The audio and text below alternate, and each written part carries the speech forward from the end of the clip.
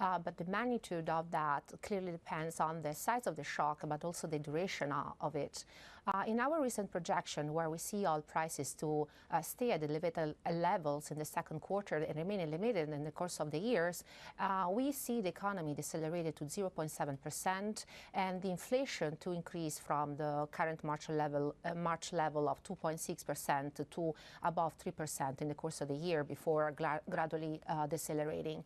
Our projection and also condition on the assumption of market interest rate assumption, they see already 2 hikes in the course of this year. So I expect the economy to have a significant impact, in particular those economies that are particularly exposed to energy and gas prices. If you consider a country like Italy or Germany, they have a very important share of gas in the energy mix. But as I said, I think the very important point is how long the shock will last on the economy. So whether we will see a ceasefire soon or the shock will continue. What does it mean for the ECB then? Markets are pricing in hikes from the European Central Bank. Yeah, I think first of all, we need to consider that that this episode is very different from what we observed in 2022. In 2022, the economy was in very different conditions. So the labor market was particularly tight, exceptionally tight, and monetary and fiscal policy were clearly expansionary. Now they are more close to neutral, and now we observe actually a cooling labor market. So the possibility of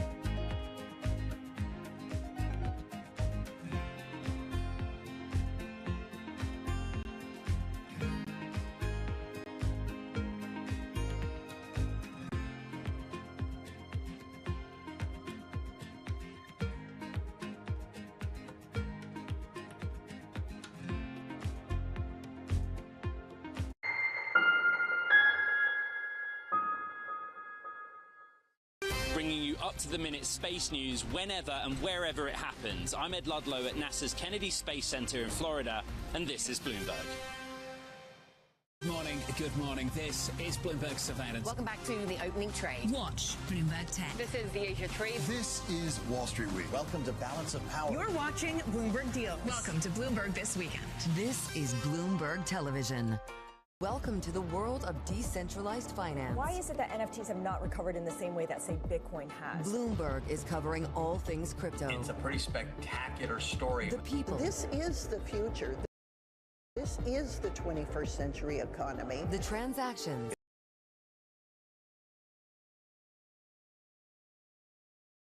It snapped up nearly $1 billion of Bitcoin. And the technology. We need to build a digital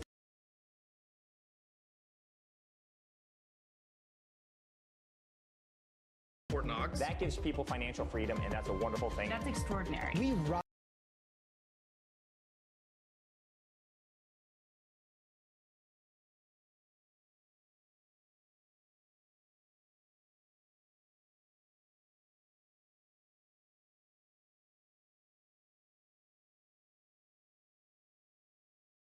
the way that is Bitcoin. Bloomberg Crypto, only on Bloomberg.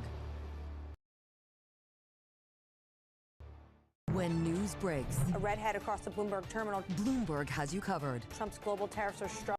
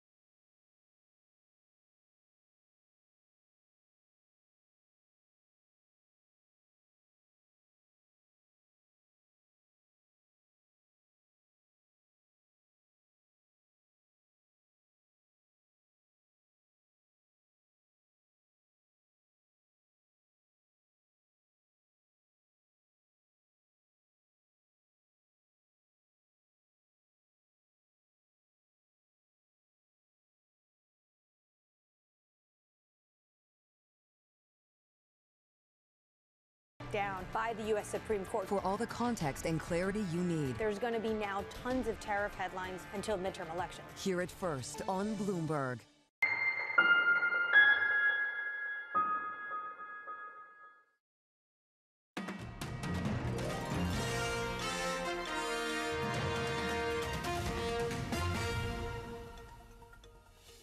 Welcome back. All sorts of questions in terms of whether or not there will be a more sustained ceasefire. Maybe this weekend comes through with some additional details, as there are reports, of course, that Iran and the US continue to talk. President Trump is talking very positively. Here's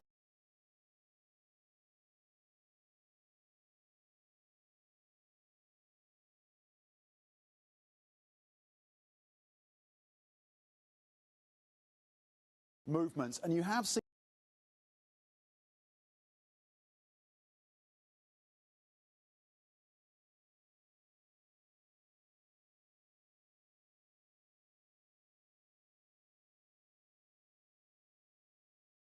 some of that volatility come out of the futures, at least the futures market. And the last time I checked, WTI was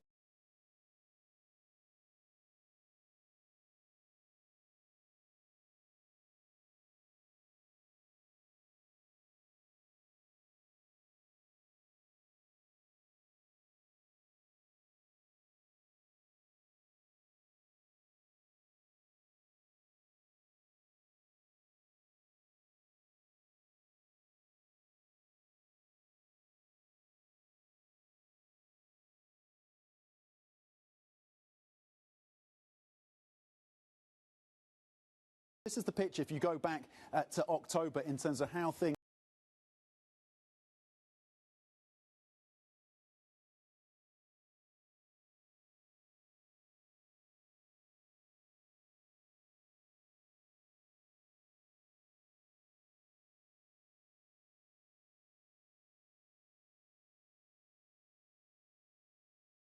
of course, there's a big difference in terms of the futures pricing and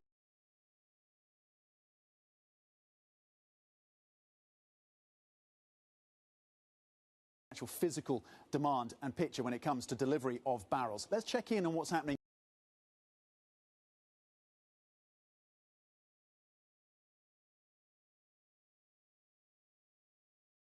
in terms of the rally, this eye-watering rally that we've seen, despite all this uncertainty, particularly with the Nasdaq 100, 12 straight days of gains. Historically, on the back of a run like this, over 6 months you see a pop of 5.9%. That was an example back in 1986. But you see gains over 12 months, normally after a run like this. So maybe this is setting us up for more gains 12 months out, 6 months out for the Nasdaq 100. The opening trade is coming up next. This is Bloomberg.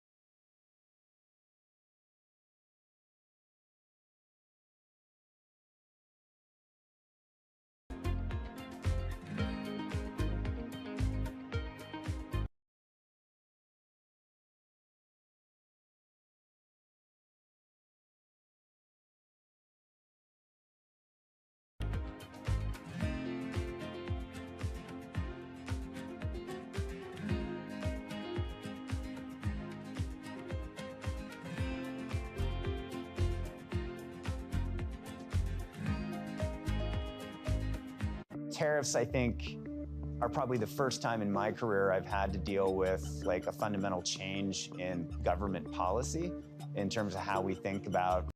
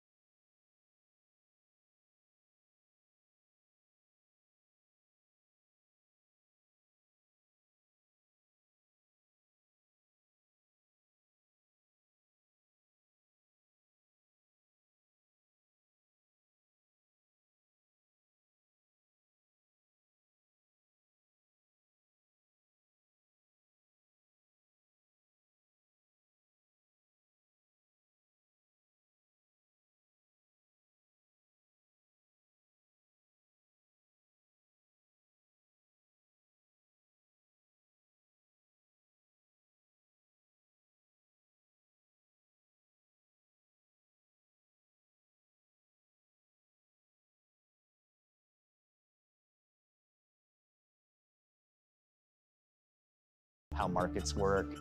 The challenge, especially within my supply chain, is now how do you have enough productivity initiatives to offset the increased cost of all the product?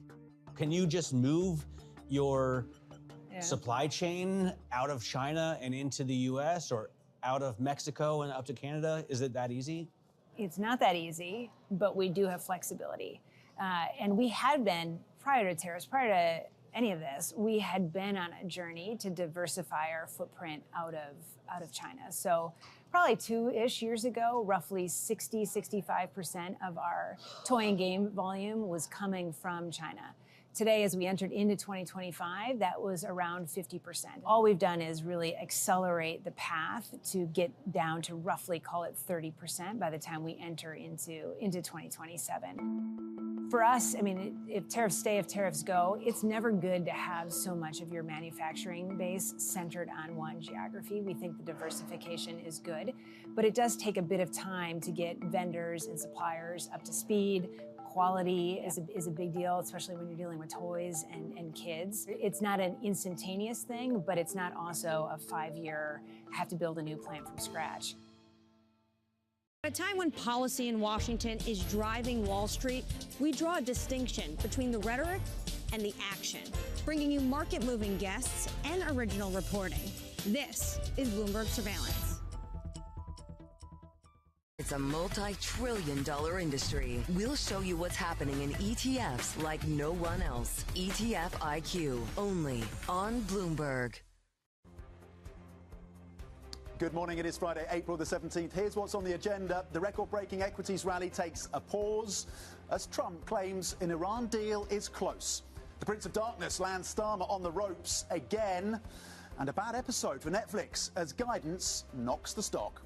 Tom, let's have a look at where the futures picture then is on both sides of the Atlantic, because this is the pause that you're talking about there then. We have come so far so quickly in terms of confidence and optimism around a recovery for stocks. And so this is the picture we see today. S&P futures a little positive, Euro stocks 50 futures a little negative. So waiting for some further news. We've come a long way on optimism, on trust in what President Trump has been saying, and waiting for some confirmation of a path forward there. We're also watching, as Tom's headlines were suggesting, what's going on in UK politics as well. Yields on the 10-year gilt popped higher yesterday as gilt markets will start to ask questions about the future of Keir Starmer and his top team. The countdown to the opening trade starts right now.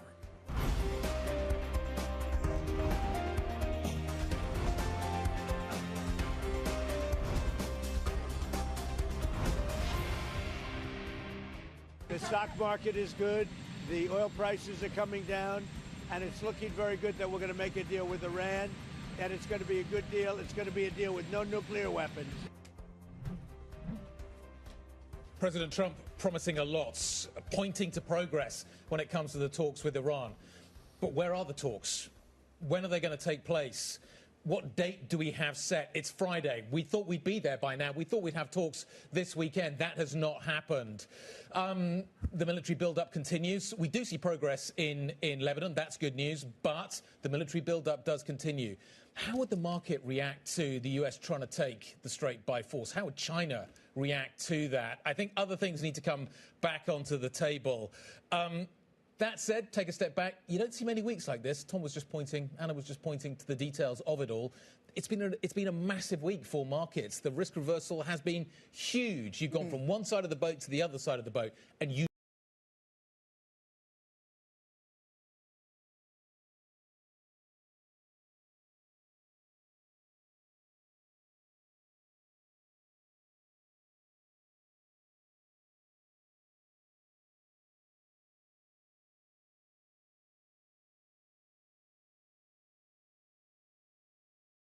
see this kind of action very often. You really don't. If we see any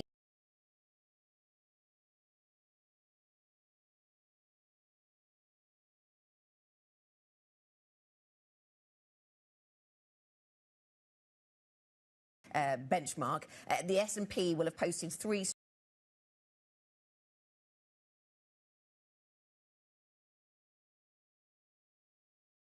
and that just doesn't really happen. And your graphic at the end of the last hour was pointing to what this tells us about where we go from here. If you look back at history, then we see this kind of rally. It leads to further positivity. I wonder how that sits with our understanding of exactly what is happening on the ground it's in the Gulf. remarkable. You dial the clock back to the 30th of March, and you're down at the lows for the Nasdaq 100, and then you've seen the gains of 15 to 16% since the 30th of March for the Nasdaq 100. So, and then historically, yes, 6 months later, 12 months later, you see upside on the back of a 12-day rally like that for an index like the Nasdaq 100. Yep. But is the president trying to jawbone in place a ceasefire? Is he overpromising? To the president's credit, we do have that ceasefire between Lebanon and Israel. That is consequential, and that is a key piece of the puzzle, clearly, certainly from Tehran's perspective. Sure. Strait's still closed. Strait is still closed. Oil prices, physical, one thing, what's happening in the paper market, I don't know. Who's doing what within that paper market? What kind of a signal can you really take from it? I hear what you're both saying about what the headline number says on further gains from here, but you look at the market internals, they are less good. You look at number of stocks making 52-week highs, you look at who's been buying. Is it just the CTAs? Is this just a positioning story? There's lots of different ways of reading the narrative that we're looking at here. And are we seeing some dissonance between the different asset classes here as well? Because we see commodities, metals going higher, but not because everyone's optimistic about the global growth or the AI story. Aluminium, for example, and copper, well, aluminium in particular, is because of supply concerns. I mean, the LME, the industrial metals index on the LME, touching new highs. JP Morgan talking about a black hole in aluminium supplies, a serious and prolonged supply outage. And that is if the Strait reopens now, because there is damage to manufacturing facilities. So there are clearly some dots we need to join, and I don't know if we can join them. Well, that's the point. There's a disconnect, isn't there, in terms of the rally that we've seen, that Guy's been highlighting for us, and the physical reality in terms of input prices, less access to commodities, and what that's going to do to margins. But so far, that isn't derailing this rally. Shall we talk about something else that we're watching very closely this morning? In just less than an hour's time, we'll get the opening of the gilt markets. Now, this is a story that landed in session yesterday, so we have had some response to it, but it feels as if it's something that we need to keep under review. So gilt yields jumped yesterday. The rest of Europe, we saw yields dropping. The overnight news is Keir Starmer has fired his top Foreign Office official, and this comes after The Guardian has been reporting that the vetting process for Peter Mandelson was overruled. Starmer says that was by the Foreign Office. He says he didn't know until Tuesday. Whether that will matter in the end, we will see. But what matters for gilt markets, they are now starting to ask questions about his future, about that of his top team, and crucially asking questions about the timing of all of this, because we have local elections coming up in May. So if people want to make moves within the party, how do they think about the timing? Do you wait until after May? Do you wait? Do you get the potential bad news of May out of the way? And where will the global narrative be by then? And will that have the power to overthrow this? Who knows? How much is already priced in terms of political risk to the gilt market? So, yes, we saw yields up about 5 basis points yesterday. Is this the first time, I think, when every single leader of opposition parties has called for the Prime Minister's resignation? James Walcock, who follows UK politics very closely for us, said this is the most dangerous moment for the UK Prime Minister that he's seen since he took office. So you know, how much is priced in? You do get the likes of PIMCO. They've been quite bullish on gilts, saying that a lot of that political risk is already priced in. Do we have to wait until after May? And how much of a shock could there be in terms of potential sell-off if you do get a more expansionary, heavy spending, higher tax leader of the Labour Party? And that's what the gilt markets fear. I mean, Keir Starmer said the suggestion is he's going to speak on Monday. That feels a very long time away, doesn't it? But he's busy in Paris. Reeve said yesterday she doesn't want to raise taxes again. Who would be her replacement? Who could be the next Chancellor of the Exchequer if Starmer were to fall? It's interesting because at the same time you've got the Bank of England backing away from rate hikes, or at least trying to talk the market down. Yes, from having overdone it. So you've got the sort of slightly counterbalancing factors in play here at the moment when it comes to the gilt markets. Best show on Netflix? It's a political drama, isn't it? Netflix could do a whole series on this political drama. It's going to get written up at some point, isn't it? It's going to get scripted, Mandelson, Starmer, whatever the Prime Minister is. Netflix coming out with earnings. Actually, for the quarter that they reported on, it was a beat. It was the guidance for the current quarter. And again, it's a question of missed expectations. Expectations were pretty high for Netflix. They missed in terms of what they're guiding for the current quarter. Earnings per share forecast to come in at 78 cents versus the estimates of 84 cents. They talked about the missed merger. Didn't happen, of course, with Warner Brothers. The fact that they've learned from that. Is this now a Netflix that's potentially gearing up for some acquisitions? The quarterly results were also flattered by the payment they got from the breakdown of that deal. But this is, we're seeing the stock under pressure as a result of this. It's a company that's raised prices, and they didn't quite meet those estimates for the current quarter. They feel that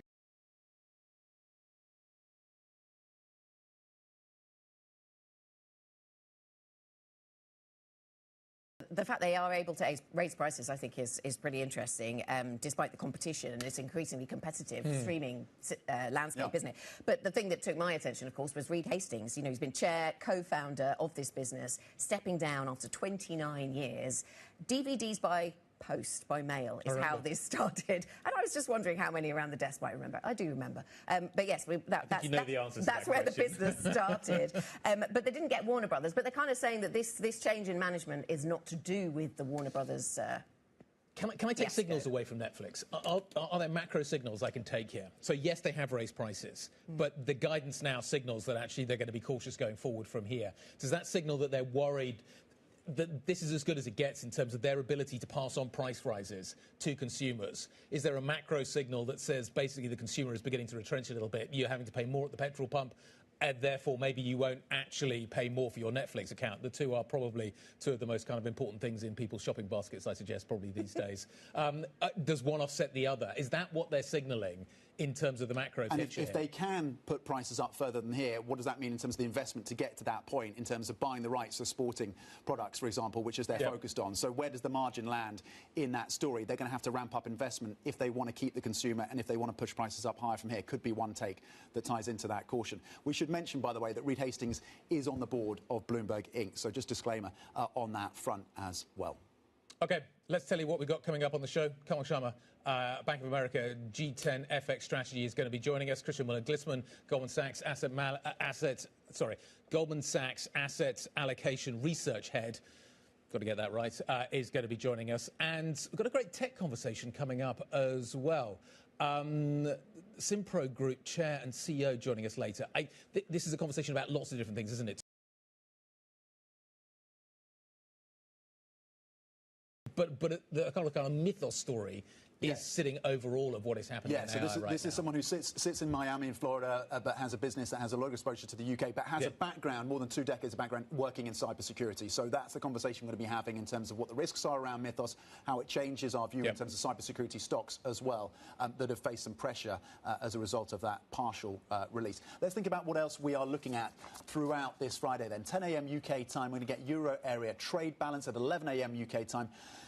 Keir Starmer, politically, of course, under pressure, will be meeting with his French counterpart Macron in Paris as they look to see what they can do around the Straits of Hormuz. IMF spring meetings continue, of course, in Washington, D.C. And later, the BOE's Breeden and Pill will be speaking. We're listening out to them. We've heard from Bailey this week suggesting that the market pricing around around potential hikes from the BOE may be a little overdone. And we're going to hear his Fed speak as well. Bark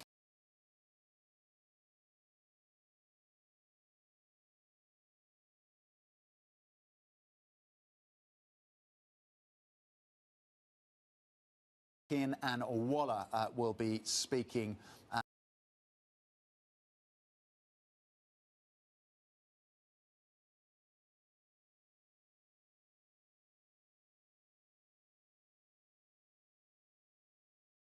As markets essentially price in a Fed staying on hold this year.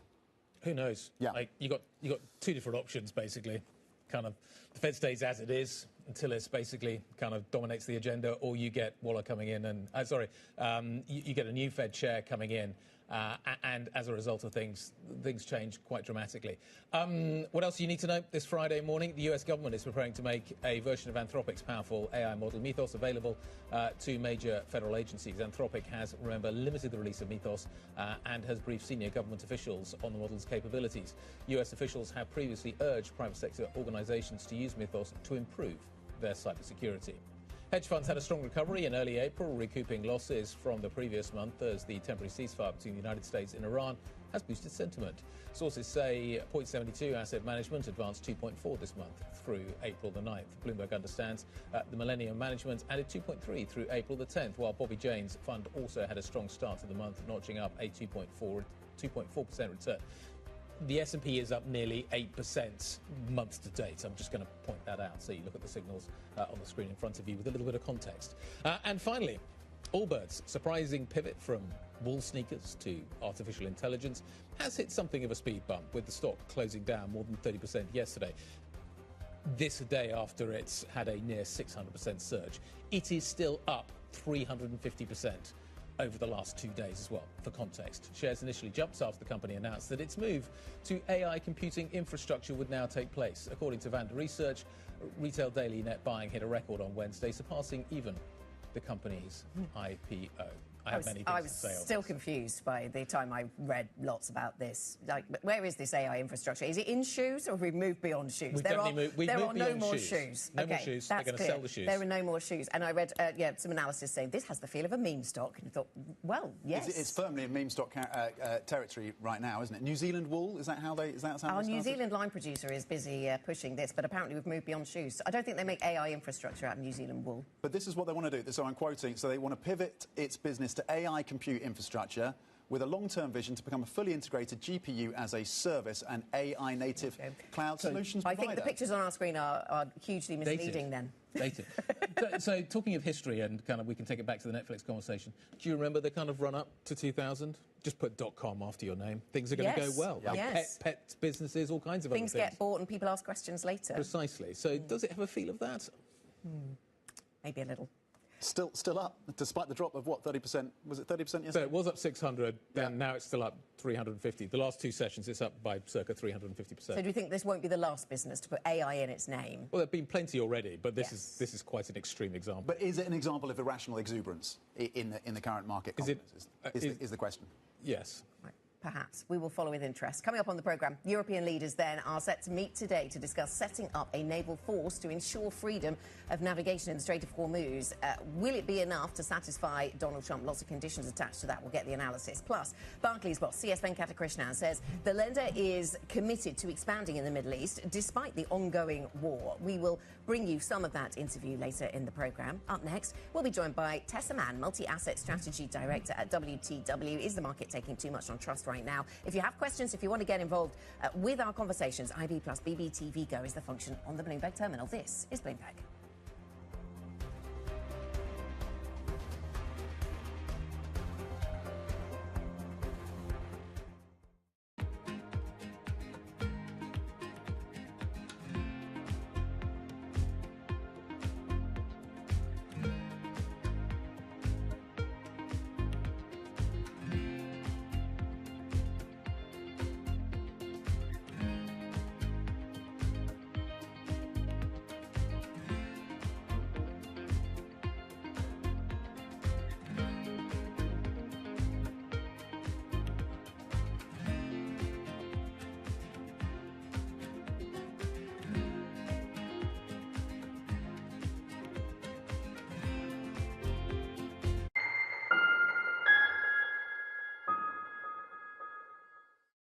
Africa, a region rife with potential for growth and opportunities, but not without its challenges. Bloomberg highlights the biggest stories, interviewing key players, and reporting on the issues impacting the region. Join us as we get to the heart of African business, politics, and economics, and ask the question, what's next? I'm Jennifer Zabasaja, and this is Next Africa. New episodes every month, only on Bloomberg. Join me each week on Wall Street Week for stories of capitalism from business, markets, economics, tech, and climate. More than what you need to know, it's what you need to think about. Astonishing day for US technology. It's shaping the region's technology ecosystem. Asia's biggest tech news and innovation. Know how the market day started. Find out how it finishes. Public markets to private markets. From the micro to the macro. Covering retail, entertainment, the business of sports. The supply chains, trade policy, how it all is impacting the U.S. equity market as we drive to the closing bell at 4 p.m. A holistic approach to covering financial markets. If it matters to your life, we're covering it. I'm Katie Greifeld. And I'm Romaine Bostic, and this is The Close. Live every weekday. Only on Bloomberg. Context changes everything. Trading day is about to start. And you're already looking for that edge. The opening trade brings you everything you need to know as markets open across Europe. I'm Guy Johnson. I'm Anna Edwards. And I'm Tom McKenzie. This is your opening trade. Only on Bloomberg. Good morning. This is Bloomberg Daybreak Europe. I'm Lizzie Burden in London, and these are the stories that set your agenda. Taking you from the U.S. market's close to the overnight session in Asia, we'll walk you through what you need to know to kickstart Europe's trading day. Live from our European headquarters, we bring you the day's top market-moving stories, unmatched expert analysis, and on-the-ground reporting from across the continent. Tune in to Daybreak Europe, only on Bloomberg Television. Context changes everything.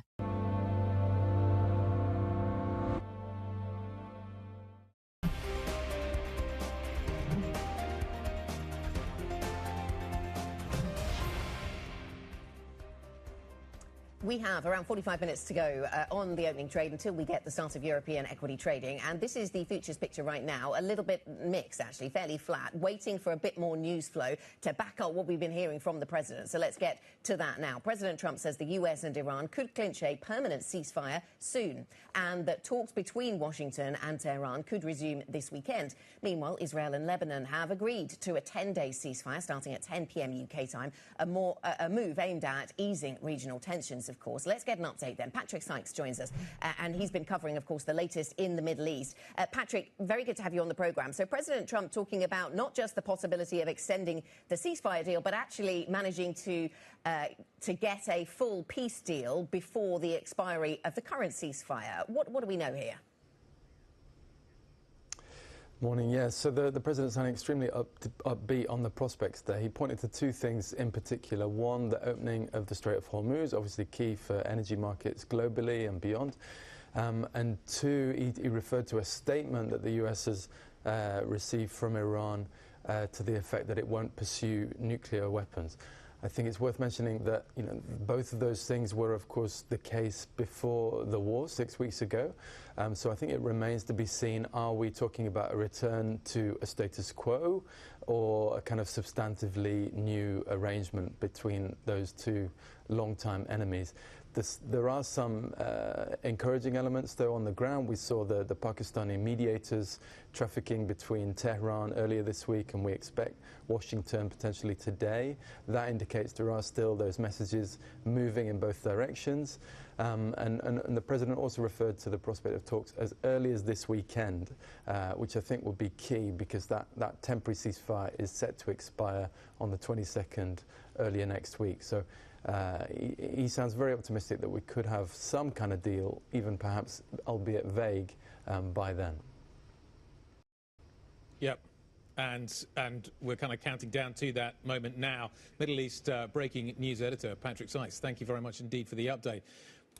It was fascinating listening to the president kind of tying stock markets, oil prices, the deal that he thinks is coming out of the Middle East altogether. And certainly that has been a driving factor that we've seen this week. I keep using the word extraordinary because it is extraordinary. Massive gains this week in terms of what we've seen in stock markets. The Nasdaq in particular has absolutely surged. What do you make of this? How should we read this? Let's try and get some analysis now. Tessa Mann, Multi-Asset Strategy Director at Willis Towers Watson, joining us around the table. Good morning. Morning. What do you make of the price action this week? We've gone from kind of doom and gloom to euphoria in a kind of handful of sessions. What do I make of that? Yeah, I mean, I think the market reaction clearly speaks to that more contained outcome that we may get from here in terms of the reopening of the Strait of Hormuz. If we look at the data at the start of the week, though, we saw PPI turning positive in China for the first time since 2022. Yep. We've seen inflation beginning to flow through in different markets, and I think that is quite key to consider in terms of the other scenario from here in terms of how markets may then react. But it's felt like it's almost felt like it's the kind of the Pfizer moment in COVID. It's felt like it's the kind of the reversal when it came to the tariffs. The market has become preconditioned to these V-shaped recoveries. That if you blink, you miss it. Therefore, you have to chase it. Is that the kind of conditioning that we now see for markets, for equity markets in particular? Quite possibly. I think that's a good question. I mean, I do think the markets at the moment are over-indexing to the latest headline to some extent, and that's possibly because it's quite hard to get clarity on that fundamental on the Strait of Hormuz from looking at, say, the underlying data. So I think in this environment, it's really important that investors stick to their strategic asset allocation, add in inflation protection if that's appropriate for their portfolio, and remain indexed on the data where possible. Just on the point and the analogies you gave around COVID and then around the tariffs, the consumer was arguably in better shape. There was more kind of fiscal response coming through, even shortly back to the tariff moment. The consumer was looking more robust. The labour market was stronger. Is there a risk that we're setting ourselves up for a kind of value trap at this point in terms of how far things have run up and the mismatch between that performance and the reality on the ground in terms of supply chains? Quite possibly. I mean, it's important to consider portfolios through a range of scenarios from here.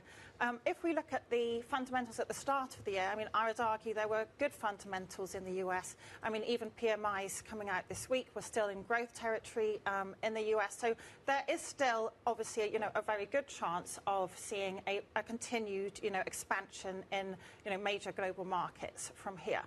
But it is important to look at, potential deterioration if we did see a continuation of the what's your preference for inflation protection? So I think, two things. First of all, it depends on the client type and the portfolios, of course. In terms of inflation protection, one thing that we're looking at is UK gilts and UK linkers in terms of how much has, hikes been priced in, particularly more recently. Outside of that, we haven't seen US CPI swaps rising as much in terms of what's priced in. So it kind of depends on the reaction function of the end investor to some extent. Yeah, it's interesting, isn't it, Tessa? Because as we've been discussing, markets seem to want to put in these V-shaped recoveries, bounce off the bottom and go back to where they were, as if they want to recover very quickly. At the same time, we speak to lots of people, and you mentioned in your notes about how we're in some kind of new paradigm when it comes to geopolitics. Is that broader than just this war? Is that about higher inflation for other reasons as well? Yeah, I mean, I think if we step back, to some extent, this situation is symptomatic of a broader new geopolitical paradigm. That is very difficult to price and to predict, and that's why, obviously, staying robust in your portfolio is kind of the most important thing to start with.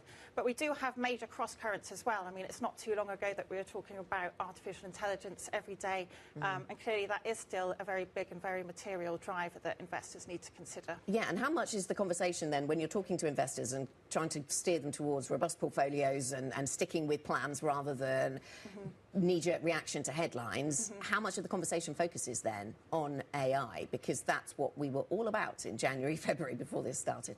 Yeah, I mean, it's still a very material, very meaningful conversation, and we are likely to see the economic gains of that broaden out over coming years. It's still something to very much focus on, and obviously we're coming into earnings season as well for some of the hyperscalers, so, another thing to keep an eye on. And how's the earnings season been so far? Has it been living up to whatever expectations you had, Tessa? Well, I think so far, yeah, I mean, it has roughly been in line, but I think really I'm taking a step back in this situation and trying to really look at the fundamentals, look at what's happening in the Strait of Hormuz, and look at what's going to happen kind of end of the year in terms of the oil prices. You mentioned linkers, but also gilts in terms of inflation hedge. Do you buy gilts despite the political risk? I mean, it's a big challenge, certainly. I think when I'm looking at what's priced in currently, markets are essentially looking at hikes for the Bank of England. At the start of the year, we had cuts priced in. Clearly, inflation's been coming down, and the fundamentals are a bit softer. In terms of your question, I would question whether the Bank of England is going to hike into a slowing growth environment, even if we do get that inflation. It's more Prime Minister resigns. How do gilts react? I mean, that's always challenged, isn't it? I mean, we don't always see a clear comparison between, the sort of fundamentals on the ground economically and also the political situation. But I think it will come down to, do we expect there to be fiscal, fiscal restraint, I suppose. That's really still going to be what's pivotal, especially at the longer end of the gilt curve. Tessa, thank you very much indeed. Tessa Mann, Senior Multi-Asset Strategy Director at Willis Towers Watson. There's a lot more coming up. We continue to monitor, of course, developments on the ground in the Middle East. But it's interesting as we think about the UK political situation and how gilts react to that. Gilts maybe as something of a hedge on the inflation scenario, and the markets are pricing in at least one hike from the BOE. But as you say, who knows? What's going to drive gilts here? Is it going to be politics and what is happening around what Keir Starmer's future ultimately looks like? how do you trade it between now and the May elections? The 30 years now, the 30-year was up hugely yesterday. You got 5.5 on a 30-year now, which is really challenging in terms of UK finance. Yes, I think will gilt investors want to get a handle on, okay, who are the contenders? We know some names, and get an up-to-date take from them on how they feel about debt and fiscal rules, and that might give a sense of where things and go maybe next. that update, to your earlier point, doesn't come until May from those players and those individuals. Coming up, we're going to discuss what impact the Iran war will have on the era of dollar dominance. Kamal Sharma, Director for G10 FX Strategy at Bank of America, is here with a take. Stay with us. This is Bloomberg.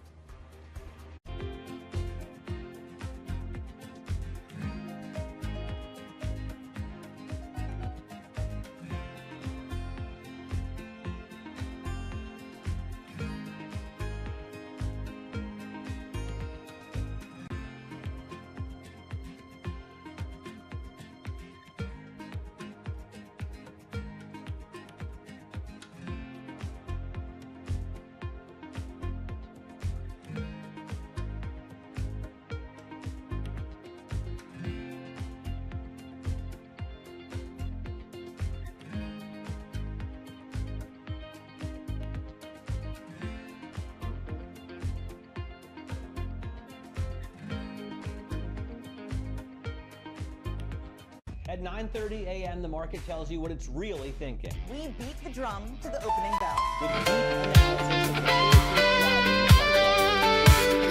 of really matters where the money flows, which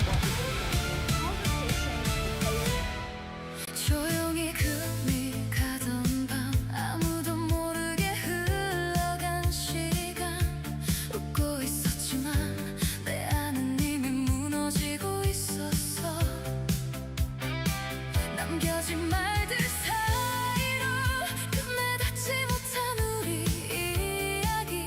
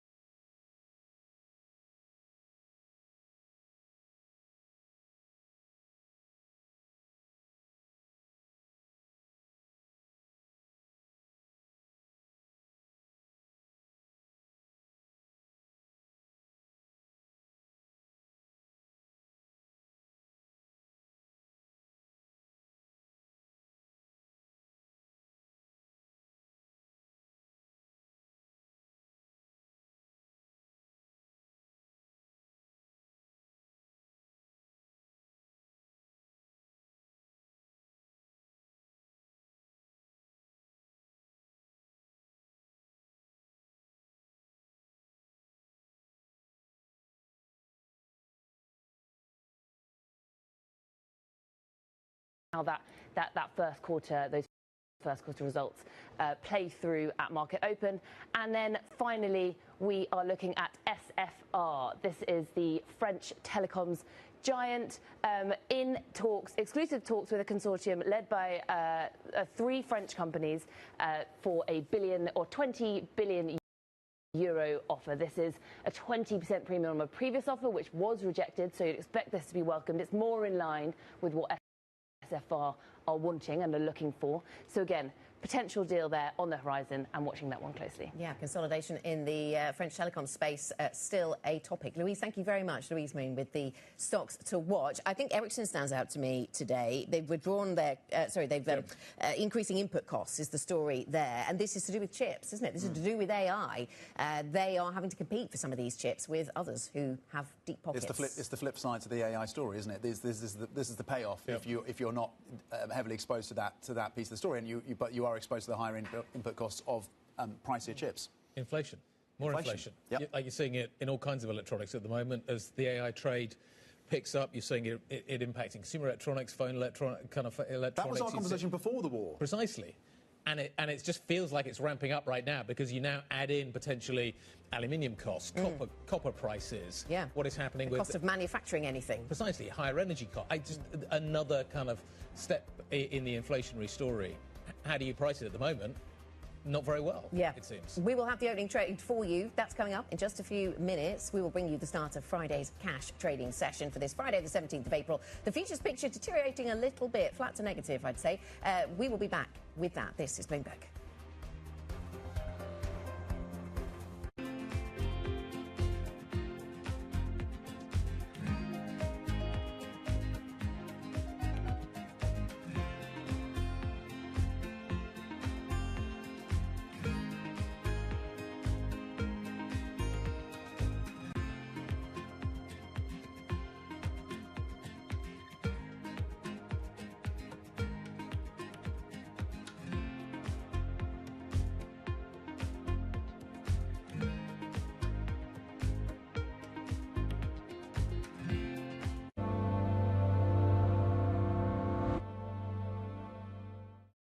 Bringing you up-to-the-minute political news whenever and wherever it happens. I'm Tyler Kendall in Washington, and this is Bloomberg. Key investors, top executives, global innovators. Join me for in-depth conversations with the biggest newsmakers on the day's top stories. Insight with Haslinda Amin, only on Bloomberg. Welcome to the world of decentralized finance. Why is it that NFTs have not recovered in the same way that, say, Bitcoin has? Bloomberg is covering all things crypto. It's a pretty spectacular story. The people. This is the future. This is the 21st century economy. The transactions. It snapped up nearly $1 billion of Bitcoin. And the technology. We need to build a digital Fort Knox. That gives people financial freedom, and that's a wonderful thing. That's extraordinary. We ride the wave that is Bitcoin. Bloomberg Crypto, only on Bloomberg. Middle East and Africa. Vibrant resources and high-yield investment opportunities abound. Join me on Horizons Middle East and Africa for the stories, newsmakers, and insight from this exciting region. Now weekdays, only on Bloomberg. Africa, a region rife with potential for growth and opportunities, but not without its challenges. Bloomberg highlights the biggest stories, interviewing key players, and reporting on the issues impacting the region. Join us as we get to the heart of African business, politics, and economics, and ask the question, what's next? I'm Jennifer Zabasaja, and this is Next Africa. New episodes every month, only on Bloomberg. Bringing you up-to-the-minute geopolitical news whenever and wherever it happens. I'm Jennifer Zabasaja in the Lesotho Highlands, and this is Bloomberg. Know how the market day started. Find out how it finishes. Public markets to private markets. From the micro to the macro. Covering retail, entertainment, the business of sports. The supply chains, trade policy, how it all is impacting the U.S. equity market as we drive to the closing bell at 4 p.m. A holistic approach to covering financial markets. If it matters to your life, we're covering it. I'm Katie Greifeld. And I'm Romaine Bostic, and this is The Close. Live every weekday. Only on Bloomberg. Context changes everything.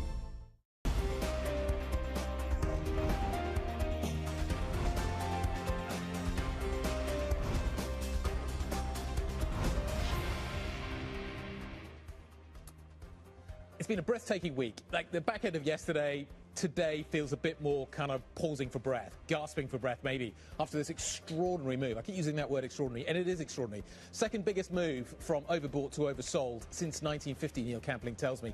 This is yesterday's session. This is where Europe went out. I'm not sure there's actually much of a lead comes out of this that tells us where Europe is going to go this morning. There's actually a fair few interesting stock stories that are actually worth focusing on as well. Do we get back to fundamentals? What happens in the Straits of Hormuz? There's so many questions for the market to ponder this Friday, but maybe after we've run the 100 metres that we just kind of gasp for breath at the end of the week and look forward to a more relaxing weekend, maybe, Tom. And that's feeling maybe where European stocks are as well. The European stock 600 closing essentially flat yesterday. It was media, the sector that gained the most. On the downside, it's travel and leisure. It's the airline stocks that took a big hit yesterday. European futures today pointing lower by 0.2%. We're watching oil, of course, the energy, given that oil is a little softer in the session today. Tech as well. TSMC didn't perform very well over in Asia in terms of the stock performance. FTSE 100 futures currently flat. DAX futures currently probably lower by 25 points, pointing lower by 0.1%, Anna. Let's talk about some of the individual stocks in focus and one sector for you, Tom. Let's go for Alstom first. So the train maker, the ADRs over in the States were substantially weaker yesterday. Shares expected to be weaker today after the French rolling stock manufacturer withdrew its guidance for the full year. So we're watching that one. Watch telecom stocks as well on two fronts. Firstly, we've got M&A in place, so a consortium including Bouygues, Iliad and Orange. They've entered exclusive negotiations to buy SFR, so there's consolidation, but there's also guidance from Ericsson in the telecom equipment space that looks pretty negative on costs. Now, Delivery Hero also in focus as well. Uber raising its Delivery Hero stake so we'll watch that one, basically. Guy, at the start of trade. Keep it simple. Absolutely. Let's keep it simple this Friday. That seems like a very good piece of advice. Okay, right. Let's show you some numbers. Let's get going. FTSE 100 is absolutely flat. I think there's a note out from BNP Paribas this morning on the oil stocks, so keep an eye on that as well. You've got some of the names that Anna's just been mentioning in terms of what we're going to see in the action in the telecom space, telecom equipment space, and also maybe in some of the industrials. Stock 600 is down by 0.2%. That tells me that actually the action is elsewhere outside of the FTSE 100. We'll see how the DAX and the CAC both trade this morning. The CAC's flat. The AEX is down a touch. We'll see what's happening there. The IBEX is barely budging. So it feels like after this massive week that we've seen in terms of equity markets and the moves that we've seen, that maybe Europe is taking a little bit more of a cautious approach this morning. A lot of strategists are out there talking about the fact that actually it's going to be hard to see upside from here for European equities. And maybe today speaks a little to that. We've seen a big run back. Do we continue it? A little bit of caution maybe starting to creep in this Friday. Tom, what are we seeing on the sector story? You've got media at the top of the list right now, up 0.5%. It was a strong session for the sector yesterday. Travel and leisure, which was under pressure yesterday on concern about the airlines and jet fuel and what's happening in the Middle East. Currently, that sector is actually up 0.2%.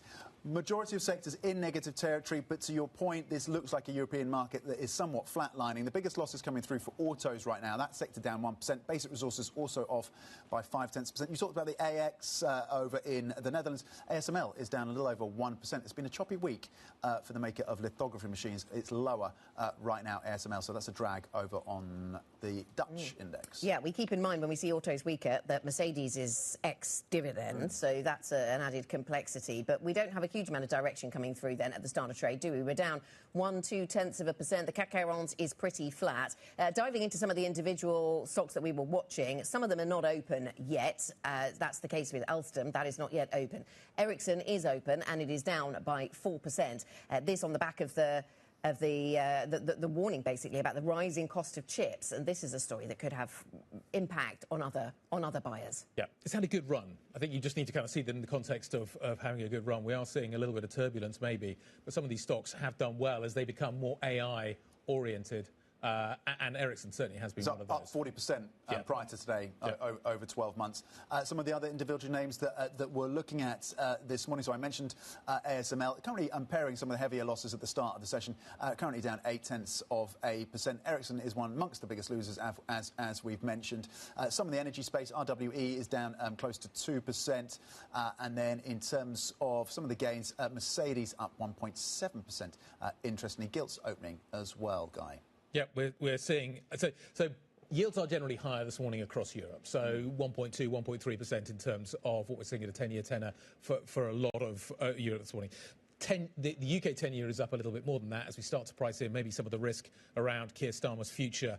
You're seeing maybe a bigger move at the front end, where yesterday actually we were kind of seeing yields coming a little bit lower. So sort of repositioning of the curve. But generally, gilts are underperforming this morning, and that would seem to point to maybe a bit of a sort of political story beginning to concern people. Yes, one we continue to monitor, of course. We'll get an update on that later in the programme. Let's step back, though, think about where we are on these markets as we bring another week to a close. Christian Müller-Glissman joins us, Head of Asset Allocation Research over at Goldman Sachs. Christian, really nice to have your perspective on the programme today. So we've seen an incredible rally. Guy was talking about some of the stats that really stand out. The strength of these markets, the rebound we've had has been quite incredible. We look as if we're on track for 3 weeks of gains of more than 3% on the S&P, and this just doesn't happen very often. Is this sensible? Does this look proportionate to the situation on the ground? Yeah, no, I think you mentioned already, we've been in this fast and furious recovery phase, kind of news flow, relief, and it's probably been exacerbated a lot by technicals. I think we look at systematic investors, options positioning, hedge funds. There's been a lot of de-risking throughout this period, and there's a lot of forced re-risking. So that has contributed. Now we're all stepping back and trying to understand if this rally can continue. And I would argue that normally there's like 3 reasons why you want to buy a dip.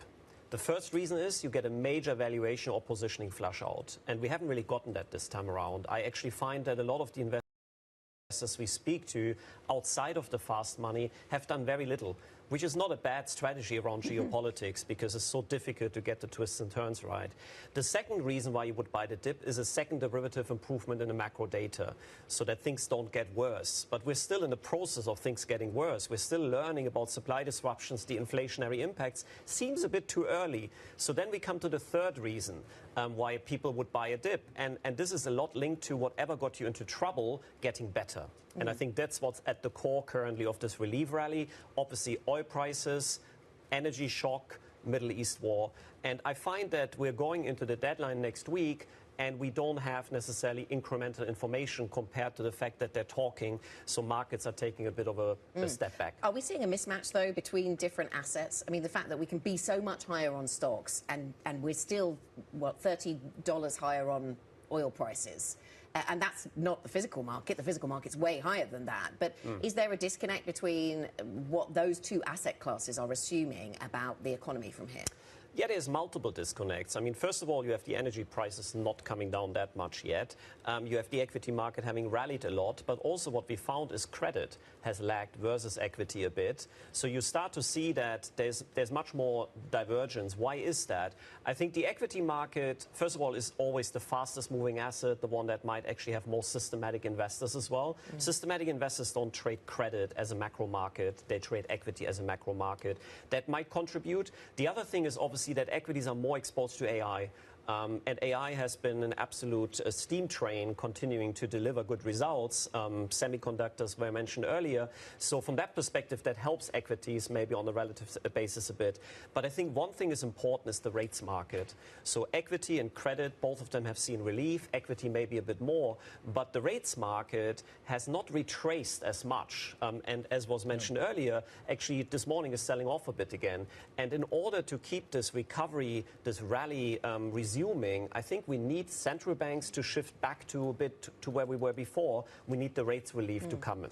Yeah, and we heard from Scott Besant this week saying stocks live in the future. And that was his reason for it. But yeah, talking about AI and talking about the strong recovery we've seen there, it feels like that. Either that or the clouds. And so that's a really and Guy was noting, obviously one of the dovish members of the Fed, at least for now, calling for 4. Was it 4? Stephen Myron said about 3 or 4 rate cuts this year. I think he's kind of. Then we've got Kevin Walsh waiting in the wings, and we don't know what the confirmation process is ultimately going to look like. But just to kind of drill down on this, this equity market rally cannot continue in a sustained fashion unless we get central banks pivoting back to being dovish. Well, we still have very healthy earnings growth, and that can always support equities a bit. Like, look at the US, we're looking at earnings growth of close to 15%. In Europe, it's a bit lower, but that means the baseline trend for equities is up as long as earnings are growing. Yeah. But then the question is, can you actually deliver returns that are a bit better than normal and or a good Sharpe ratio? And I think that requires the rates picture stabilizing and possibly providing a bit more relief from here. Because the rates picture, is still kind of a drag on certain businesses, and it's also a drag on valuations, because equities have recovered, but obviously yields are higher, which means the equity risk premium is lower. And so from that perspective, if rates stay where they are, it's going to be more difficult for equities to resume the uptrend at the same pace where we were before. And rates get that lower momentum, yields come down if we get a more dovish response from central banks. But can we get that more dovish response in this inflationary environment that we are currently in? Great question. I mean, like you were earlier saying, equities are living in the future. The question is, will the central bankers live in the future and look beyond the shock we have in the data right now? We have obviously seen headline inflation kind of go above 3%.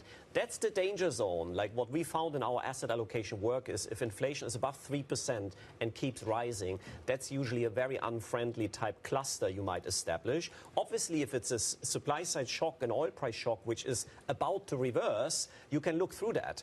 But if oil prices stay where they are, as has been the case so far, central banks need to tread a bit more carefully. They're obviously itching to somewhat shift a bit more dovish. We've seen that in the commentary around the IMF as well conference, where we've seen Andrew Bailey, we've seen multiple central bankers starting to pivot a bit to the dovish side, hoping that we get the Middle East war to an end. Can I just come back to where we started, which was what is happening with fast money? Do you get a sense that the fast money re-risking is nearing its end? Is there more still to come? Are the hedge funds kind of, they've obviously taken on a lot of leverage over the last kind of week or so. The CTAs clearly have bought a lot. What are you hearing in terms of that process coming to an end, or is it still got further to run? So our trading desk, they're running a CTA model, and that actually indicates some of the largest buying on record from CTAs. So you could say that this is starting to moderate now. Similarly, kind of we've seen a decent amount of options-related buying. That should also come to an end. We have expiry today as well. So then we come to the hedge fund community, and if you look at the net leverage right now, it's still quite low. So if you look at the net leverage coming into all of this, it was one of the highest levels on record. Then we've seen one of the largest de-riskings outside of 2022 and obviously COVID. And I would say, based on the data I looked yesterday at, we retraced a third of that decline. So the hedge funds, they still have capacity to re-risk a lot more. That doesn't mean they're at beta, to be clear. It's the net leverage, so there might actually be more kind of alpha type trades or style trades. It doesn't mean they buy the S&P, but certainly there's a lot of risk-taking capacity left in the hedge fund space, I would say. Okay. Why were they late? And how conditioned are they? I keep coming back to this question. How conditioned are they now by what happened around tariffs, Independence Day, what happened on that Pfizer moment around COVID? We are increasingly seeing these V-shaped recoveries that we get in markets, and you have to chase it. Yeah.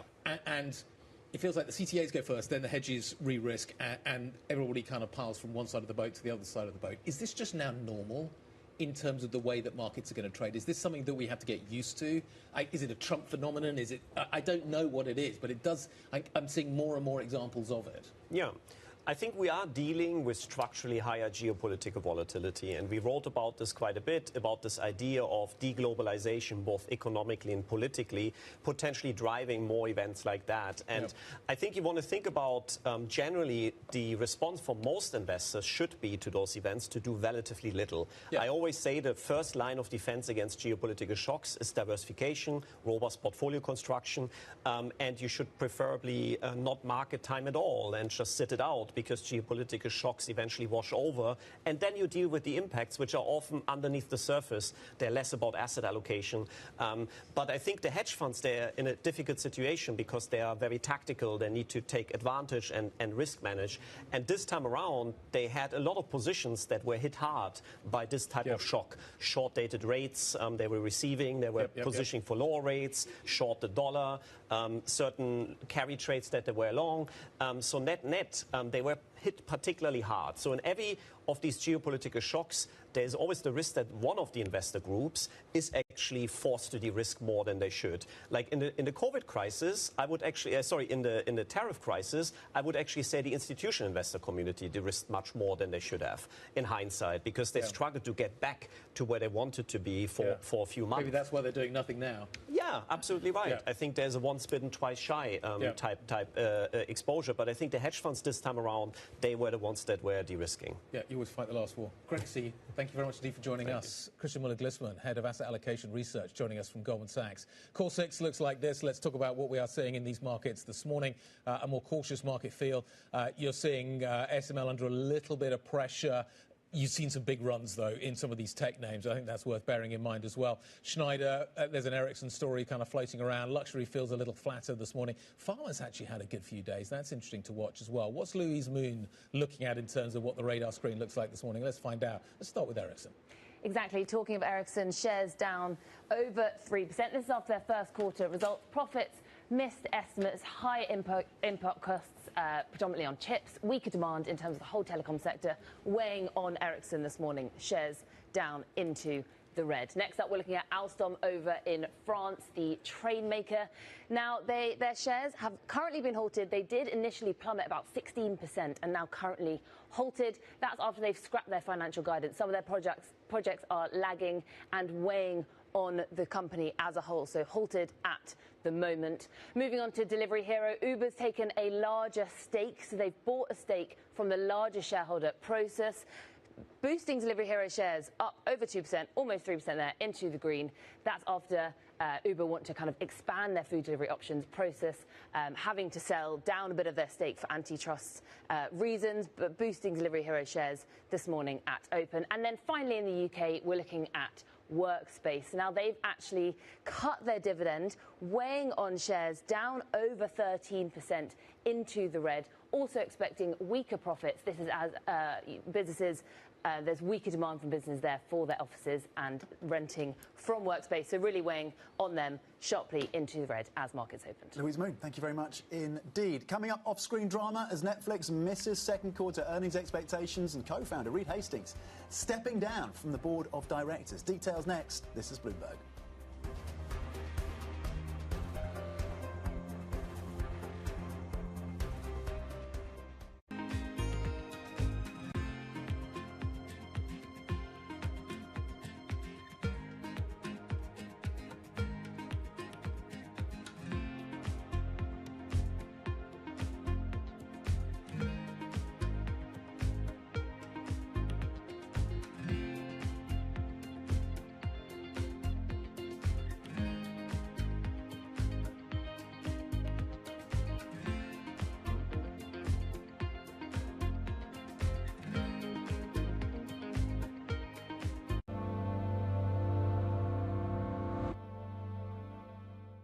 Good morning. This is Bloomberg Daybreak Europe. I'm Lizzie Burden in London, and these are the stories that set your agenda. Taking you from the U.S. market's close to the overnight session in Asia, we'll walk you through what you need to know to kickstart Europe's trading day.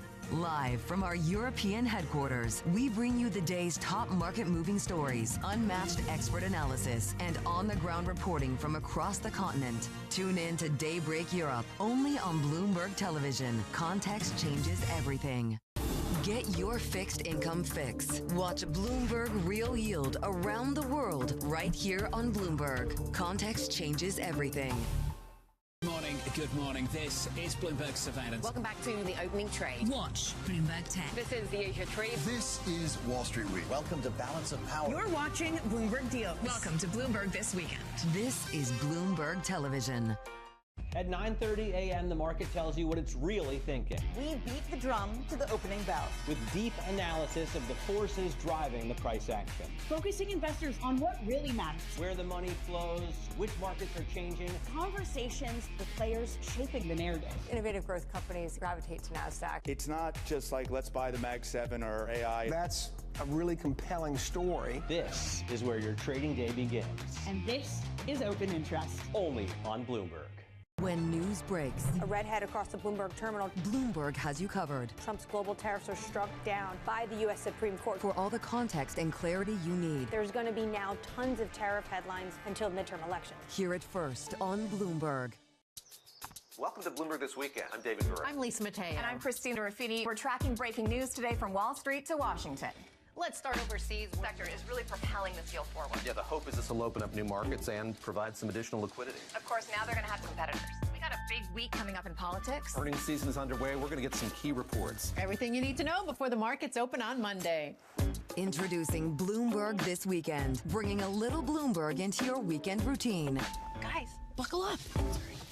Bringing you up-to-the-minute space news whenever and wherever it happens. I'm Ed Ludlow at NASA's Kennedy Space Center in Florida, and this is Bloomberg.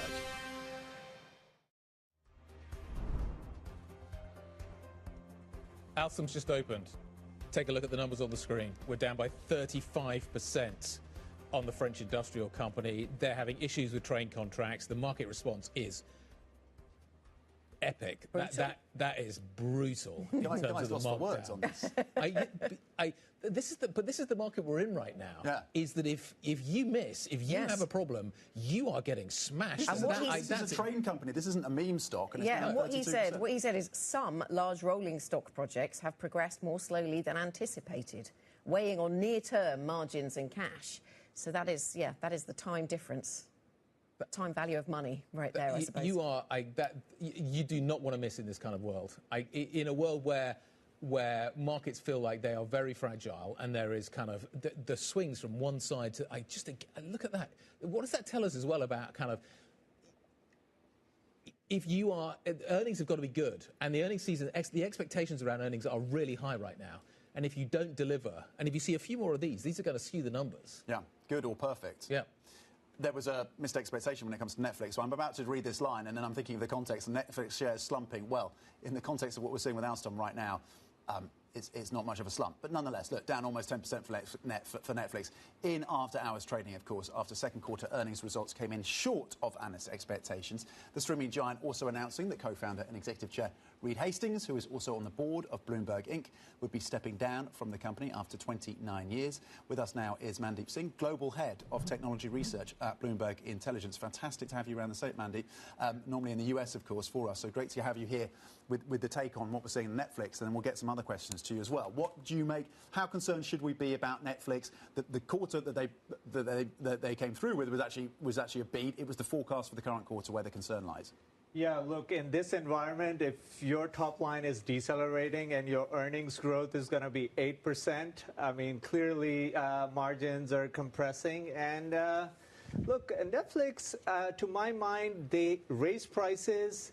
I don't think they are growing subscribers the same way they were growing in the past. And to me, there is no AI story here. Yes, they are not pursuing that acquisition anymore, the big one, and that's why the stock had a nice bump. But at the top line level, you compare it to a Meta growing, high 20%, or that's the expectation for this quarter. Low teens growth is just not enough. And then on top of that, you're seeing some margin compression. Mandeep, I want to move on to thinking about AI, because the market seems very keen to move on from thinking about war in the Middle East onto earnings. Yes, some of them not great like Netflix, but some of them fine, and thinking about AI. How much concentration are we going to see around this AI story, or how much of the gains going to be distributed? I think among the hyperscalers, you will see all of them actually beat and raise. And when you think about, Alphabet growing 20%, Google Cloud business is expected to grow 50%. When you have a $70 billion run rate, 50% growth is phenomenal. And so Amazon AWS, probably they will see a nice bump up in their top line growth. Microsoft, even though the stock hasn't done very well, I expect them to beat and raise. So overall, you see AI infrastructure being really strong. And that's going to get reflected in the cloud businesses. Yeah. I mean, we know the private companies on the application side, the model side like Anthropic are doing very well. But with the public companies, the AI infrastructure would be the thing to watch. Is a beat and a raise enough? NVIDIA hasn't hit a new high since October. The numbers in that period have been very good. Is a beat and raise enough to get NVIDIA moving? Is a beat and a raise to get some of these other stocks moving? Microsoft's gone down quite a lot. Yes, it's had a little blip higher, but what do these companies need to do to get the market back on side? So clearly they are being held to a higher bar in terms of beat and raises. And you're right, NVIDIA hasn't moved, but that's partly because how well Anthropic has done. And Anthropic is tied to the Google GPU ecosystem. So the market is perceiving NVIDIA really has a big challenge on its hand when it comes to all the deals that Anthropic is doing and Google GPUs ramping up. And they are probably thinking in the out years, NVIDIA's growth may not be as strong as it's currently reflected in the consensus.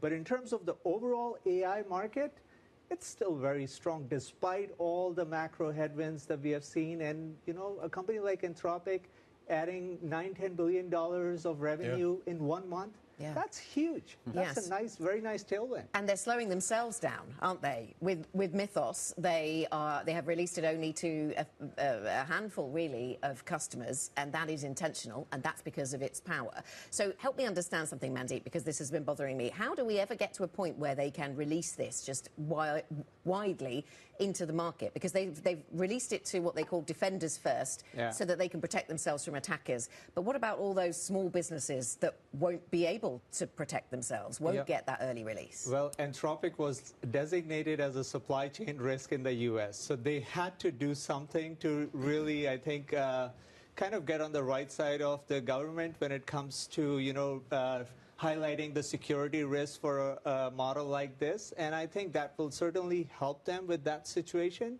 And look, over time, given the supply constraints there are on the compute side, it's probably a better thing that they're not releasing the model, because what's the point if you release the model and you don't have the compute to serve the model?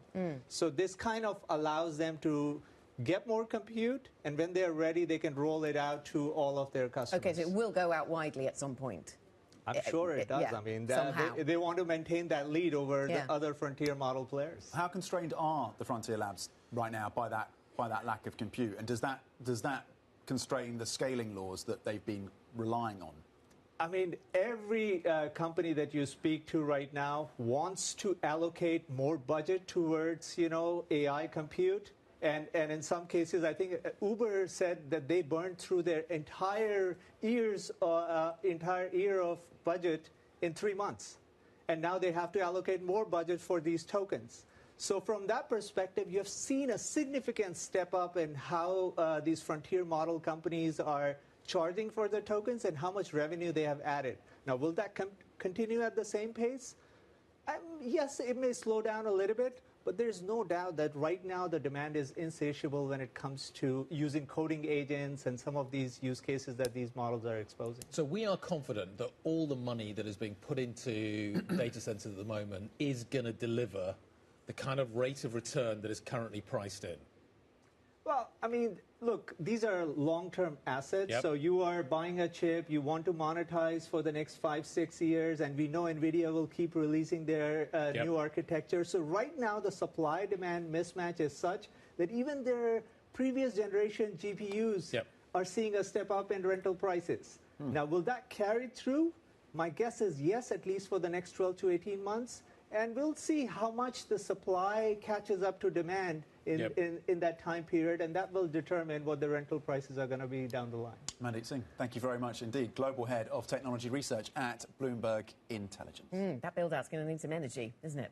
Let's have a look at Alstom and the share price there. The good news for Alstom is it's pared its loss, but it's only pared it to 29%. This after the company, of course, the train manufacturer, withdrew its financial guidance for the fiscal year, citing slow progress on some of its key rolling stock. So I'm another company. The world is in chaos at the moment. I'm thinking about withdrawing my guidance. I look at this. Do I want to withdraw my guidance right now and look at this kind of market reaction? I'm going to think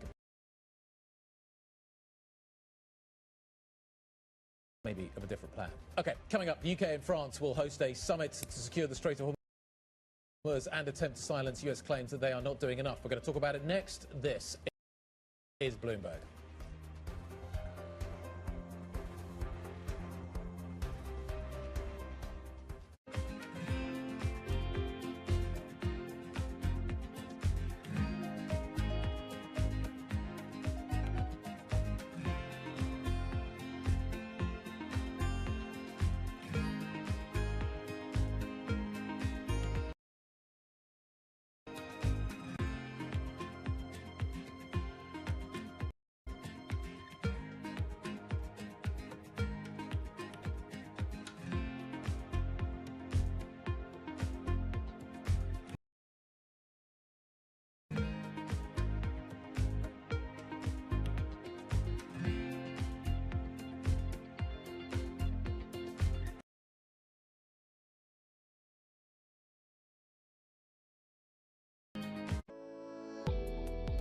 The problem we've got as an industry is when the government's overtax, and let's say they tax at 30 or 40% of net gaming revenue, what happens is it starts making it uneconomical for the regulated operators like ourselves. And then the customers land up going to the black market, and the black market don't pay tax, do whatever, and there's no customer, there's no responsible gaming, and the fiscals of governments don't collect any money. So it's finding a balance between overtaxing and then not regulating. Anything from 15 to 25% of your net gaming revenue paid on tax is probably the right number, and when you start going above that, the metrics start becoming a bit more complicated for lots of the operators.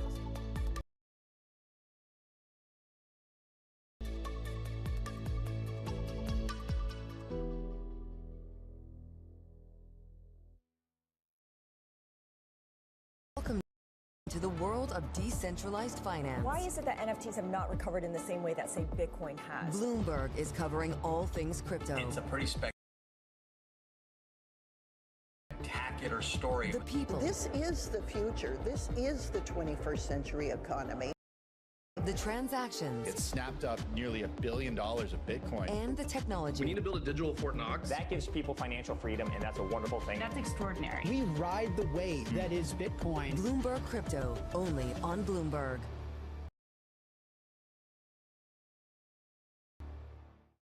Africa, a region rife with potential for growth and opportunities, but not without its challenges. Bloomberg highlights the biggest stories, interviewing key players, and reporting on the issues impacting the region.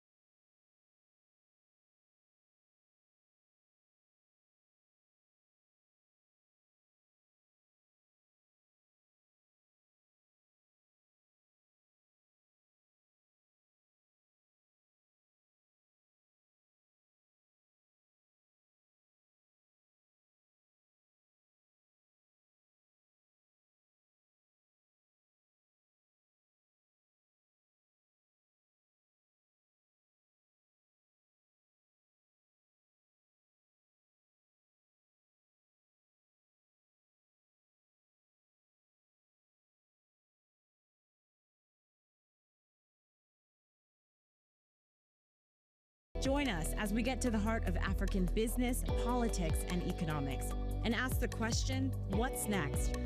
I'm Jennifer Zabasaja, and this is Next Africa. New episodes every month, only on Bloomberg.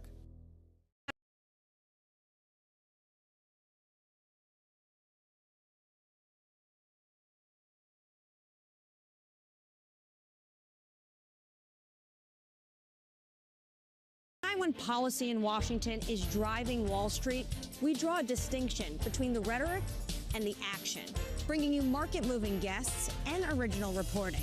This is Bloomberg Surveillance.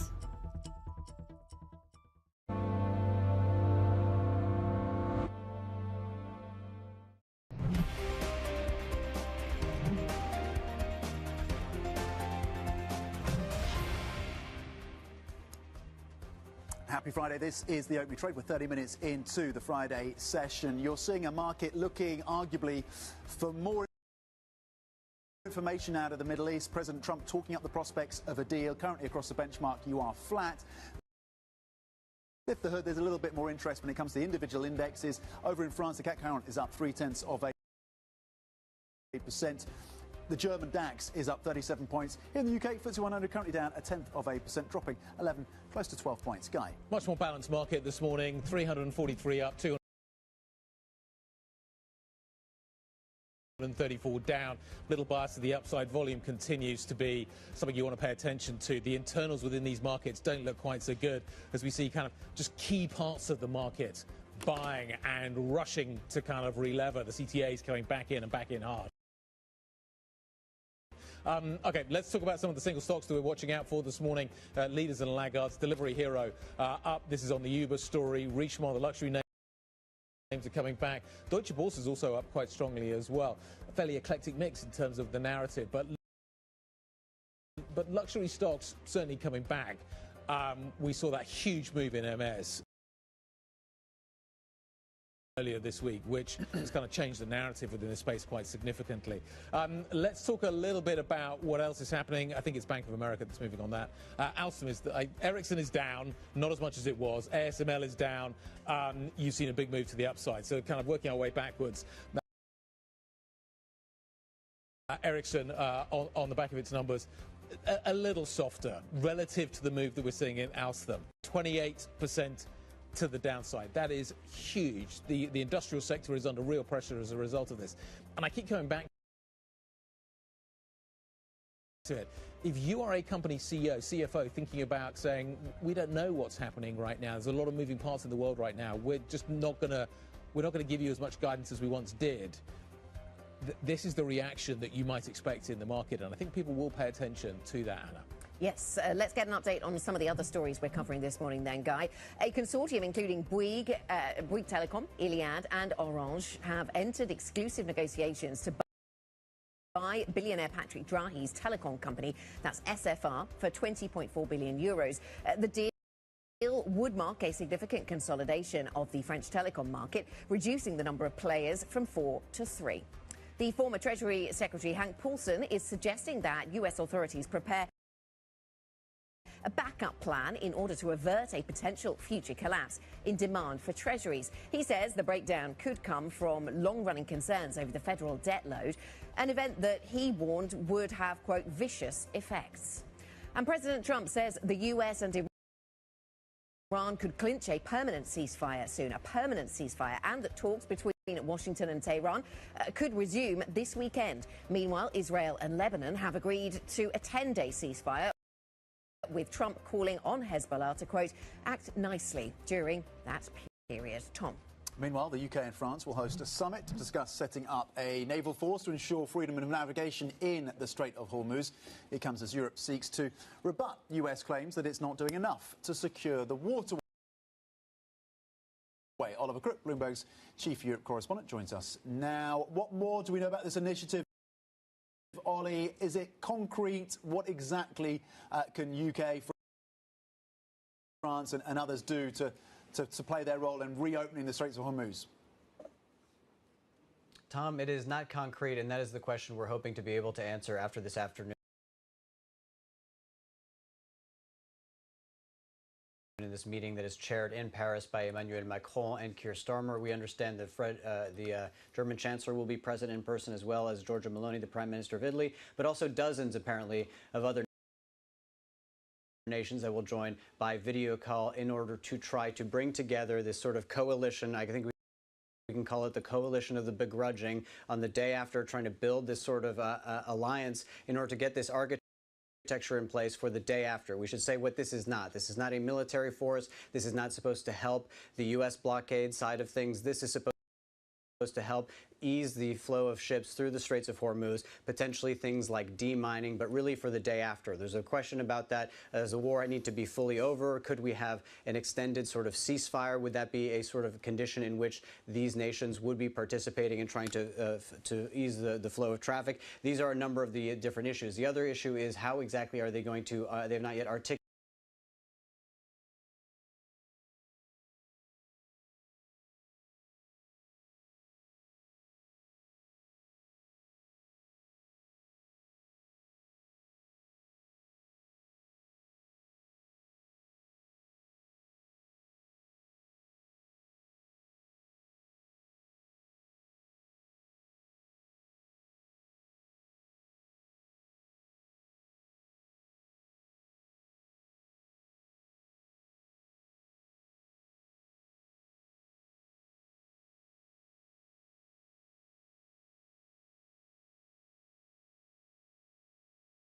how exactly they want to bring this into being. But again, I think the ambition here is to appease Donald Trump, to bring together a plan, to start to present that to the President of the United States so that maybe he'll stop talking about NATO and Greenland quite as much as he did last week. Ollie, let's just talk about how the Europeans, and to a certain extent some of the Gulf states as well, see this story developing. The President of the United States seems to be hinting that we're going to have peace soon, like maybe after the weekend. But others take a less sanguine view and maybe expect actually it will take time. Give us a kind of idea of the time frame that people are talking about. So we have some reporting out. We spoke to some of the people in European capitals as well as some of the Gulf nations saying that basically, again, I think that the way that we are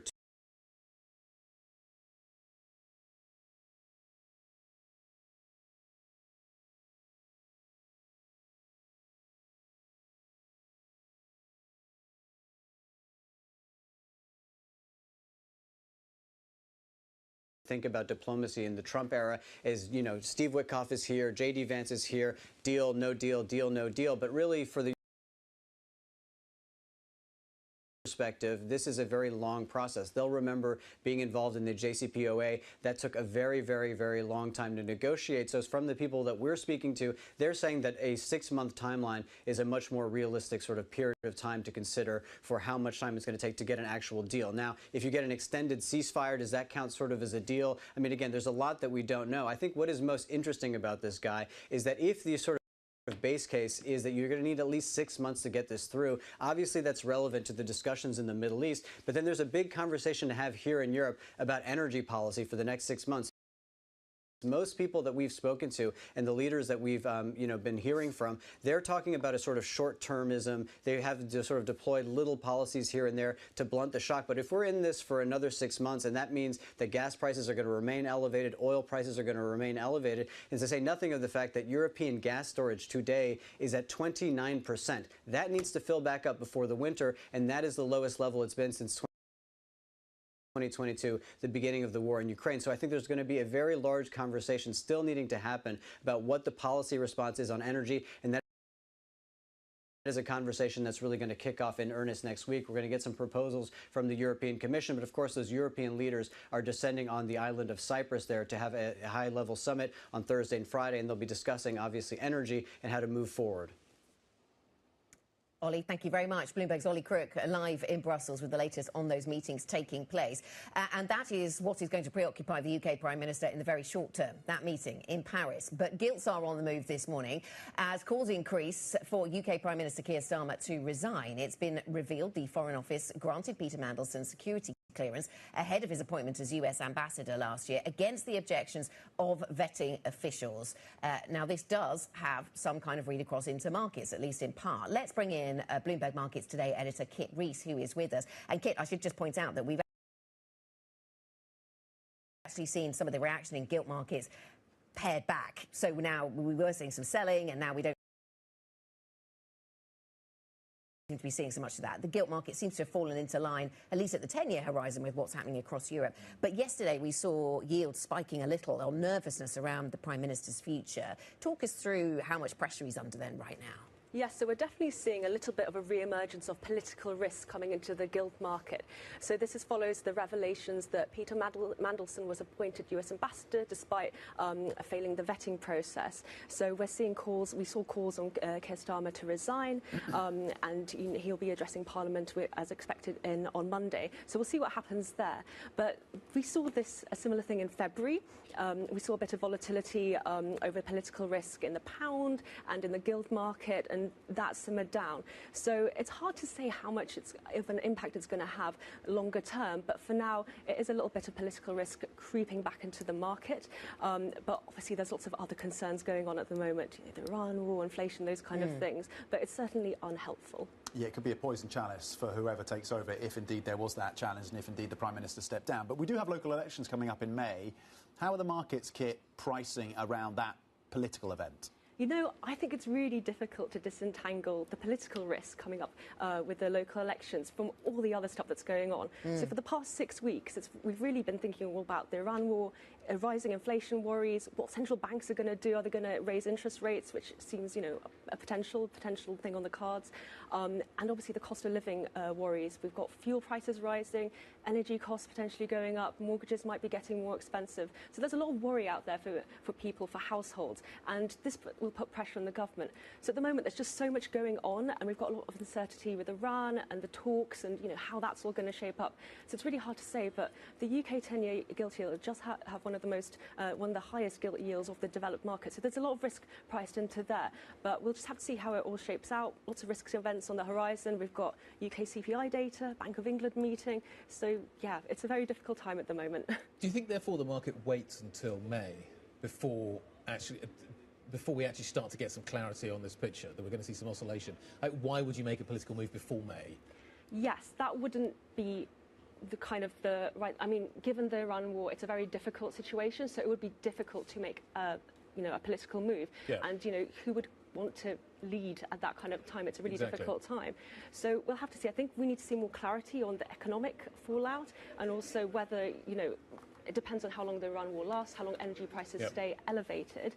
And so if all kind of simmers down, things might go relatively back to normal, but there will still be an impact. So yeah, it's kind of difficult to say, but yeah, I think I would agree with you that markets are kind of waiting and seeing. Yeah. Okay, Kit, thank you very much indeed. To the point made earlier, gilt yields on the 2-year right now down 2 basis points, so money moving into the front end. At the back end, the 30-year yields up just 1 basis point, 10-year are largely unchanged at 4.85. Kit Rees, thank you very much indeed on the political risk here in the UK and the fortunes of the Prime Minister. Coming up, AI in focus on the back of updates from Anthropic. Fred Fagola, CEO of Simpro Group, joins us to discuss the outlook with a view on cybersecurity, mythos, and how to integrate AI. That's coming up. This is Bloomberg.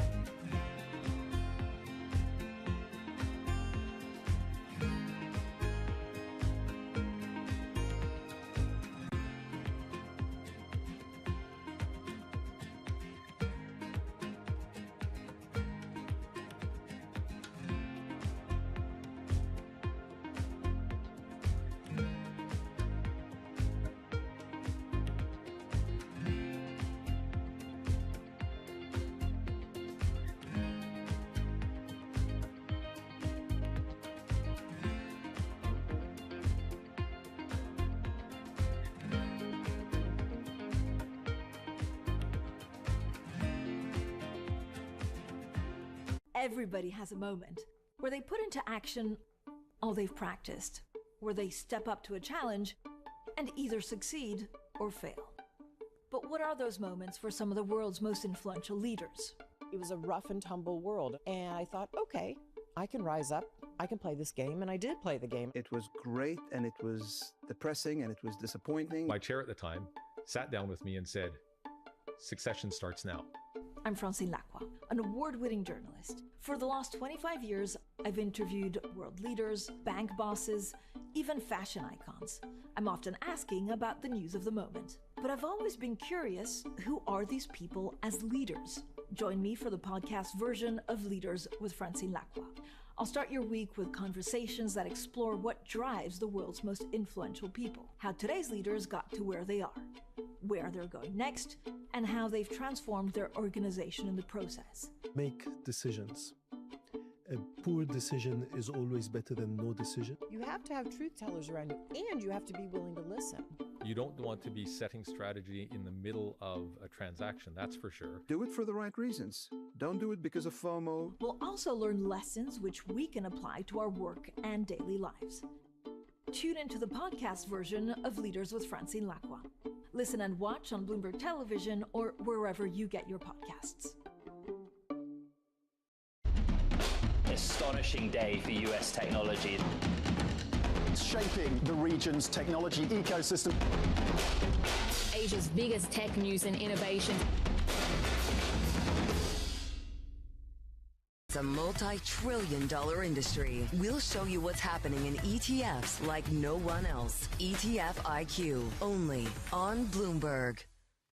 The Bank of England makes its next interest rate decision against the backdrop of conflict in the Middle East. Investors will look to BOE Governor Andrew Bailey for signals on the rate path ahead. Our next decision is at the end of April. A lot will have happened. Tune into Bloomberg for live market reaction and analysis from the studio and on the ground at the Bank of England. It all starts April 30th at noon on Bloomberg. Context changes everything.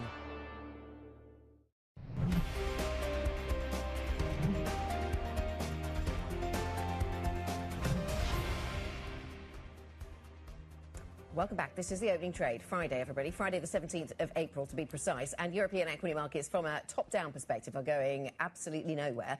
We do have some divergence, though, and some interesting stories underneath, Alstom being one of those. That is certainly weighing on the French market. Basic resources, though, is the worst-performing sector across Europe. Media stocks, best performing. Let's get back to tech and what's happening in terms of AI, because Bloomberg understands the US government is preparing to make a version of Anthropic's AI model, Mythos, available to major federal agencies. For a conversation on how AI can impact physical trades and infrastructure, we're joined by Fred Vokola, the CEO of Simpro Group. Fred, fantastic to have you in the studio. We want to get into what Simpro's doing in terms of providing software and AI solutions to the trades, to plumbers, electricians, and how that can be leveraged. But we did want to get experience, your more than 2 decades experience scaling software companies and within cybersecurity, to get your take on the question of Mythos, which is kind of dominating the conversation for so many right now. How concerned should we be about the risks involved and encased in this model? How are you thinking about the impacts of this? Yeah, so cybersecurity is interesting, and AI makes cybersecurity even more interesting and more concerning.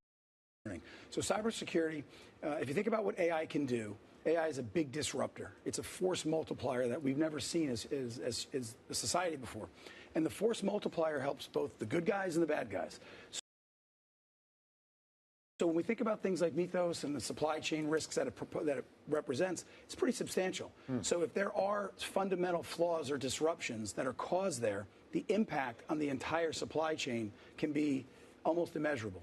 Now, there are lots of guards and guardrails and security things that are addressed to take care of it. The AI aspect of the threat actors is very real. So the criminals are always taking the tools to the most potential first. The white hats, or the good guys, are always playing defense, and they're a little slower. Yeah. So the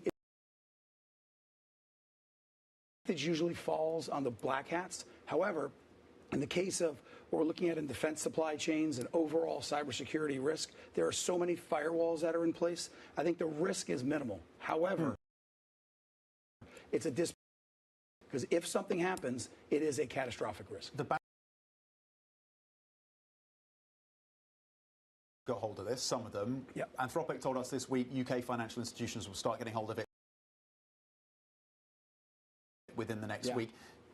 Presumably your business isn't going to get hold of it for a while. So once it's released more broadly, what does it mean for a business like yours? How closely are you scrutinizing your own internal cybersecurity in preparation for this? Yeah, well, cybersecurity is all about layers. It's about layering defense. Right, so there's multiple layers that you have. So the idea is not to have one single point of vulnerability that can be, exfiltrated or excluded that'll really hinder everything. So when we look at it, when it becomes available for someone like us, we'll look at it. We'll make a determination, a cost-benefit analysis for it. Of course, our cyber teams will look at it. It's going to be no different than other models and other types of technologies that do the same thing. It's just understanding how much focus it'll get from the bad actors. Because the bad actors are looking at where's the biggest bang for their buck. So the bad actors are very smart. These cyber gangs are incredibly resilient. They have huge amounts of financial opportunity to gain. So understanding what the risk is from a liability perspective of focus is as important as a layered defense model to protect your business. Are the big AI companies now cybersecurity companies? Yes. Yes, I think that in the beginning, it's only been several years, but in the beginning of the large language model era of AI, cybersecurity took a back seat. Now as large enterprises are embracing it, it's not just how much faster we can develop with these tools and how much more productivity we can get. Is it safe? Is it enterprise ready? And are we hardened? And are we hardened enough so that we can release this into our supply chain? So how do you think your company's going to change over the next year? As you start to integrate AI, as you use Mythos to kind of go to companies, go to your vendors and talk about, and your customers about how they could change what they're doing. I'm used to kind of an update every week. I get a patch. How quickly? What does the rate of change look like here? Yeah, the rate of change is going to be faster, and it'll be a different format. So if you think about updates to your phone or updates to your application or patches, as you indicated, it's going to be a different context. AI allows things to happen 5 to 50 times faster, very often with humans out of the loop. So it continues to innovate. So you'll see the patches that are there to fix vulnerabilities that can be exploited by the black hats. That cycle will be much, much faster. And the same technology that's being used for the exploitation is being used for the defense. Right. So it's the same algo doing both, and we've never seen that before. So how that's going to pan out is going to be very interesting. I think that another type of layer, and companies like CrowdStrike and Kaseya and others are developing AI-specific technologies to defend AI-specific threats for AI-specific usage. And that is an entirely new threat vector. And there's a massive industry being built. And I think for the cybersecurity providers out there, it's a huge opportunity. Your business, Simpro, good morning to you, Fred. Your business, it helps bring AI to a different set of businesses, to smaller businesses, to trades, to help them quote, to schedule, to manage their jobs, for example. Is there a huge amount of opportunity there, or are some of the things that they do too unstructured to benefit from AI? So most trade businesses, and defining a trade business, like I said, a plumber, electrician, anyone who's doing a job at a remote location, it's one of the largest aspects of our economy. I always say the trades are the world's second responders. If an incident happens, police, fire, military, healthcare go in. After that, it's getting the lights back on, it's getting the water running. They keep our society going. Most trade businesses are small to mid-sized companies. And those small to mid-sized companies have less than 50 employees. And their profit margins average about 6%. So they're struggling.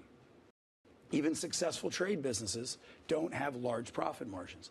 One of the reasons for that is it's very logistically challenging to run a trade business because it's made up of getting the right worker to the right job with the right materials, the right skills, the right time. AI allows that to happen. Okay, so you think AI can bring them benefits. The market seems to be concerned about business. Well, maybe it's too early to tell which are the businesses that benefit from AI and which are the ones that kind of get eaten up by AI agents and by more generic AI providers. The determining factor perhaps is data. So do you see yourselves as a business that is built on data, and that means that you're a business that's going to be resilient to other bigger AI threats? Yeah, so Simpro, as a company, we are the system of record. Our technology runs about 23,000 companies around the world, 23,000 trade companies. So we harness that data and apply AI models to it and our own AI technology to it, to be able to provide automation and capabilities and agents that these trade businesses otherwise would have no access to. And we give them the ability to do things that were literally impossible beforehand. And what that does for the business, it allows their margins to go from 6% to about 20%. So it fundamentally changes the industry. So when I think of the trades are an industry overall that is massively, positively impacted by AI. Fred, what stops them vibe coding their own solutions using Lovable or Cursor? Yeah, most trade businesses are companies, like I said, of under 50 people. So if you're a 50-person plumbing company here in London, you have 45 plumbers, an owner, and 2 or 3 people that are working in the office. There's no one to do the work. So one of the big things with this SaaS-pocalypse that everyone talks about and what's happening with SaaS companies, the SaaS companies that face risks are whose companies are Fortune companies or larger businesses that will go and have development teams that will vibe code and build their own solutions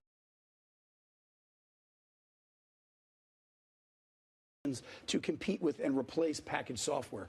Software companies like Simpro that are targeting small to mid-sized customers, our customers just don't have the capacity, resources, skill, quite frankly, or desire to build it. So those organizations are looking for people like Simpro to bring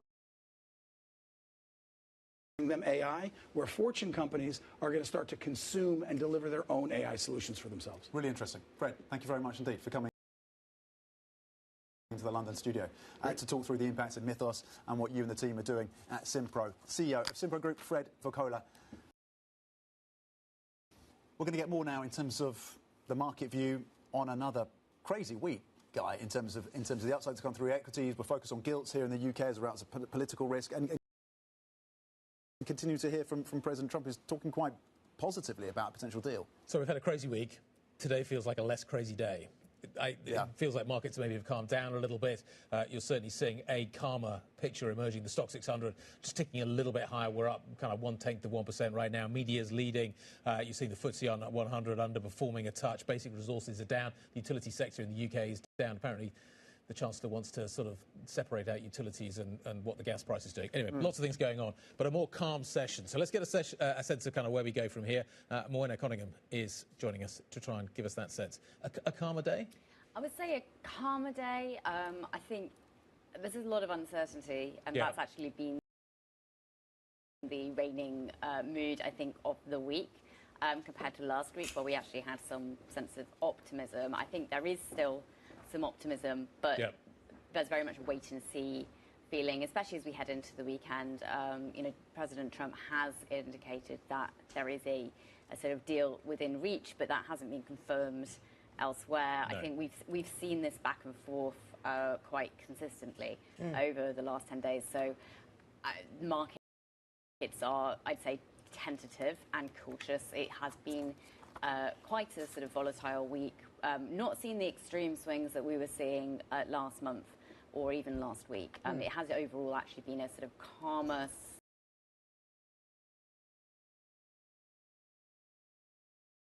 slightly nervous, jittery week. Yes, and we've noticed, Morwenna, that if you disappoint markets with earnings, that they're not very tolerant of that in the current environment, given how we've rebuilt appetite for stocks since the start of the war.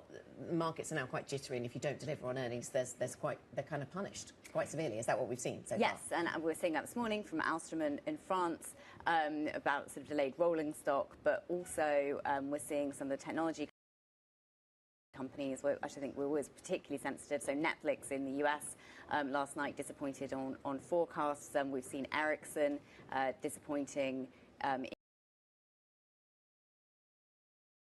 today, and that does tend to get punished by the markets. I think we're really starting to get into the swing of earnings season, so we will start to also get a sense of how much companies are being impacted by the war in Iran, how much supply disruption is starting to impact things, higher energy prices, higher commodities prices.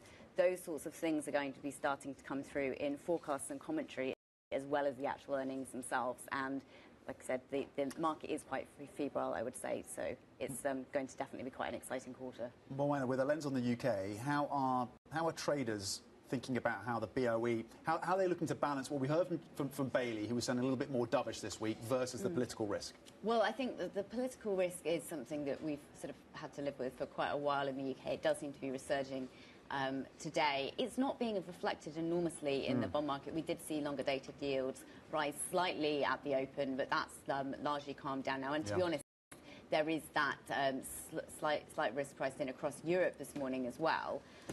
Not seeing huge moves, and certainly not compared to recent history. I think wait and see is again there, waiting for more data as to what the Bank of England will be able to do next. Great to see you, Morwenna. Thank you very much indeed for stopping by to see us. Bloomberg Markets Today, editor Morwenna Conyngham. Okay, that's it. Weekend. We can all pause now. Yes. On a serious front, we're looking for any news out the Middle East. But there's also this on the agenda. There's lots of things going on. Man City Arsenal's going to be critical. I'm quite stressed about that. That's Sunday, isn't it? It's a 6-point lead. Arsenal's got, and Man City smells blood. Yeah, Arsenal have to win this game, I'm told. Bath Quins is the one I'm looking forward to. That's tomorrow. Looking forward to that. Anyway, have a great weekend, folks. This is Bloomberg.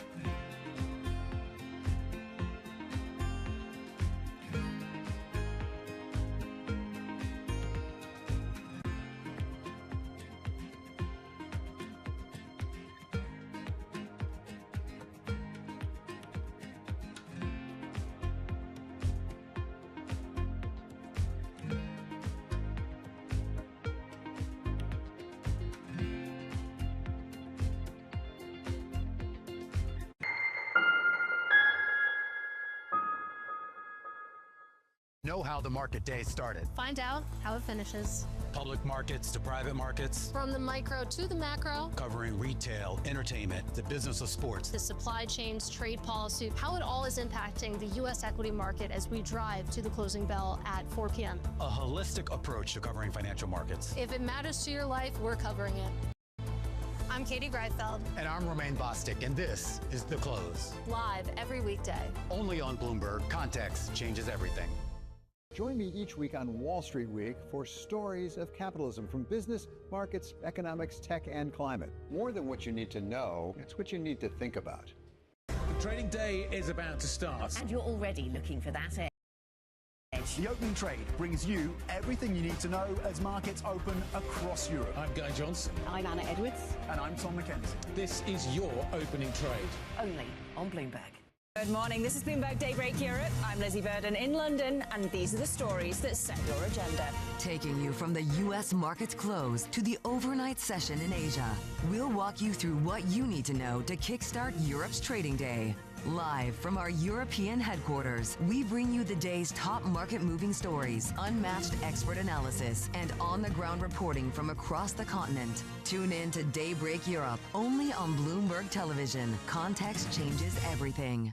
From the world of politics to the world of business, Joe Matthew and Kaylee Lines deliver news, insight, and analysis live 2 times a day, every trading day. Balance of Power at 1 and 5 Eastern, only on Bloomberg. At 9:30 a.m., the market tells you what it's really thinking. We beat the drum to the opening bell. With deep analysis of the forces driving the price action. Focusing investors on what really matters. Where the money flows, which markets are changing. Conversations with players shaping the narrative. Innovative growth companies gravitate to NASDAQ. It's not just like, let's buy the Mag 7 or AI. That's a really compelling story. This is where your trading day begins.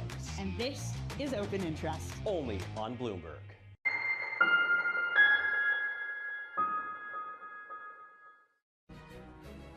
President Trump says it's looking very good for a permanent ceasefire with Iran, though officials in the Gulf and Europe say it could take 6 months.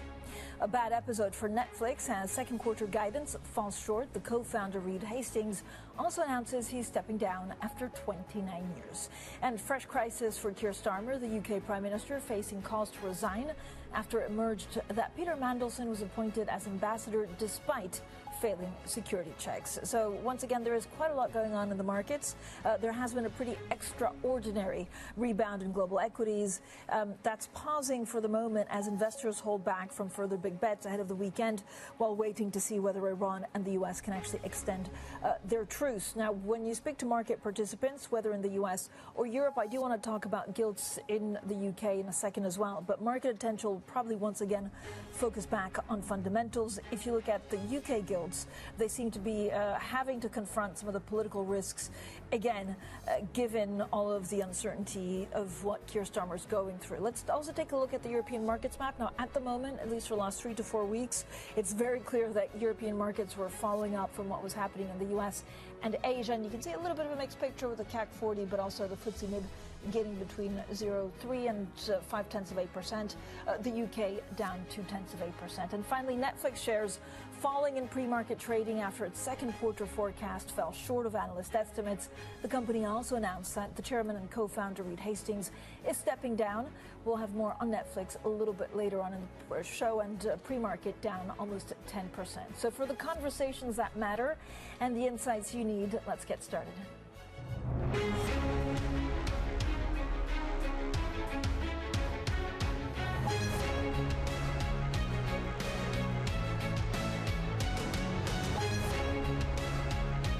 Newsmakers and market movers. This is The Pulse with Francine Lacqua.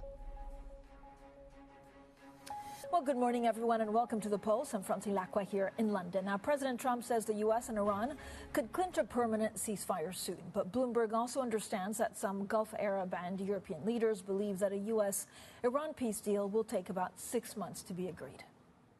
The stock market is good. The oil prices are coming down. And it's looking very good that we're going to make a deal with Iran. And it's going to be a good deal. It's going to be a deal with no nuclear weapons. Meanwhile, Israel and Lebanon have agreed to a 10-day ceasefire, with Trump calling Hezbollah to, quote, act nicely during that period. With us now is Bloomberg opinion columnist Mark Champion. Mark, first of all, thank you for everything you do. There's great analysis on also what President Trump has been saying recently, which is basically, look, Iran has made key concessions in negotiations, and that a deal could be announced fairly soon. Is that true? Well, I think we have to discount very heavily what the president says, just based on past experience. We've been very close to a deal they've been conceding, giving up. He's won. We've heard all this, for weeks now. That said, it is very clear that both sides want out of the war. And that's why we have a ceasefire. He says that this will all get wrapped up at the weekend. If it does, that will be an extraordinary achievement. You have a big file here. The nuclear part is complicated itself. That has taken at times, months or years to negotiate. So, to get that done, in a couple of days would be enormous. There are many other moving parts. And just to, one of them is Lebanon. And you saw him push, the Israeli Prime Minister into accepting a ceasefire he didn't really want. And that clearly is, sort of part and parcel of the attempt to get the Iranians on board. And the Iranians are sort of, obviously, they claim that, this is all because, we won in Lebanon. But you have to discount those kinds of claims. You have to just focus on where they are. And Mark, I mean, this is a real ceasefire, because we've had ceasefires before where actually there were still missiles being launched.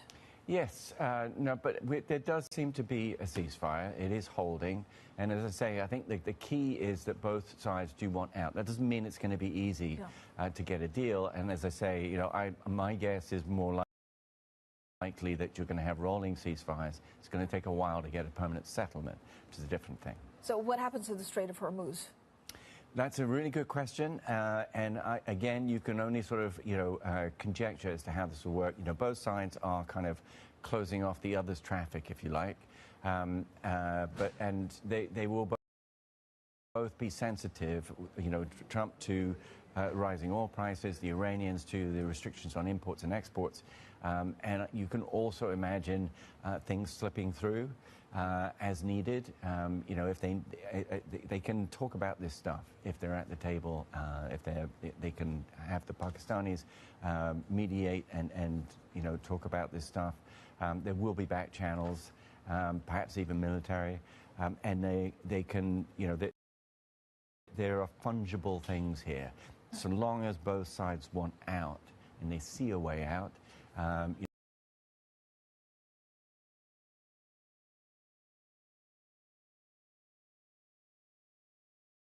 They will find ways to keep things from blowing up. Mark, I mean, there was a deal. I don't know whether it's too soon to say, but there was a deal that was negotiated under Obama in 2015. I mean, whatever we get next, is it going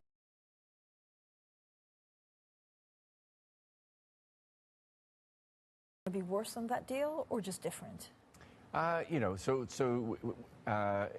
It will be different. The time is different. What Iran has is different. So it will be. Whether, obviously, President Trump will, if there is a deal, he will say, this was a deal that made the war worthwhile. It's completely different from JCPOA. The bottom line is, so long as the Iranians retain the right to enrich uranium, it will be some form of the JCPOA of 2015, whether it's a better version or a lesser good version. It will be different. Mark, as always, thank you so much. Bloomberg opinion columnist there, Mark Champion. Now let's also bring Paul Wallace, who leads Bloomberg's economic and politics coverage from the Middle East. Paul, so what do we know about this potential U.S.-Iran deal? And also, if you're a Gulf state right now, are you really pushing for the deal? Hi, Francine. Well, on the first point, it seems as if we're waiting for the U.S. and or Iran to announce an extension to their ceasefire the ceasefire that ends, broadly speaking, late Tuesday time, US time, or they might even, as Trump sort of signaled that there's a possibility that they actually announce sort of something more significant than that, like an actual peace deal. So that's what we're waiting on now. There's no guarantee of this, and there is still a chance everything falls apart because the gaps between Iran and the US on a number of issues are still wide. I think the Lebanon ceasefire was a key piece of the puzzle for the US and Iran. The US almost didn't quite seem to get the significance of the war between Israel and Hezbollah in Lebanon when the ceasefire was initially agreed to just under 2 weeks ago, the Iran ceasefire that is. But they certainly got that message in recent days. And I think that's why you saw Trump pushing hard to get the Israelis and the Lebanese state and, through them, Hezbollah into a ceasefire, which seems to be holding, although it's still very early days. We're only about 12 hours into it. For the Gulf states, I think this is a bit of relief. Of course, let's say the most immediate thing is the Strait of Hormuz, and that remains shut. So, that they will be looking at that very closely. If there's some kind of extension to the Iran-US ceasefire and or peace deal announced by Trump that reopens Hormuz, I think they will be very happy. What they'll be nervous about is Trump trying to sort of extricate himself from this war without ensuring the reopening of this key waterway. That is something that they will be wary about. Paul, thank you so much. As ever, Paul Wallace there with the very latest, of course, on the Middle East, but also the view really from the Gulf. Now, Wall Street banks say the dollar's war-driven haven rally is likely over as investors seek riskier assets. Adding his voice to concerns about economic stability, former U.S. Treasury Secretary Hank Paulson called on U.S. authorities to prepare a backup plan to avert a potential collapse in demand for treasuries. This crisis is different, right?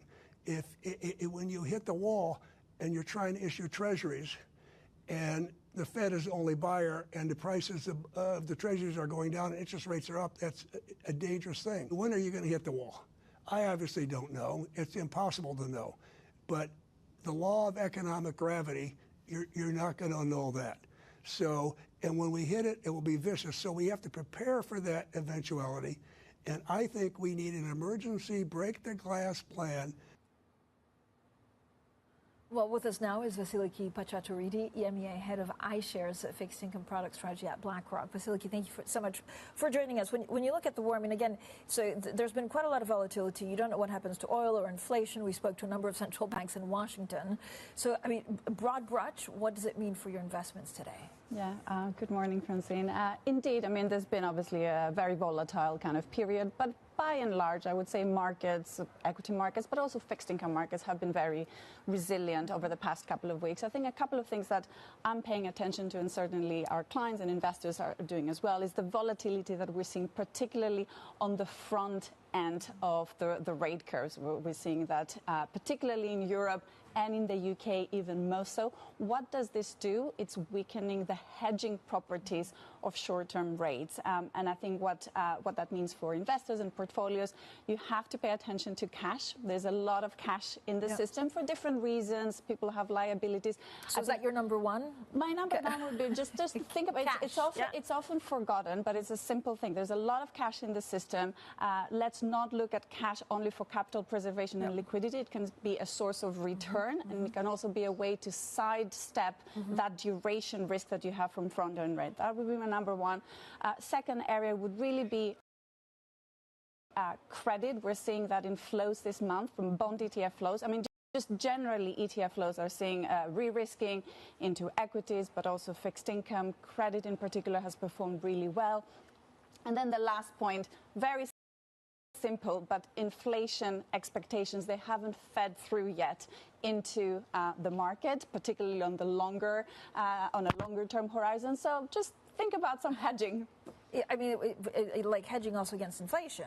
Exactly. So is that gold, or do you have like inflation linkers? That means also more diversification. Inflation link, we haven't seen demand for linkers since 2022 for obvious reasons. We're talking a lot about inflation, but it is really at the very short term that inflation expectations have gone up. We haven't seen that feeding through medium term, long term. So there is no premium priced in. So linkers, I think, potentially could be a good diversifier within a nominal fixed income portfolio. Vasiliki, what do you do with European fixed income?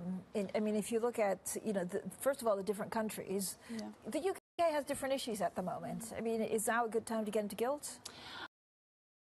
Gilts in particular, they're in a tough spot. Prior to the war, gilts were attractive, at least from a valuation standpoint, with BOE kind of expected to cut rates.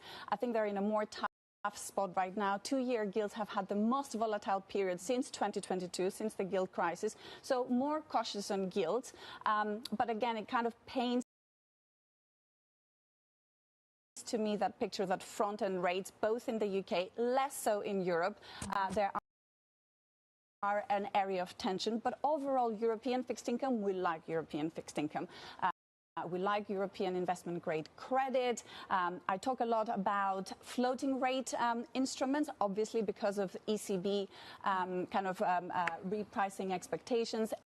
And AAA CLOs is a good place to be because high quality carry, floating rate bonds, and very good protections embedded into the asset class.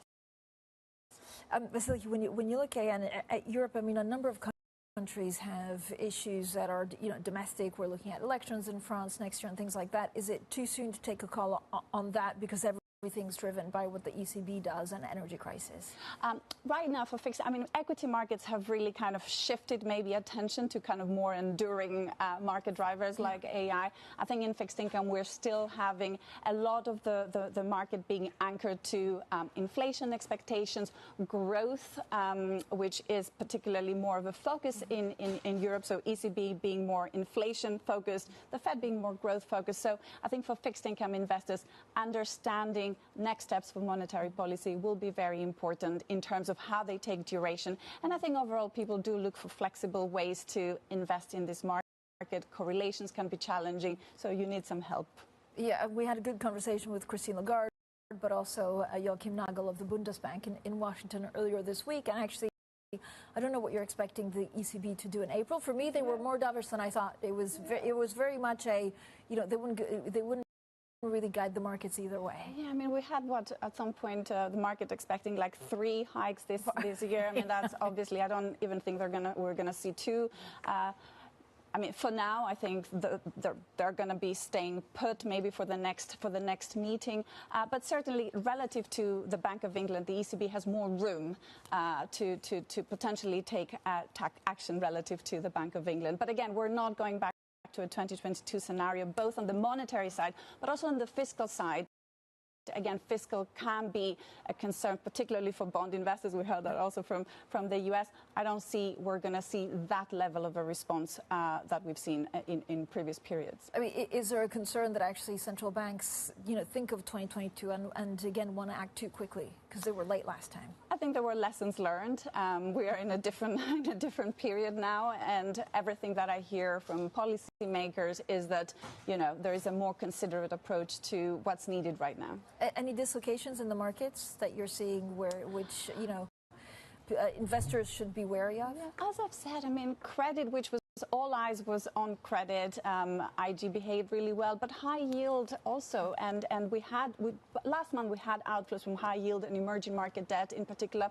That has all stabilized. I don't see any particular areas of pressure kind of from a rising default perspective. Obviously, rising rates, inflation, the secondary effects of that as they feed through the economy, they can cause some headaches for companies and find out how they're financing themselves. Vasiliki, thank you so much. It was such a great insight. Thank you for joining us. Vasiliki Pachaduridi, their EMEA head of iShares fixed income product strategy at BlackRock. Now, coming up, the Chinese president seeks to position his nation as a bulwark for international stability. We'll discuss more with Alicia Garcia Herrero, the chief APAC economist at Natixis. This is Bloomberg.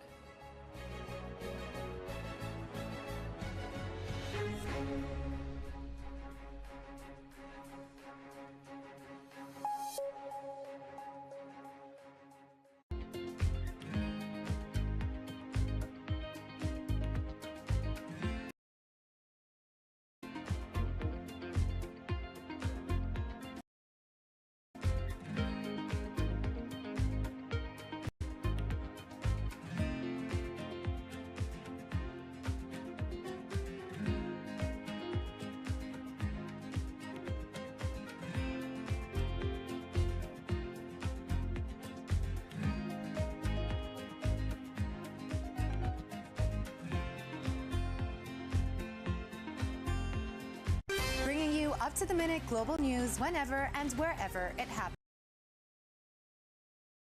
I'm Jemima Versace in Davos, Switzerland, and this is Bloomberg. Welcome to Bloomberg This Week. I'm David Burr. I'm Lisa Mateo. And I'm Christina Ruffini. We're tracking breaking news today from Wall Street to Washington. Let's start overseas. The sector is really propelling this deal forward. Yeah, the hope is this will open up new markets and provide some additional liquidity. Of course, now they're going to have competitors.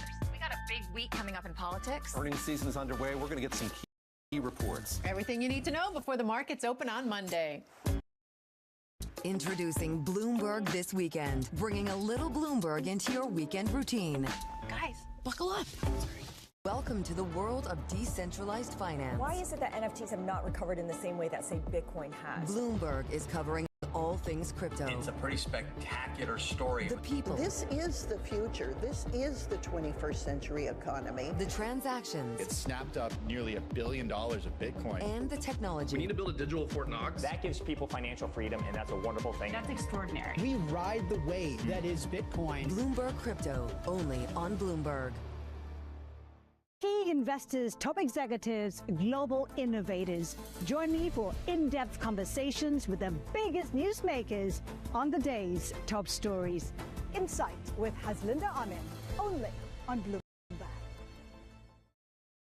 Earnings season is here. Certainly valuations have shifted quite significantly. Maybe a bit of optimism. Bloomberg is first to break the numbers. We're talking about a move away from U.S. assets. So much corporate issuance. Let's get the reaction and context. With the smartest insights. We're observing what's happening in the Middle East. The situation is volatile. We're closely monitoring the impacts on supply chain and logistics. Cross-border M&A, still such a difficult thing to get done in Europe. Continuing coverage on Bloomberg.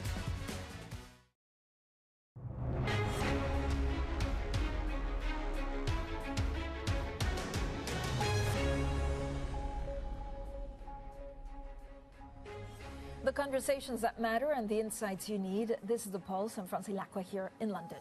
Well, the Chinese president has hosted a number of world leaders this week as he seeks to position his country as a source of international stability. Earlier this week, Xi Jinping used some of his strongest language yet to describe the impact of war in the Middle East.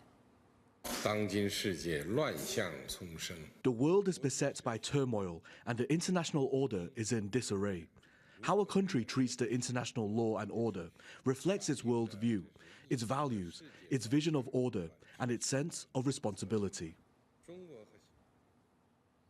Well, joining us now is Alicia Garcia Herrero, Chief APAC Economist at Natixis. Alicia, thank you so much for joining us. When you look at China's position right now, first of all, how are they looking at the Middle East and this energy crisis?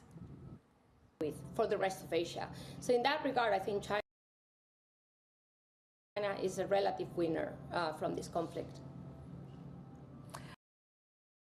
Alicia, do they need a resolution now? And do you know if China, does China want to be seen also as a power broker? Or the fact that they've stayed away from this crisis, is it because they're looking for other trade routes or other partners? I think they're very comfortable with the Pakistanis basically being the brokers because they're behind the Pakistanis. And that's a very comfortable position because if it doesn't work, China is not meddled with the negotiations. So China wants to show that it is magnanimous, that is there, is trying to help to end this war, but it's not at the forefront of that effort.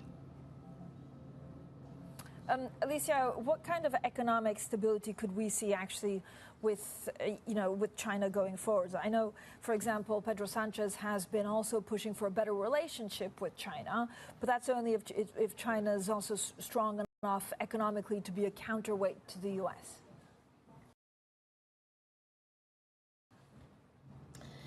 Well, I should say that we had China's GDP data yesterday is going well, but that doesn't mean it's going to go.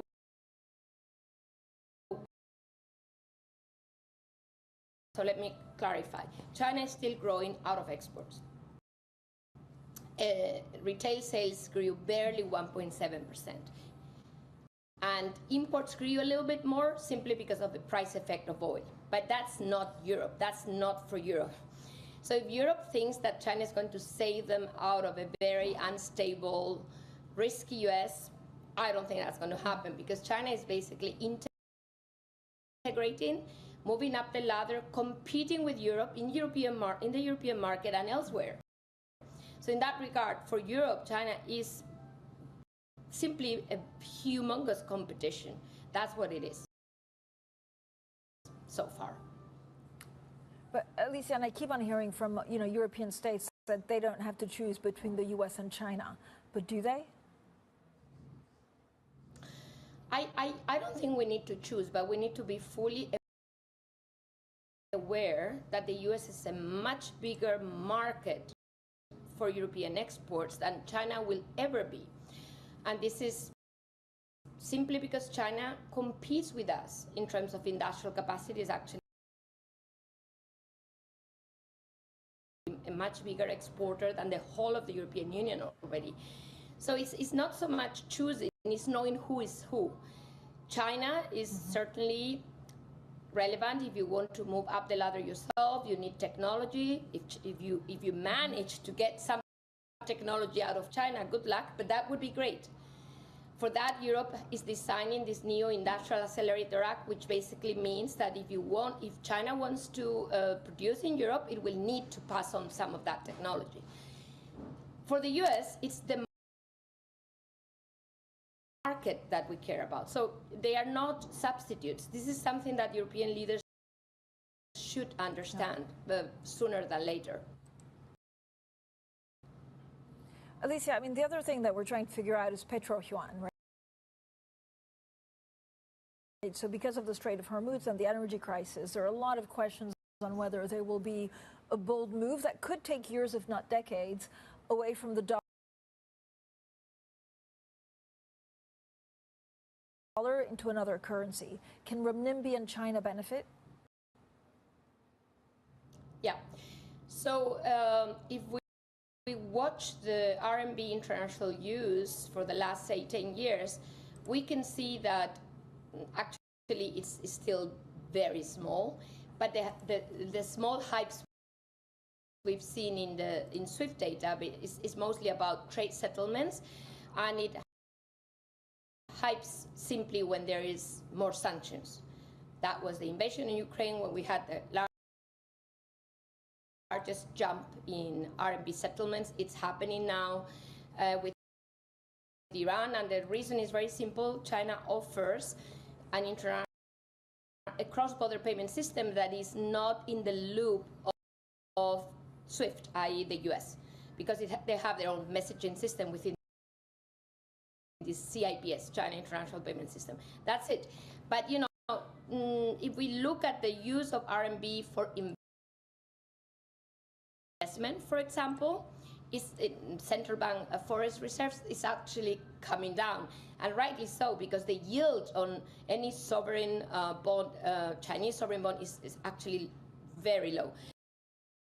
So there is no investment story for the RMB, not even for the petro yuan, because they created this market in Shanghai futures market, oil futures market in 2018, and it's barely 3% of total transactions. So it's not happening yet. I'm not saying it won't happen, but it needs a lot of, a lot of things that China still has to do in terms of having a much more liquid market, opening the capital account, everything we've heard so many times.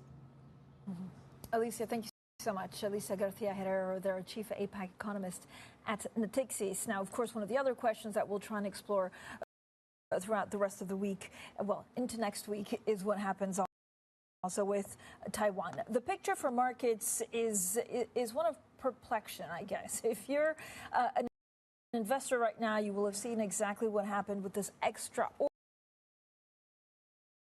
rebound in global equities. That's slowing down a little bit this morning again. Investors holding back from further big bets ahead of the weekend, whilst at the same time waiting to see whether Iran and the US can actually extend their truce. I'm looking at oil, so we're looking at U.S. markets, but also oil, Brent dropping towards $98 a barrel. Again, after Donald Trump said Iran made key concessions. Coming up, but he says it's a lasting ceasefire. President Trump with Iran, and that's possible soon. So we look to discuss the outlook with Libby Cantrell from PIMCO next. This is Bloomberg.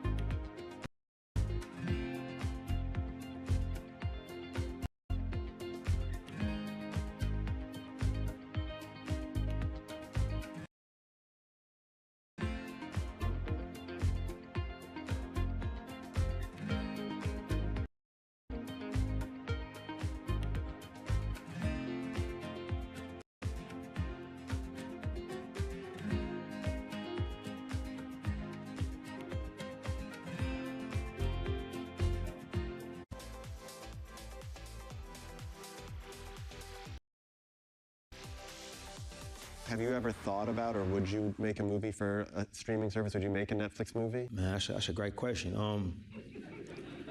I mean, I'm waiting for one where I ask and you go, that was a shitty question. Yeah. I mean, you good at your job, bro. Like, this is actually the first time anybody's ever asked me that. You know, I'm not here to say what I would and wouldn't do in the future. You know, but the theatrical experience is one that means a great deal to me. It means a great deal to us. Mm-hmm. I feel a certain responsibility. Like if Fruitville had happened a calendar year later, it probably would have come out on streaming. You know, I've been fortunate enough that everything that I've written and directed has been a theatrical release.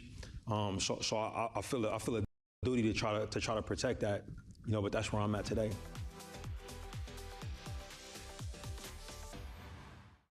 Africa, a region rife with potential for growth and opportunities, but not without its challenges. Bloomberg highlights the biggest stories, interviewing key players, and reporting on the issues impacting the region. Join us as we get to the heart of African business, politics, and economics, and ask the question, what's next? I'm Jennifer Zabasaja, and this is Next Africa. New episodes every month, only on Bloomberg. Middle East and Africa. Vibrant resources and high-yield investment opportunities abound. Join me on Horizons Middle East and Africa for the stories, newsmakers, and insight from this exciting region. Now weekdays, only on Bloomberg.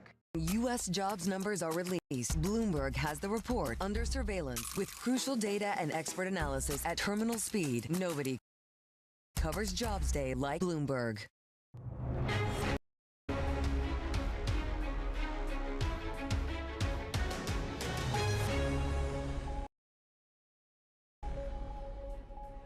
Good morning, everyone, and welcome to The Pulse. I'm Francine Lacqua here in London, and these are your top stories. President Trump says it's looking very good for a permanent ceasefire with Iran, though officials in the Gulf and Europe say it could take 6 months. A bad episode for Netflix as second quarter guidance falls short. Co-founder Reed Hastings also announces he's stepping down after 29 years. And fresh crisis for Keir Starmer, the UK Prime Minister facing calls to resign after it emerged that Peter Mandelson was appointed as ambassador despite failing security checks. Now, President Trump is striking an optimistic tone as he says the U.S. and Iran could reach a permanent ceasefire soon. But Bloomberg also understands that some Gulf and European leaders believe that a U.S.-Iran peace deal will take about 6 months to be agreed on. Well, for more, we're joined by Libby Cantrell, Head of Public Policy at PIMCO. Libby, so good to speak to you, and there's so much to talk about in little time, unfortunately, as always. Thank you for joining us. When you look at, what does a peace deal look like? Yeah, I think that is the open question. The question for markets is, does President Trump declare victory without actually really achieving any of the strategic objectives of the United States, which, of course, is to really try to neuter the ability for Iran to enrich uranium. Of course, President Trump is sort of the master marketer, so he may declare victory, again, without those sort of strategic objectives achieved. I think politically speaking, and to the point about, does this take 6 months, and how long does it actually take for the oil market to normalize? This is something that for American voters, the cost of the price, the sort of gas and groceries, the cost of a gallon of gas, the cost of a gallon of milk, those are the things that are really important. And so if this does take a prolonged period of time, even if President Trump sort of characterizes it as a victory, if gas prices do not decrease going into the midterms, this could really spell trouble for Republicans. It feels like it's about nuclear enrichment, but now it's also what happens to the Strait of Hormuz. So is Iran in a stronger position than it was 6 months ago? Well, I think that is the fear, right? So foreign policy experts in the United States fear that we're actually in a worse position than we were in terms of the U.S.-Iran dynamic. And then if you go back to sort of the JCPOA, the joint nuclear deal that President Trump, of course, has been very critical of. He, of course, withdrew the United States from that. Does he get a deal that's actually worse than that? So in terms of the foreign policy objectives, I think it's a real open question of whether the United States has actually achieved those goals. And then politically speaking, again, I just can't emphasize this enough about what a headwind this is for President Trump, but also for Republicans. Yeah, where's Congress in all of this? Yeah, so Congress, so theoretically, should have or will vote on authorizing war. That is something that the Constitution sort of enables them or asks them to do. Of course, President Trump, as a commander-in-chief, does have quite a lot of latitude, but Congress will have to vote at some point in terms of sending more money to Iran and also sending more money to the troops, of course, and then also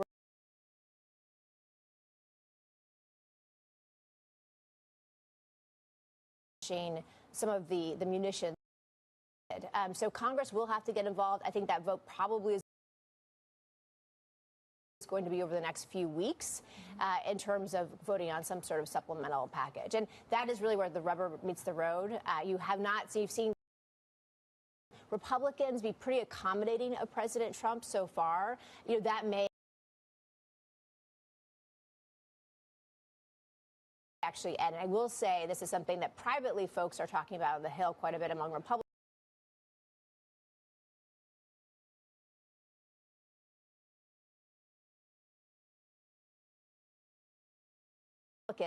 Is that there's impatience around the strategy here, around the goals,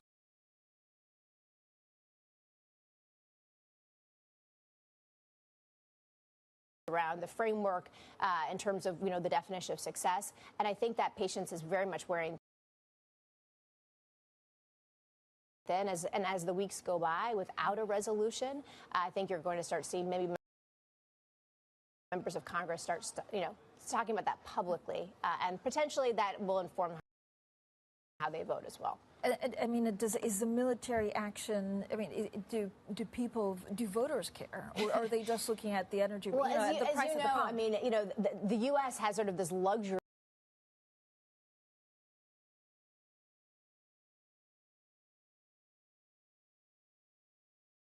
of being more isolated just geographically. And so foreign policy has never been an issue that has been sort of, at least in the modern history, has never been one of the top 3 issues for voters. Again, it is sort of this gas and groceries. And so as long as the price of gas is elevated because of this conflict, I think it will weigh on voters' minds. And then also, we just have to remember that, of course, President Trump's platform was really to kind of get out of these forever wars. Right. And he did that in his first administration, right? He sort of honored that campaign promise. This second administration with Venezuela, with Iran, potentially with Cuba, he's sort of really going against that. So that is also, I think, it could be a political headwind for him. As of now, his base is holding in terms of the polling. But again, I think there's some fragilities there that if this is prolonged and protracted, especially if it's 6 months, I think you're really going to see sort of a political fallout. I mean, there's kind of like a half joke in saying, well, it's when gasoline prices, hit $5. That's when the U.S. will be out of the Middle East and Iran because they just can't afford it because of the midterms. Is there like an elusive, I mean, is there a price or something that the White House is just really worried because it will have a direct impact on?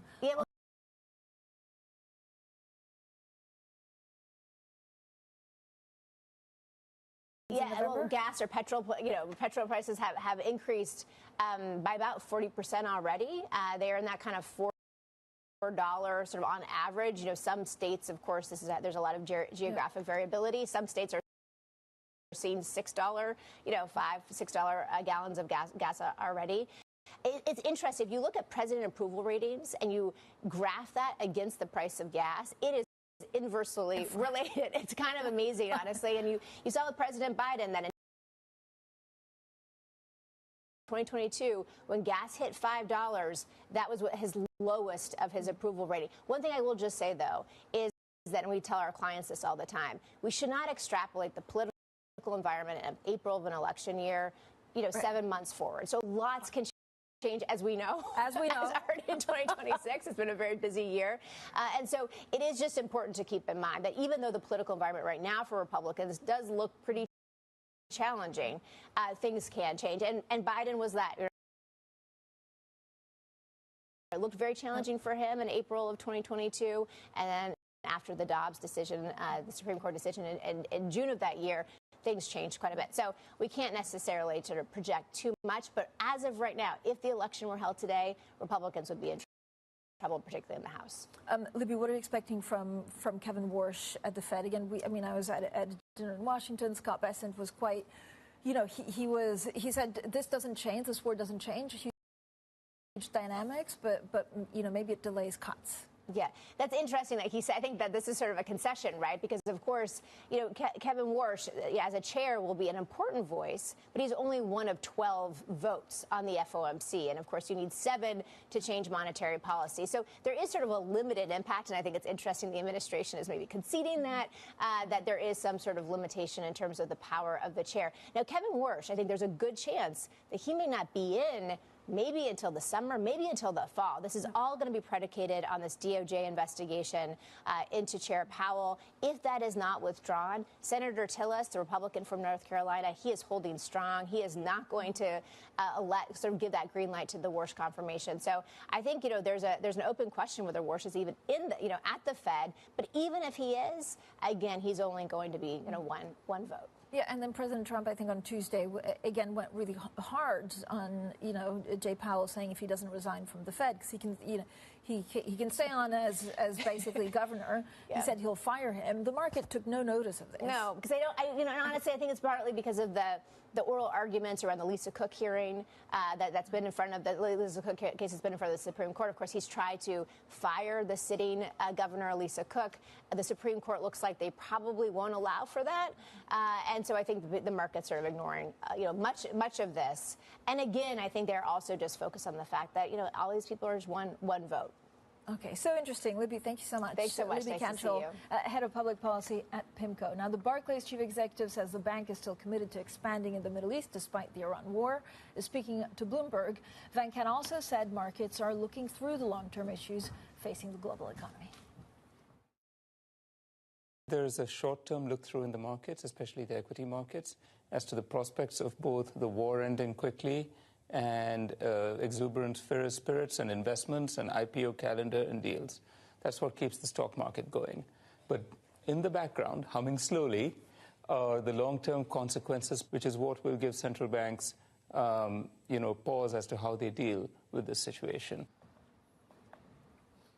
Well, a sell-off in gilts that started yesterday seemed to be easing ever so slightly. It was sparked by renewed calls for the UK Prime Minister Keir Starmer to resign. It's been revealed that the Foreign Office granted Peter Mandelson security clearance last year against the objection of vetting officials. Well, Bloomberg's Markets Today editor Kit Reese is here. Kit, thank you for joining us. I mean, it just puts Keir Starmer in a really, really difficult position. So talk us through the latest allegations. Yes, so the latest allegations revolve around the revelation that Peter Mandelson was appointed US ambassador having failed these security checks. So it raises questions over Keir Starmer's judgment. There have been calls for him to resign from the opposition leaders. So it does bring back memories of February. And, you know, it was a similar situation there. And we saw both bonds, gilts and the pound coming under pressure. But the reaction has been a lot more calmer today. This is perhaps because there's just so much going on in the greater scheme of things. Iran, worries about inflation, all those kind of things, you know, kind of raising these risks. But it does introduce this political risk. It cannot be ignored.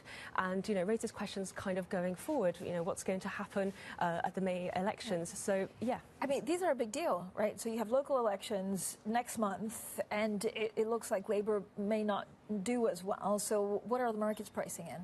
It's very hard to disentangle the political risk from all these other things, but it has to be highlighted that the UK gilt does have one of the highest yields amongst developed bond markets. So, you know, there is a sort of a heightened political risk being priced in there, so I wouldn't argue with that.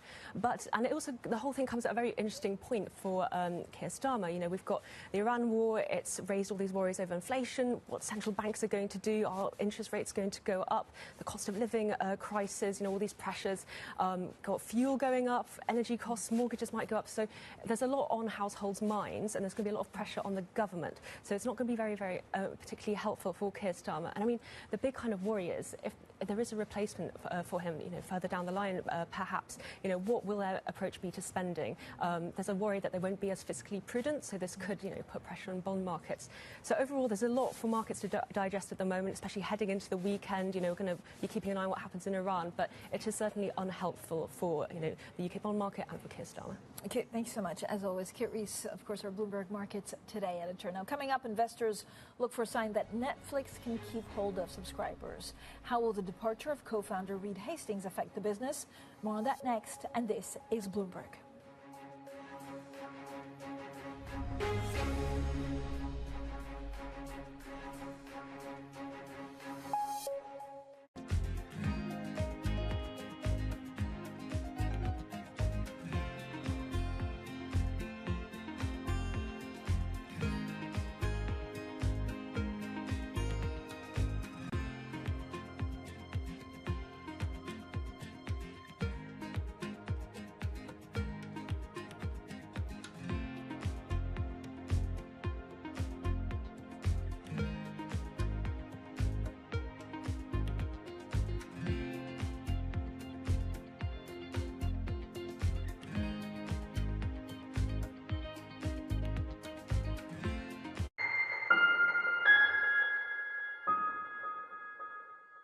Know how the market day started. Find out how it finishes. Public markets to private markets. From the micro to the macro. Covering retail, entertainment, the business of sports. The supply chains, trade policy, how it all is impacting the U.S. equity market as we drive to the closing bell at 4 p.m. A holistic approach to covering financial markets. If it matters to your life, we're covering it.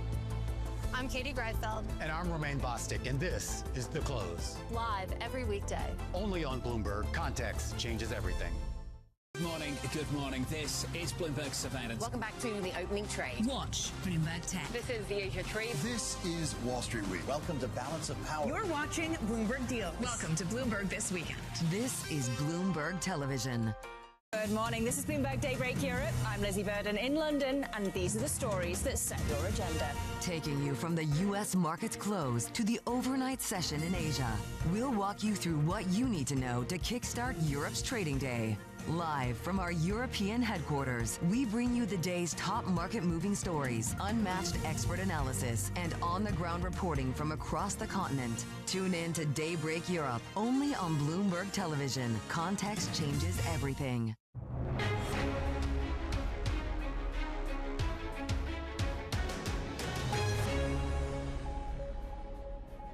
The conversations that matter, the insights you need. This is The Pulse, and I'm Francine Lacroix here in London. Now, the French luxury group Kering is seeking to double future profitability, in part by rejuvenating Gucci, its largest brand. The chief executive, Luca De Meo, has unveiled his strategy 7 months after taking the top job. Now, the former Renault boss has been speaking with Bloomberg's Caroline Conan about the challenges ahead. I think it's already many years where even the industry is impacted by a strong volatility, also geopolitically everywhere. So this volatility is factored into the plan because we're trying to build a company that is more agile, that is lighter, etc. Exactly to master this volatility. We believe in the region, in the long-term potential of Middle East.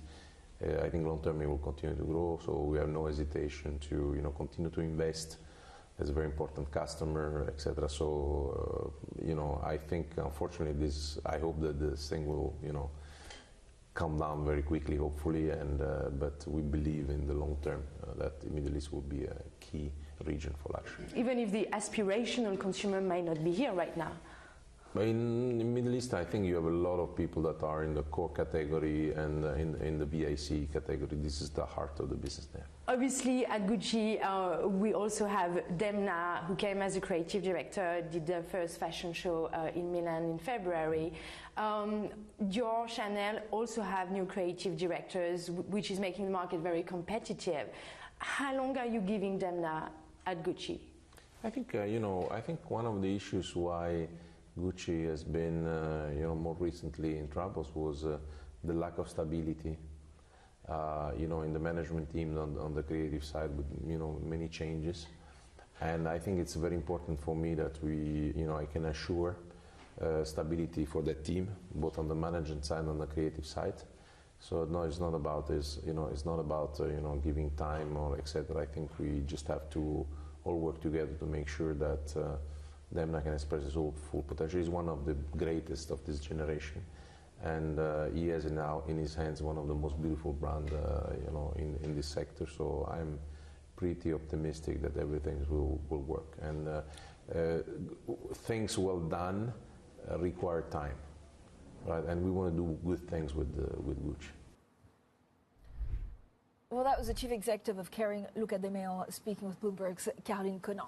Now, Netflix has disappointed investors with second quarter guidance that fell short of analyst expectations. Now, the streaming giant also announced that co-founder Reed Hastings, who's also on the board of Bloomberg, will be stepping down after 29 years. Now, we're joined by Mandeep Singh, Global Head of Technology Research at Bloomberg Intelligence. Also with us, Bloomberg opinion columnist Parmi Olsen. We'll talk about AI and the little thing called mythos that seems to have had wide repercussions also for all of Wall Street. So, Mandeep, let's just start with Netflix first.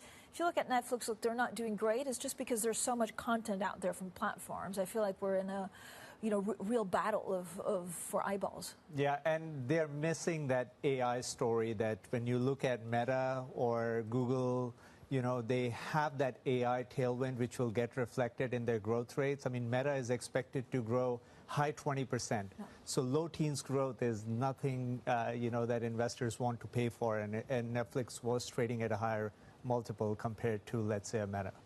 I mean, I guess the wider, and this is a corporate, Netflix problem. What's also really interesting, Parmi, is what's happening in the AI space. And I do feel like, what we've learned over Mythos in the last 2 weeks, I mean, there's so many questions that we're trying to get answered. What are your top 3 questions? Well, I'd love to know when Anthropic is going to give greater access to this tool. We know it's only given exclusive access to this new powerful AI model, which had this emergent property of being able to launch its own cyber attacks. Now, we have to remember the newest AI models that are coming to the fore now have agentic properties. So if a hacker previously was using something like ChatGPT to check a site for vulnerabilities, and ChatGPT or Claude from Anthropic was giving them that information, now those tools can actually do things for the hacker. They can actually find the vulnerability and exploit the vulnerability. And that's what is worrying so many people about this tool. And I think it really is a wake-up call for not just the banks that were all assembled by the U.S. Treasury Secretary Bessent recently, but particularly small to medium-sized businesses. There was a report that came out from the UK's AI Security Institute, which found actually well-protected companies should be okay with these kinds of models. It's the weakly defended systems that could be vulnerable. Yeah, and does it also depend on I guess, regions? Because you need to push for access, as Parmi said, to try and play around with it, but there could be other models from other companies.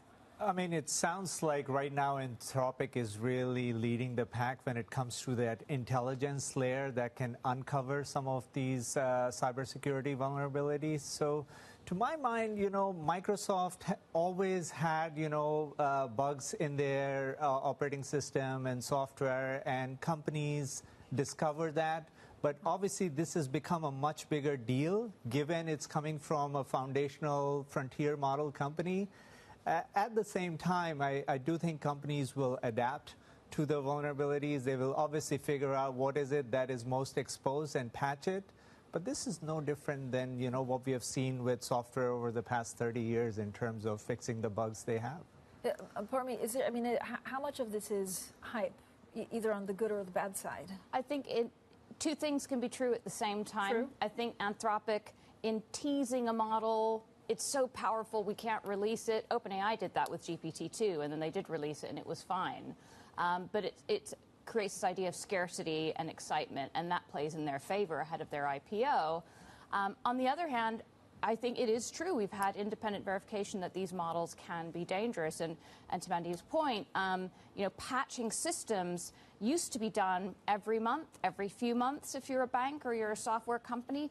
Now these zero-day flaws are being found and potentially exploited within hours. The time between a vulnerability being exposed through responsible disclosure and a possible attack has collapsed in the last 4 to 5 years from like a couple of years to now just 4 to 5 hours. So companies need to move much more quickly in how they fix these flaws because these AI tools are out there. We talk about companies, but this could also be governments. Right? Absolutely. If they get operating systems on how planes fly, this is a disaster zone. I think there was an attack on the Mexican government where some of their data was compromised. So from that perspective, these are very effective tools for hackers to leverage, and really things can happen in real time. So that's what's changed from prior sort of vulnerabilities, that attacks can happen at a much faster pace than they used to with these tools being out there. In terms of timeline, when are we expecting to have just a clearer picture? Because we know that also Europe is trying to understand these systems. If you're a European company, and I've heard this in the corridors of Washington this week, is that actually you have even less access to the models that the U.S. companies have. So if you're, for example, a European bank, you'll have less access than a big Wall Street bank. Yeah. So is this region more vulnerable? Well, I think there was some consternation among European Union regulators that they did not get access to Mythos. However, as I mentioned, the UK's AI Security Institute, based right here in London, is kind of seen as this global neutral arbiter of what makes safe and secure AI. They're staffed with quite a lot of good AI researchers.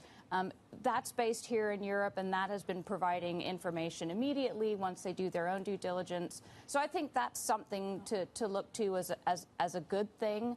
But of course, generally speaking, we need much more transparency from the companies. They're not obliged to share their information with the UK's AI Security Institute. They're doing that voluntarily, and they are becoming more closed with each model. They're providing less and less information, and that needs to change. And they're providing less information because this is a commercial war.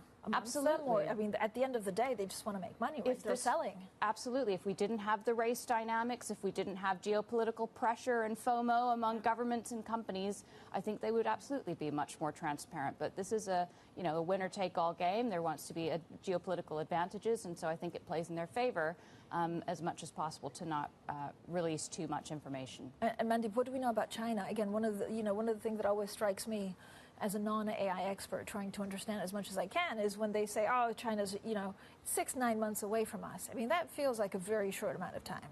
Yeah, and look, these models are becoming more and more capable. So the Chinese models are also improving in capabilities. And, some of these attacks can come from any model. At the end of the day, I don't think Anthropic knows exactly how hackers are going to use their model, which is very capable. So from that perspective, if you are in the business of hacking, you've got a lot more ideas than, companies that are developing these models, very powerful models. But so from that perspective, the attacks could come from any model. I mean, presumably, if I need to defend myself, do I use Mythos as well to tell me vulnerabilities and how I can fix it?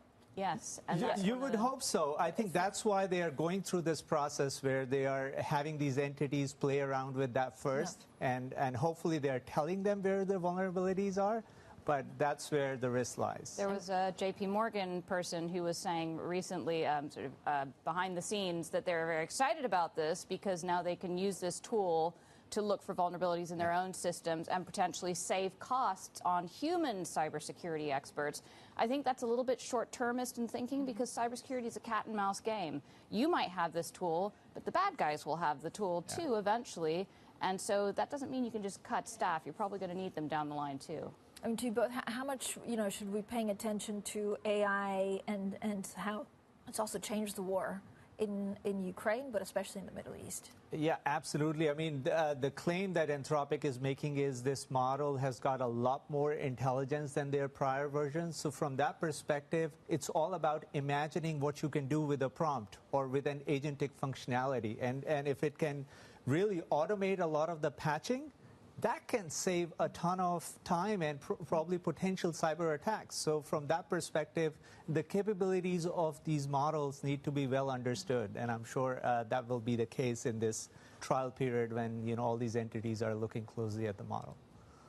Pardon me, I mean, is it something that also, I don't know whether AI now chooses targets. I mean, there are a couple of things. But is this, I mean, we saw Anthropic, versus the DOJ in the U.S. Is this just going to take much more space? I think AI is becoming integral to warfare. We saw with Project Maven was a part of the Pentagon that's been around for quite a number of years already. So the U.S. has really been pushing that. And Anthropic's Claude, before Anthropic, what had that bust up with the DoD, was used to help with choosing targets, to help choose targets to strike in Iran. Not deciding them, but providing the intelligence to do so. Okay, thank you both. We could talk for another 2 hours, so you'll have to both come back on. Bloomberg opinion columnist Parmi Olsen and Mandeep Singh from Bloomberg Intelligence. Up next, it's Bloomberg Brief, and this is Bloomberg.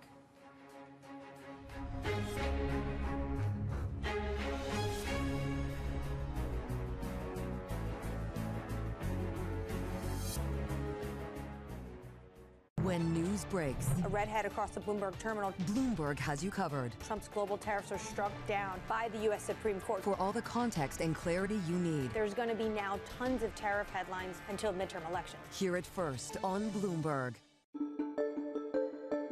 On AI, some people would say that there's maybe a little bit of a bubble in AI. When you have companies with market caps of $5 trillion, you don't see any bubble there at all? Whenever we have an acceleration in technology and people get excited about it, you have significant capital formation around new companies that are trying to capitalize on that opportunity. And we've seen this before through history, and you're seeing it now.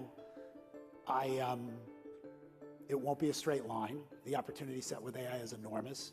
There will be winners and losers, and it's hard to pick the winners and losers now. And certainly a lot of the capital that's being deployed will not produce adequate returns, and a bunch of the capital that's being deployed will actually not produce any returns. But it's hard, it's hard to call the timing on these things. And the thing I'd point to just from a historical lens is in the fall of 1996, Alan Greenspan talked about irrational exuberance in stock markets, and the NASDAQ was at 1,300.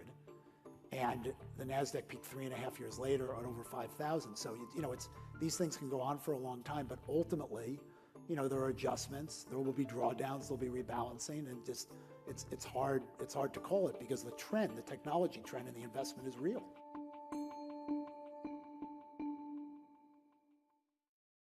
At 9:30 a.m., the market tells you what it's really thinking. We beat the drum to the opening bell. With deep analysis of the forces driving the price action. Focusing investors on what really matters. Where the money flows, which markets are changing. Conversations with players shaping the narrative. Innovative growth companies gravitate to NASDAQ. It's not just like, let's buy the Mag 7 or AI. That's a really compelling story. This is where your trading day begins. And this is Open Interest. Only on Bloomberg. At a time when policy in Washington is driving Wall Street, we draw a distinction between the rhetoric and the action, bringing you market-moving guests and original reporting. This is Bloomberg Surveillance.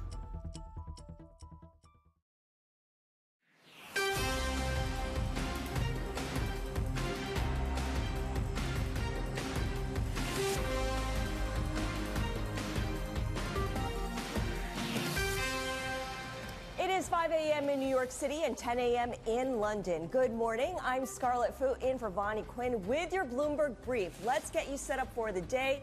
Fresh all-time highs. Stock futures wavering after the S&P 500 and NASDAQ 100 post back-to-back record highs. More assurance that the end is near. Oil tumbling as President Trump again says a peace deal with Iran could come soon.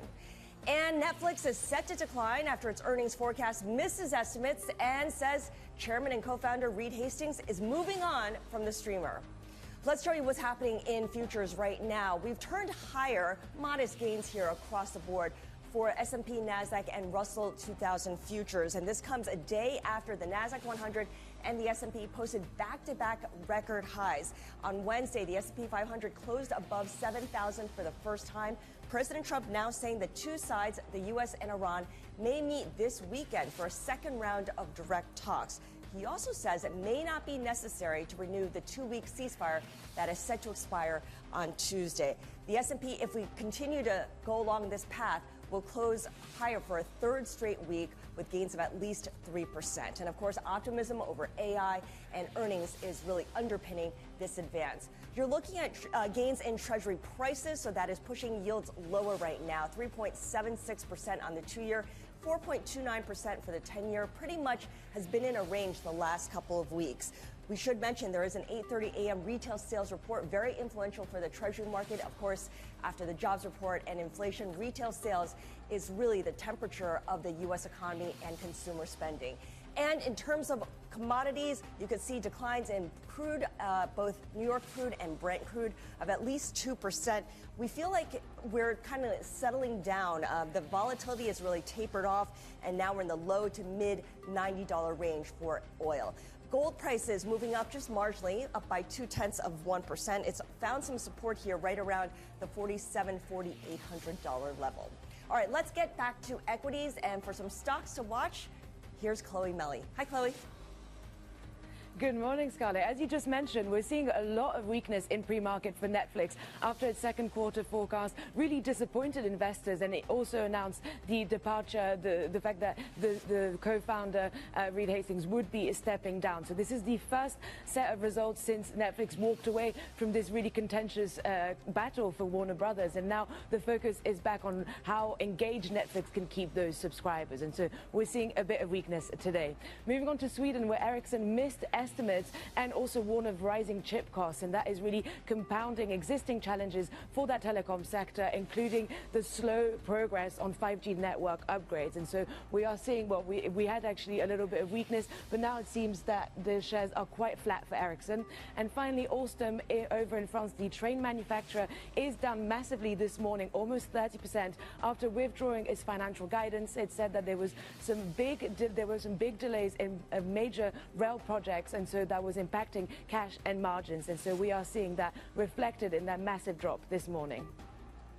All right, thank you so much, Chloe Melly in London for us. Now, coming up this hour, we're going to catch up with Citi's Veronica Clark on the Fed's rate path as the Iran war nears day 50, and of course get her take on what retail sales likely look like in March. But first, President Trump claims Iran has made some key concessions in negotiations with the U.S. I think we have a very successful negotiation going on right now, and I think it'll be, if it happens, it'll be announced fairly soon, and that'll give us free oil, free Hormuz Strait, everything will be nice, and I think your oil price will go down to lower than what it was before, and I think a lot of good things will happen. Joining us now for more is Bloomberg's Paul Wallace. Paul, so the president's sounding a very optimistic note. He's been fairly consistent in talking about progress between the two sides, U.S. and Iran. This is in contrast, though, with what leaders in Arab states and Europe are saying. They expect things will take a lot longer for there to be any kind of peace deal. Yes, there definitely is a bit of a mismatch between what Trump is saying and what many other world leaders are saying, and in some senses what the Iranians themselves are saying. So, the next thing we have to watch for is the ceasefire, which ends on Tuesday, late US time. The expectation is now firmly that it will get extended. Our reporting a couple of days ago was that the two sides were looking at a 2-week extension. But it now seems that there's a possibility that Trump will try and go further and essentially announce what, at least in his view, will be a proper peace deal to formally end the war. Now, you know, he might go ahead and do that, and he's got plenty of incentive to do that. He wants energy prices to go down further. Americans, broadly speaking, do not like this war. So, you know, he's got a lot of incentive to effectively say it's over and done, and he will obviously claim victory, strategic victory. But there'll be a lot of skepticism because there are a lot of contentious issues between Iran and the US that are definitely going to take a long time to resolve. Things like the nuclear issue, Iran's enrichment of uranium, its stockpiles of highly enriched uranium, its missile program, its support for proxy militant groups. And then, you know, we've also got the Strait of Hormuz. It is possible that whatever is announced in terms of extending the ceasefire or, you know, a formal deal will entail the reopening of Hormuz. I think if Trump can get that and essentially get an immediate reopening of Hormuz, that will be a big win for him, even if there's still very serious issues of, you know, Iran's nuclear program and its missile program and its proxies are still undecided and still unresolved. Yeah, that's a pretty long laundry list that you just ticked off for us there that the two sides need to agree on for there to be any kind of more lasting ceasefire beyond the 14 days that was announced. Chief among them, of course, and most importantly for investors, is the Strait of Hormuz. You mentioned that that's the big point here. Who controls the Strait of Hormuz right now? Because the U.S. Navy has imposed a blockade on the strait. However, we have heard reports that a Pakistan-flagged tanker, the Shalimar, became the first carrier to exit the Strait of Hormuz since this U.S. blockade began. Why is that significant? What does that tell us, Paul? It is significant. I'm not entirely sure if that particular ship had been at an Iranian port or was heading there. If it had, then yes, then it's effectively bypassed or got through the U.S. blockade, whether that's by luck or the U.S. Navy allowing it through. I don't know. But the point is that the strait is still effectively closed. And in terms of who controls it, I think the answer is both Iran and the U.S. right now. The U.S. blockade is pretty strong. From a tactical point of view, it's been effective. You know, it has been successful in terms of stopping the number or really lowering the number of ships going to and from Iranian ports, which is what it's there for. And then on Iran's side, you know, ships, other, you know, non-Iran linked ships are pretty much staying away from the strait because the risks are still too high. So the waterway is still de facto shut. As you said, for global markets, I think for leaders in Gulf Arab states, and to be honest, in Europe and elsewhere, even Trump, reopening that strait is the most immediate concern. The closure is hammering the global economy, leading to real fears of stagflation. So that will be the most immediate term issue for the U.S. to solve. All right, Paul Wallace, really appreciate your joining us this morning. Paul Wallace is our managing editor for the Middle East and Africa. Thank you so much. Meantime, over in China, President Xi Jinping wraps up his busy week meeting with world leaders while Washington is occupied with the conflict in the Middle East. Let's get more now with Bloomberg's Laura Davison in Hong Kong. Laura, good to speak with you. Usually we speak stateside, but you're in Asia right now. Tell us a little bit more about the diplomacy that Xi Jinping has been working on in Beijing this past week, because as far as I understand, there hasn't been any formal gathering in Beijing, has there? Yeah, but despite a lack of a formal gathering, it was really a banner week for Xi and other Chinese officials in terms of meetings with foreign leaders. They had the Spanish Prime Minister, the Crown Prince of Abu Dhabi. They had other high officials from Italy, Sergei Lavrov from Russia. So just To Lam from Vietnam. So just sort of a cross section of the globe in Beijing, and meeting with President Xi and Chinese officials. really incredible split screen, because at the same time, Trump is actively feuding with Giorgia Meloni, the Pope, Keir Starmer. You have Starmer and Macron leading this meeting Friday to talk about reopening the Strait of Hormuz that actively does not include the U.S. As part of that gathering, and Trump continuing to kind of deepen his isolation as he's kind of picking these fights on social media, as well as demanding that allies come to the U.S. military's aid here in this conflict, and everyone is essentially ignoring him. Yeah, that's really interesting about this meeting that Europe is kind of leading on the Strait of Hormuz, in particular because they're still waiting for something to happen between the U.S. and Iran before they can really move forward with any kind of action. You had mentioned that China is doing a lot of outreach at the moment, and one of those countries it's reaching out to is Italy. And of course, this comes as President Trump has really widen this rift with the Italian leader, Meloni. Tell us a little bit more about what Beijing is trying to achieve here. Yeah, Beijing is sort of sees an opening here of what was once Trump's closest ally in Europe, at least sort of culturally and from a sort of philosophical point of view. She has really distanced herself from Trump, as well as cut ties, some formal ties with Israel as well.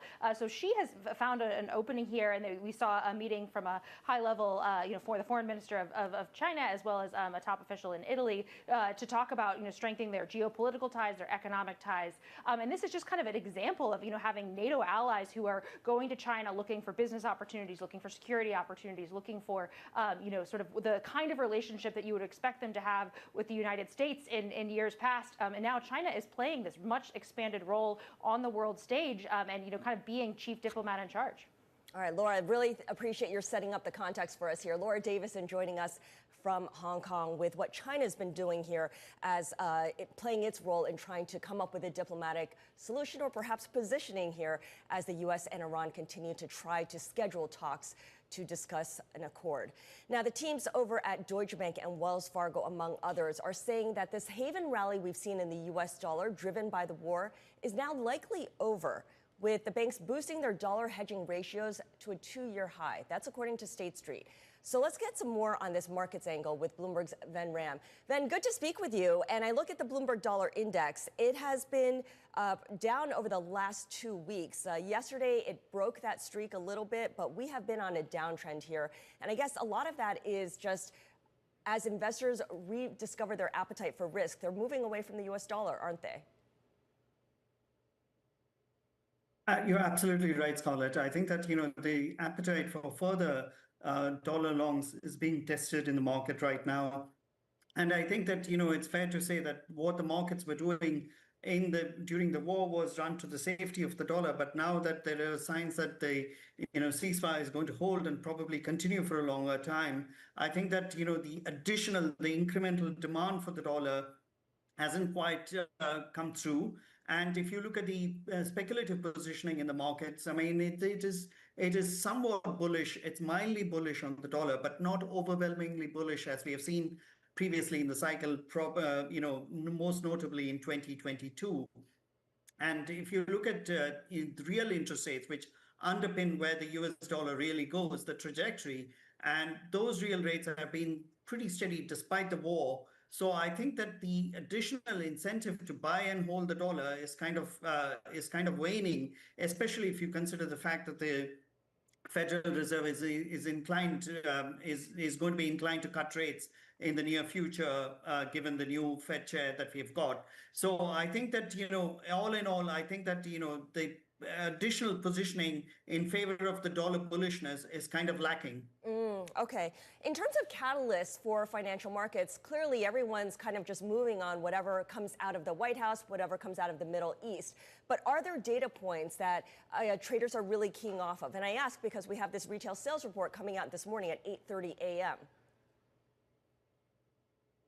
Well, I think that, for me, what is going to matter most, and I think that's true for a lot of traders as well, is what the inflation readout is going to look like. We know that the US economy has been pretty resilient, and I have no doubt that it'll continue to be resilient, even though, the jobs market is off the peak. And But that's not to say that we are going anywhere near a recession. So what you get is a picture of a US economy that is pretty resilient. But what happens to inflation down the line is what is going to be crucial for the markets. Even though the US is a net energy exporter, I think that, the gallon prices, pump prices have shot up about 20 to 30% since the war started. So I think that is going to weigh on inflation, which is why I think that the White House is acutely mindful of that, and which is why they are in fact dialing back on the war noise. So I think that, inflation is going to be the noise. So I think that, inflation is going to be the big driver of rates and currencies in the coming months. And I think that it'll take a couple of months for those readings to come through.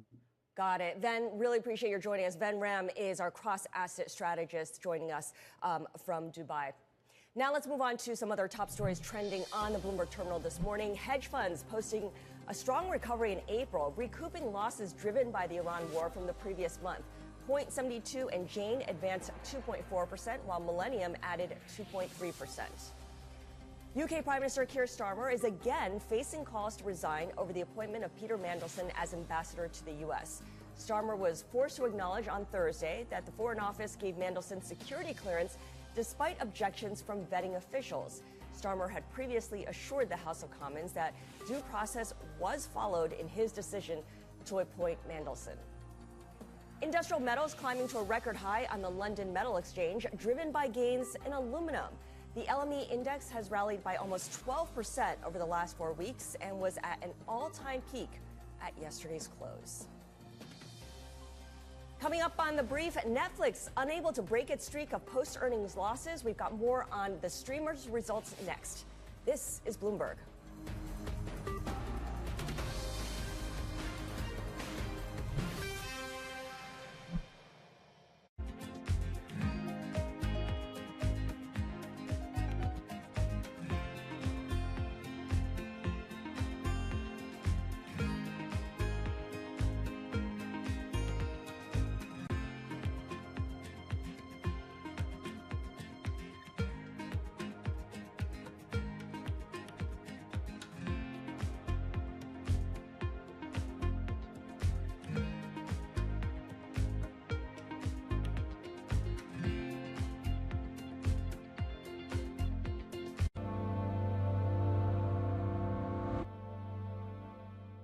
I'm David Weston. Join me each week on Wall Street Week for stories of capitalism from business, markets, economics, tech, and climate. We go on the road for a look at what lies behind the headlines of today and what will likely be the headlines tomorrow. We need more transparency. Oil and gas is still important. They said every citizen should be investing in the market. Accelerate progress in all fields of science. Watch Wall Street Week right here on Bloomberg. More than what you need to know, it's what you need to think about. From the world of politics to the world of business, Joe Matthew and Kaylee Lines deliver news, insight, and analysis live 2 times a day, every trading day. Balance of Power at 1 and 5 Eastern, only on Bloomberg. Bringing you up-to-the-minute global news whenever and wherever it happens. I'm Jumana Versace in Davos, Switzerland, and this is Bloomberg. Welcome to Bloomberg This Weekend. I'm David Gura. I'm Lisa Mateo. And I'm Christina Ruffini. We're tracking breaking news today from Wall Street to Washington. Let's start overseas. The sector is really propelling this deal forward. Yeah, the hope is this will open up new markets and provide some additional liquidity. Of course, now they're going to have competitors. We got a big week coming up in politics. Earnings season is underway. We're going to get some key reports. Everything you need to know before the markets open on Monday. Introducing Bloomberg This Weekend, bringing a little Bloomberg into your weekend routine. Guys, buckle up.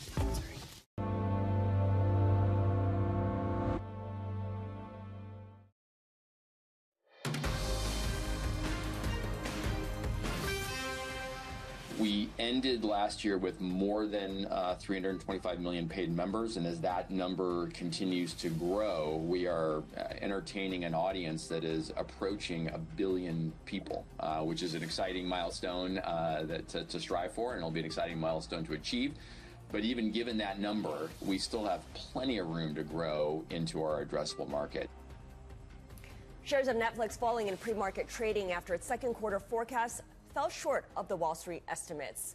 The streaming giant also announced the resignation of chairman and co-founder Reed Hastings from its board. Bloomberg's Neil Campling joins us now for more. So, Neil, a disappointing look ahead here from Netflix. And I guess a big part of it is that it's going to be spending a lot more on programming. And this goes to the idea that, in the same way that hyperscalers have to spend a lot on their AI build-out, Netflix is going to be spending a lot on live sports. They do indeed. The fact is that twice in the last year, Netflix have raised pricing for US subscribers. You need to justify the price rises by investing in the content. I think part of the reason why the stock was trading lower in pre-market this morning is because analysts had expected an upgrade to the full year guidance to reflect those price increases, and that hasn't come through. The second element is the fact the stock has rallied 40% from recent lows when it walked away from that Warner bid. And that's also another sign of angst among traders, I think, in that will Netflix, having shown their hand once, be looking for more M&A transactions to build out that pipeline of content? I think that's what people are perhaps expecting them to happen next. In the meantime, obviously, as you mentioned, the founder has decided to retire, to step back from the company. Yeah, he's going to move on to focus on philanthropy and kind of pursue his other interests after serving on the board. I want to follow up with another question here because the White House is working on a plan to give U.S. federal agencies Anthropic's Mythos AI. How much of a threat does this pose for the financial sector? The threats being discussed, I think, are around the fact that that it's such a powerful tool. It actually detects where there are compromises in any system. We heard earlier this week that it managed to find flaws in every single operating system that existed. And some of these flaws have taken like 40 years and 5 million tests and not been detected before. So actually, if we're using this tool in the right ways, it could be actually very, very beneficial. Now, remember, we have some stats that show that cybersecurity spending is over $450 billion every year, and there's an economic impact of over $10 trillion to cybercrime every year. So if these tools are being used in an effective way, they could actually be very, very beneficial to the economy. All right, Neil, really appreciate your joining us. Neil Campling of Bloomberg in London. Thank you so much. From New York, this is Bloomberg Brief.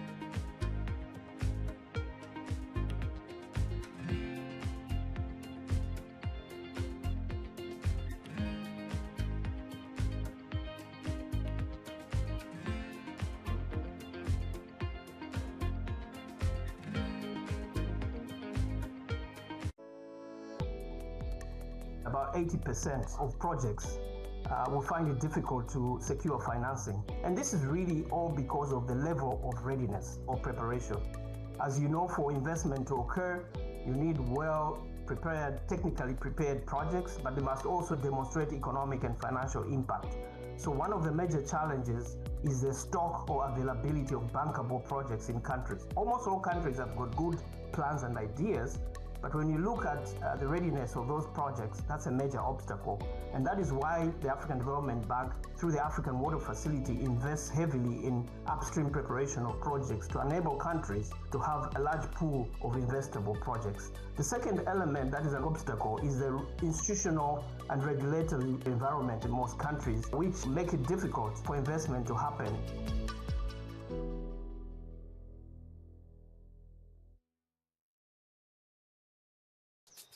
Welcome to Bloomberg This Weekend. I'm David Gura. I'm Lisa Mateo. And I'm Christina Ruffini. We're tracking breaking news today from Wall Street to Washington. Introducing Bloomberg This Weekend, bringing a little Bloomberg into your weekend routine. Watch, listen, stream. The Middle East and Africa regions are home to some of the biggest deals and fastest growth in the world. Vibrant resources and high-yield investment opportunities abound. I'm Jumana Versace. Join me on Bloomberg Horizon's Middle East and Africa for the stories, newsmakers, and insights shaping the decisions of traders across this exciting region. You had heightened levels of volatility. There's still room to maneuver. We do see opportunities. It allows you to increase significantly your net income. Every trading day, only on Bloomberg.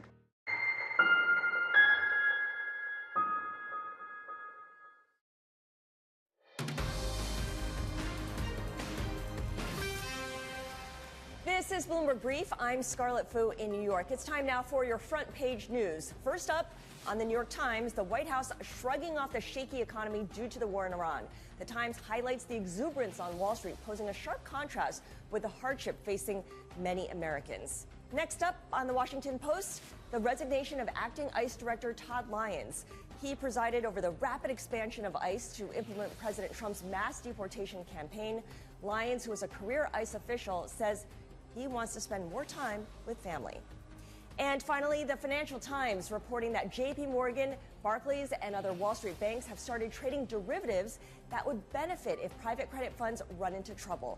According to FT sources, those banks have begun trading credit default swaps against flagship private credit funds run by the likes of Blackstone, Apollo, and Ares Management. Now, coming up on the Bloomberg Brief, Citi's Veronica Clark, its chief U.S. economist, joins us for more on economic data and the Federal Reserve and what the central bank does next. This is Bloomberg.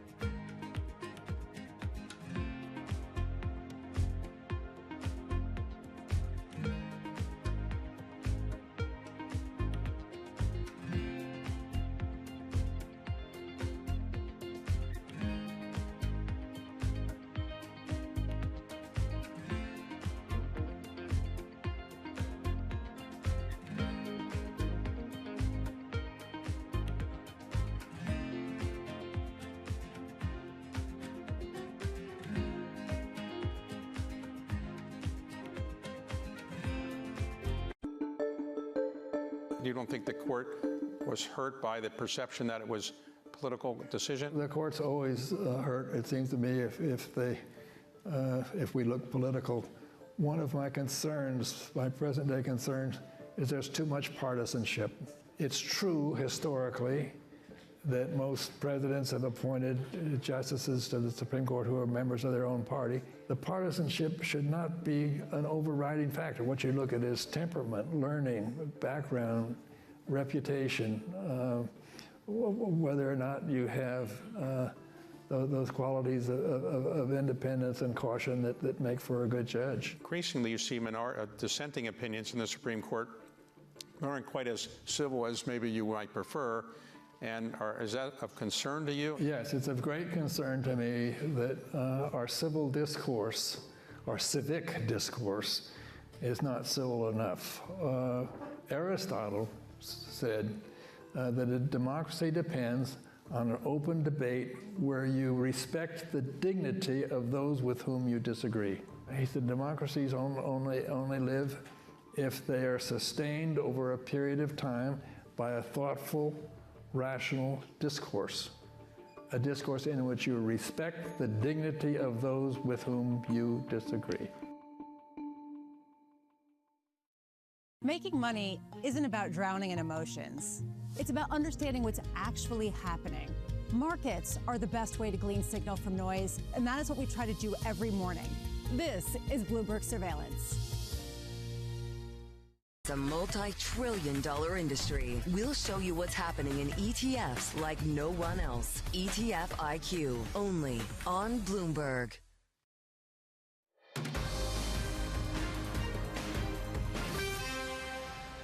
It's 5:30 a.m. in New York City and 10:30 a.m. in London. Good morning. I'm Scarlett Fu in for Vonnie Quinn with your Bloomberg Brief. Let's get you set up for the day. Fresh all-time highs. Stock futures moving north after the S&P 500 and NASDAQ 100 post back-to-back record highs. More assurance that the end is near. Oil tumbling as President Trump again says a peace deal with Iran could come soon. And Netflix is set to decline at the open after its earnings forecast misses estimates and says chairman and co-founder Reed Hastings is moving on from the streamer. Here's where things stand with futures. We're looking at modest gains with the Russell leading the way here after the S&P and NASDAQ yesterday closed at record highs for a second straight day on hopes that the U.S. and Iran are looking to de-escalate and could perhaps meet for a second round of direct talks this weekend. You look at treasuries, we're looking at higher prices and therefore lower yields, but pretty modest declines right now, especially as we await the 8:30 a.m. retail sales report for the month of March. And oil prices, that is the big focal point the last couple of weeks. They are moving down. You can see NYMEX crude now just above $91, Brent at $96. Volatility has really tapered off in this part of the commodity space. Gold has also found some support right around the $4,800 level. For some stocks to watch, let's go over now to London and check in with Chloe Melly. Good morning, Scarlett. Netflix is down 10% in pre-market trading this morning after issuing quite disappointing second quarter guidance and also announcing that co-founder and chairman Reed Hastings would be stepping down. So this is the first set of results since Netflix walked away from this contentious and really long takeover battle for Warner Brothers. And so now the emphasis is put back on whether Netflix can really keep those subscribers engaged. And so we're seeing a lot of weakness there.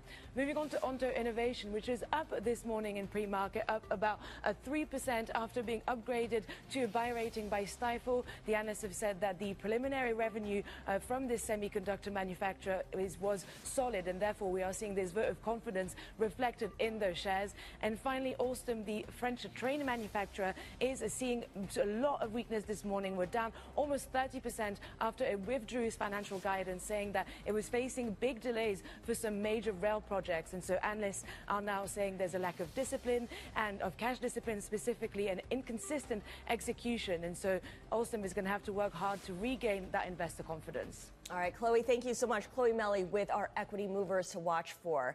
Now, Citi's Veronica Clark, its U.S. economist, is weighing in on the war's impact on the Federal Reserve's rate path, writing, quote, if oil prices remain stable and core inflation cools, as we have seen in last week's data, we continue to think rate markets can rapidly return to pricing cuts and the Fed can deliver before the end of the year.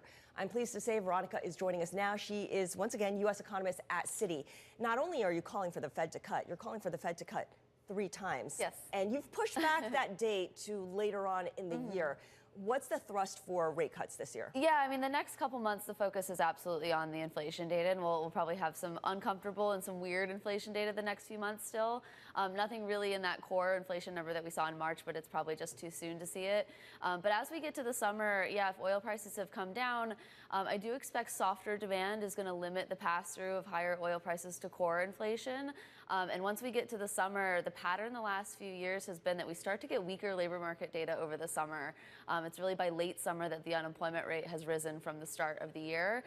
We expect that pattern to repeat again this year. In the last couple of years, that's meant a Fed cut starting in September, and that's what we have in our forecast. Yeah, we got jobless claims, and it reinforces that we have this low fire environment, and again, backs up the idea that the labor market is fairly resilient. How accurate a picture of the labor market is this data point painting? Yeah, claims are very important, of course, and especially if we were ever to see these big layoffs start to pick up, but we haven't seen that. This has been a very low hire, low fire environment for a while, and unfortunately, claims are going to become a worse indicator the longer that the weakening is just driven by low hiring, right? People will enter unemployment, but layoffs are still low. They'll expire those benefits after something like 26 weeks, but they could still be unemployed, just not receiving benefits. But even those jobless claims data, you know, they're helpful because we get them every week. They have had the same seasonal pattern as other labor market data, where really it's in May they start to rise. Okay, so you're saying that in summer months we tend to see rising claims, and that would be enough to start pushing the unemployment rate higher? It could be, right? That's been the pattern the last couple years. This low fire environment has meant that the unemployment rate is rising something like 3 to 4 tenths every year. Now there are a lot of immigration, population changes to deal with this year. We experienced that last year too, though, and it's been pretty consistent that demand is just running below whatever that break-even employment rate is. That's been the trend for the last few years, and yeah, I expect that to repeat this year. Do you think this is something that's well understood and priced in by the market? I don't necessarily think so. I think maybe these big, population changes, and we'll see how that plays out in the summer. Maybe it is enough to keep the unemployment rate from rising more. But it does seem like even market pricing, there's this seasonal pattern where it's really in Q1, we're expecting fewer rate cuts for the Fed the last few years, and then it's really around June we start to reprice how much the Fed could be cutting. Okay, and of course, when it comes to the Fed, we have a meeting coming up at the end of this month, and then the next one won't be till June 17th, and it's a big question mark as to who's going to be leading the Fed in that mid-June meeting, because the Senate Banking Committee has announced the date of Kevin Warsh's confirmation hearing, but the Department of Justice, as far as we know, is still moving ahead with its probe into Jay Powell over the renovation of the Fed headquarters. So, Veronica, are we going to get a confirmation hearing but no vote? We might. We really have no idea how this is going to play out. Yeah, is this April meeting going to be Powell's last or not? As far as we know right now, Senator Tillis is planning on not, supporting the Warsh nomination until there's clarity on the DOJ investigation. And we really don't know how that's going to proceed. It's only about a month before Powell's term as chair does expire. So yeah, big question marks on that front. We've got a retail sales report coming out in about 3 hours' time. And for the U.S. market, this is a really important data point because it'll be the first one since the start of the war really sent oil prices surging.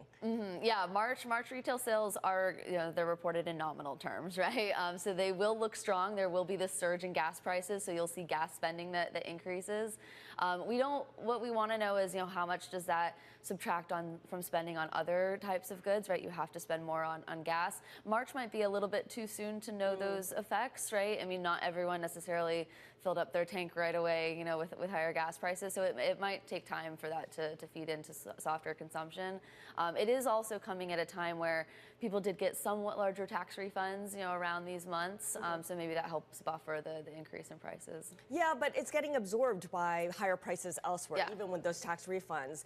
And if people don't end up spending as much as I think a lot of people in the market had anticipated, doesn't that remove one of the big drivers of GDP growth this year? Yeah, absolutely. Consumption has been slowing. We've seen that for the last couple months already. Whatever you were expecting, the boost to consumption from those larger tax refunds to be should probably be less now in real terms, that a lot will be going to paying higher gas prices. So yeah, we would expect that consumption is slowing this year. The fundamental driver of consumption, first and foremost, is going to be, do people have a job or not? Is aggregate labor income slowing? And it will be, but unless you see those larger layoffs, I imagine consumption would hold up well enough. So we spoke with Hank Paulson, the former U.S. Treasury Secretary, and he was saying that policymakers in the U.S. should not ignore the budget deficit, in addition to kind of looking through everything else and trying to come up with backup plans. He believes the U.S. needs an emergency make or break moment, a break the glass backup plan in case there's a doom loop where demand for treasuries really falters and the Fed becomes a buyer of last resort. How worried are you about something like that over the next year? Not so much over the next year. I mean, it's obviously a topic that comes up a lot, and who knows what will happen, 10 years or so down the line. But I do think, in an environment where the Fed is cutting, at least biased to be cutting, we don't quite see the, demand backdrop that we had 4 years ago. We're not as worried about that inflation picture. I think there are buyers of U.S. Treasuries out there, and then you're not as worried about that doom loop, maybe. All right, Veronica Clark, thank you so much. Thank you. She is U.S. economist over at Citi. Really appreciate her getting up early for us this morning. Now, former U.S. Treasury Secretary Hank Paulson also spoke on the central bank's independence. Let's take a listen to what he said. What the war has shown is the dollar is there's no other safe haven, right? So the dollar was declining for a lot of reasons that should have been declining. Frankly, I didn't like to see it declining, but boy, in a crisis, the dollar strengthened. But I believe, to the extent it adds to our deficit, it poses a risk, a longer-term risk. And that's why I really believe the independence of the Fed is so important right now, because at the same time because the independence of the Fed really increases the confidence that investors have in our economy, in our financial markets, and so on. And at a time when we're piling on so much debt, I think it's really important that we have that. Has confidence in the Fed as independence already been undermined? There's issues that are raised, right? But I look at it, I look at, you know, when you have a chairman of the Fed, you want someone who understands markets, who is a good communicator, has a good understanding of sound economic principles. And I think Kevin Walsh meets those tests, right? And he's been before, he's done it. Now, I think his job becomes more difficult because there's independence and the perception of independence. So I think how this transition between Jay Powell, who's just been a star performer and got great credibility and integrity, I think how that transition is handled and how the administration deals with it is either going to make Kevin's job more difficult or, you know, somewhat easier. But Kevin won't have an easy job anyway. And, you know, I compliment the Trump administration on selecting him. That was former U.S. Treasury Secretary Hank Paulson speaking to Bloomberg's David Weston. Now to other top stories trending on the terminal this morning. Sequoia Capital raising about $7 billion for a new fund, the first under new leadership. The fund will allow Sequoia to expand its bets on large companies, including AI startups like OpenAI and Anthropic. The FAA ordering airlines to cut flights at Chicago O'Hare this summer to prevent overscheduling and flight disruptions. The agency is limiting daily takeoffs and landings by about 400 fewer than what airlines have scheduled. The move complicates a turf war between United and American Airlines at O'Hare as they duke it out over gate access and market share. The cap will be in place from May 17th to October 24th. OnlyFans is in advanced talks to sell a minority stake to San Francisco-based fund Architect Capital. The deal values the platform best known for adult content at more than $3 billion. OnlyFans declined to comment. Architect did not immediately respond to a request for comment. Coming up on the Bloomberg Brief, President Trump's attempt to turn voters' focus from Iran to the economy. We've got more on that effort next. This is Bloomberg.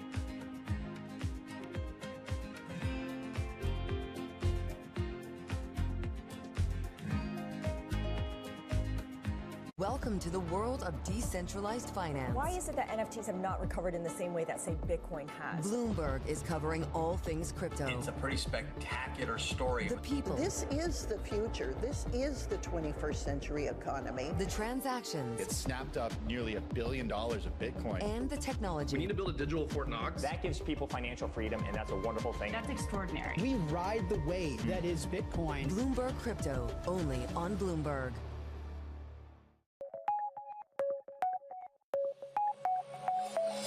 This is the 15, 16 grams tuna. Then sushi rice is still a little bit warm. So take one, like a very, don't make it too tight. So from now, and very light, like a ball.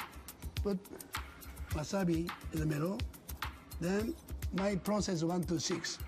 1, this is putting the between the rice air. Then make the 4 fingers curl, make sushi shape. Then touch this. 2. Then turn. Now that these 2 fingers, top to the bottom, make the sushi shape more beautiful. 3. Then, you know, I mean, looks like pushing, not pushing. 3, 4, turn, same way, 5, and 6. So this is the 1 to 6.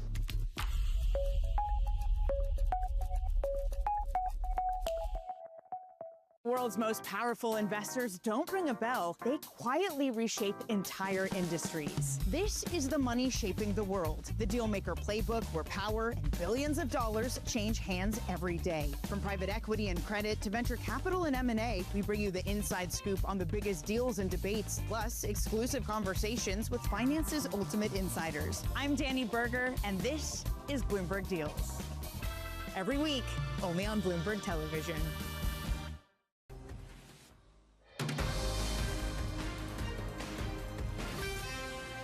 We had the best economy in the history of our country in my first term, and we're blowing it out now. We're blowing it away now. And despite our little diversion to the lovely country of Iran, we just hit a brand new all-time high. That was President Trump downplaying concerns surrounding the war with Iran and touting his economic record ahead of November's midterm elections. Joining us now is Jonathan Tamari of Bloomberg Government. And this is something that his team, the White House team, is really pushing for, to focus everyone's minds on the economy rather than the war in Iran. What specifically is the president's pitch beyond stocks have had a record run? Because oil prices are elevated.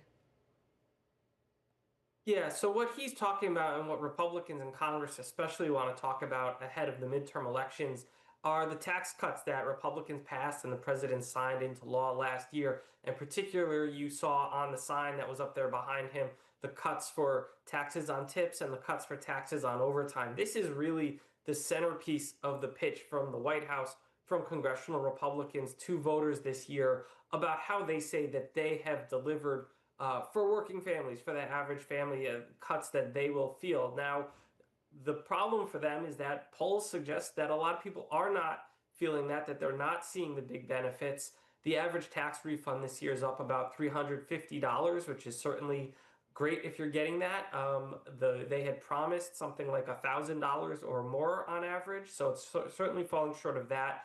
And most polls suggest people are much more concerned about the rising gas prices than they are happy about whatever tax cuts that they're receiving right now. Yeah, so it might be a little bit of a tougher sell than it would have been otherwise. Meantime, the president can't, of course, get away from Iran, and he is saying that Iran is making some key concessions here that would pave the way for a deal to end the war. What is he saying now? What is he promising now? So there's a lot of still vague a lot of what he says is not necessarily very specific. He said something about Iran giving up the nuclear dust in his term, which does seem to refer to some of their enriched uranium that is buried after the strike that he led last year. But it's not all. It has not really been confirmed by Iran. And so he's been talking, obviously, about having a deal being close for some time now.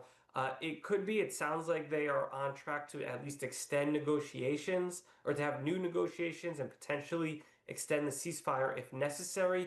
But I think the details still remain pretty vague, and you don't always know if the president is speaking in specifics or speaking about what he's hoping for. So you kind of have to watch and see also what the Iranian side says as this goes on.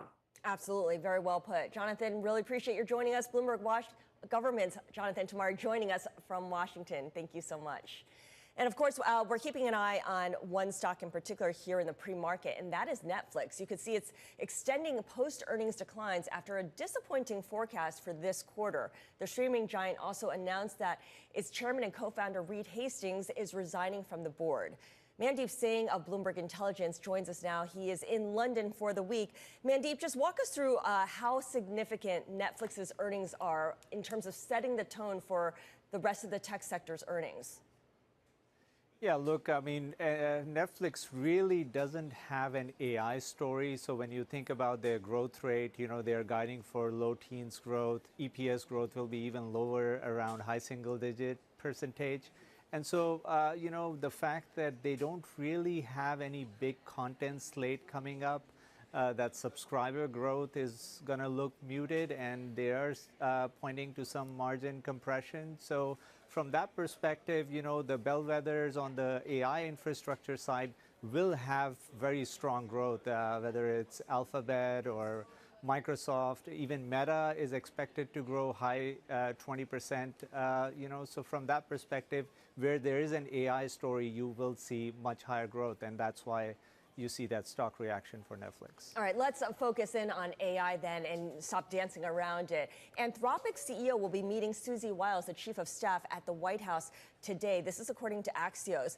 Anthropic is really kind of center of a lot of people's concerns in Washington. Walk us through why this is. The U.S. government is preparing to make a version of Anthropic's powerful new AI model, Mythos, available to major federal agencies.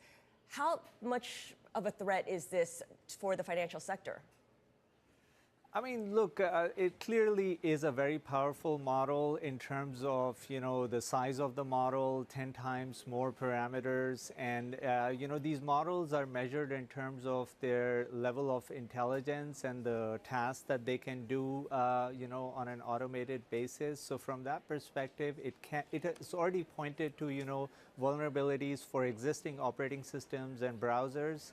And what they are saying is, everyone should be looking at this model and saying, what are the vulnerabilities that they're exposed to? And that's why it's limited to, certain entities. I mean, the government has labeled Anthropic as a supply chain risk. So it's interesting that, the CEO is meeting Susie Wiles. And it'll be interesting to see how they go about releasing this model to all the enterprises and making it available to the subscribers, because we know Anthropic has been involved with some of the cyber attacks where Anthropic was used as a tool. So clearly there is that exposure that's out there. Yeah, Anthropic has limited the release of Mythos amid concerns that hackers could weaponize its capabilities to steal data or sabotage victim networks. One more story I wanted to get your take on, Mandeep, is Apple's marketing chief for Watch, AirPods, Home, and Health is leaving. We've learned that Stan Eng is retiring after 31 years at the company, but I'm wondering if there's a concern about talent, a brain drain taking place at Apple. I mean, right now you are seeing talent go to all these frontier LLM companies, notably Anthropic. So from that perspective, Apple also has been sitting out when it comes to, building its AI capabilities or investing in AI data centers.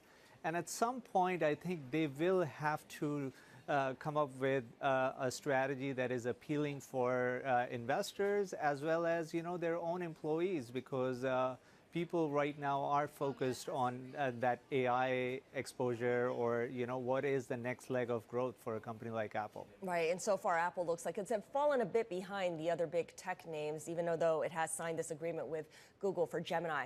Mandeep, always appreciate your joining us. Mandeep Singh, Bloomberg Intelligence's chief tech analyst there, joining us from London. Now, coming up on Bloomberg Brief, more earnings and a Supreme Court opinion day. We're going to get you set up for your trading day this Friday morning. Next, this is Bloomberg Brief. Good morning.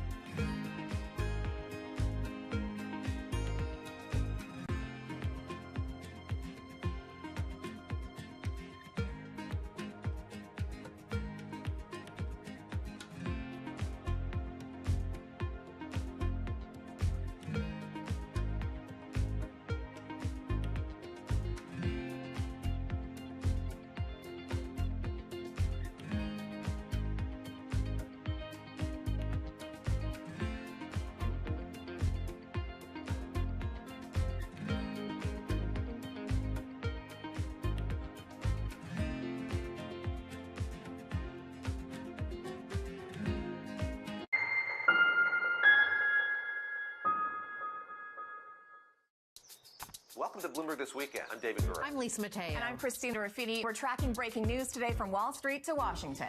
Let's start overseas. The sector is really propelling this deal forward. Yeah, the hope is this will open up new markets and provide some additional liquidity. Of course, now they're going to have competitors.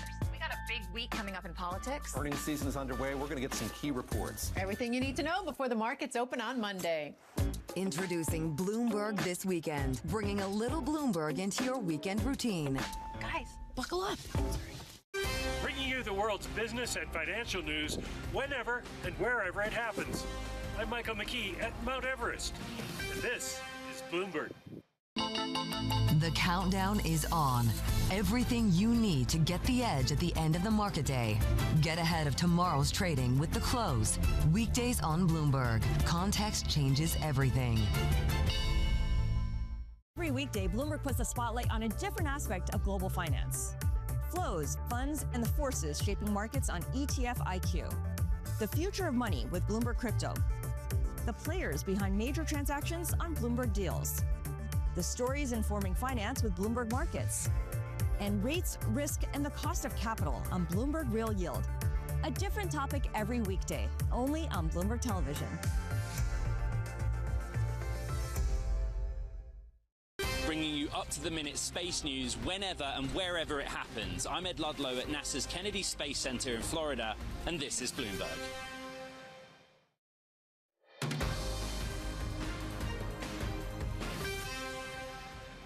Good Friday morning. This is Bloomberg Brief. I'm Scarlett Fu in New York, in for Vonnie Quinn. Now a look at what's ahead today. First up, earnings coming in from Fifth Third Bancorp, State Street, and Ally Financial. So the big banks and the financial sector continue to report.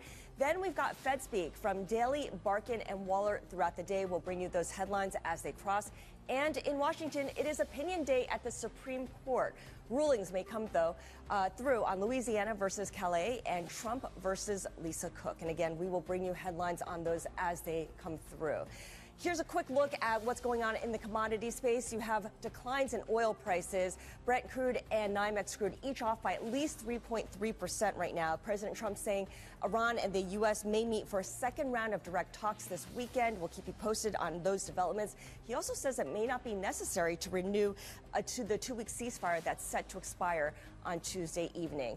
And gold prices, little changed at the moment. You look at S&P 500 futures, they're currently pointing to a higher open. The U.S. dollar, however, declining, resuming its losses over the last couple of days. It's been kind of a slide for the U.S. dollar in the last 10 sessions. And the 10-year yield, little change right now before an 8:30 a.m. report on retail sales for the month of March, which is expected to show an increase because of the rise in gas prices. That does it for Bloomberg Brief. Surveillance is up ahead next. From New York, this is Bloomberg.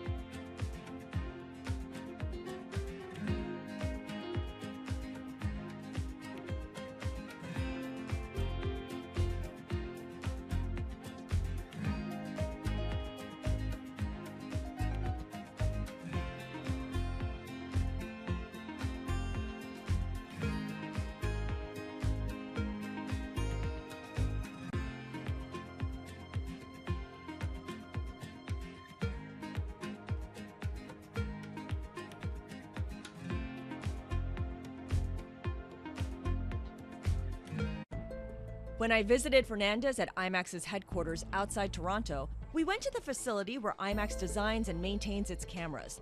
The latest next-gen equipment was out with directors on filmed for IMAX sets, but there was still plenty of cool gear on view. As the head of the finance department, do you look at all the things in this room and think, this costs that amount of money, this costs that amount of money? Thankfully, no, I don't. When I think about cameras in general and what we, when we first, I'll give you a really prime example, the film cameras. When you thought about it, okay, are we building 2? Are we building 4? Are you building 8, right? And that's where I start to think about, well, what makes the most sense from a return perspective? Because yes, Nolan wants the cameras, but how many other filmmakers out there use the film cameras? The lens that I look at it through is essentially, how many do we build and in what way? Because the one thing is we are going to invest to build it right and to build it for longevity. But Do you need 10 of them? No. Building 4, that was the right number. And do we potentially want to build a couple more? Maybe a couple more, but I don't think we need 10 because they won't always be in use all the time. I imagine that at different points you need to tell people no. What's that process like for you? Oh yeah, it's a key role in the CFO position. It is a word that most people are used to, and yet they still think you're not going to say it.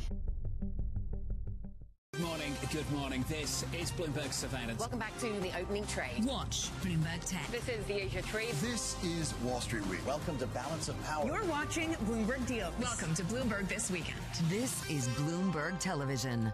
U.S. jobs numbers are released. Bloomberg has the report under surveillance with crucial data and expert analysis at terminal speed. Nobody covers Jobs Day like Bloomberg.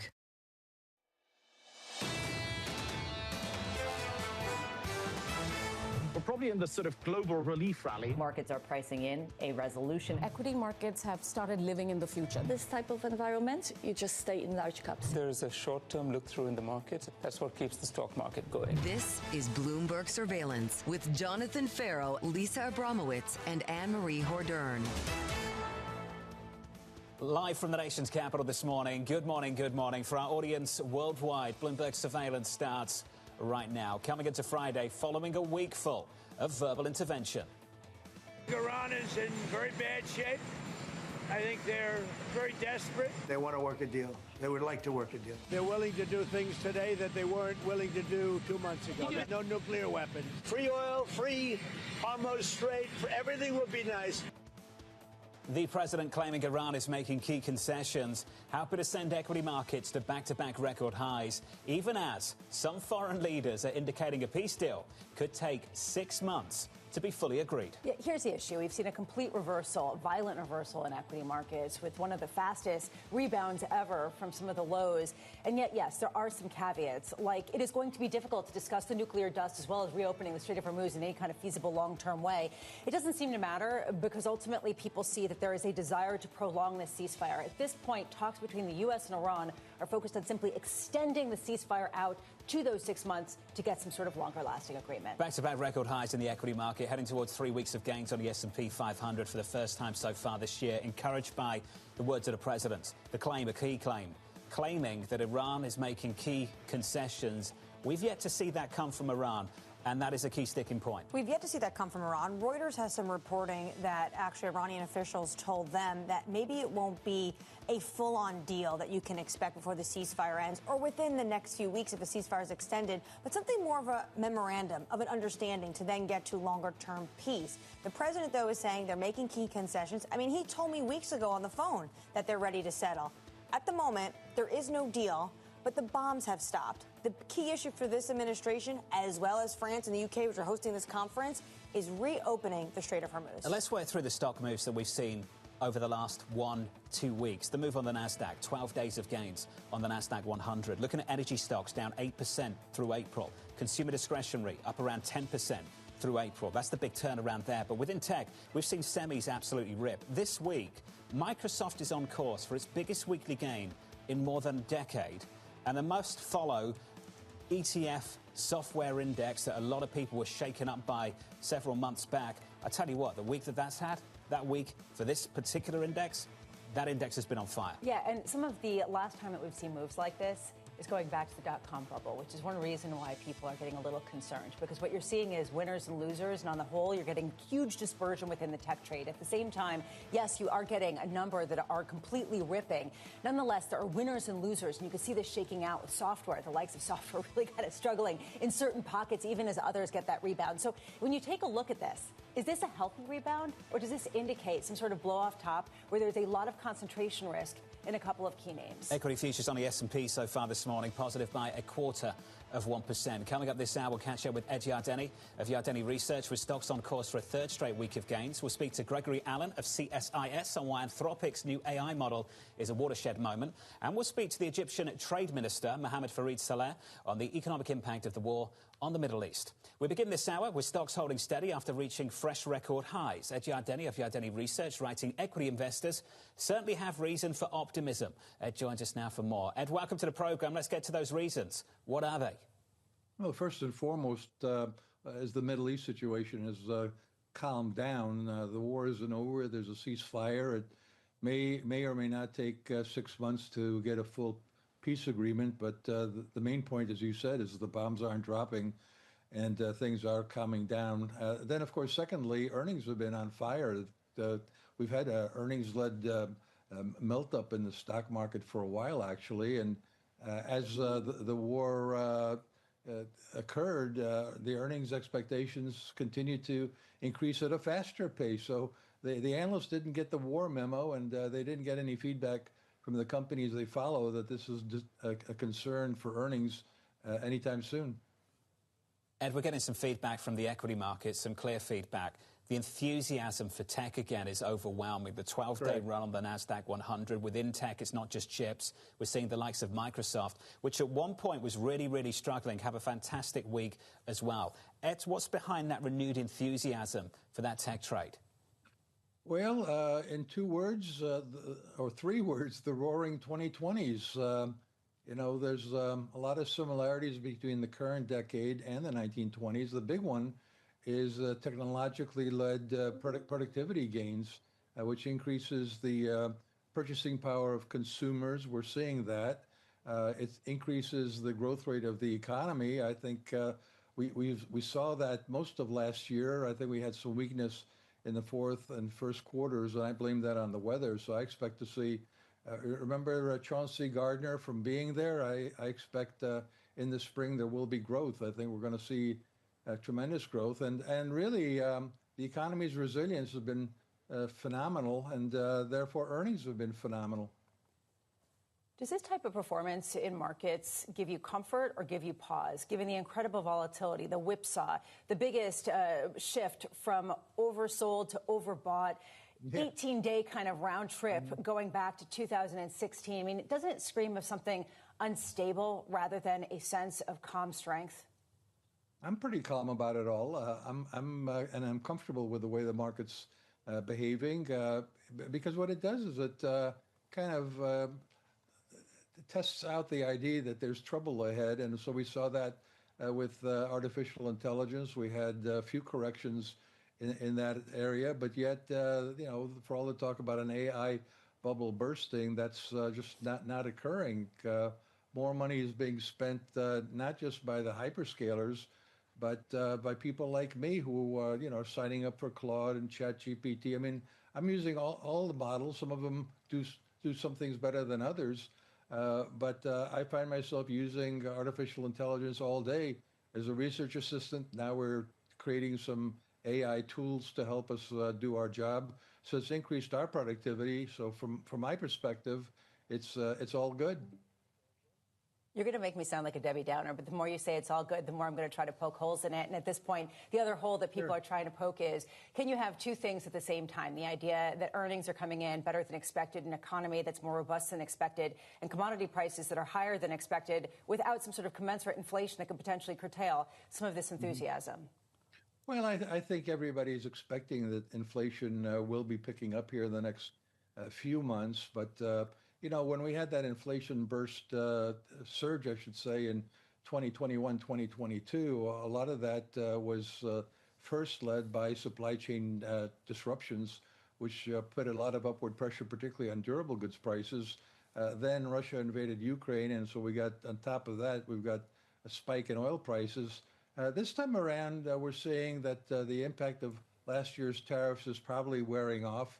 We're seeing that home ownership inflation is the shelter inflation component of consumer price inflation is coming down sharply. The price of oil looks like it's doing another one of these short-term spikes, reminiscent of 2022, without the pass-through that we saw in 2022. Ed, when it comes to the stock market, how much are you feeling calm and how much are the recent gains because of verbal intervention from the White House? Well, obviously that had a big impact. You know, a lot of the concerns that people had that caused the market to go down by 9% from, what was it, from January 27th down to March 30th. Those concerns have been around for a few weeks. People kind of kick the tires and see and realize that there's no flat there. The tires are still inflated and cars still moving forward. And I think that's a reasonable analogy for what we're seeing here in the market is the AI concerns created buying opportunities. And by the way, everybody knows now that geopolitical crises create buying opportunities. So we've got this annoying situation where you don't get a chance to buy for very long. You really have to jump in and just buy on the dip. Otherwise, everybody's buying once they figure, you know, let's look through this geopolitical crisis, and we're getting some really good bargains here. And one of the reasons we're having good bargains is PEs came down not just because you know, valuations crashed, but because earnings really took off. So usually you buy high PEs expecting down the road you'll get better earnings, but we've had almost instant gratification with earnings continuing to significantly surprise to the upside. And it's not just technology and it's not just energy. Ed, we appreciate your enthusiasm, sir, as always. Ed Yardeni there of Yardeni Research, constructive on this equity market. How many times have we heard this, that the adverse scenario is so adverse that we won't see it because ultimately they'll look to avoid it? When you listen to the president claiming the Iranians have made key concessions, we don't know if they have. We've yet to see evidence of it. When you listen to the IMF and the World Bank through this week in Washington, D.C., they've been pretty clear. Every day that goes by that a Strait of Hormuz remains closed, you get closer and closer to that so-called adverse scenario. Yeah, and part of the reason why the IMF is particularly concerned is because every day another country comes to them with their hand out asking for money to try to stave the gap that they have in their budget as a result of trying to buy energy and the fact that their economy is slowing otherwise. So they're feeling it on the ground in the most vulnerable countries. On a whole, this is where the averages mask individual pockets of pain, and the reason why you can get a very different sentiment than the overall averages that speak to a much more resilient kind of economy. And when it comes to individual pockets of pain, Bank of America Institute has a note out this morning talking about small firms, especially transportation, agricultural. Their spending on energy, gas, diesel, up 25%. And this is now April. This is ahead of key driving season when prices naturally, most normally, go a lot higher. Heading towards another week of gains on the S&P 500. Despite all of that, futures up by 0.25% with an update on stories worldwide. With your Bloomberg Brief, I'm pleased to say that joining us now is Scarlett Fu. Hey, Scarlett. Hey, good morning, John. President Donald Trump says the war in the Middle East could end soon. Trump says it may not be necessary to renew a 2-week ceasefire with Iran before it ends early next week because the war could be over before then. He also said the U.S. and Iran could meet for a second round of negotiations this weekend. Meantime, President Trump also says Israel and Lebanon agreed to a 10-day ceasefire. Trump says he held, quote, excellent conversations with leaders of both countries. There was no immediate confirmation from Israel or Hezbollah. And the U.S. government wants to make a version of Anthropic's AI model Mythos available to major federal agencies. A memo seen by Bloomberg did not specify when various agencies would get access or how they might use it. That is your Bloomberg Brief. John? Hey, Scarlett, thank you. Great work, as always. Looking forward to catching up with Scarlett again later this hour. Some reporting from Axios coming about 10 minutes ago, 15 minutes ago, that the boss of Anthropic will be meeting with the chief of staff of the White House, Susie Wiles, a little bit later on today. There's a bit of a contradiction, some tension here that's worth exploring. That on the one hand, this company is the so-called supply chain risk. On the other hand, they want to use this company within the government across various departments. And the extra tension is that they already are using this company across a variety of different departments. And you could argue they've been instrumental in the entire effort in Iran, as well as in other conflicts that the U.S. has been involved in. It is a difficult moment. Which side is going to give? And how do you understand this uncomfortable situation where executives have a good degree of power over domestic security and international security of different nations? We'll catch up with Gregory Allen of CSIS a little bit later this hour on that topic. Up next on the program, closing in on a deal with Iran. I think we have a very successful negotiation going on right now, and I think it'll be, if it happens, it'll be announced fairly soon, and that'll give us free oil, free Hormuz Strait, everything will be nice. Up next, we'll catch up with Stephen Kirk of the Council on Foreign Relations, live from Washington, D.C. this morning. Good morning.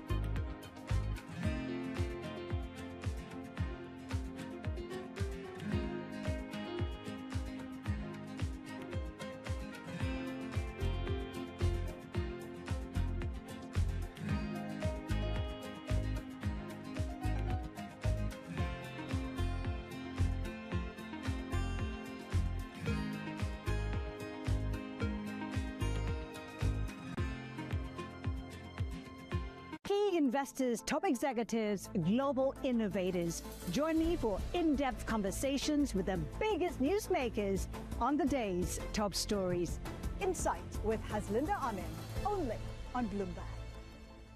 Know how the market day started. Find out how it finishes. Public markets to private markets. From the micro to the macro. Covering retail, entertainment, the business of sports. The supply chains, trade policy, how it all is impacting the U.S. equity market as we drive to the closing bell at 4 p.m. A holistic approach to covering financial markets. If it matters to your life, we're covering it. I'm Katie Greifeld. And I'm Romaine Bostic, and this is The Close. Live every weekday. Only on Bloomberg. Context changes everything. What is going to be the consequence for U.S. markets? We are seeing modest gains across European equity markets. Take a look at how we're faring when it comes to Asian markets.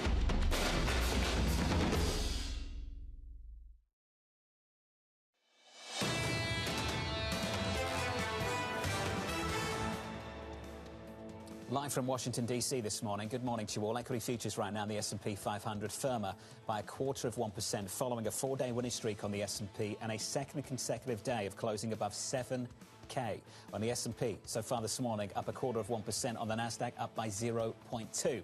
Under Savannah's this morning, closing in on a deal with Iran. I think we have a very successful negotiation going on right now. And I think it'll be, if it happens, it'll be announced fairly soon. And that'll give us free oil, free Hormuz Strait. Everything will be nice. And I think your oil price will go down to lower than what it was before.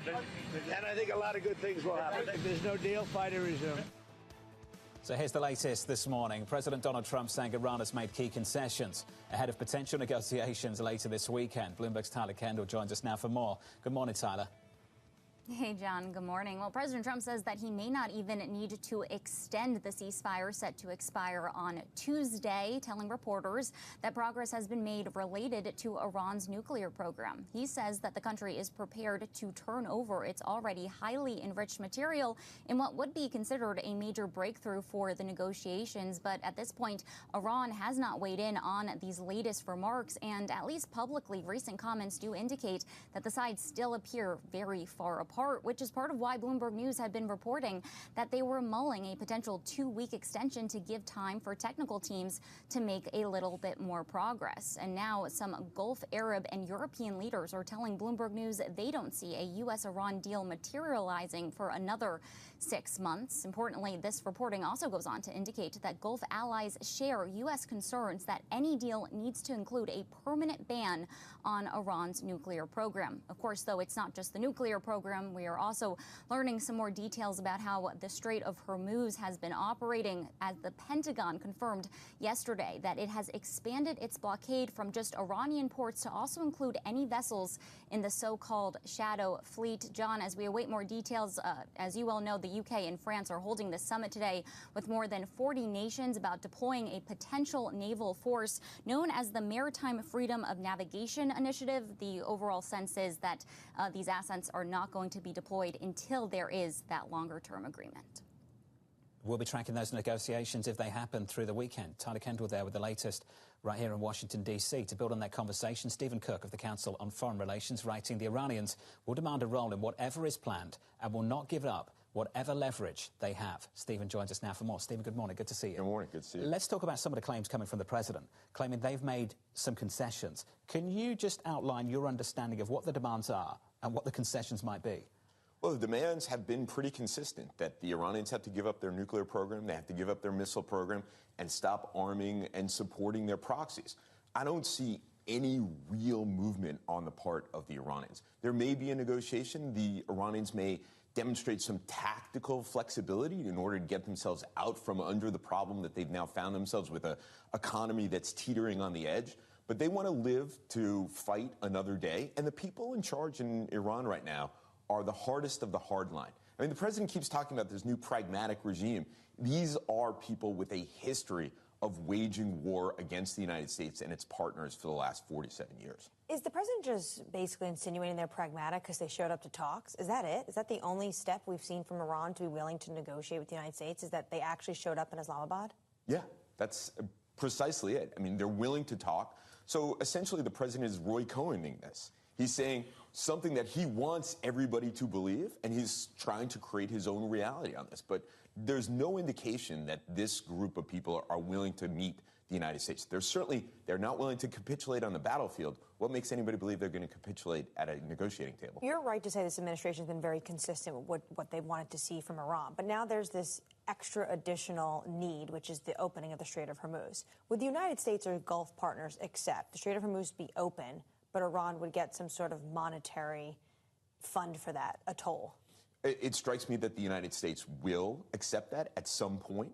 The Gulf states will be very, very unhappy about this. I mean, think about the strategic setback this is for both the United States and our Gulf partners. Before this war was launched, there was freedom of navigation through the Strait of Hormuz. Now the Iranians have some notional leverage over the strait, although we're blockading it right now.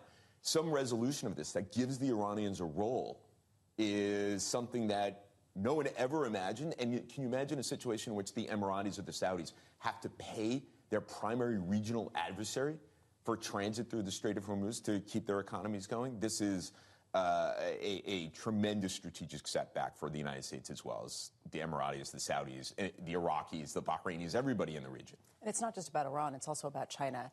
And the Atlantic Council put out a graph showing that the number of cross-border payments transacted in renminbi has gone up tremendously in the past 6 weeks. I mean, how much do you see China stepping in and trying to create the petro yuan to try to reassert themselves in terms of the voice of influence over the region? Yeah, you know, I think the Chinese stand to gain here at the expense of the United States. But I think that the Chinese also have a compelling interest in freedom of navigation throughout the world, but particularly in the Strait of Hormuz. They also have a ton of oil in storage. So I think the Chinese are well placed to play a role. They have pushed the Iranians into talks and made their preferences known. But I don't think the Chinese are really wanting to step in and replace the United States here. After all, to the extent that the United States gets wrapped around the Strait of Hormuz, Iran, and the region, there's less time for the United States and less resources for the United States to focus on East Asia. It is not completely clear what all of the goals are. There is a general goal, though, in the United States and in the Western world: freedom of navigation through the seas, a desire not to see a nuclear Iran. What's Iran's ultimate goal, given the new leadership? The ultimate goal of this regime is survival. Okay, but beyond that, is to continue its nuclear program. I mean, the ultimate guarantee of regime survival, to hold on to the leverage that it now has in the Strait of Hormuz, which is something new, which is almost as good as, if not better, than a nuclear program, because you might be able to make money off of it, and to continue to play a role and put pressure on the rest of the region. The Iranians have not given up, despite the battering that they've taken, any of the basics of their approach to the region and their approach to the United States. There has been a change of strategy from the United States. There is now a blockade of the blockade. Does that mean Iran has lost leverage, or are they just going to wait this out? The Iranians look at the world in a very different way than the way we look at the world. We look at the world in 2, 4, 6, 8-year periods, because that's our electoral cycle. Those in charge of the Islamic Republic have a much longer time frame. So they'll wait us out. They'll wait out. A new administration will come in. They'll have some new approach. And even if there is some change, there's a blockade of a blockade, but there's some negotiation that's going to go on about the status of the Strait of Hormuz. They're going to insist that they play some role in it. But right now, they can't move their product either. And at some point in the next few weeks, analysts say there's going to be shut-ins. They could do some serious damage of their wells, which is oil is basically the main driver of their economy. Do you think that could force them to be a little bit more pragmatic? Well, certainly the economy is on the verge of collapse. The Israelis and the United States have done tremendous damage from the air, and now this blockade is making things even worse. But keep in mind, as I said before, this is the hardest of the hard line. They'd rather eat dust than capitulate to the United States. So I think this is going to go on much longer. And again, at the negotiating table, there might be some tactical flexibility. They're interested in sanctions relief, but are they interested in solving all the issues between the United States and Iran? I don't think so. Really tough question to answer, but I've got to ask it, and forgive me. You've got a base case of how long the strait's going to be closed for? I think the straits are going to be closed for at least the next few months. The next few months? I think it's entirely possible that, it's going to take time to negotiate the end of this blockade, that the Europeans are talking about this mechanism. It'll take time for them to get it together, to get naval escorts through the Strait of Hormuz. That's even assuming that the Europeans have the kind of organizational capacity to actually do this kind of thing without the help of the United States. And as I said, I think we're talking about the hardest of the hardliners. There's going to be tactical maneuvering around negotiations, but it could be a while before the Strait is actually opened in a way that the economy can get going again. Stephen, appreciate your perspective. Thank you, sir. Stephen Cook there of the Council on Foreign Relations. If there are any Europeans in Washington waking up this morning at the IMF World Bank spring meetings, hearing the next few months, I'm sure they'll be immensely concerned. We've seen the rationing take place in Asia, and if the Strait is closed for another few months, you'd imagine you're going to see similar things take place in European nations in the weeks to come. What did we hear from the IEA yesterday? Fatih Birol talking about that Europe is 6 months away from running out of jet fuel, and we're seeing flight cancellations from European airlines because they don't have access to the product. Unreal. Your equities are at all-time highs on the S&P 500 and on the NASDAQ at the close on Thursday coming into Friday. Futures up another 0.25% so far this morning. Up next, we've got to talk about this. Gregory Allen of CSIS, as Anthropic's latest AI model has markets and the government very much on edge. That conversation just around the corner. Live from Washington, D.C. this morning. You're watching Bloomberg TV.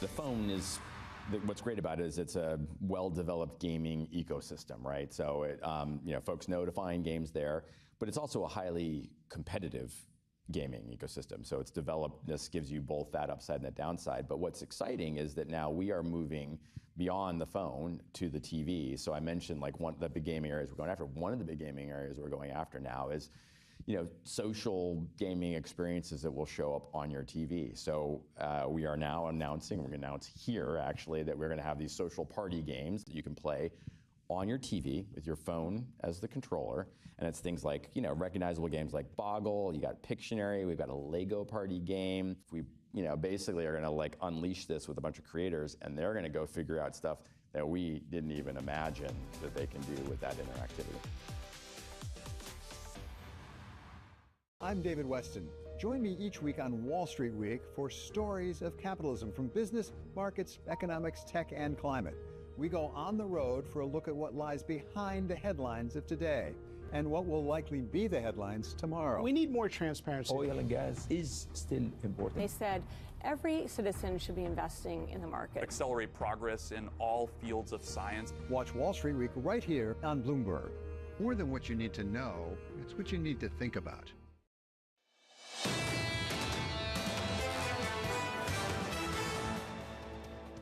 Live from Washington, D.C. this morning at the IMF World Bank Spring Meetings. Through this week, equity futures shaping up as follows. On the equity market, on the S&P 500, positive once again, adding some weight to a record-breaking rally. 4-day winning streak on the S&P, up 0.2%. 12-day winning streak on the Nasdaq 100, the longest since July 2017, up another 0.1% so far this morning. On the S&P, looking for a third consecutive week of gains. Haven't seen that all year.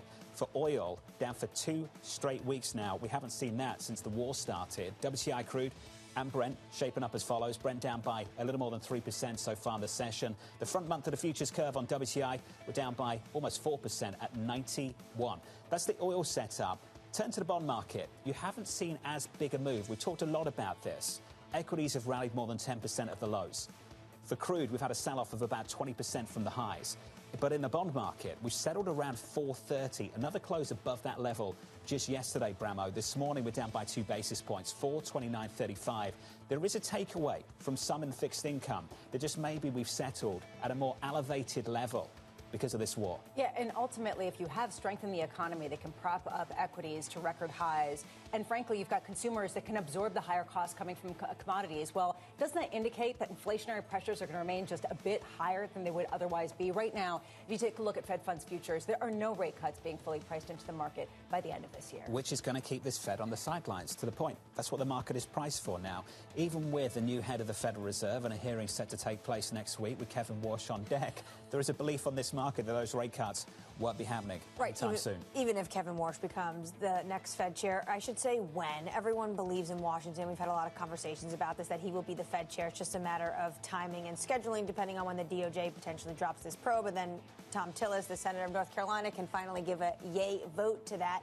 Of course, the issue is, and Lisa brought this up the other day, actually, this White House kind of gave cover to the incoming Fed chair, saying maybe now, right now, is not the time to move around when it comes to rates. Gave cover to the Federal Reserve. I'm not sure about the incoming Fed chair because at the moment, there's no open door for him to walk through. True. I've asked that question repeatedly through this week. Everyone I've met in Washington, I've asked the following question. Why won't the president take the off-ramp?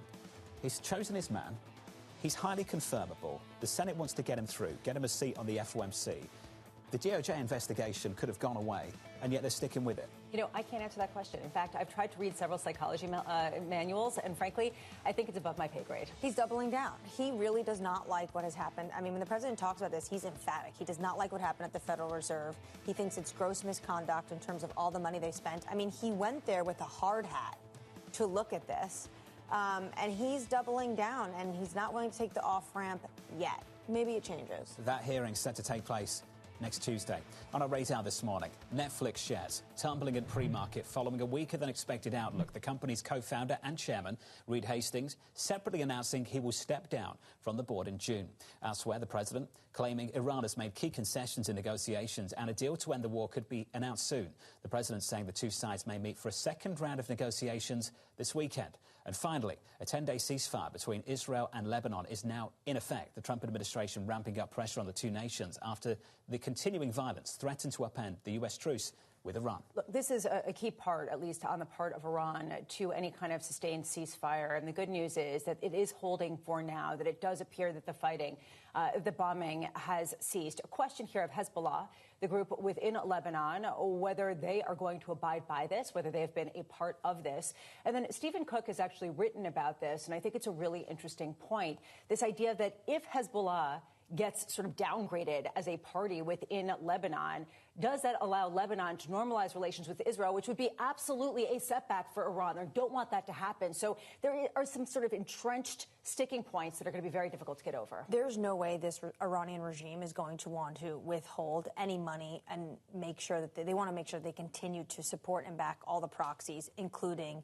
Hezbollah. And in Trump's Truth Social yesterday, he's talking about Israel and Lebanon. No mention of Hezbollah, which is where Israel is fighting. But it could give a little bit more breathing room for both sides of the negotiations to actually have these talks Because the Iranians, every single time you speak to them and hear from them in their press, they say, well, one of our conditions now is that Israel needs to stop when it comes to the fighting at Hezbollah. The Strait of Hormuz is still closed. Yeah. And every day that oil's goes at 91. by, the IMF has said every day that goes by we get closer and closer to the so-called adverse scenario. I heard from Steve Orth of Federated just yesterday, who's made the point repeatedly that this is so bad that if it can't happen, it won't. That's their view on things. And I think that's the market's view as well. It's so bad that it can't happen, so we can look through it. Yet you speak to Stephen Cook, Lisa mentioned him, we caught up with him just moments ago. He's making the point that this could go on for 2 months. So you've got the analysts looking at the prospect of this going on for 1 to 2 months from here, maybe longer, who knows? I hope this is wrapped up quickly. But this market is priced for something very, very different. Well, what's so interesting, though, is that before this conflict began, and there's all these reporting that Trump is potentially going to do this, everyone said, well, Iran would never go for the nuclear option, which is actually closing the Strait of Hormuz. That would never happen. It is too dangerous. It is too much of an economic blowback for everyone, not just the global economy, but also the Iranians themselves. And guess what? They did. They went for that nuclear option, and they decided to close the Strait. WTI this morning at about 91, Brent crude in the mid-90s. We need to talk about this story too. It's one of the big stories here in Washington, D.C., and for that matter on Wall Street. Anthropic's latest AI model sending shockwaves across Wall Street. The White House moving to give U.S. agencies access, even as officials warn of major cybersecurity risks. Gregory Allen of CSIS writing, Mythos is a genuine watershed in cyber offense. Wall Street's reaction confirms this isn't hype. Gregory joins us now for more. Gregory, good morning. Great to be with you. Let's start with what this is. Can you briefly describe what is Mythos?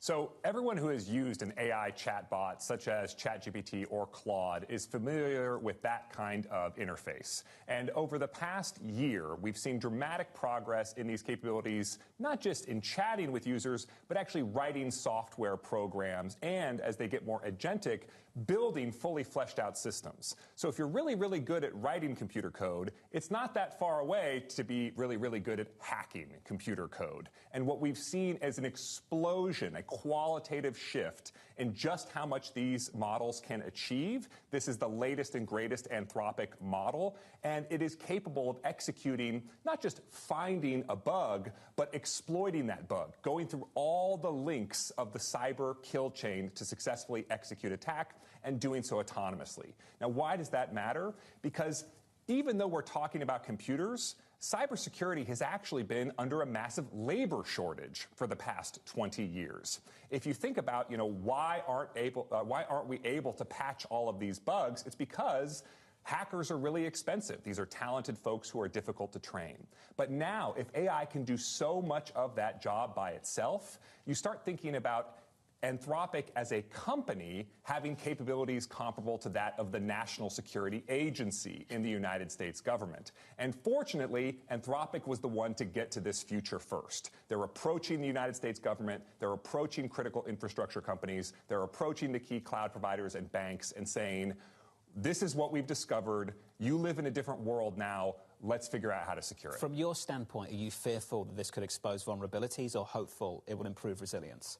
So I think there's a sequencing part of all of this story. This is a capability that is useful for cyber offense, and that means doing bad things, but also doing things that are critical to U.S. national security. But it's also a boon for cyber defense, because you can imagine every new piece of software, before it enters the world, is going to have to go through the Mythos test, which is to say, can you survive this gauntlet? And the reality is, going through that gauntlet before was, number one, pretty expensive and time-consuming, and number two, not perfect. There was a lot of bugs that weren't discovered, and we know that because Mythos just discovered a giant pile of new bugs and all this stuff. So this does offer a world in which we can secure our software more in a bigger way. The problem is that transition point. There is a massive amount of code, whether that's open source code, and it turns out that much of the infrastructure of the internet relies on stuff that is maintained by volunteers, and also big critical infrastructure providers. We're talking banks, energy companies, and the amount of overhauling that they have to do over the next 12 months is massive.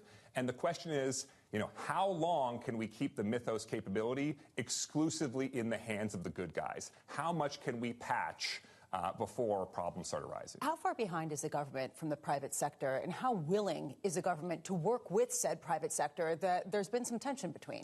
So if you're talking about could the United States federal government create something like Mythos? Could they create something like a frontier AI model? They are very, very, very far behind. They're really not even trying.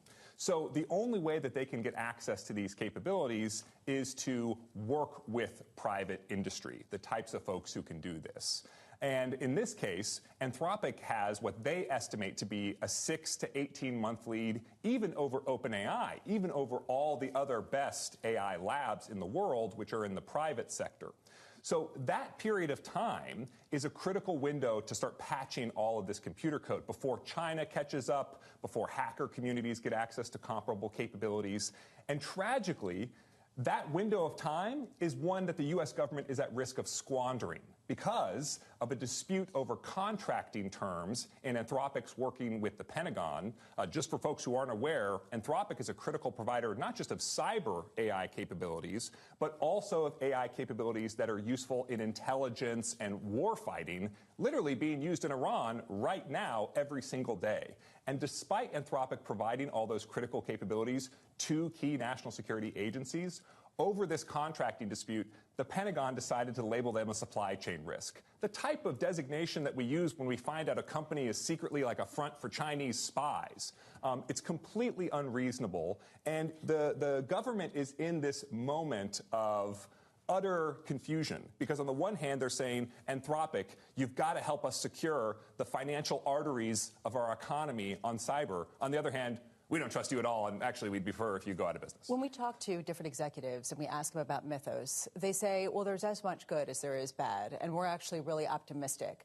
When you talk to them, not on a camera, what's the level of concern right now among executives as well as government officials about what this could do in terms of systemic disruption? So I think the way to think about it is, what if Anthropic wasn't going down this path, right? Anthropic is suffering in business terms because they're not offering Mythos to all of their customers right now. They've made a strategic decision to withhold these capabilities, to invite in 40 key companies, to invite in banks and government agencies to try and secure the internet from this degree of cyber power. In the alternative scenario, where this fell into the hands of somebody who wanted to use it to make bets on the market, or somebody who wanted to use it to exploit cyber offense in a national security sense, maybe one of our adversaries, we would be having a completely different conversation. So the executives are probably right. Because Anthropic has chosen this strategy of engagement and support, the long-term outlook is pretty good. What they're really going to be dealing with is an incredibly messy middle. Gregory, you said that Anthropic is being used right now when it comes to the war. How has Project Maven changed how the U.S. fights war? So Project Maven started out as a relatively humble project to incorporate AI into analyzing drone surveillance feeds. So if you're familiar with those predator eyes in the sky type of drones, it turns out that here too, there's a major labor shortage. It turns out that the U.S. military has a really hard time getting people to watch all of those screens simultaneously. So Project Maven thought we can bring in AI computer vision. They can help these analysts by doing sort of the first processing pass of this type of footage. And that was back in 2018, 2019. What it could do is it could say, hey, in all of these satellite photos or drone photos, this part is all empty water, but right here there's a warship. Fast forward to today, and the capabilities are much more sophisticated, in part because we're incorporating things like Anthropic models, large language models. And what that means is that the AI can no longer just say, here is a warship. It can say, hey, there was no warships in this area yesterday. Now there's 10. They appear to be headed in this direction, and it can write the first draft of the intelligence report about what those things might be up to. And it can speed up all of these workflows. When you hear about the fact that, for example, the United States military struck 1,000 targets in 24 hours in the first part of the Iranian war, you know, the benchmark in the U.S. government used to be like 50 per day. And the key thing is not just how many things you can strike, but the fact that many of those targets are mobile, many of those targets are disguised. So when you hear about 1,000 struck targets in Iran, what that actually means is 10,000, 20,000 high-quality intelligence processing and targeting decisions that had to be made. there's no way the U.S. government could have done that without the help of AI. Gregory, appreciate your time. Thanks for making time for us today. Thank you. Gregory Allen there of CSIS on the latest from Anthropic. Let's get you an update on stories elsewhere this morning with your Bloomberg Brief. Let's get over to Scarlett Fu. Hey, Scarlett. Hi, John. At least 2 more empty tankers linked to Iran have sailed into the Persian Gulf. This comes hours after U.S. Naval Forces Central Command warned it would consider boarding and seizing any sanctioned vessels regardless of location. SpaceX is moving up its vesting schedule for employees. Sources telling us here at Bloomberg it could come as early as next week as the company prepares for its IPO, which is targeting a valuation of more than $2 trillion. President Donald Trump warns that New York City Mayor Zohran Mamdani is destroying the city. Trump says Mamdani's plans to raise taxes on the wealthy will cause harm and chase people out of the nation's largest city. That's your Bloomberg Brief. John? Hey, Scarlett, thank you. More from Scarlett in the next hour. Up next on the programme, bracing for energy volatility. The situation will gradually improve, but we should be prepared to rather volatile energy markets for some time to come. Up next, we'll catch up with the Egyptian Minister of Investment and Trade.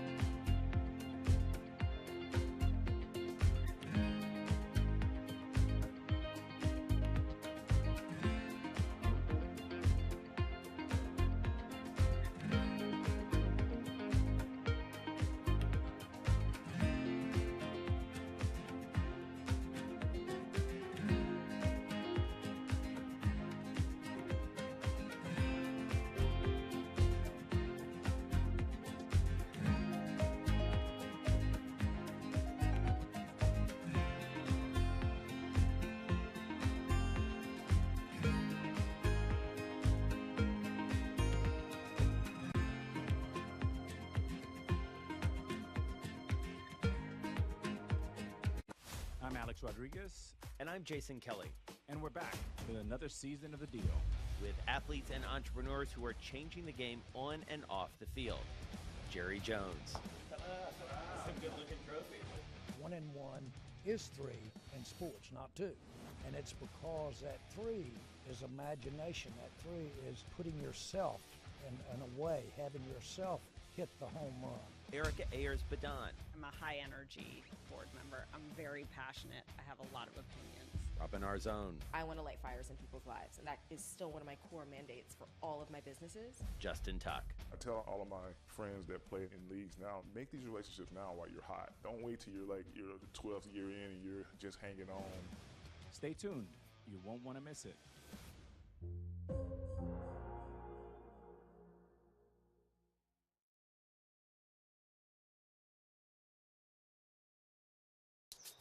Welcome to Bloomberg This Weekend. I'm David Gura. I'm Lisa Mateo. And I'm Christina Ruffini. We're tracking breaking news today from Wall Street to Washington. Let's start overseas. The sector is really propelling this deal forward. Yeah, the hope is this will open up new markets and provide some additional liquidity. Of course, now they're going to have competitors. We got a big week coming up in politics. Earnings season is underway. We're going to get some key reports. Everything you need to know before the markets open on Monday. Introducing Bloomberg This Weekend, bringing a little Bloomberg into your weekend routine. Guys, buckle up. Asia is at the forefront of some of the world's biggest stories. And we're here, where the action starts in Sydney. And in Tokyo, get ahead as the global trading day begins. The Asia Trade, weekdays only on Bloomberg. Get your fixed income fix. Watch Bloomberg Real Yield around the world right here on Bloomberg. Context changes everything.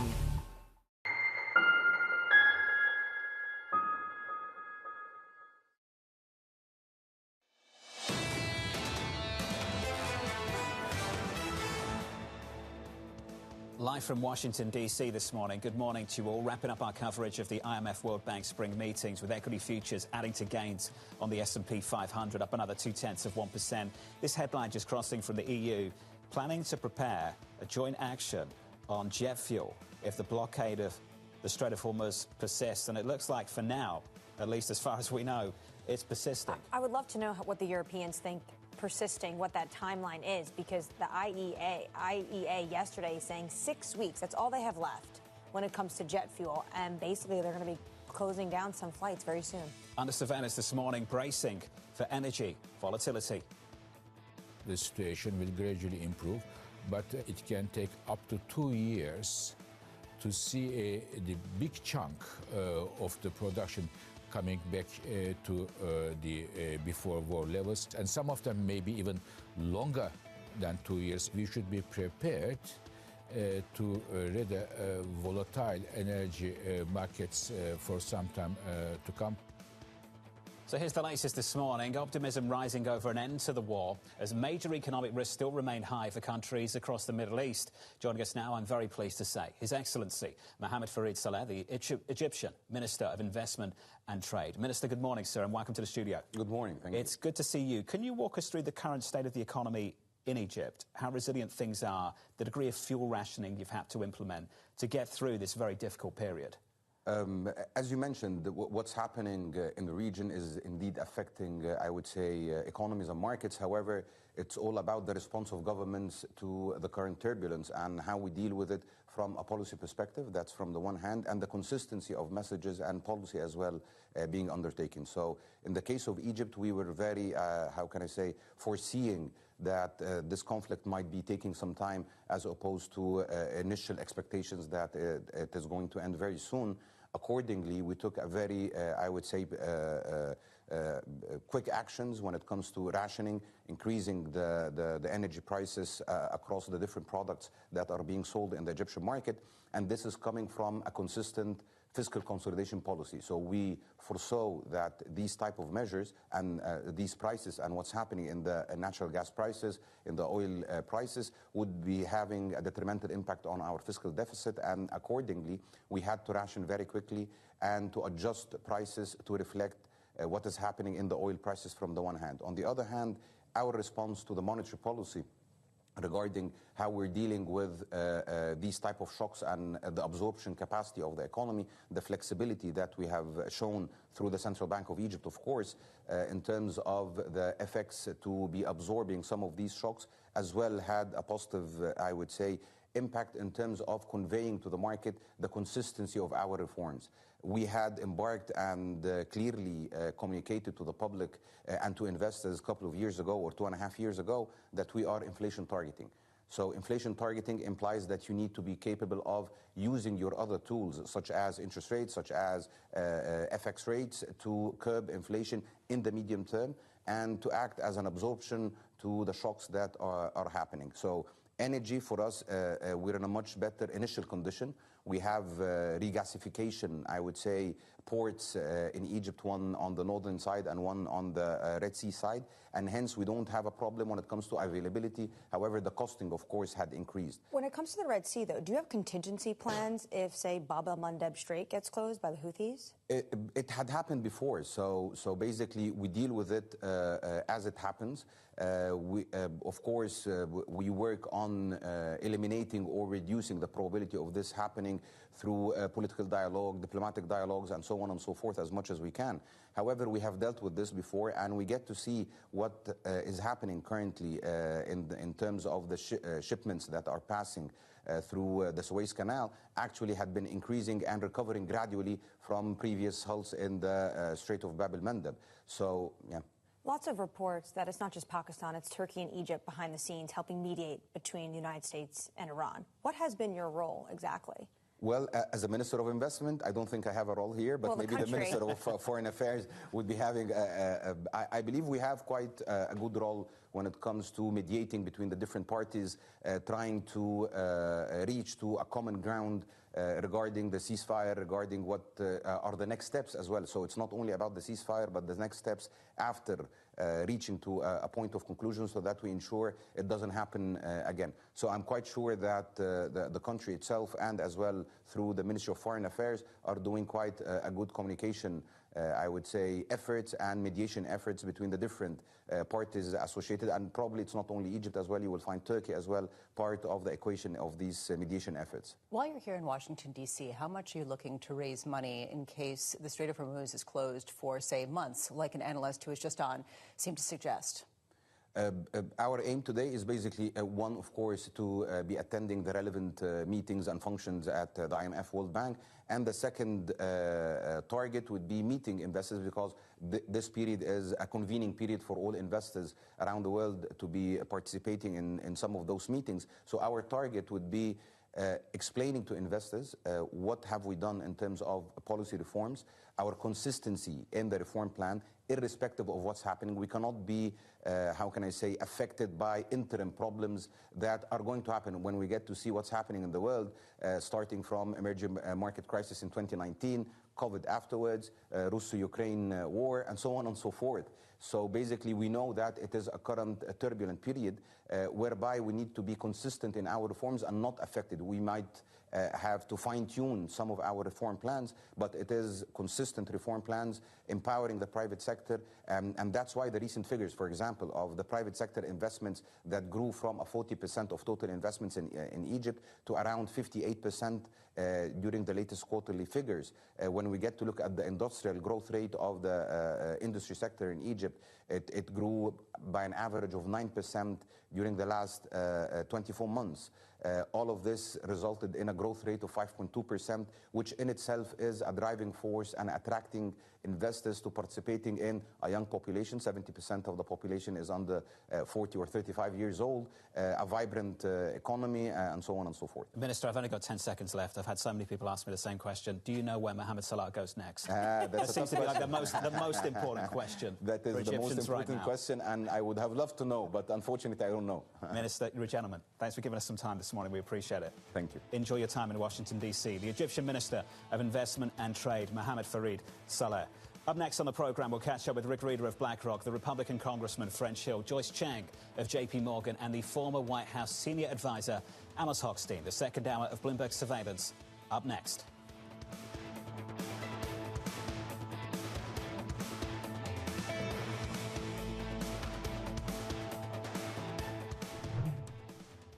The Middle East and Africa regions are home to some of the biggest deals and fastest growth in the world. Vibrant resources and high-yield investment opportunities abound. I'm Jumana Versace. Join me on Bloomberg Horizon's Middle East and Africa for the stories, newsmakers, and insights shaping the decisions of traders across this exciting region. You had heightened levels of volatility. There's still room to maneuver. We do see opportunities. It allows you to increase significantly your net income. Every trading day, only on Bloomberg. Tariffs, I think, are probably the first time in my career I've had to deal with like a fundamental change in government policy in terms of how we think about how markets work. The challenge, especially within my supply chain, is now how do you have enough productivity initiatives to offset the increased cost of all the product? Can you just move your supply chain out of China and into the U.S. or out of Mexico and up to Canada? Is it that easy? It's not that easy, but we do have flexibility. And we had been, prior to tariffs, prior to any of this, we had been on a journey to diversify our footprint out of China. So probably 2-ish years ago, roughly 65% of our toy and game volume was coming from China. Today, as we entered into 2025, that was around 50%. All we've done is really accelerate the path to get down to roughly, call it 30% by the time we enter into 2027. For us, I mean, if tariffs stay, if tariffs go, it's never good to have so much of your manufacturing base centered on one geography. We think the diversification is good, but it does take a bit of time to get vendors and suppliers up to speed. Quality is a big deal, especially when you're dealing with toys and kids. It's not an instantaneous thing, but it's not also a 5-year, have to build a new plant from scratch. Welcome to the world of decentralized finance. Why is it that NFTs have not recovered in the same way that, say, Bitcoin has? Bloomberg is covering all things crypto. It's a pretty spectacular story. The people. This is the future. This is the 21st century economy. The transactions. It snapped up nearly $1 billion of Bitcoin. And the technology. We need to build a digital Fort Knox. That gives people financial freedom, and that's a wonderful thing. That's extraordinary. We ride the wave that is Bitcoin. Bloomberg Crypto, only on Bloomberg. From the world of politics to the world of business, Joe Matthew and Kaylee Lines deliver news, insight, and analysis live 2 times a day, every trading day. Balance of Power at 1 and 5 Eastern, only on Bloomberg. The world's most powerful investors don't ring a bell. They quietly reshape entire industries. This is the money shaping the world. The Dealmaker Playbook, where power and billions of dollars change hands every day. From private equity and credit to venture capital and M&A, we bring you the inside scoop on the biggest deals and debates, plus exclusive conversations with finance's ultimate insiders. I'm Danny Berger, and this is Bloomberg Deals. Every week, only on Bloomberg Television.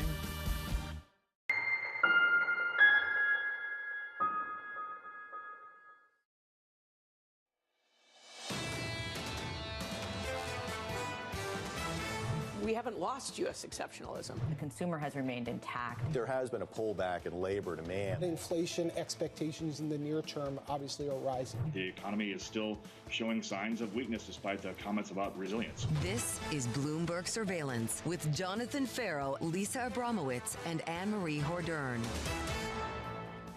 What a record-breaking run in this equity market stateside. Live from the nation's capital this morning. Good morning, good morning. For our audience worldwide, the second hour of Bloomberg Surveillance starts right now, and your scores look like this. A 12-day winning streak on the NASDAQ 100, and we add some weight to that run. On the NASDAQ 100 this morning, up by 0.1%. On the S&P, up by 0.2%. On the Russell, up by 0.4%. Energy has really struggled. Tech and everything else has done anything but struggle. This rally has been explosive. Yeah, it really has been one of the fastest peak to trough, or trough to peak, I should say. Recent memory when you talk about moving from oversold to overbought territory in 18 days. That is the fastest that we have seen going back, I believe, to 2016. A question here about how durable this is and how much this indicates that the U.S. economy in particular is more independent from some of the geopolitical concerns, in particular, the price of commodities. Well, let's start with the earnings. So the outlook for earnings has improved. It's not worsened based on the estimates. Now, whether that changes in the coming weeks remains to be seen, but let's go with it. We've had some decent guidance this week from ASML. We've had some decent guidance from Taiwan Semi, encouraging that move into the tech trade. And this week, not just about hardware, not just about the semis, also about software, which has had an incredible recovery over the last few days. So let's park tech. Then you've got the situation in the Middle East.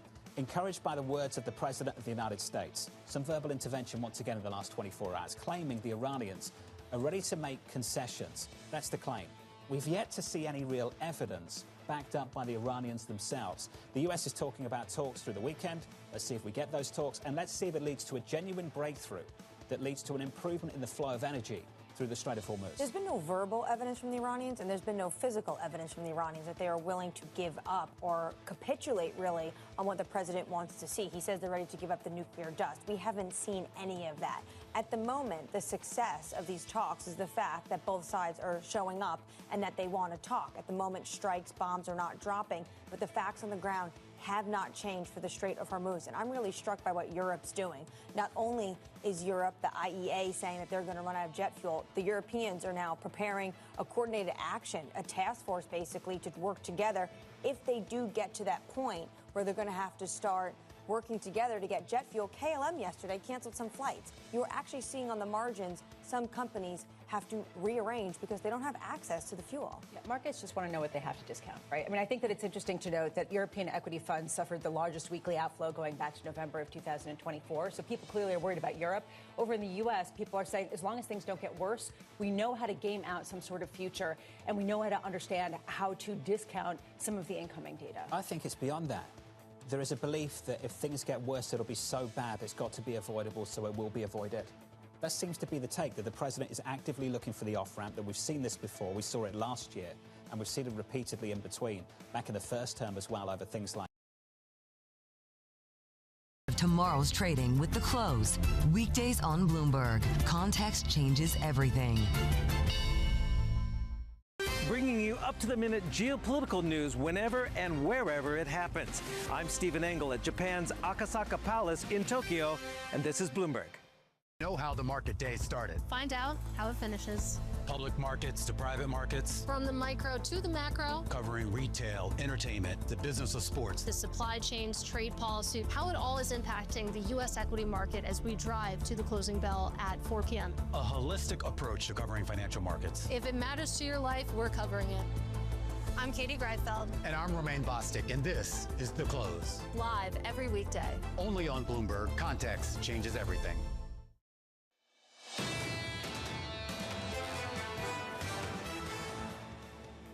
Four-day winning run on the S&P 500, 12-day winning stretch on the NASDAQ 100, the longest going back to, I believe, July 2017. Equity futures up so far this morning by 0.25% on the S&P, on the NASDAQ up by 0.2%. The NASDAQ over that period higher by more than 13%.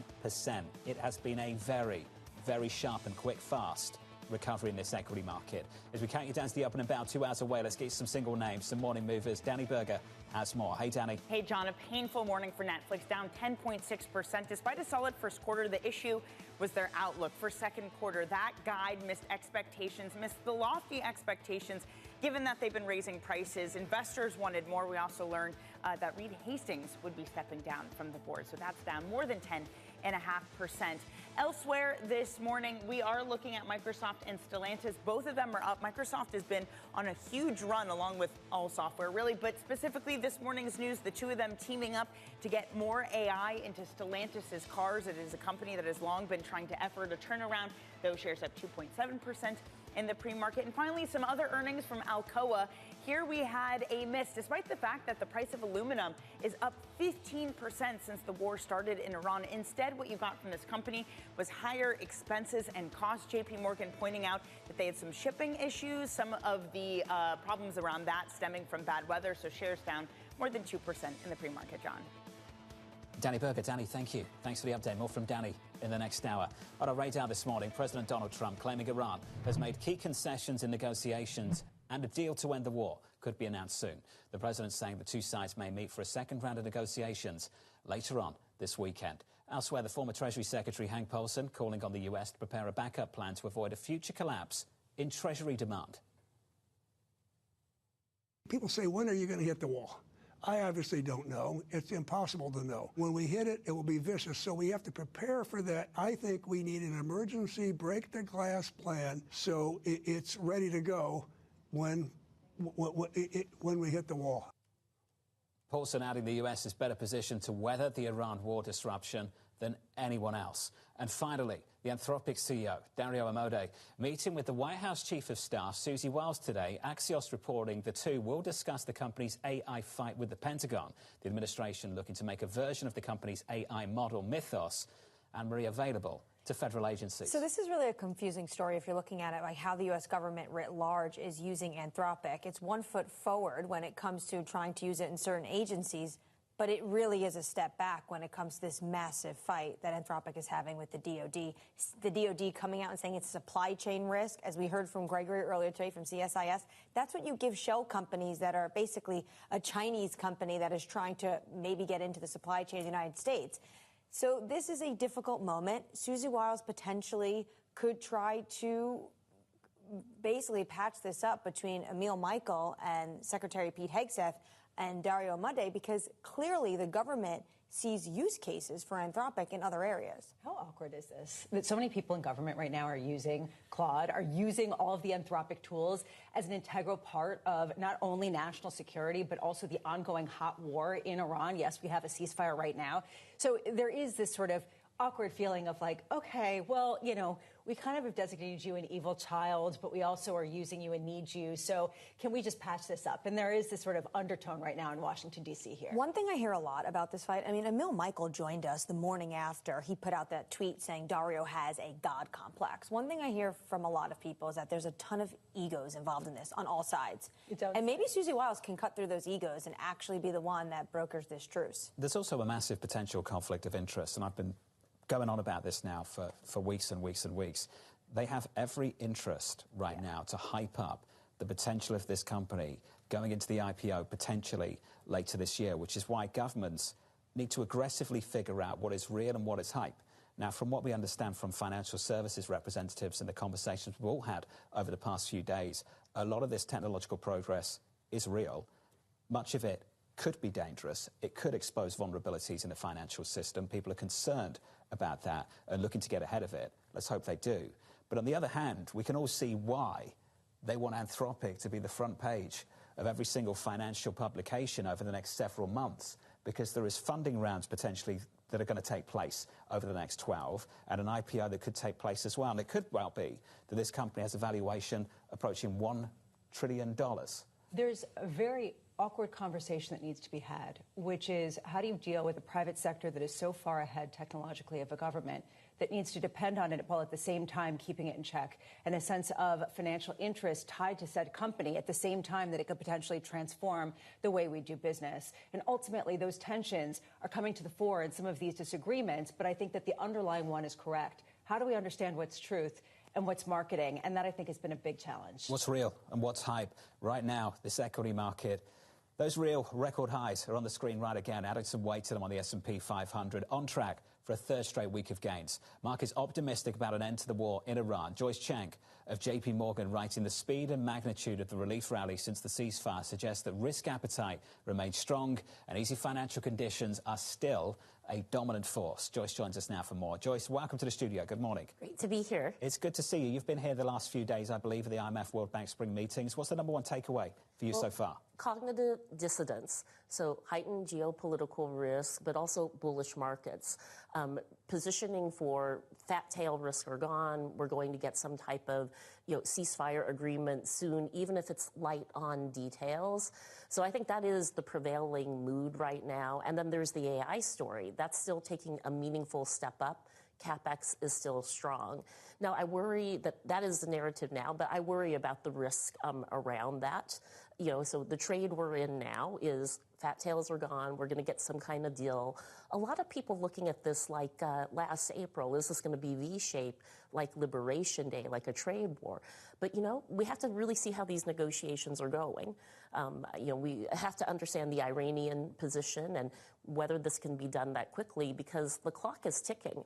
We're going through inventories. We have 13 million barrels per day offline. So if this goes longer than what market is expecting, that's going to lead to, I think, a considerable amount of disappointment here. So people have reflected on the 2025 comparison, Liberation Day, April 25.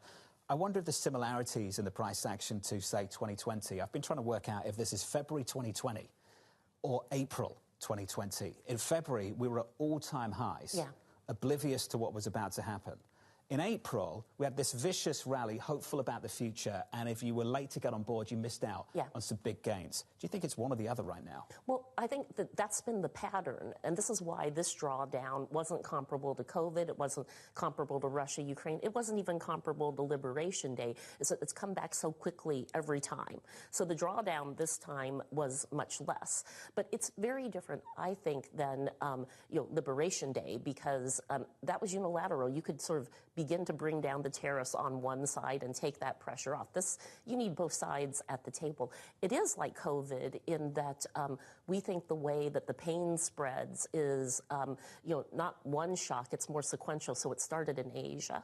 Well, it moved to Africa and then to Europe. And that's why the clock matters here, because you're running through a lot of these inventories and reserves right now. Probably taken about 6 million barrels per day offline just since this started. So that is something where the market is thinking, well, something will happen relatively quickly, 3 weeks, 5 weeks at the maximum. But when we look at negotiations with Iran, that they have not been that quick. And these issues are very complicated, and we don't really hear the Iranian side of it. So I worry that the market, could be pricing in a lot out of the headlines we're hearing, but it's more complicated than that. I like your framing of cognitive dissonance, and I wonder how much is dissonance between the physical world and the financial world. The idea that in the physical world there are real constraints, as we've learned since COVID and beyond, while in the financial world it seems like there's a lot of liquidity, and actually financial conditions are really easy.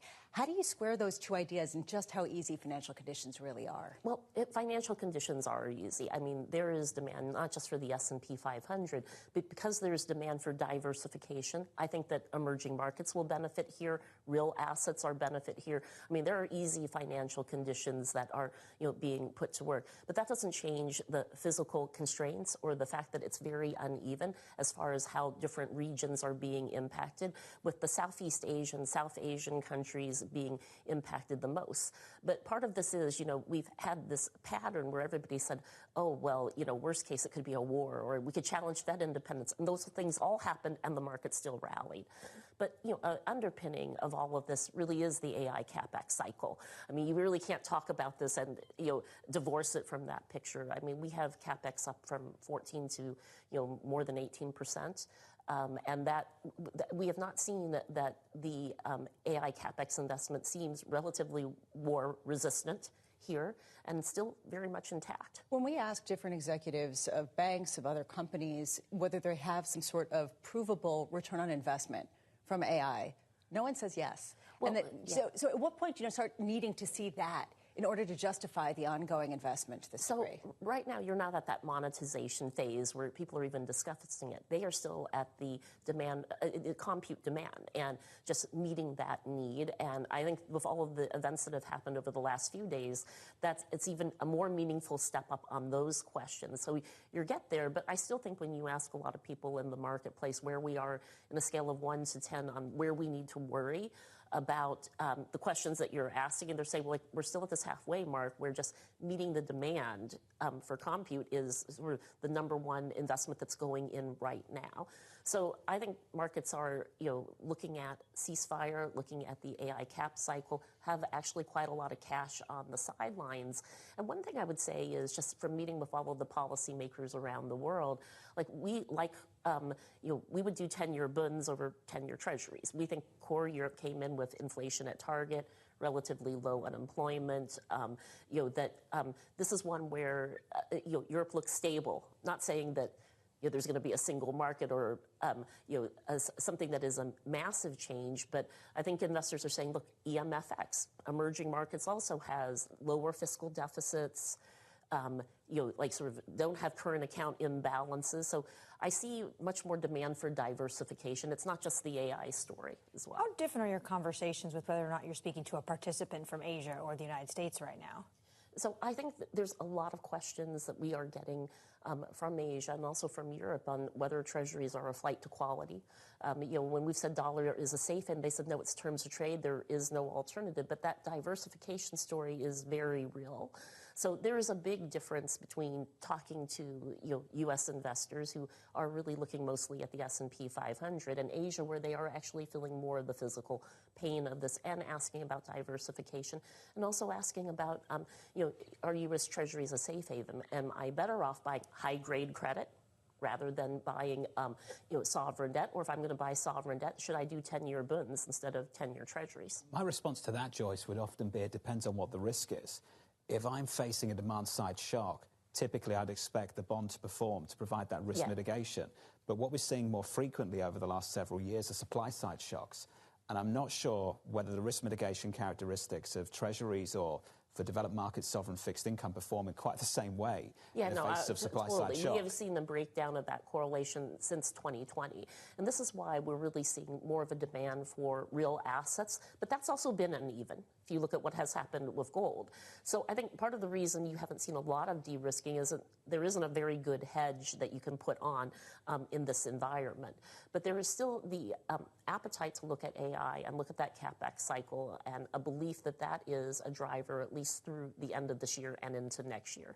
And that CapEx is already sort of well, in place and in motion right now. A lot of portfolios anchored to that story, that's for sure. Joyce, it's good to see you. Great to see you. Thanks for being here. Thank you. Take Joyce care. Chang there of JP Morgan. Equity futures right now on the S&P 500 higher by 0.25% with an update on stories worldwide with your Bloomberg brief. Scarlett Fu's back with more. Hey, Scarlett. Good morning, John. President Donald Trump says Israel and Lebanon agreed to a 10-day ceasefire. Trump says he held, quote, excellent conversations with leaders of both countries. There was no immediate confirmation from Israel or Hezbollah. UK Prime Minister Keir Starmer is again facing calls to resign over his appointment of Peter Mandelson as ambassador to the U.S., despite links to China, Russia, and Jeffrey Epstein. Starmer was forced to acknowledge on Thursday that the Foreign Office gave Mandelson security clearance even after objections from vetting officials. President Trump's 250-foot triumphal arch clears a key hurdle. A federal arts panel approving early designs for the project. The arch will be built in honor of the country's 250th anniversary and will feature eagles, Lady Liberty, and a line from the Pledge of Allegiance. That's your Bloomberg Brief. John? Hey, Scarlett, thank you. More from Scarlett in about 30 minutes' time. Up next on the program, striking a deal with Iran. The stock market is good. The oil prices are coming down. And it's looking very good that we're going to make a deal with Iran. And it's going to be a good deal. It's going to be a deal with no nuclear weapons. Up next, we'll catch up with the former White House senior advisor, Amos Hochstein, live from Washington. You're watching Bloomberg TV.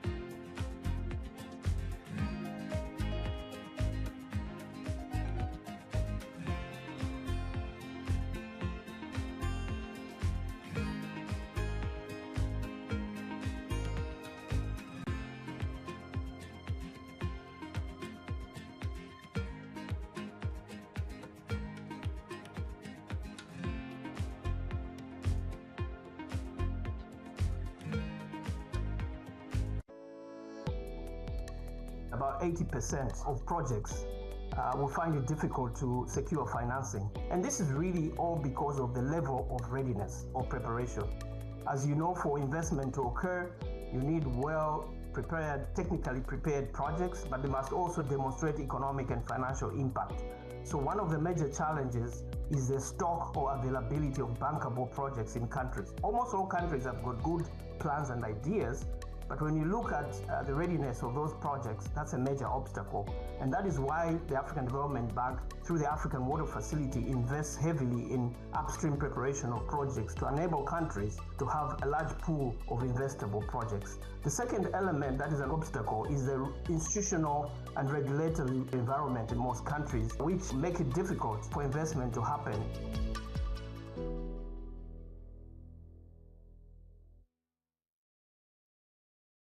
I'm David Weston. Join me each week on Wall Street Week for stories of capitalism from business, markets, economics, tech, and climate. We go on the road for a look at what lies behind the headlines of today and what will likely be the headlines tomorrow. We need more transparency. Oil and gas is still important. They said every citizen should be investing in the market. Accelerate progress in all fields of science. Watch Wall Street Week right here on Bloomberg. More than what you need to know, it's what you need to think about. Good morning. This is Bloomberg Surveillance. Welcome back to the opening trade. Watch Bloomberg Tech. This is the Asia Trade. This is Wall Street Week. Welcome to Balance of Power. You're watching Bloomberg Deals. Welcome to Bloomberg This Weekend. This is Bloomberg Television. Bringing you up to them in the news whenever and wherever it happens. I'm Sherian in Seoul, and this is Bloomberg.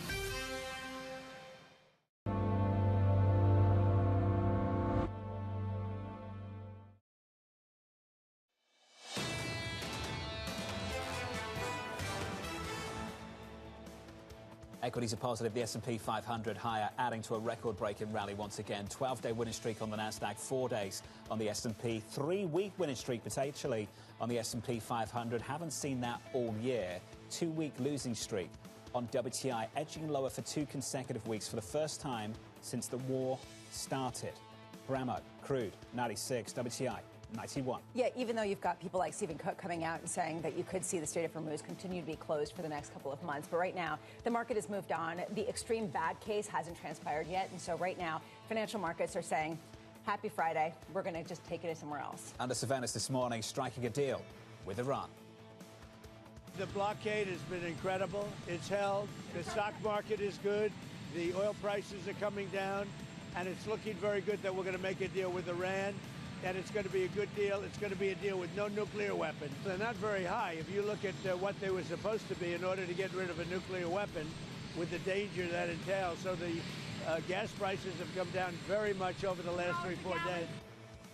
So here's the latest this morning. The US blockade of the Strait of Hormuz entering its 5th day. The White House signaling a second round of talks may take place later this weekend. Joining us to discuss is Amos Hochstein, the managing partner at TWG Global and the former White House senior advisor under President Biden. Amos, it's good to see you, sir. Great to see you all here. Good morning. It's good to be with you in Washington, D.C. for once. That's new for us, I think, right? I think so. For you two, not me, but yeah. OK, good. Got that out of the way. Don't know why we went there. Alice, let's get to it. So we've got the president saying we can secure a deal pretty soon, and there might be talks over the weekend. We've got foreign leaders of Arab states, and for that matter, Europeans as well, according to our sources here at Bloomberg, suggesting it could take 6 months. What's a realistic time frame to secure a peace deal with the Iranians? Well, first, it's always a question when the president says very soon. Is very soon closer than almost done, almost complete, which was his statement 4 weeks ago? Or we're almost done, or we've won the war. So I think the president's done a very, very good job on the PR and marketing side. He understands markets very well. He understands the psychology of it. Markets operate based on optimism and hope. As long as you give the market hope and optimism, it will give you back the love. And so he does that every sort of usually on Sunday, Mondays, and Fridays. And no, it's true. I mean, look, the last 4 weeks. And by the way, I don't say this with cynicism. I actually think as the President of the United States, he's managing a crisis. And if the markets are down, his window is narrower and his capability and his capacities and capability is narrower. So, and the Iranians get leverage. So he's doing everything he can to keep the markets up. And that's why for 4 weeks straight, he has said, we're probably done in the next few days. Well, given the fact that oil prices are depressed at the moment and you have records on stock markets, does this mean maybe he will be more emboldened? We could see a more aggressive Trump? So let me just adjust what you said a little bit. Oil prices are not down. On the screen, they are. On the screen, they are. You're right, not physical. But the physical price of oil is not down because despite all of this, between the two blockades, there's nothing going through the Strait of Hormuz now for several weeks. I just came back from Hong Kong this week at an Asia conference, and they're talking about which day are we going to be shutting down airports. Singapore's said this week that they growth turned negative because of the energy crisis. So this is a regional crisis, not a global one at the moment. So oil prices are actually very, very high in the real economy. You have companies, manufacturers in Japan, Toto announced that some of the line of production is coming off because they don't have inputs. So, but I do think that because the market down, the oil prices on the screen down, for President Trump, I don't know more emboldened, but I think he feels tougher, that he has a better hand in the negotiations. So he doesn't want to go back to fighting. The Iranians don't want to go back to fighting. But both sides don't want a deal that makes it look like, we lost. I mean, if you take the Vice President Vance's comments from last week, that this was about 5-year versus 20-year moratorium on enrichment, well, that's basically the Obama-era JCPOA. That was 15 years. Maybe that's the compromise. Is this basically JCPOA with a toll? Well, I hope not, because the toll would be terrible. The nuclear deal we could have gotten before the war, if we get a victory that the Straits open, that was a crisis we didn't have. So that's where I hope we get to a good solution here on nuclear, on missiles, on regime, on support for proxies, because at least we would get something out of this war. When it comes to, you had a moment of reflection there. You like what the Trump is doing. Do you almost wish you were President Biden when gasoline was $5 a gallon, went out and jawboned the market?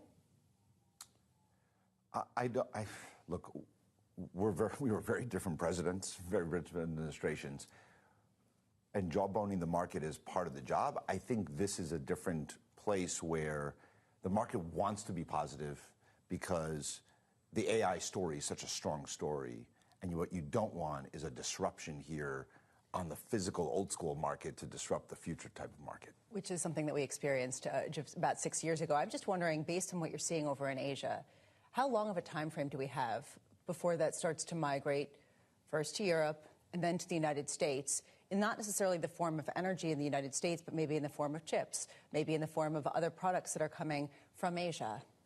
I think you're going to see it in sort of the manufacturing of physical goods, right? Aluminum prices are really, really high. Steel prices are going to go up. But it's going to take time to come here, a few more weeks. Energy crises are the slowest moving crisis because when they happen, when a disruption happens, I still have ships on the water coming to me for several weeks. Then I have inventories that have to go through. So it takes a really long time to go through the physical market where I get rid of the inventories that are already there before the shortage. But once it hits, it's really vicious, right? Because then there's no ship right now on the water that's going to Asia. So if you're a country that's gotten last shipment, you're like, damn it, I still have now, even if the war ends and the straits open, I still have 3, 4, 5 weeks after that before I get anything. So, and think about it, a plane leaving the United States going anywhere can't take its fuel with it. So even if we have jet fuel in the United States, it's not like I carry my supplies with me. If the airport where I'm going doesn't have it, then I'm not doing it. Lufthansa in Europe just announced, yesterday, they're cutting a whole bunch of flights. Not because they've already run out, because you don't want to get to the point of running out. So that's how it's going to move across from Asia to here.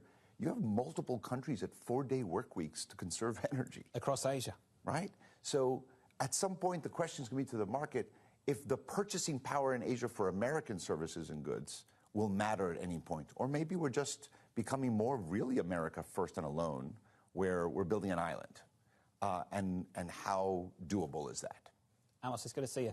Good to see you too. Sobering thoughts, but good to see you. Amos Hochstein there, the managing partner at TWG Global and former White House senior advisor under President Biden. Reminds me so much, just echoes of COVID. Obviously, there are massive differences between now and then. Certainly the nature of the crisis is vastly different. But just the price action. I just remember February of 2020 at all-time highs on the S&P 500, if my memory serves me well, February 20th. Going into that weekend, and then things started to shut down in northern Italy, and that's when the US side of things started to wake up to the potential of what was going to happen.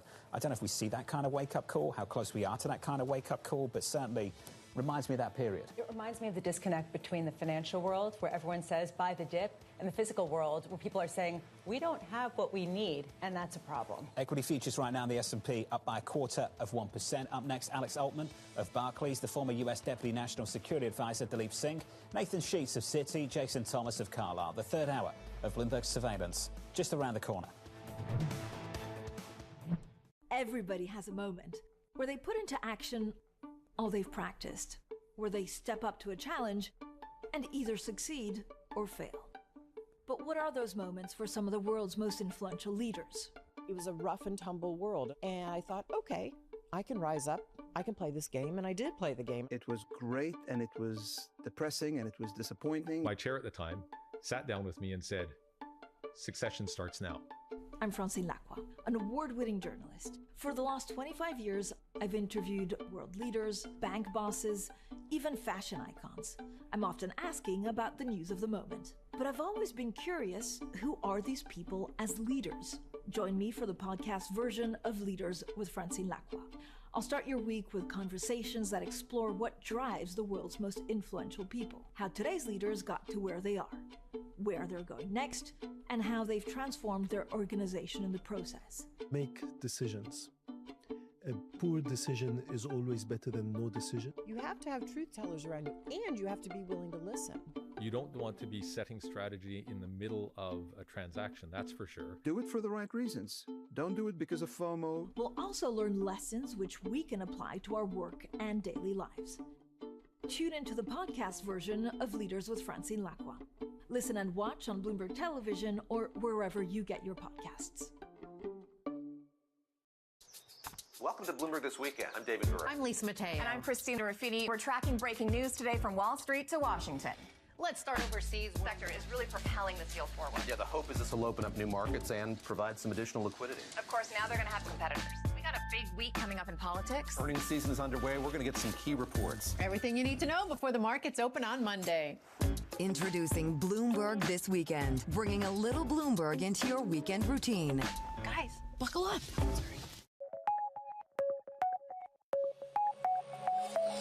This is the 15, 16 grams tuna.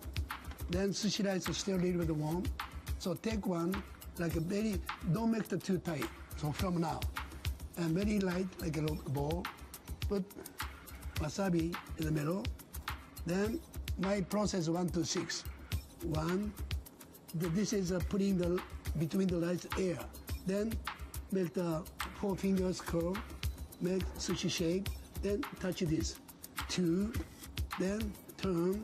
Now these 2 fingers, top to the bottom, make the sushi shape the more beautiful. 3. Then, I'm not, looks like pushing, not pushing. 3, 4, turn, same way, 5, and 6. So this is 1 to 6.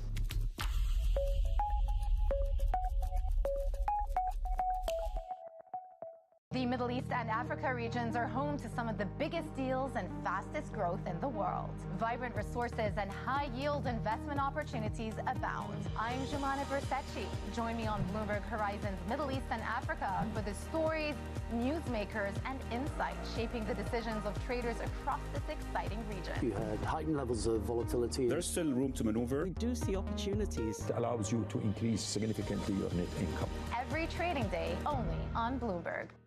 Bringing you up-to-the-minute global news whenever and wherever it happens. I'm Giovanna Bersecci in Davos, Switzerland, and this is Bloomberg.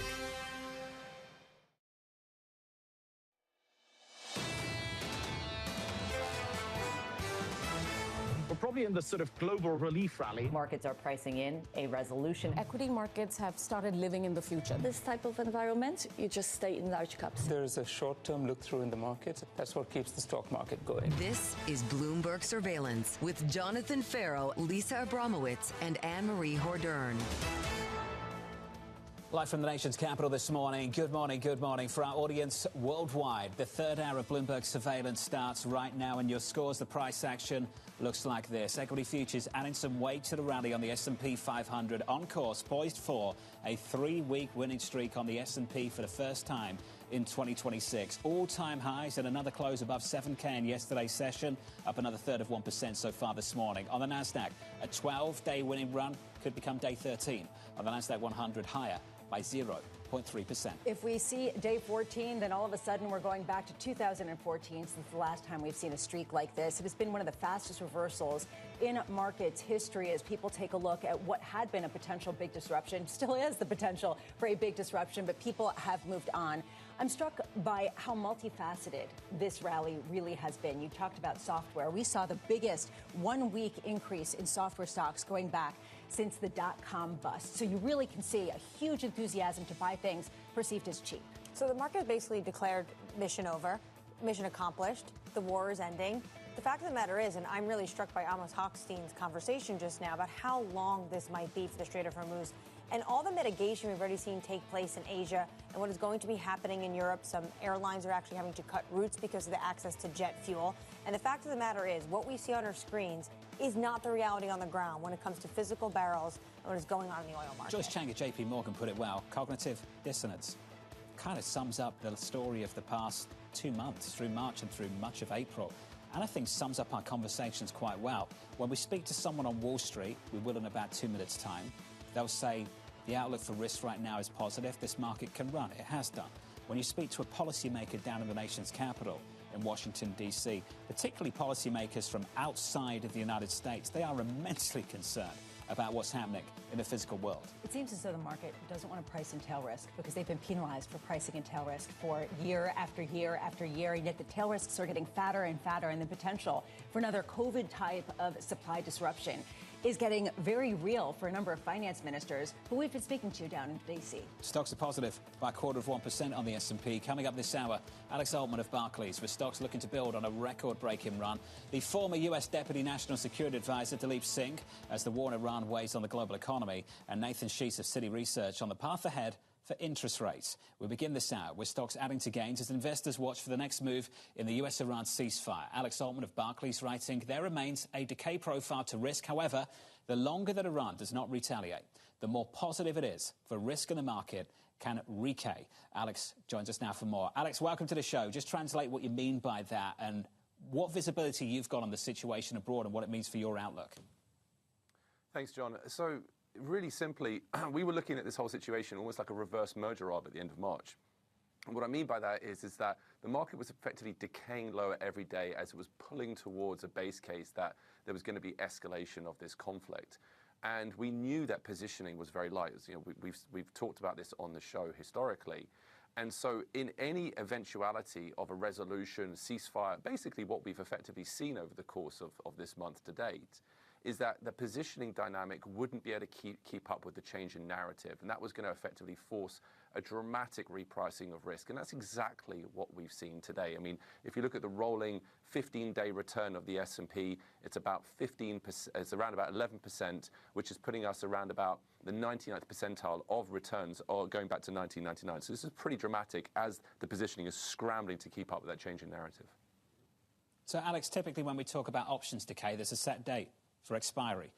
There isn't a set date for expiry of this particular conflict, and it isn't just in one man's hands. It's in multiple people's hands at the moment, Alex. Does that complicate things on how we value this market? It does to a degree, and I think that ultimately the forward returns of the S&P have become skinnier now. We have to acknowledge that when we've gone from 64, 6,500 all the way up to 7,100 in S&P futures now. And so with that, I think it's going to create a little bit more differentiation. It's also going to create a more balanced risk-reward for equity risk. But we, again, shouldn't lose sight of two things.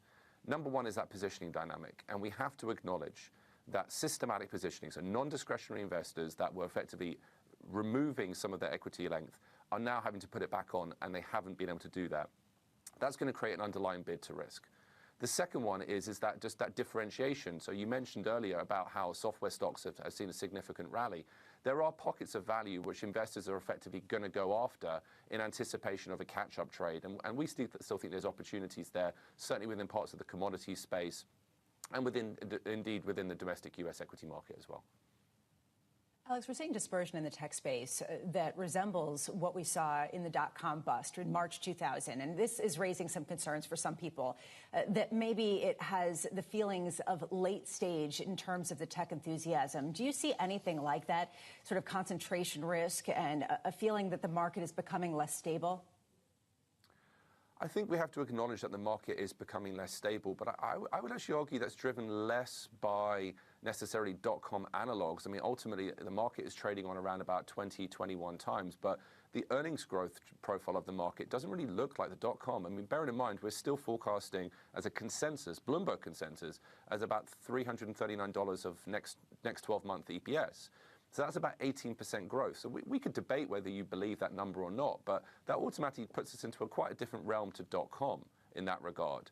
I would say that the bigger problem is, in terms of the fragility, is the fact that we've had a ballooning of fast money AUM, assets under management. And so that's just naturally driving more velocity within the market and just pushing money in and out at a quicker speed than ever we've seen before. And that's driving factor volatility, market volatility as well. And that, I think, is a different problem to what we necessarily saw, say, 20 years ago in the dot-com bust. But we have to acknowledge it, and that's one of the things that we as a team try to navigate and sort of help our clients with. So, Alex, can you give us sort of a cheat sheet for what this weekend's going to be like for you and your team, given the fact that we are going to get some sort of discussion of talks in Islamabad, and we could see a breaking down in the peace agreement or an extension? Either one could potentially have a really significant ramification for markets. I mean, how violent could the moves be on either side? How asymmetric, given how fast-moving the liquidity has been? Again, we have to acknowledge that we're not completely out of the woods with this. I would say that client discussions have not entirely moved on from the Iran debate here in the US, but they've certainly evolved a little bit, just trying to look beyond just the near term. There is without doubt an anticipation that a ceasefire is going to be extended and that this effectively moves to a back burner narrative, something that's still going to rumble in the background. Just for example, like tariffs did. Tariffs still haven't gone away, but it's not like we talk about them every day. So I think there's an acknowledgement within the US investment community that there is still a fat tail, and it is fat, and it could see significant wobbles in US equity risk. But you have to counter that with what we're hearing on the ground, the negotiation that's going on, the appetite both domestically and politically to continue a war. or a conflict in the Middle East. And also, let's not forget the Congressional War Powers Act as well will potentially limit the ability for the administration to continue waging a kinetic war going forward. So, yeah, of course, there's still a physical problem with oil. We're going to be lingering with commodity issues. It's one of the reasons why, as a team, we still really like the commodity narrative, not just oil, but just the broader commodity theme of every man for himself needs to build a strategic stockpile of copper, aluminium, cobalt, everything, fertilizers. I think that's a very interesting thematic that we can still play out with, and portfolios should include. But beyond that, I think the base case for investors right now is the fact that they're looking beyond just that fat tail and acknowledging this is probably just going to linger in the background, and they need to just get back to business and studying stocks in a good old-fashioned way. So, Alex, you're basically saying they can live with this status quo, because you're right. The appetite in the United States and Iran right now is not to continue fighting, but there's no real appetite for serious work on a nuclear deal, given what the Iranians are willing to take, and that is a huge red line for the United States. Again, I think there's a lot going on in the background, and I'm not really in a position to comment specifically about how these negotiations are going. As we talked about the last time I came on this show, you either believe in a path of either escalation or de-escalation. And I know there's obviously a huge shade of grey between those two outcomes. But we as a team have always believed that this administration has sought a path of de-escalation for several weeks now. And the back channels would very much indicate that. So you're probably right that the deal around nuclear is not going to be easy. It's going to be fraught with difficulty. And I imagine there will still be bumps along the road, something which we talked about in previous pieces. But ultimately, the market will still look through it if it understands that there's still an improvement in the flow of traffic. That really is what it cares about, that traffic flow in Hormuz, the release of oil back into the market, the normalization between the physical market and the futures strip, and ultimately as well, just monitoring what the futures market in oil is doing. If we can go back to even an 80-handle oil environment, the U.S. economy is absolutely fine with that. I mean, let's be very clear, right? Between 2011 and 2014, the U.S. economy averaged $95 to $100 oil, and during that period, it averaged GDP growth of 2.2%, and the S&P cumulatively went up over 60% over those 3 years. And although I'm not going to try and make the comparison that's exactly the same, but in today's money, that would be $130 oil average, right? So if we're talking about $80 or even $90 oil, I think it's something that the U.S. economy can comfortably stomach. And yes, of course, there is still inflation considerations. There's margin considerations too. That 339 BPS for the S&P probably needs to come down a smidge.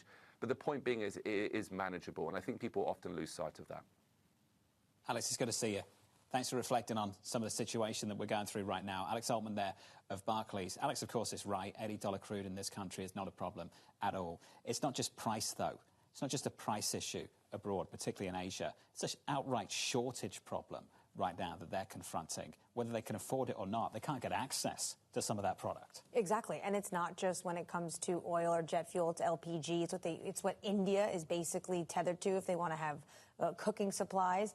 This is a huge problem for Asia, and we're just insulated from it in the United States. We're not feeling it the same way.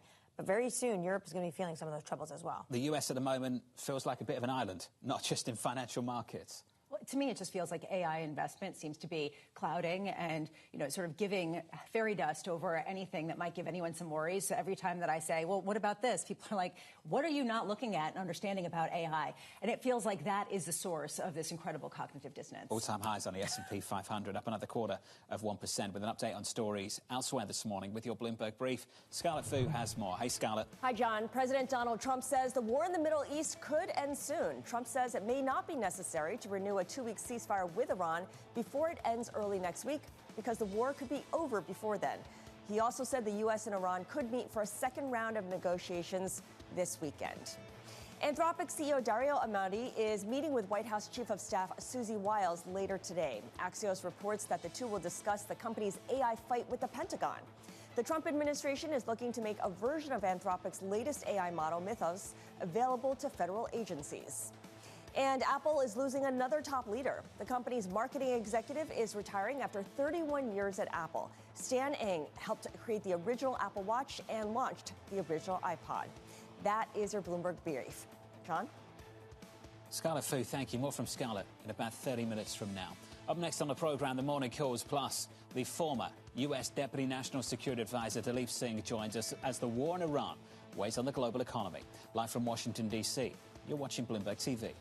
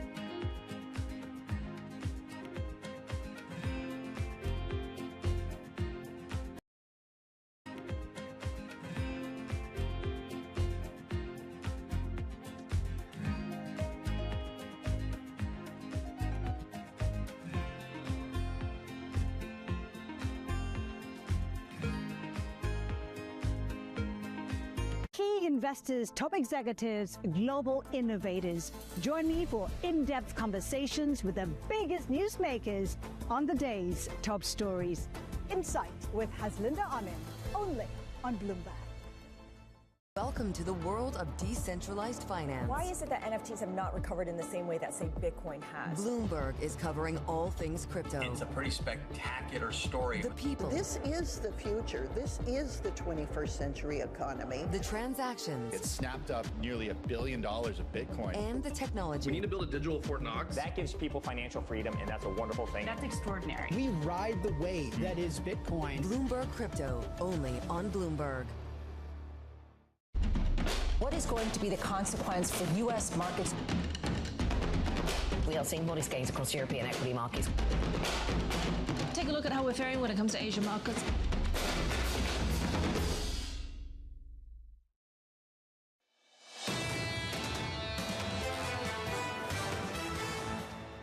We've had earnings-led melt-up in the stock market for a while, actually. The earnings expectations continue to increase at a faster pace. So the analysts didn't get the war memo, and they didn't get any feedback from the companies they follow that this is a concern for earnings anytime soon. That's helping to drive equity markets higher, compressing multiples, earnings, and the outlook for earnings improving through the duration of this war, which is unbelievable, and underpinning this run in the equity market. The S&P 500 at all-time highs, up another 0.4% this morning, on the Nasdaq up by 0.4. If you speak to people on Wall Street right now, the future's bright for the equity market, anchored by this very robust, resilient earnings story. If you speak to policymakers at the IMF World Bank spring meetings, let's just say they're not in the same frame of mind of some of these traders on Wall Street. Yeah, you know why they're not? Is because you see the IMF delegates who are having to have these meetings with different finance ministers who have their hands out, who are saying, please, give us money because we don't know how to buy physical crude to keep our economies open. That is the reality on the ground, and you can see that in the corners, and markets are saying, you're a small economy, you're relatively poor, the averages sort of discount you completely, we're moving on. They're rationing. They're telling people to stay at home. They're asking them to ride their bikes. Europe is starting to cut routes. There is real physical shocks happening in Asia and Europe. And at the moment, the United States is just insulated, and Wall Street is just looking through, even with the Strait still closed. That is not a problem right now for the S&P 500 or for the Nasdaq 100, for that matter. That's the price action. Let's get you some morning calls. First up, Barclays lowering its price target on Netflix, warning the earnings reaction may, quote, persist beyond the short term. That stock is down by more than 10%. Your second call from JP Morgan, raising its price target on Charles Schwab, expecting Schwab's net interest margin to expand throughout the year. And your third and final call from BNP Paribas, upgrading ExxonMobil to neutral and boosting its price target, expecting oil prices to remain above pre-war levels even after the recent pullback. And that right there, is your third morning call. Let's get to the war. Weighing on global economies, Dalip Singh, the former U.S. Deputy National Security Advisor, writing the war and its effects have reduced global growth estimates for 26 by about 50 basis points, with U.S. growth appearing particularly resilient. Dalip joins us now for more. Dalip, good morning. Good to see you. Good to see you. Welcome back to Washington. Lisa was talking about the average. The average has come down a bit. Within that average, where are you seeing the greater hits? The greater hits will be in Asia and Europe. But look, I mean, I don't know if any of you can tell me with a straight face that the world is safer, more secure, and more prosperous because of this war. I mean, we know that deficits will be larger, inflation will be higher, we'll have less and later monetary easing, interest rates have risen, growth will be slower, supply chain disruptions are certain. Those are just approximate economic effects. Then you look at the strategic ledger. The IRGC, it's still entrenched, more embittered. Still got 1,000 pounds of enriched uranium that can make 10 crude atomic bombs. They have more money, twice as much energy revenues per day than they did before the war. They control the mother of all choke points. America's key adversaries, Russia and China, they're winners. America's alliances, dysfunctional. So look, I'm not here to tell a doomsday story, but sounds like one. Equity valuations surpass the pre-war baseline, I'm out. You think the world's changed permanently? No. So look, I mean, I think big picture, we're caught in a tug of war between two profound and opposing forces. On the one hand, we have a once-in-a-century productivity boom led by general-purpose technologies, not just AI, synthetic biology, fusion, et cetera. But on the other, we've got the forces of fragmentation within and across countries that are pulling the world apart. So we'll have more frequent conflict, we'll have more weaponization of choke points, we'll have more energy insecurity, and we'll have more erosion of institutional norms. Markets are more able to price the right tail than the left tail. But I think sometimes you got to look up from your Bloomberg screen and just open your eyes. The world is not better off because of this war. Dilip, what do you think could be a memorandum of understanding between Iran and the United States? Not a serious, comprehensive deal, but what could be a base case that can come out of talks? I've never heard of an MOU settling a war, but there is deal space, and I understand why there's relief in the markets from the lows. You can imagine a deal in which Iran agrees to ship its 1,000 pounds of enriched uranium to a third-party custody, Russia or China, for example. I can imagine phased sanctions relief in exchange for a phased reopening of the strait.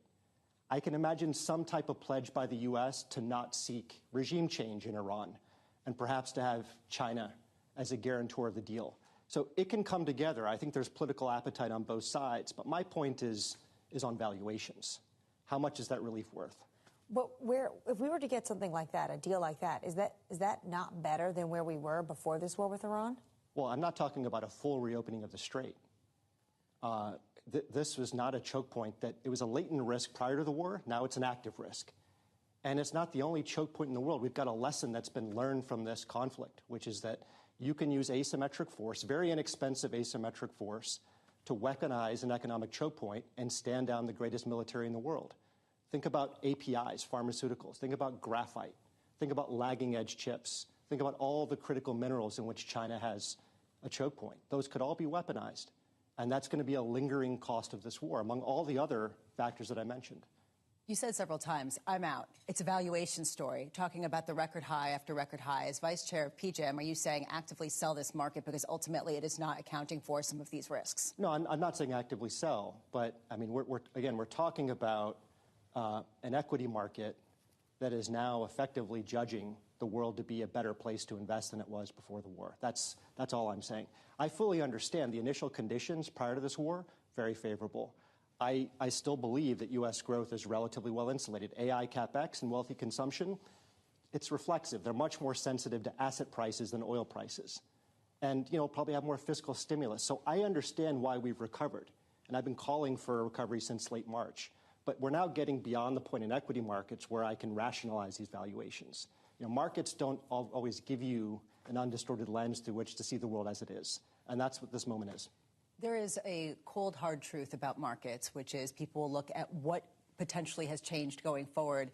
And it could be things like maybe the diminished use of the dollar. Should there be a greater use of the Chinese renminbi in the Middle East? It could be that there is persistently higher inflation for higher sort of term premia, or just this idea that yields might stay here. What are the fundamental aspects that you think have changed in markets as a result of this conflict? So, I mean, just to be clear, I think dollar primacy is going to remain intact, but the exorbitance of the dollar's privilege will continue to diminish.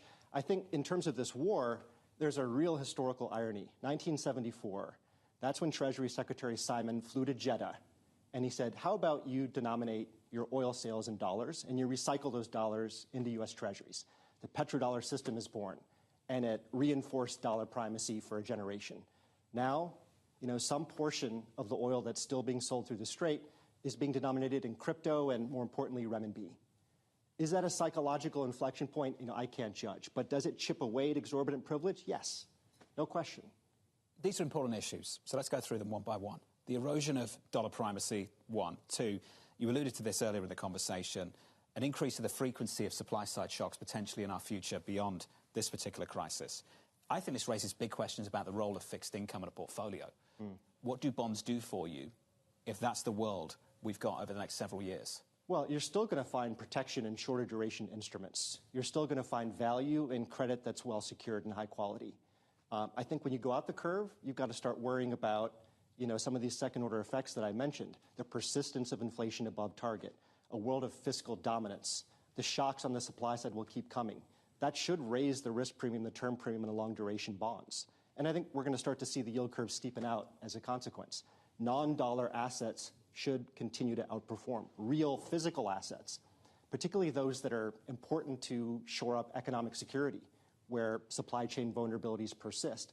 Those are all commercial opportunities, and I think that's where the money will go. What kind of numbers are you thinking about at the long end of the curve? I don't expect to pinpoint a specific number, but a range, a new elevated 10-year yield. So, the way I think about it is I think our star has probably risen due to the productivity tailwinds that we have, let's say about 1%. I think the new kind of normal, I call it the old normal actually, for inflation is about 2.5 percentage points. And then I think 100 basis points of term premium makes sense. So I get a 450 10-year note as kind of being fair value. Not too far away from where we are at the moment at 430. Dilip, it's good to see you. Lots to think about. The former US Deputy National Security Advisor, Dilip Singh there, thinking more about 450, and 430 is where we're trading at the moment. Yeah, the idea of volatility and inflation is something that really keeps popping up. And how do you count for some sort of haven asset if you aren't sure what shock you're actually trying to hedge against? And I think that keeps coming up in conversations. The people who are the defenders of the 60-40 and people who are saying, you know what, I think I'm just going to buy a stash of aluminum and a barrel of oil.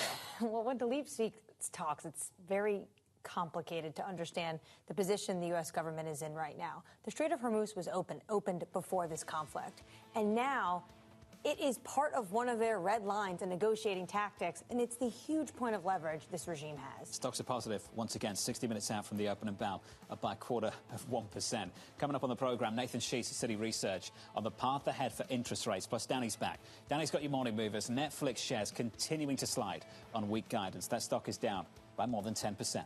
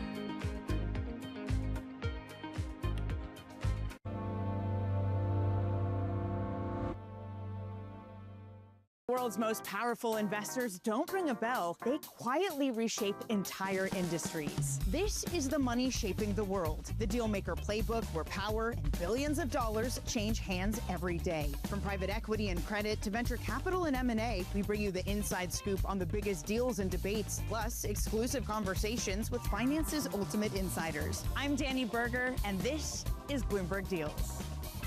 Every week, only on Bloomberg Television. Asia is at the forefront of some of the world's biggest stories. And we're here, where the action starts in Sydney. And in Tokyo, get ahead as the global trading day begins. The Asia Trade, weekdays only on Bloomberg. It's a multi-trillion-dollar industry. We'll show you what's happening in ETFs like no one else. ETF IQ, only on Bloomberg. Welcome to Bloomberg This Weekend. I'm David Burr. I'm Lisa Mateo. And I'm Christina Raffini. We're tracking breaking news today from Wall Street to Washington. Let's start overseas. The sector is really propelling this deal forward. Yeah, the hope is this will open up new markets and provide some additional liquidity. Of course, now they're going to have competitors. We got a big week coming up in politics. Earnings season is underway. We're going to get some key reports. Everything you need to know before the markets open on Monday. Introducing Bloomberg This Weekend, bringing a little Bloomberg into your weekend routine. Guys, buckle up.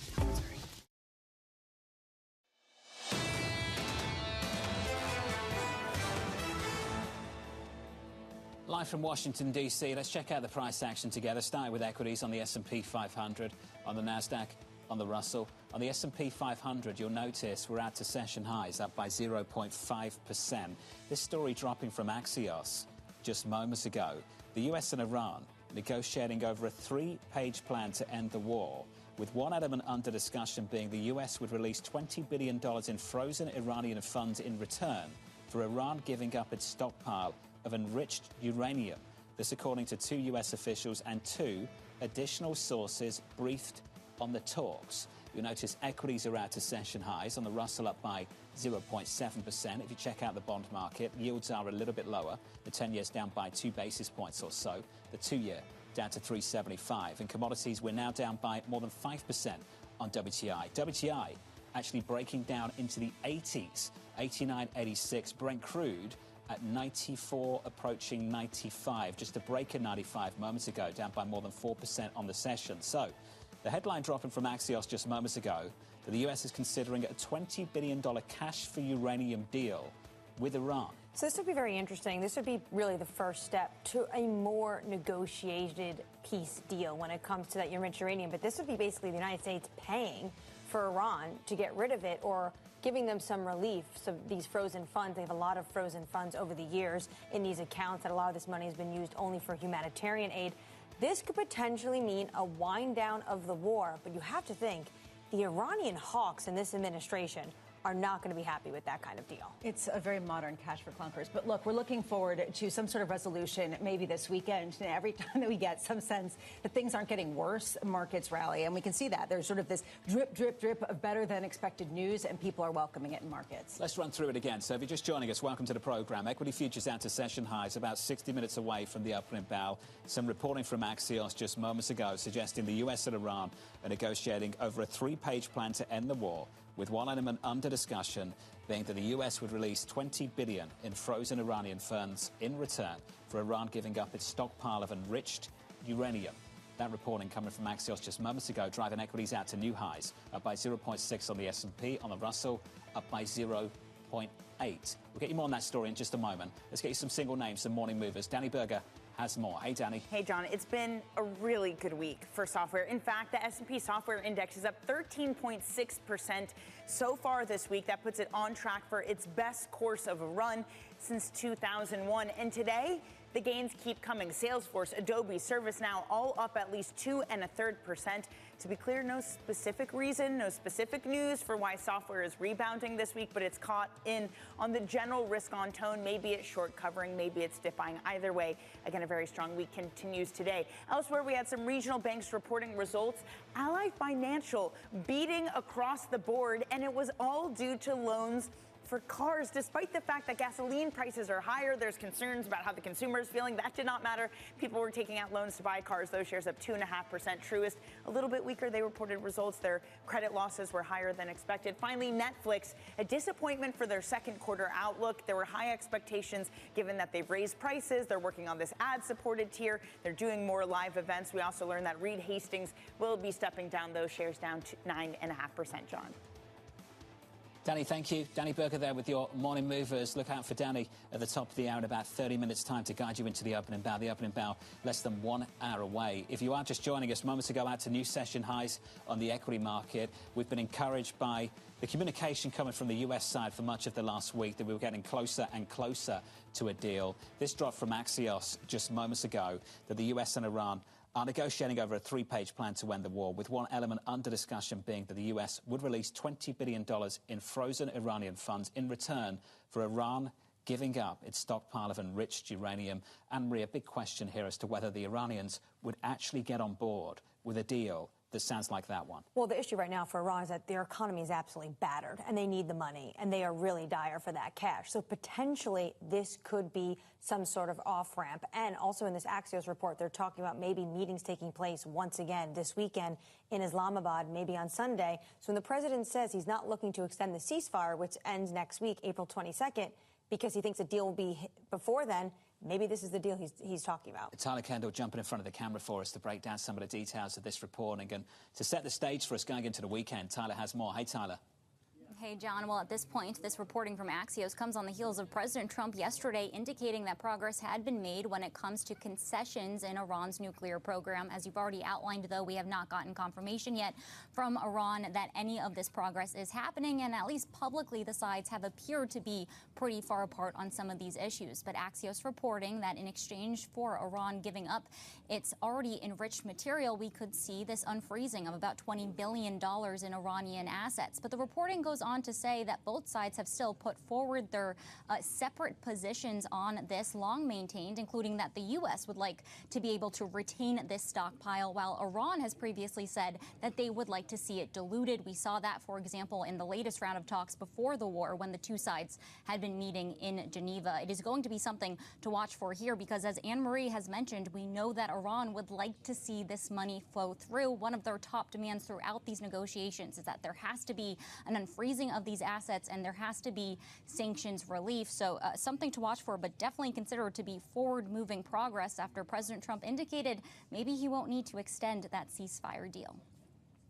Tyler, have we confirmed there will be another round of talks between the US and Iran over the weekend? Is that a promise? Well, at this point, President Trump had alluded to that potential, and we heard from the White House earlier this week that they were working on another round, but we still haven't gotten that firm confirmation. The White House Press Secretary Caroline Leavitt did say earlier this week that if the in-person talks were bound to happen, they would be held and hosted again by Pakistan, as the White House has actually thanked Pakistan for being a mediator in this conflict. We know that a lot needs to happen here in order for there to be an agreement, as Bloomberg News previously reported that we could be looking at a potential 2-week extension that essentially would be to allow negotiators at the technical level to work out more of these details before senior officials ultimately meet face-to-face. Tyler Kendall. Tyler, thank you. Thanks for breaking that down. Check out crude. 95 on Brent, a break of 90 on WTI, 89 on WTI crude, and down by somewhere between 4 to 5% on the session so far. It's going to be a lot of hope going into the opening bell. Well, there's been a lot of hope already, and people are looking to any kind of resolution. I wonder how asymmetric the risk is, given the build-up to these talks and given how much markets have rallied. Should there be any kind of setback versus the opposite? And we're seeing that kind of engagement with the rally even further this morning. Nathan Sheets of Citi Research joins us around the table. Nathan, good morning. Good morning. How much damage are we doing in the meantime? Well, I think there is significant pressure on the global economy at the moment. When you think about closure of the Strait of Hormuz, we always thought of that as kind of a third rail for the global economy. And by our estimates, something on the order of 10 million barrels a day of oil is shut in as a result of that.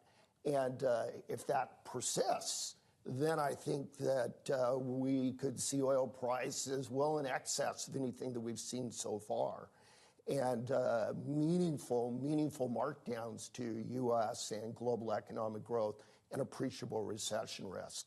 I think the key question, and this is where the markets are, is will this persist?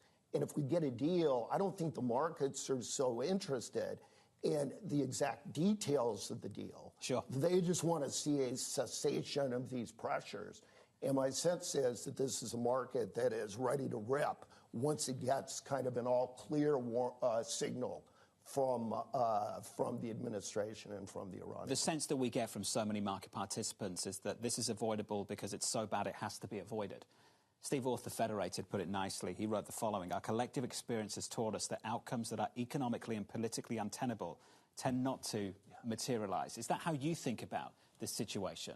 I think that that is a reasonable argument, but in addition and on top of that, I would also say that the signals we're getting from the Trump administration are that they are not looking for this to be an extended conflict. You know, where this is different than the tariffs, however, is with the tariffs, President Trump could calibrate them and turn them up and turn them down, and the effects of the tariffs would follow necessarily. Here, there's another party in play, and that is the Iranians. And we've seen that Iran is not always cooperative or predictable. So there is an extra dimension of risk associated with this relative to the tariffs. But on balance, it seems that the thrust of communication and kind of the narrative over time has gravitated towards some kind of a cessation or a easing of these pressures. Even if there is some sort of easing in the pressures, how much has the backdrop changed with an increase instance of supply shocks? Talib Singh was just on, and he was painting a pretty negative picture of the world. You guys were, you know, in an argument ahead of that. You were taking the other side of it. But how do you sort of gauge what that looks like through an economic lens? When I think about this, are there disruptions that are likely to persist? Absolutely. But for how long? And I think that many of these near-term challenges, if we have a deal, maybe they persist for a month or 6 weeks. But by the end of the year, we're going to be talking about other things. And I think the big question from a macro standpoint is this a 6-week disruption, which seems almost certain, even if we have a deal today? Is it a 6-month disruption, or is it a several-year disruption? And I think at this stage, the only thing I'm comfortable saying about a year or longer is that there will be a couple million barrels a day of production that are going to be offline. And I think that before we were thinking that the medium-term oil price would be around $60 a barrel. And I think now we're likely to be looking at something more like $80 a barrel. And that's roughly where the futures markets are. But I think the global economy can grow nicely with $80 a barrel oil. Do you think that there's a step change in the ramifications for the global economy if the talks this weekend break down? If the ongoing closure of the Strait of Hormuz continues for several more months and isn't resolved in the next couple of weeks? Clearly, the markets are pricing in some kind of a deal in the not-too-distant future.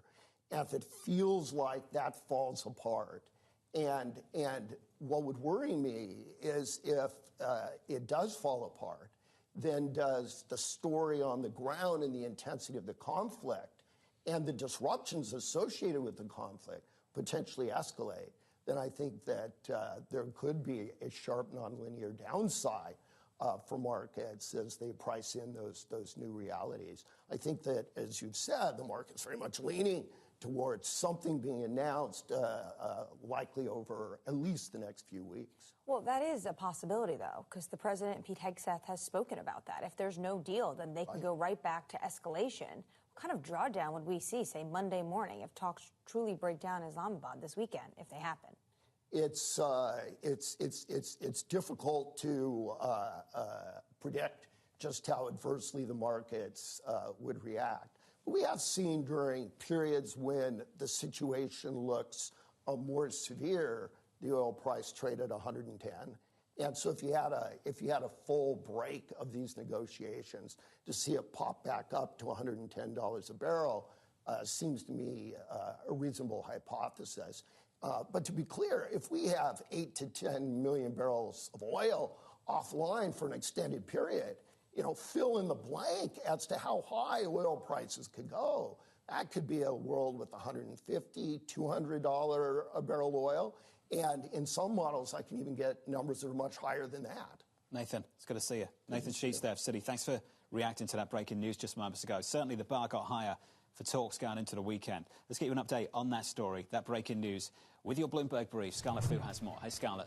Hi, John. Yeah, this hour we learned that the U.S. and Iran are negotiating a peace plan with one point under discussion, the U.S. releasing $20 billion in frozen Iranian funds in return for Iran giving up its enriched uranium stockpile. This is according to Axios. The talks are expected to take place in Islamabad on Sunday. Meantime, Netflix shares are lower in the pre-market after the streamer's second quarter forecast missed analyst estimates. Netflix also announced that its co-founder and chairman, Reed Hastings, will step down from the board after 29 years. And SpaceX is moving up its vesting schedule for employees. Sources telling us here at Bloomberg it could come as early as next week as the company prepares for its IPO, which, as you'll recall, is targeting a valuation of more than $2 trillion. And that is your Bloomberg brief. John. Scarlett, thank you. Thank you for this morning. One of the best there, Scarlett Fu. Up next on the programme, setting you up for the day ahead. Plus, we'll catch up with Jason Thomas of Carlisle, with stocks looking for their third consecutive week of 3% plus gains. That conversation up next.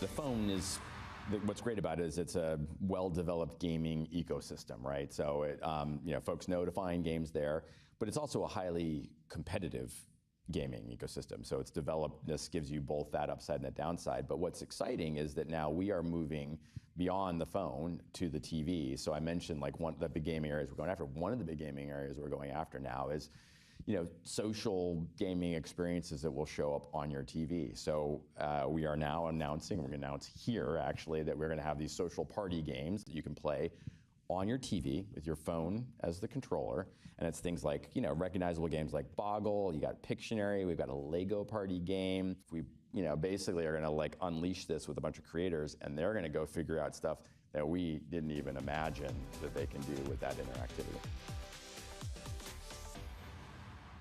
Every weekday, Bloomberg puts the spotlight on a different aspect of global finance. Flows, funds, and the forces shaping markets on ETF IQ. The future of money with Bloomberg Crypto. The players behind major transactions on Bloomberg Deals. The stories informing finance with Bloomberg Markets. And rates, risk, and the cost of capital on Bloomberg Real Yield. A different topic every weekday, only on Bloomberg Television. From the world of politics to the world of business, Joe Matthew and Kaylee Lines deliver news, insight, and analysis live 2 times a day, every trading day. Balance of Power at 1 and 5 Eastern, only on Bloomberg. Bringing you the world's business and financial news whenever and wherever it happens. I'm Michael McKee at Mount Everest, and this is Bloomberg.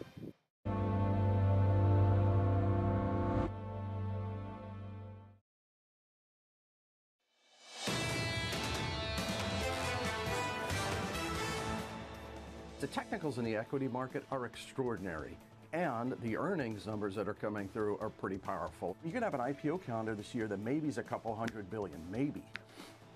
We're going to buy back $1 trillion of stock this year. So we're actually, there's not enough stock to buy. I mean, it's amazing in the equity market how good the technicals are. Rick Reeder of BlackRock there on the equity market, all-time highs on the S&P 500, and moments ago another reason for an increase in stocks this morning. Equity futures pushing higher on the S&P 500, on the Nasdaq, on the Russell up by 1%. For the commodity market, crude, Brent, WTI down by around 6 to 7% at the moment. Bond yields down across the curve, the 10-year yield down by 6 basis points. Some encouraging signs, not just from the US side in the reporting from Axios, but also from the Iranian side. Just moments ago, the Iranian foreign minister said in line with the ceasefire in Lebanon, the passage for all commercial vessels through the Strait of Hormuz is declared completely open for the remaining period of the ceasefire. The ceasefire ends next week. Now, does he mean vessels that are friendly enough to Iran, say maybe Turkey, Pakistan, Russia, China, or all commercial vessels? But for this market, that is definitely a step in the right direction when it comes to potentially seeing the reopening of the Strait of Hormuz. Elisa, that headline paired with this story, the US and Iran negotiating over a 3-page plan to end the war, with one element under discussion being the US would release $20 billion in frozen Iranian funds in return for Iran giving up its stockpile of enriched uranium. That report, those words coming directly from Axios earlier this hour. So we're setting up a really interesting situation heading into the weekend of talks potentially on Sunday between the U.S. and Iran. It seems like this market has been ripping higher on the expectation that you would get a prolonged ceasefire.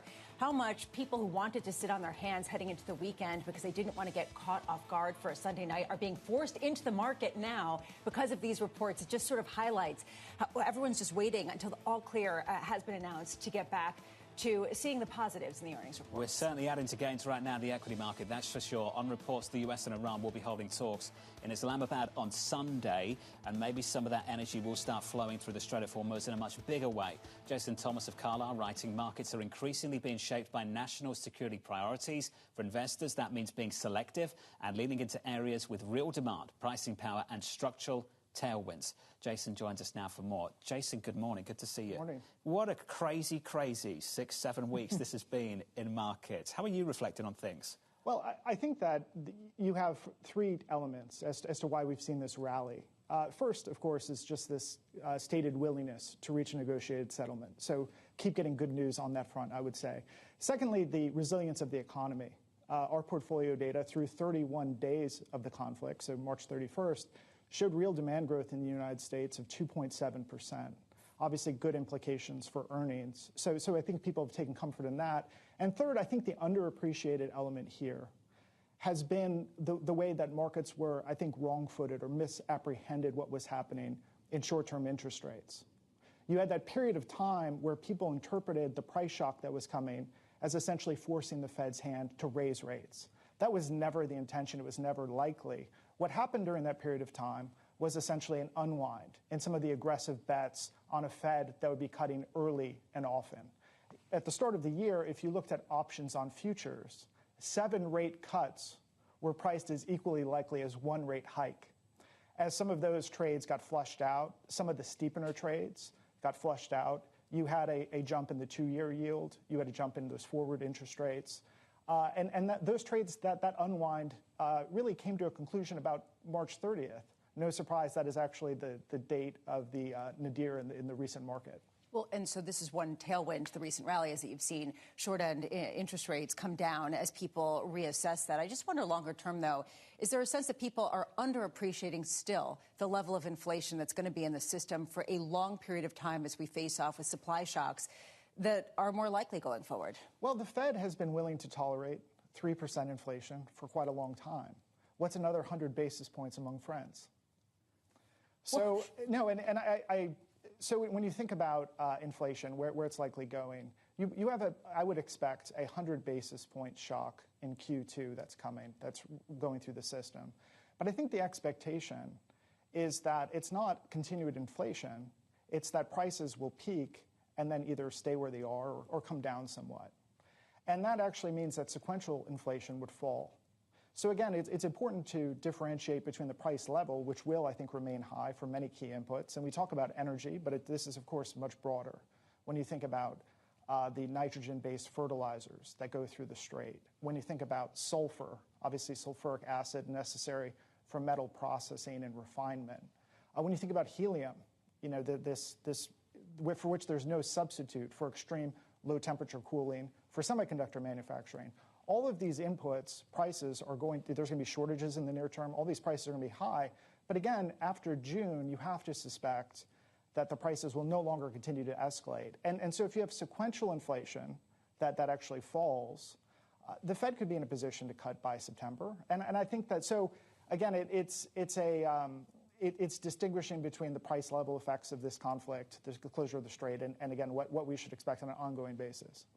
Maybe heading into this, people were asymmetrically pessimistic about the potential for rate hikes and the potential for some sort of global economic shock. Are people overly optimistic, though, heading into a weekend where there's still a lot of vagaries to potentially be worked through?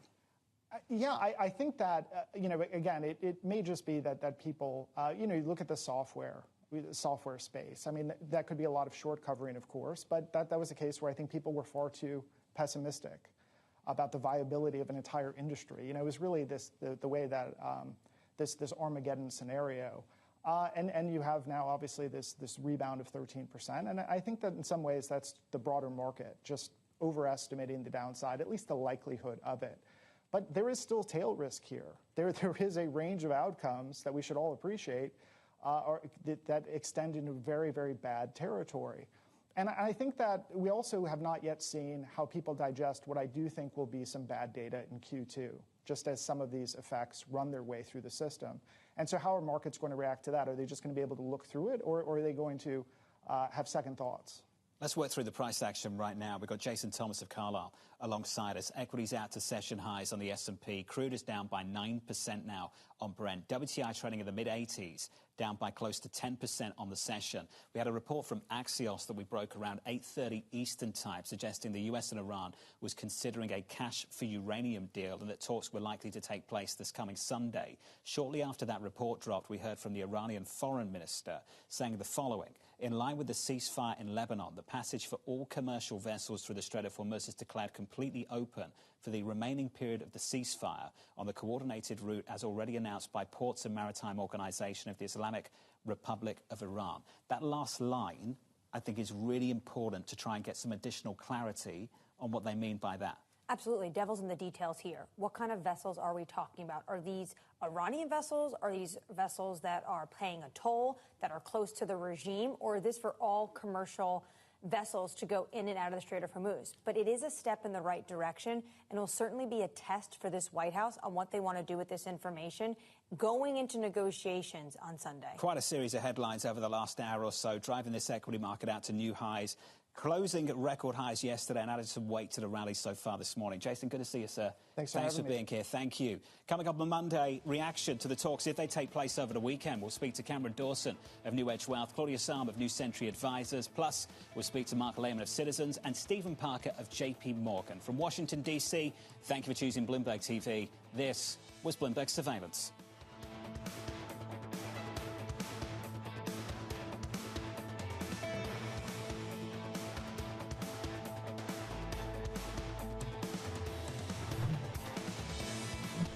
Know how the market day started. Find out how it finishes. Public markets to private markets. From the micro to the macro. Covering retail, entertainment, the business of sports. The supply chains, trade policy, how it all is impacting the U.S. equity market as we drive to the closing bell at 4 p.m. A holistic approach to covering financial markets. If it matters to your life, we're covering it. I'm Katie Greifeld. And I'm Romaine Bostic, and this is The Close. Live every weekday. Only on Bloomberg. Context changes everything.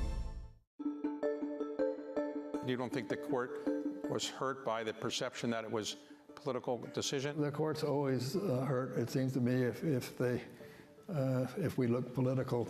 One of my concerns, my present-day concerns, is there's too much partisanship.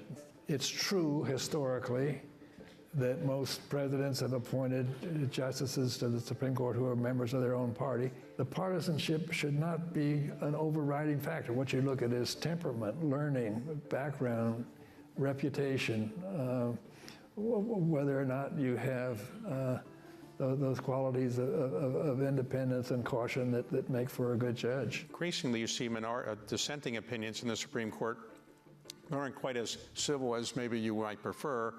And is that of concern to you? Yes, it's of great concern to me that our civil discourse, our civic discourse, is not civil enough. Aristotle said that a democracy depends on an open debate where you respect the dignity of those with whom you disagree.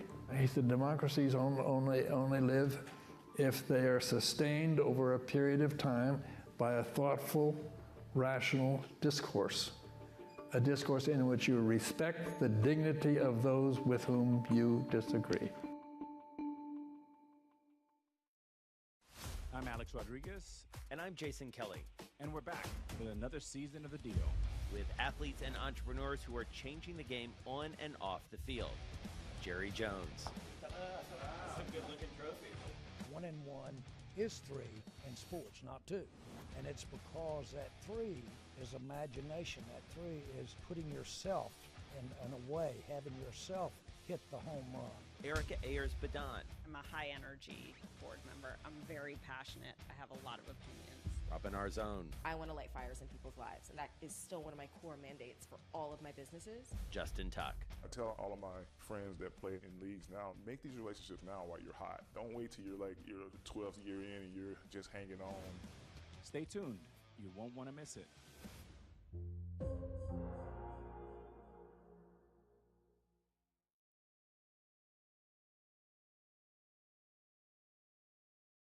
Bringing you up-to-the-minute space news whenever and wherever it happens. I'm Ed Ludlow at NASA's Kennedy Space Center in Florida, and this is Bloomberg. An already strong week for equities gets even stronger. 30 minutes until the start of trading. I'm Danny Berger. Matt Miller is off today. Bloomberg Open Interest starts right now.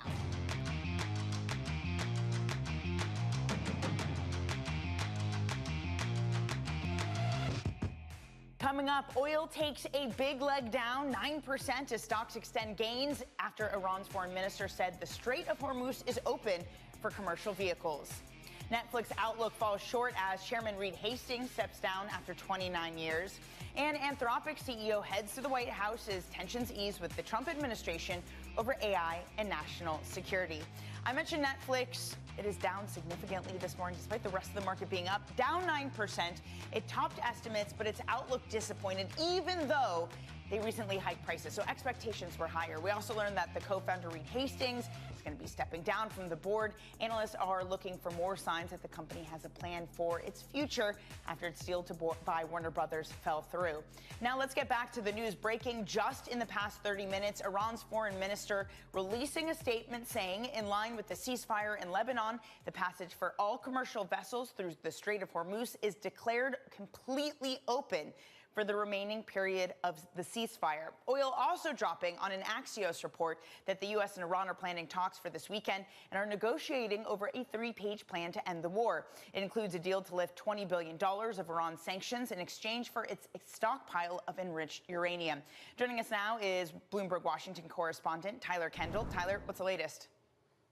Hey, Danny. Well, a lot of developments just in the last hour. You hit the main headlines there, including this Axios report that the two sides are negotiating over a 3-page potential deal that includes potentially the release of Iran's enriched stockpile in exchange for about $20 billion in Iranian assets being unfrozen. Yet the reporting indicates that there are a lot of questions here about what happens next, including that the U.S. has maintained that they would like to retain this material, while Iran has said that they would like to be the ones to dilute it inside the country. Perhaps we'll see some sort of compromise agreement where maybe a third-party country would get involved. For context here, any sort of movement around the stockpile is considered to be very significant compared to, say, messaging from the White House that Iran has agreed not to have a nuclear weapon, because we've often heard that public stance from Iran throughout these negotiations, despite U.S. and regional allies' assessments. So there's a lot to watch here, but we had heard from President Trump yesterday that there was progress and some key concessions made when it comes to the nuclear program. So perhaps this is some of what he has been alluding to. Danny, the president did mention yesterday that perhaps he won't need to extend the ceasefire deadline that is set to expire on Tuesday, as this reporting does indicate that we could see another round of in-person talks this Sunday. According to Axios, the White House press secretary Caroline Leavitt had indicated earlier this week that if and when face-to-face negotiations happen, they will indeed be in Pakistan. Tyler, when it comes to the Strait of Hormuz, the foreign minister of Iran saying that it's due to the ceasefire with Lebanon, how much of this depends on Israel in that case? Because as we know, Israel is negotiating not with the proxy fighters in Iran, but with the country itself, with Lebanon. Right, that's a really good point.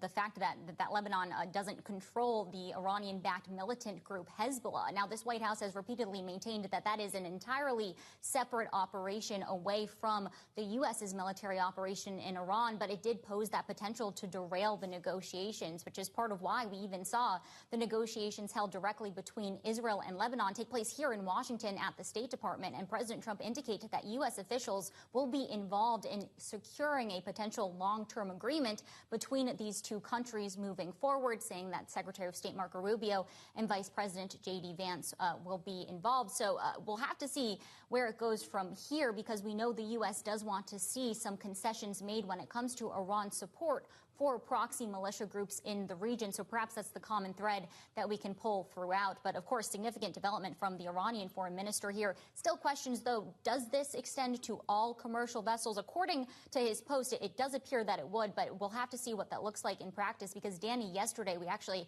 had confirmation from the Pentagon that the U.S. was expanding its blockade, initially, of course, for all Iranian ports. But we heard the chair of the Joint Chiefs of Staff, Dan Kane, outline during that briefing that it will now extend to any vessels in that so-called dark fleet. Tyler, thank you very much for that. That's Bloomberg's Tyler Kendall. And let's get more on what opening of the Strait means for these markets. Bloomberg oil markets reporter Mia Gindis joins us now for more. Mia, what has been the state of the flow getting out of the Strait of Hormuz, and how big of a difference will it now make with the foreign minister saying that, yes, for commercial vehicles, it's open? So as of lately, the flow through the Strait of Hormuz has still been extremely minimal, right? So back in the day before the war, we used to see around 135 ships per day transiting through the Hormuz. Now the levels are usually less than 10. The truth of the matter is, even though this is a positive development toward a longer-term opening of the Hormuz, it's not going to mean much just yet, right? We're still having a lot of disagreements between ship owners and charters about who takes the risk. As far as transiting the Hormuz, we don't know how safe the Hormuz actually is. There's some, feelings that perhaps Iran has placed mines there. We don't know the extent of what's true or what's not at this point. We need to see a confidence among insurance companies to actually be able to extend, insurances to ships that are transiting through. So in the short term, we probably won't see an immediate uptick in flows, but it's definitely a step in the right direction. The market taking it as a big step in the right direction. WTI is now at $85. Brent is at $90. A lot, though, Mia, has been discussed that even if the Strait were to reopen, even if the conflict were to end, there are still scars to the energy infrastructure. With oil at $85 a barrel for WTI and $90 for Brent, is that being priced in? So at this point, it is still being priced in, but there's definitely more of a feeling in the physical market rather than the paper market about the long-lasting scars that this war has caused, right? So we will probably still see a premium, like I said, via insurances flow down into the price that it takes to carry freight throughout the world. Likely, Asian buyers are not going to want to turn back to the Persian Gulf so quickly. They've seen what it means to rely on one source of energy, and at this point, they'll probably want to diversify, and those longer hauls are going to also translate into higher prices for carrying that freight. It won't be as quick of a recovery, I think, as a lot of people, at least speculators in the paper market, are assuming. Mia, thank you so much for joining just on that breaking news. Bloomberg oil markets reporter Mia Gindis. Again, the breaking news being that the foreign minister of Iran saying that the Strait of Hormuz now is open to commercial vessels given the ceasefire with Lebanon. Let's get back to corporate stories. Netflix earnings. Investors clearly aren't pleased with the company's path forward. Co-CEO Greg Peters says that the company has plenty of room for growth without Warner Brothers. We ended last year with more than 325 million paid members, and as that number continues to grow, we are entertaining an audience that is approaching 1 billion people, which is an exciting milestone to strive for, and it'll be an exciting milestone to achieve. But even given that number, we still have plenty of room to grow into our addressable market. Ed Ludlow, Bloomberg Tech co-host, is here with me in New York.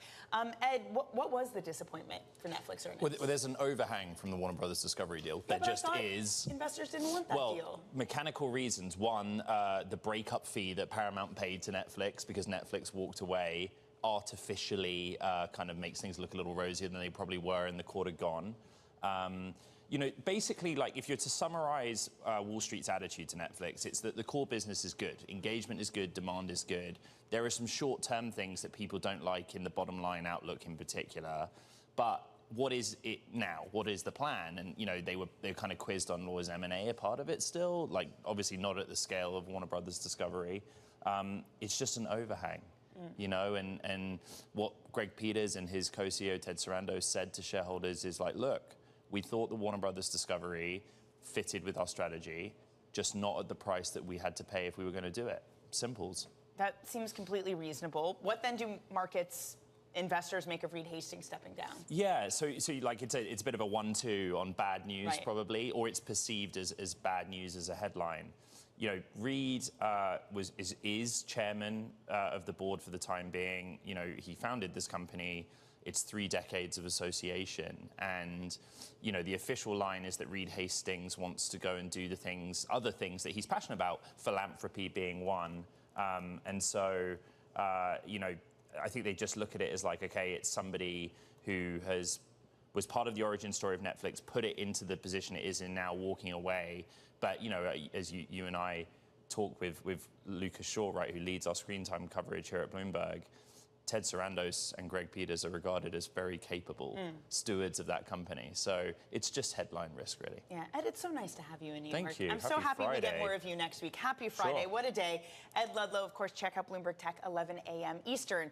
A check on markets. Again, we have risk on rally, oil following. The dollar has erased its gains now since the war in Iran began, all on a post from the foreign minister of Iran saying that commercial ships can now traverse the Strait of Hormuz. It is wide open to them, given the ceasefire of Lebanon. The president has been very positive when it comes to negotiating talks between Iran and Israel. We also, Iran and the U.S., rather. We also had a headline from Axios about an hour ago saying that there was potentially an exchange of some of the frozen assets from Iran in turn of getting the lasting of the uranium out of Iran. Let's get a look at some of the other movers on our radar this morning as we witness a big rally in most places. By the way, software has been on a tear, and Microsoft is adding to that. It is having its best week in more than a decade.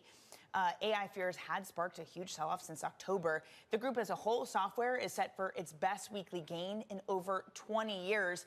Broadcom, it's also on its longest winning streak since 2022, following deeper ties with Meta. Elsewhere, Alcoa, largest aluminum producer, they missed top and bottom line estimates. It's been struggling to convert high metal prices into earnings. But again, elsewhere, a huge rally in our hands. Rates come in.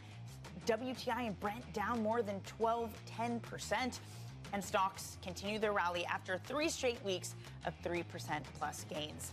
Coming up, the White House looks to give U.S. agencies access to Anthropic's Mythos. We're going to get the details. That's coming up next right here on Bloomberg Open Interest.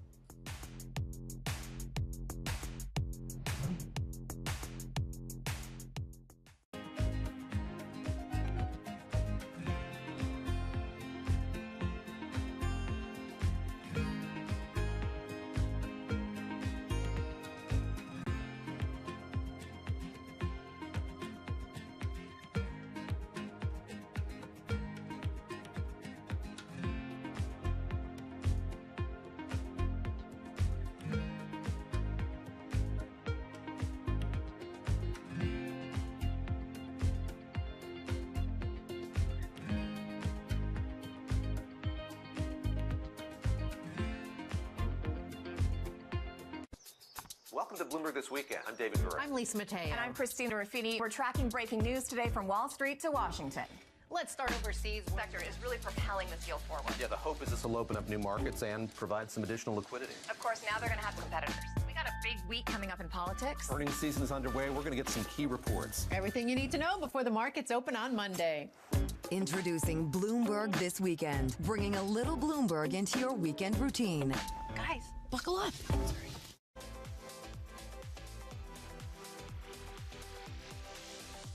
Have you ever thought about, or would you make a movie for a streaming service? Would you make a Netflix movie? Man, that's a great question. I mean, I'm waiting for one where I ask and you go, that was a shitty question. Yeah. I mean, you know, you good at your job, bro. Like, this is actually the first time anybody's ever asked me that. You know, I'm not here to say what I would and wouldn't do in the future. You know, but the theatrical experience is one that means a great deal to me. It means a great deal to us. Mm-hmm. I feel a certain responsibility. Like if Fruitville had happened a calendar year later, it probably would have come out on streaming. You know, I've been fortunate enough that everything that I've written and directed has been a theatrical release. So I feel a duty to try to protect that. You know, but that's where I'm at today.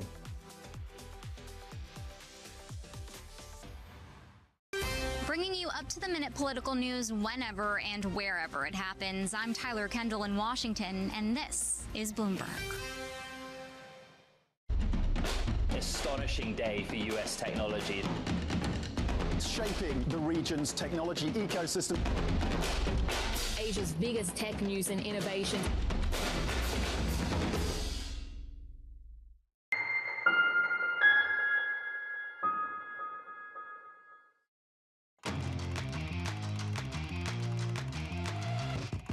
Let's get you some high-interest stories. So look at what's making headlines around the world. China's Xi Jinping is wrapping up a week of high-level meetings in Beijing.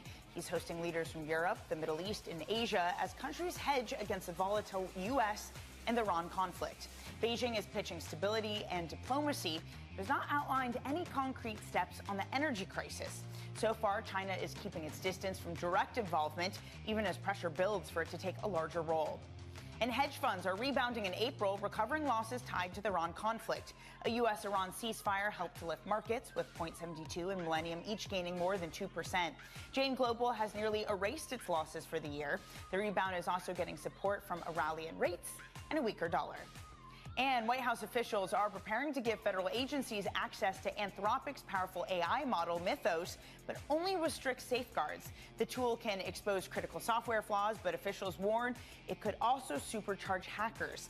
Agencies are awaiting guidance as Washington races to balance cybersecurity gains against national security risks. And let's get more on that. Michael Shepard, Bloomberg Senior Editor for Technology and Strategic Industries, joins us now. Shep, first, okay, on the news itself, yes, big, they want this, but it feels like this weird contrast of them also declaring that Anthropic is a supply chain risk.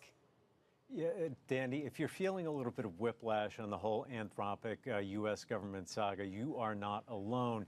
It really has been quite the story evolving in terms of this relationship that has been really fractious, especially since the beginning of the year. And it all boiled down to the whole question of safeguards that you outlined at the top. Anthropic has insisted that military use, in particular of its product, come with two key safeguards, and that is no use for surveillance, mass surveillance of Americans, and no use of it for developing fully autonomous weapons. And the argument is that, look, this technology is powerful and it is new and it can't be fully trusted. And those are some of the very arguments it made in making this new Mythos model available only to a limited number of Wall Street banks and financial and technology companies so that they could test it out and see what vulnerabilities lie in their own systems. Mythos has this superpower to be able to find holes in networks that maybe have been there for years. And the concern is that if you let it out in the wild, hackers could take hold of it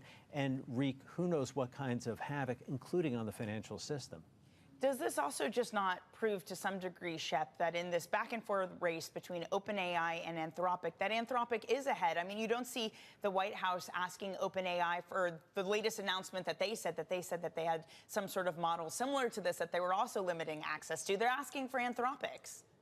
They have been asking for Anthropic, and actually when you speak with federal officials, and I've talked to a number, and our other reporters and colleagues here have as well, they have really embraced Anthropic's Claude as an enterprise tool. They've found it easy to use, and Anthropic, just not just in the U.S. government, has found this toehold on the enterprise level across corporate America as well, for its ease of use and for the way it's been able to integrate with a lot of other business processes. So it was a bit of a shock earlier this year to see the conflict erupt between the Pentagon and the company over the safeguards it had been asking for. And OpenAI is trying to catch up in this sense. They are offering their own version of a model that could offer some Mythos-like capabilities, also doing it on a limited release basis, and they are looking to get into the enterprise space. But Anthropic is really the first in line when it comes to this. The interesting thing, though, is that Sam Altman and OpenAI really have made all sorts of entreaties, outreaches, and built that relationship with the Trump administration that we haven't seen Anthropic do.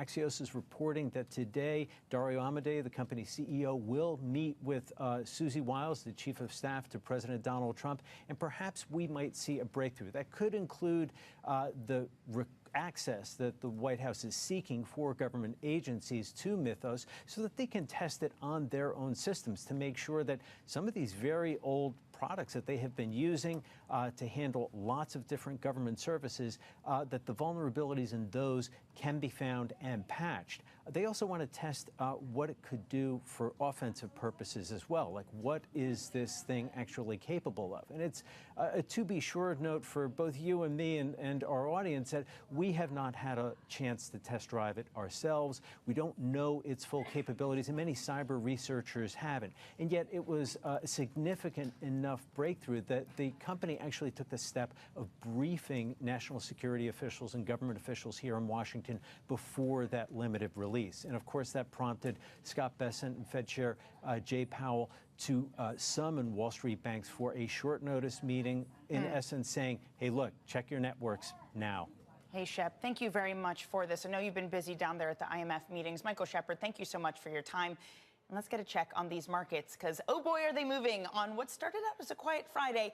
Now no longer so. Check out NYMEX crude and Brent. They are both now under $90 a barrel. Brent crude at $89 a barrel, NYMEX at $83 a barrel. And then we have a big rally on our hands, interestingly, being led by tech and software. Software is on track for its best week since 2001.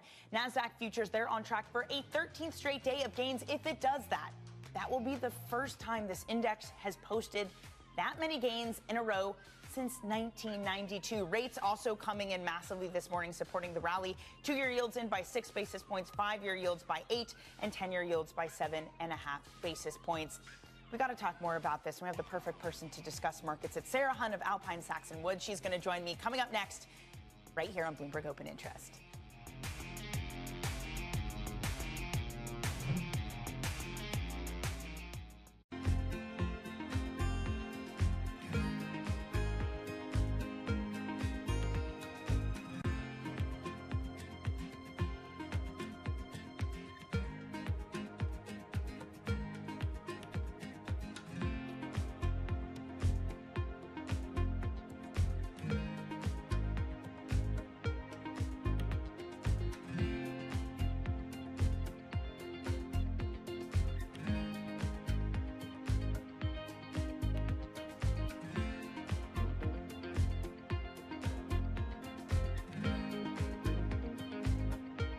Technology is embedded in every aspect of our lives. And laying the foundation for the future. From finance to defense, AI to entertainment. And from the road to the stars. Bloomberg brings you the latest stories of the people and companies pushing the tech sector to new frontiers. And the politics that shape global tech markets. I'm Caroline Hyde in New York. And I'm Ed Ludlow in San Francisco. Watch Bloomberg Tech every weekday. Only on Bloomberg Television.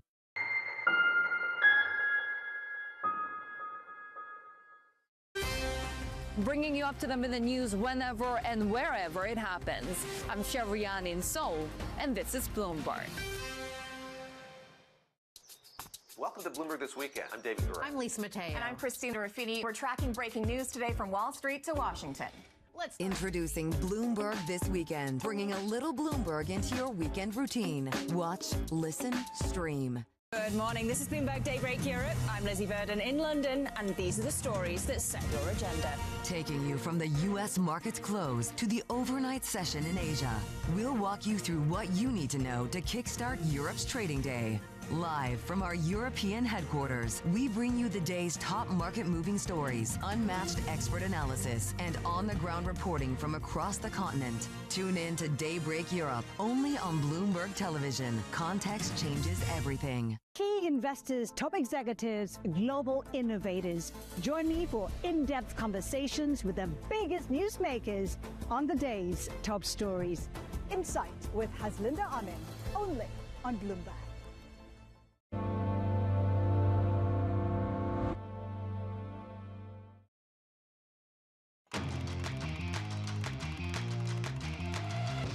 What a Friday this is shaping up to be. Just keep in mind, we've already posted 2 consecutive gains of more than 3% on the S&P 500 for the week. This will be the 3rd week doing that.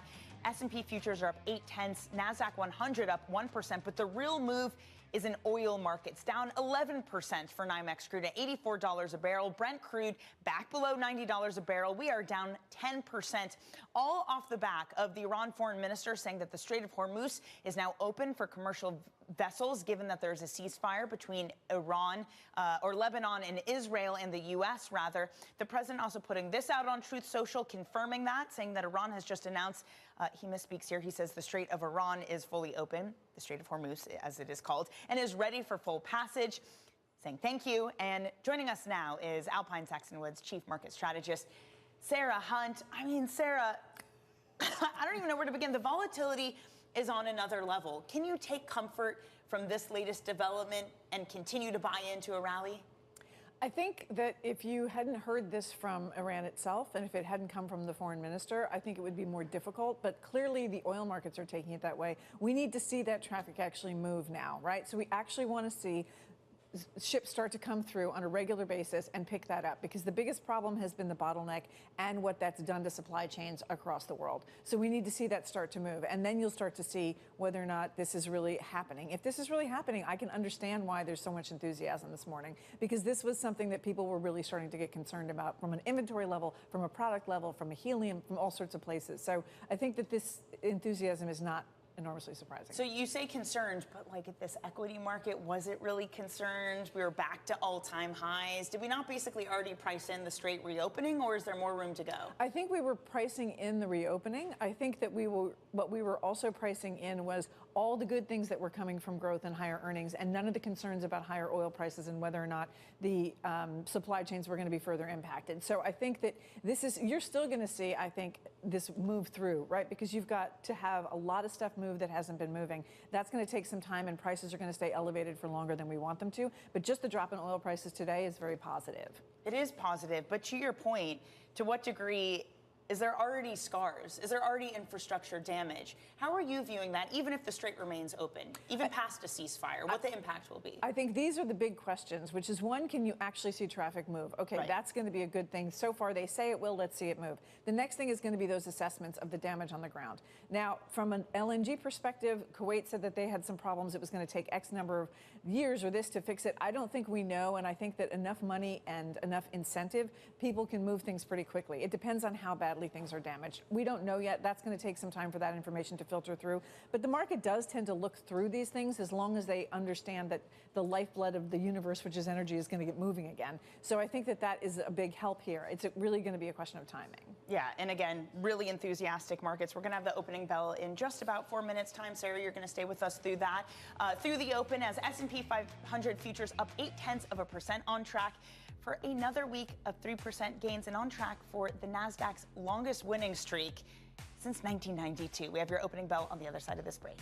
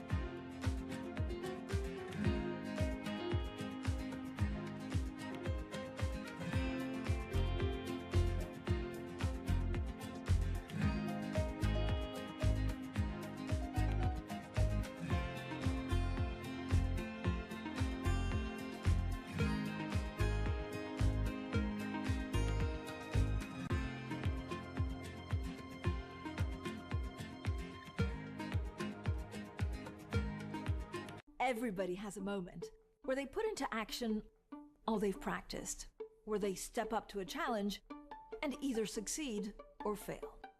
But what are those moments for some of the world's most influential leaders? It was a rough and tumble world, and I thought, okay, I can rise up, I can play this game, and I did play the game. It was great, and it was depressing, and it was disappointing. My chair at the time sat down with me and said, "Succession starts now." I'm Francine Lacroix, an award-winning journalist. For the last 25 years, I've interviewed world leaders, bank bosses, even fashion icons. I'm often asking about the news of the moment. But I've always been curious, who are these people as leaders? Join me for the podcast version of Leaders with Francine Lacroix. I'll start your week with conversations that explore what drives the world's most influential people, how today's leaders got to where they are, where they're going next, and how they've transformed their organization in the process. Make decisions. A poor decision is always better than no decision. You have to have truth tellers around you, and you have to be willing to listen. You don't want to be setting strategy in the middle of a transaction, that's for sure. Do it for the right reasons. Don't do it because of FOMO. We'll also learn lessons which we can apply to our work and daily lives. Tune into the podcast version of Leaders with Francine Lacroix. Listen and watch on Bloomberg Television or wherever you get your podcasts. We're at the epicenter of a global realignment on a scale not seen for decades. At the intersection between markets, economics, and geopolitics, a forum for sophisticated conversation. This is Bloomberg Surveillance. It's a multi-trillion-dollar industry. We'll show you what's happening in ETFs like no one else. ETF IQ, only on Bloomberg.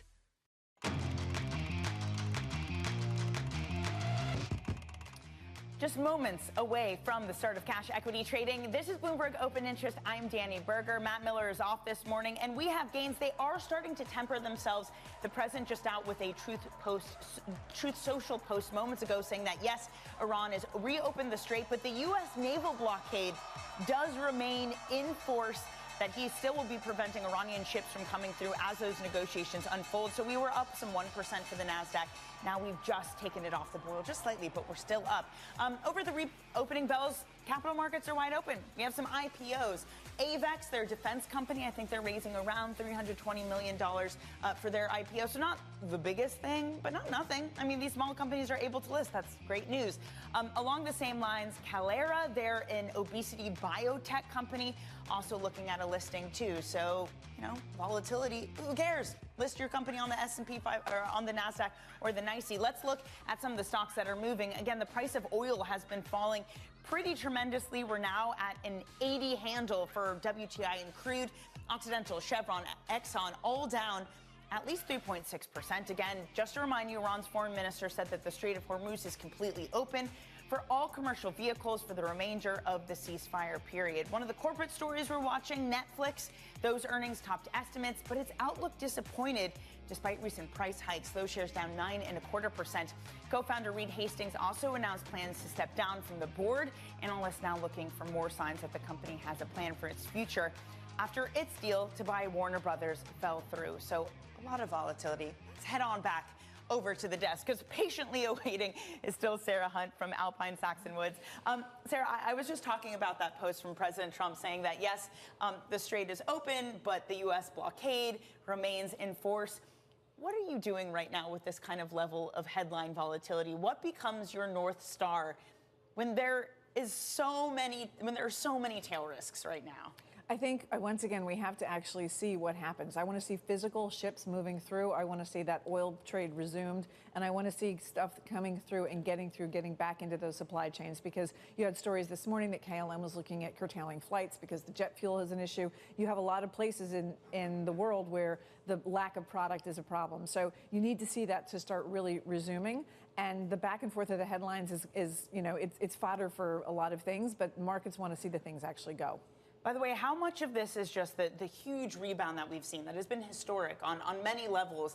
is also just tied to the fact that valuations came down and now look really attractive into what's expected to be strong earnings. Well, what was interesting is that even with the war on, we were seeing earnings estimates being raised across the board. So that was part of what was driving some of the snapback in the last 8 days. This is going to be a bigger piece if this is really, this is sort of the end of what needed to happen. But the fact that earnings estimates were going higher, which, you know, was a little bit tricky with higher energy prices as well, but a lot of it was on the back of more spending and more capex. So that is, the market sort of grew into its valuation because the multiple came down as the earnings estimates were coming up. So there was a point at which you could say, okay, this is starting to look more reasonable again. And then a lot has been made, too, about software and the ride it's gone on. I mean, I was just looking at the week we've had in software. So the S&P software index, it's up 13.6% week to date as of the close yesterday. I'm pretty sure it's up a lot again today. I mean, what is happening? That would be its best run since 2001. As far as I'm aware, nothing has changed in our fears that AI is going to completely eat software. Is it just short covering? Is it overall market optimism? Is it cheap enough to buy in now? Well, I think that there was, first you had the initial, you know, AI is going to eat the world, and it's going to start with software, so nothing is going to survive. And then you had a really big sell down in the entire space. And then I think people started looking at that and going, maybe it's an and not an or. Maybe there is going to be some interplay. And then there were a lot of discussions about interplay between the software companies and AI. So I think that there was perhaps an overly dramatic and overly pessimistic view, and that bounce back. I mean, it was up 13, but it was down something much more dramatic prior to that. So, well, it has been in this bounce back we've seen for the index, where we keep hitting all-time highs. Today would be the third one. Only Alphabet of the Mag 7 is back at a record.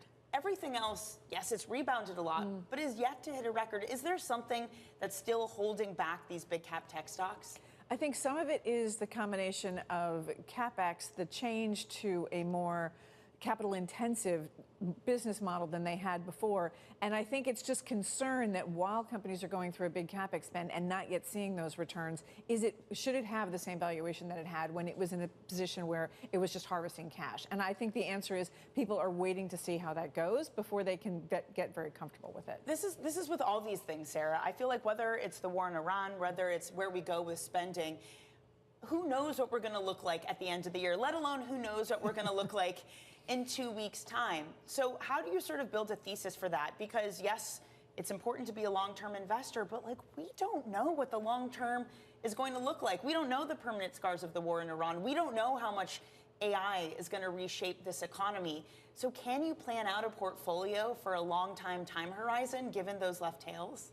You can plan out a portfolio, and you have to keep monitoring it and keep looking at it and deciding whether or not things are going to be in and out of favor in even a 12-month period. So, you know, it is. For longer-term investors, you stay invested because it's been the right thing to do for a very long period of time. And even if the things shift underneath and the sectors shift underneath, there's still a reason to believe that there's both innovation and growth that happens if you've got global economic growth. It's really a question of timing and when it's best to pivot a little bit more, a little bit less in different directions. But I think that you absolutely can plan it. You won't know the ultimate answer, but you can certainly say this is a valuation where even if it's a 50-50 chance, then that's okay too, right? It's a probability set of distributions. So one of the other fun things that's been interesting to noodle over about its place in the portfolio has been gold. I know I've been asking you about it nonstop, but one of the more interesting dynamics has been when a risk-on rally has been happening, as it is today, gold also moves higher, and you can see there gold up 1.5%. It's moving higher as Bitcoin moves higher. It's moving higher as all the speculative assets move higher. Is that what this thing is right now, just a speculative asset? Well, I think it's also moving higher as the dollar moves a little bit lower. So there is there's a correlation there, but a lot of the correlations, historic correlations, have been broken. And so the argument that gold was about inflation, actually you could turn on its head and say, actually it works better in a deflationary environment. But I think it also is a way for countries and people to express a view on currencies and government spending, and it's become a different kind of vehicle than it was a couple of years ago because it sort of lingered in obscurity for quite some time until the price movement made people aware that central banks are buying, and that became a little bit of a different animal. The other thing is sentiment for this market, and the AAII index, just looking what it's been doing, it hasn't rebounded with the market. It stayed at kind of depressed levels in terms of how bullish individual investors are in the Association for Individual Investors. Is that a bullish sign that maybe sentiment isn't fully where the rebound of this market is? I think it's more of an overall this has been sort of a scary couple of months. This has been an unusual period of time because it's not something that one party can say, okay, never mind, we don't want to do this anymore. So I think that there is part of that is an overall concern about how this could impact the global economy and for how long that impact would last. I would argue that if we really do start to see things get moving here, you have a problem in terms of pricing for a period of time, but that's not going to stick around so much. And that was becoming a bigger problem. Are we going to get inflation? Does that inflation mean we can't cut rates? There's a whole lot of things that went together with that if this really unwinds, I can see sentiment starting to recover. By the way, this economy feels like it's quite strong in terms of sentiment. The jobless claims numbers were strong yesterday. I was looking at the regional bank Ally. They had really good results because people were taking out loans to buy cars. We weren't supposed to be doing that considering that the price of oil was higher. There feels like there's this really big underlying strength still to this economy despite all of the fears. Well, and despite some of the other soft data like the UMISH sentiment and some of the things that would imply that people were not having that kind of doing that kind of economic activity, I think the fact that it has continued does mean that there was an underlying optimism regardless of the things that were happening underneath. And that is also why, part of the reason why you've seen earnings estimates go higher, because even if people say they're not spending, they're spending. You can see it as the numbers come through. True. All right, Sarah, you're going to stick with us. I'm so pleased to say. That is Sarah Hunt. And let's get a check on your stock market right now. Again, just to recap where we stand, the foreign minister of Iran saying that the Strait of Hormuz is now open for commercial vehicles as long as the ceasefire lasts with Lebanon. President Trump confirming that on a Truth Social post, but saying that the U.S. blockade remains. Maybe forget that last part. We're still rallying. It doesn't matter. We're at another all-time high. We're on track for a third consecutive week of 3% plus gains. I had mentioned to Sarah that the Mag 7, all we had seen was Alphabet hitting a new record high. These stocks are attempting to do that. I was just looking at Amazon, for example. If it is able to close where it is now, up 1.8%, it will be at another all-time high. Microsoft has also been on a tear, so it is big cap tech stocks doing really well. They had sold off a lot, so it makes sense that the rebound's happening with the ones that sold off the most. Netflix, the top loser in terms of points being taken away this morning, down 11.2% after a second quarter that disappointed. We're going to talk more about that with Geetha coming up. And then it makes sense that the energy names are down too as the price of oil sinks more than 10%. And I'd assume that if you look at the sectors, that energy is the worst. Let's look at that. A safe bet. Down 4.7% this morning, down a whole heck of a lot as the price of oil goes back to in the $80 a barrel range, below $90 a barrel. That is, consumer discretionary does well, as does industrials, as does information technology, for a gain of 0.8%. Coming up, I mentioned it, Netflix investors think executives lost the plot after the Warner Brothers deal fell through. We're going to discuss challenges ahead with Bloomberg intelligence analyst Geetha Raghunathan. This is Bloomberg Open Interest.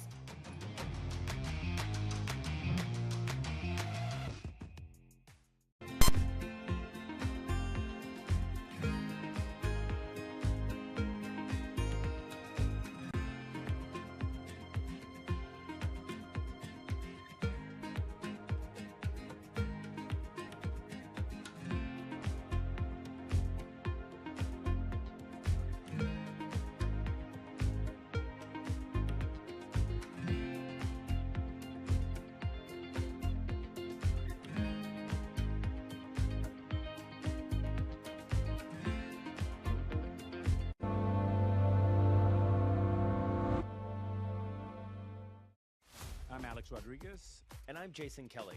And we're back with another season of The Deal. With athletes and entrepreneurs who are changing the game on and off the field. Jerry Jones. Some good-looking trophies. 1 and 1 is 3 in sports, not 2. And it's because that 3 is imagination. That 3 is putting yourself in a way, having yourself hit the home run. Erica Ayers-Badon. I'm a high-energy board member. I'm very passionate. I have a lot of opinions. Robin Arzón. I want to light fires in people's lives, and that is still one of my core mandates for all of my businesses. Justin Tuck. I tell all of my friends that play in leagues now, make these relationships now while you're hot. Don't wait till you're like your 12th year in and you're just hanging on. Stay tuned. You won't want to miss it.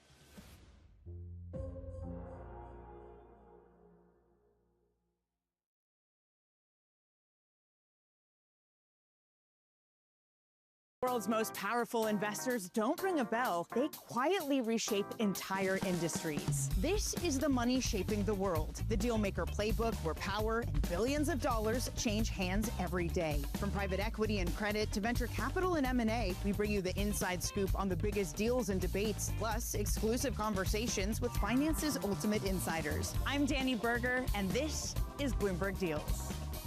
Every week, only on Bloomberg Television. Bringing you up-to-the-minute geopolitical news whenever and wherever it happens. I'm Stephen Engel at Japan's Akasaka Palace in Tokyo, and this is Bloomberg. From the world of politics to the world of business, Joe Matthew and Kaylee Lines deliver news, insight, and analysis live 2 times a day, every trading day. Balance of Power at 1 and 5 Eastern, only on Bloomberg. Welcome to Bloomberg This Weekend. I'm David Gura. I'm Lisa Mateo. And I'm Christina Ruffini. We're tracking breaking news today from Wall Street to Washington. Let's start overseas. The sector is really propelling this deal forward. Yeah, the hope is this will open up new markets and provide some additional liquidity. Of course, now they're going to have competitors. We got a big week coming up in politics. Earnings season is underway. We're going to get some key reports. Everything you need to know before the markets open on Monday. Introducing Bloomberg This Weekend, bringing a little Bloomberg into your weekend routine. Guys, buckle up.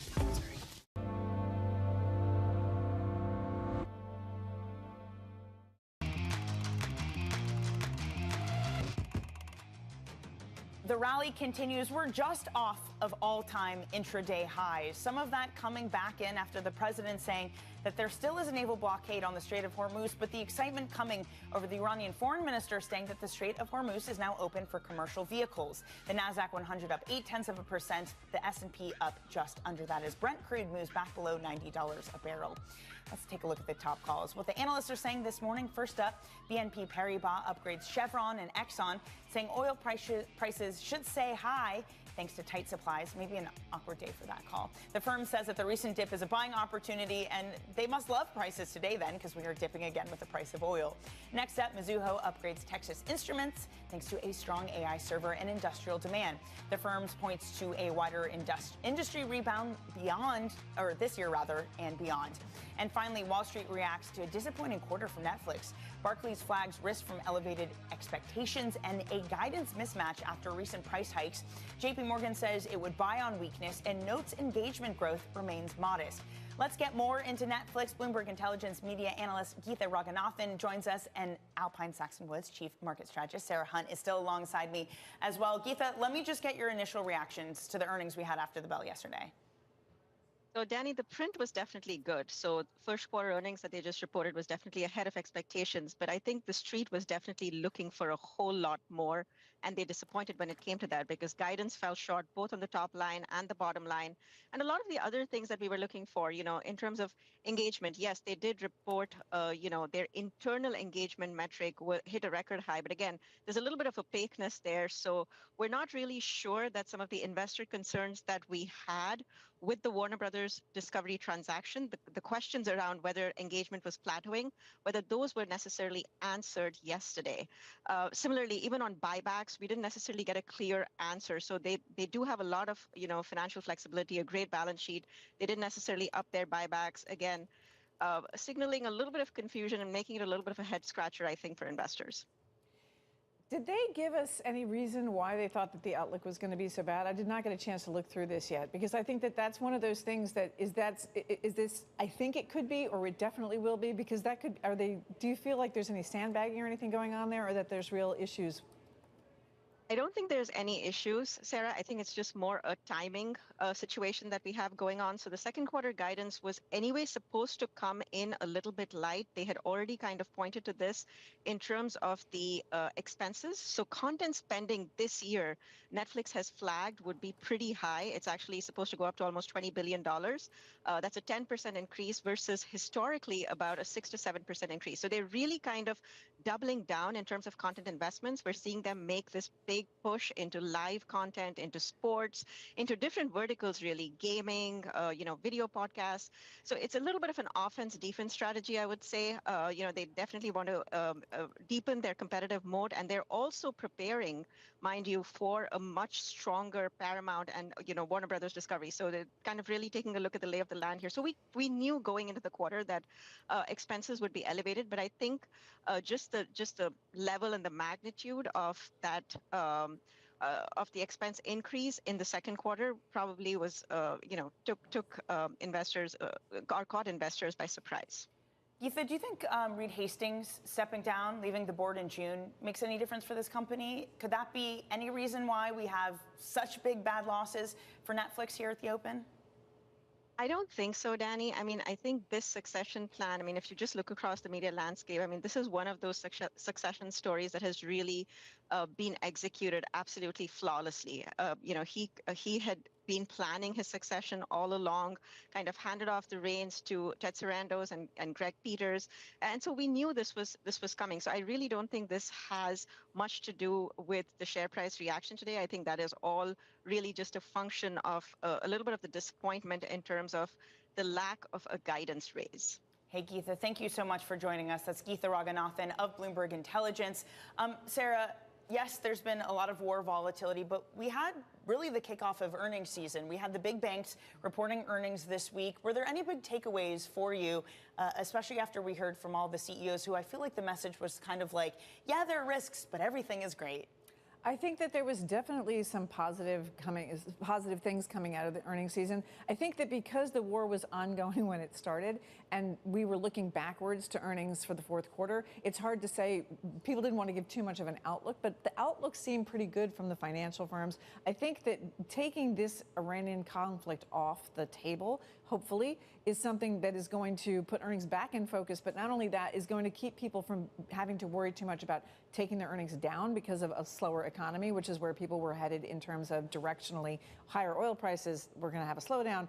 I think that you can take some of that off the table, which is some of the relief. Can we also take off the table private credit concerns? All the banks outlining how much exposure they have. Blue Owl gets a big rebound this week. Is that anywhere near the rearview mirror? I would actually say that everybody's saying how much of a problem it wasn't always makes me think it's a little bit more of a problem than they want it to be, or they wouldn't be talking about it so much. I mean, I know that part of it is reassurance, but I also think that it's because it's not just the private credit people themselves, it's the lenders to the private credit funds. And I think that there is some problems in that space. There's certainly some illiquidity in that space as something that was sold as a more liquid product. And I think that that's when you have that clash between illiquidity and people expecting liquidity, it's a problem. And I don't know that the underlying instruments are that weak as much as it's too many people trying to get through the door. And I think that that's going to remain a concern. And I think without the war, it would have been a much bigger talking point. I love the way your contrarian brain works. It's marvelous. You're like a journalist. It's so good. I love skepticism. Sarah, thank you so much for joining. Enjoy the rest of your Friday and your weekend. That's Sarah Hunt of Alpine Saxon Woods. Coming up, how to invest in the market's biggest themes. Right now, we're going to talk ETFs. It's ETF Friday, after all. Global X's Shauna Smith is going to be joining us next. This is Bloomberg Open Interest.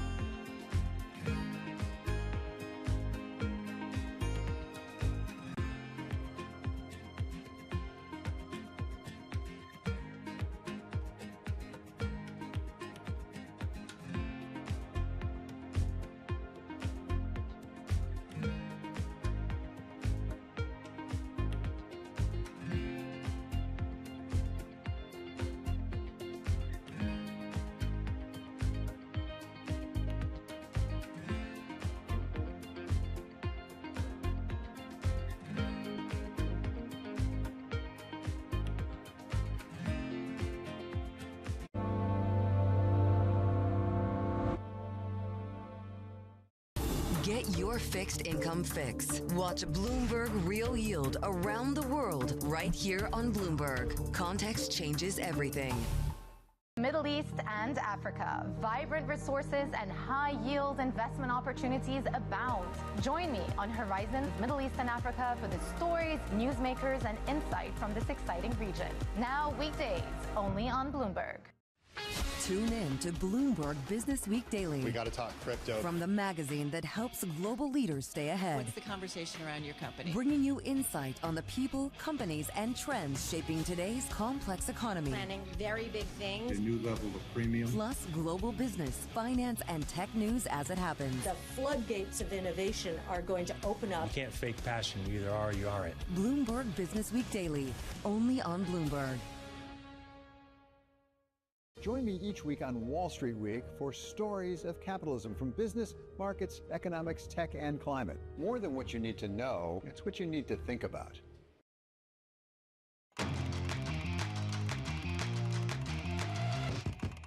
Investors are getting more selective, and ETFs are an easy way to express that sentiment, and long have been. Shauna Smith, senior investment strategist at Global X, says AI is still leading on growth to defense and cybersecurity as geopolitical risks build and maybe fade. That seems to be the case today. She joins us now. Shauna, thanks for stopping by. It has been such a wild ride in this market and a big rebound underway over the past 3 weeks. We add to that today with the idea maybe the Strait of Hormuz has been open. What have you been seeing in your ETF flow? Where specifically is the enthusiasm coming from? You know, there's been enthusiasm, I would say, across the board, very much like you just laid out there in that intro. It has been changing almost on a day-to-day basis, a very headline-driven market. I would say where we are seeing the most excitement is surrounding some of our investment opportunities. One continues to be AI, actually, which had been a contrarian maybe view up until the last couple of weeks, but we have seen this recent run in software that has reignited some of that excitement. I think in defense tech, that is a real opportunity that we have seen at Global X. One of our ETFs, Shield, outperformed significantly last year. This year, up about 15-16%, but we still think with that continued spend, not only the geopolitical escalation obviously would contribute to that, but also just the spending that we're expecting to see here from the U.S. government, looking out to $1.5 trillion in defense spending expected next year. We think that is going to continue and give this trade a little bit of legs here going forward. And then I also think on top of that, energy, there's still some opportunity there. Underperformer today, we've seen a little bit of volatility, obviously a lot of that being very much headline driven, but as we do think we are expected to see this continued shift, more broadly speaking, across the energy sector, favoring U.S. energy production, we think that could be an opportunity here going forward. One of the also huge rebounds has been in software. Mm-hmm. It's been really remarkable to watch. We're on track for the best week since 2001. I know you don't have a software-specific ETF, but I'm looking at AIQ, which seems to have a few of these names like Oracle, Microsoft. What has been the demand like for this? Has there been dip buying? And what do you make of the fact there's been dip buying? Because the narrative hasn't really changed on this idea that maybe AI is going to vastly disrupt our society. Yeah, so this is an interesting play. And I think that we have long been talking about ever since the sector came under a tremendous amount of pressure that there was a little bit too much being scooped up there, just in terms of the fact that it didn't make sense that all of these names were being caught up with the sell-off. I think what we're seeing now, what we very much expected to see was a clear divide between some of those winners and the losers. So you mentioned the AIQ fund, and within that you have Microsoft, Oracle, Broadcom, just to name some of a few of those. And those are names that have certainly caught a bid, to say the least, especially when you take a look at Oracle over the last 5 days or so. And we think that it's a couple of things. One, we think that this concern that we certainly have seen for quite some time around this single seat or the seat-based single process tooling, obviously that had been a concern. We think that is going to remain a concern. As we take a look at where there is opportunity within the software space, so much of that is about data access, it's about distribution, it's about AI tooling. So think about ways to monetize AI. And so we think the companies that are well positioned there, that are already embedded within that workflow, will continue or will outperform here going forward. Hey, Shauna, not enough time with you. Thank you so much for stopping Thanks by. for having me. Really appreciate it. Shauna Smith, senior investment strategist at Global X. And of course, if you want more ETF coverage, every Monday, ETF IQ at 12 p.m. New York time. Just a quick recap of some of the headlines that we've been getting. Again, the Iranian foreign minister saying that the Strait of Hormuz is open. President Trump confirming that, but saying that the blockade remains in force. Iranian TV just also now saying that ships passing through Hormuz need the IRGC coordination. Even so, we continue to rally as Brent crude comes down 10 1/3%. We are at all-time highs here. We are at 7,101 for the S&P 500. The NASDAQ on a historic running streak. This would be the 13th day of gains, its longest since 1992. Coming up the next hour, Crossmark's Victoria Fernandez on the relief rally, plus the Points guy on rising airfares. Maybe today will bring us some relief. And Oklo's CEO talking about growing support for the government. This is Bloomberg Open Interest.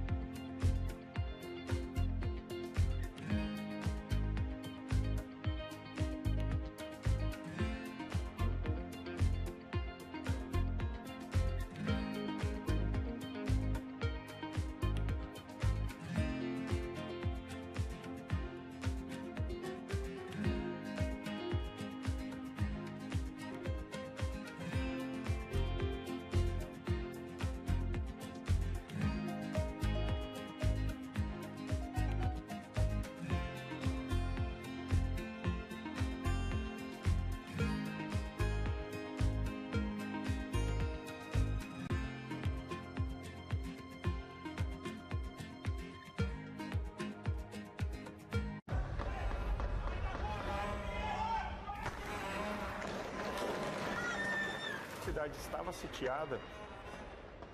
Nisso eu começo, eu tremia, não sabia o que fazer. Foi a mais terrível que eu passei na minha vida. Eu temo, né, que o Brasil se torne, num futuro próximo, um narco-estado. Porque no final, tudo é dinheiro. People back home there, they are suffering. And someone is driving a Range Rover with their money. Where is my money? I think she's a scam up to now. It's some of the world's most desperate people who are getting ripped off. Repeat after me. I am a winner. I didn't know how big it was. I didn't really understand what I was getting myself into.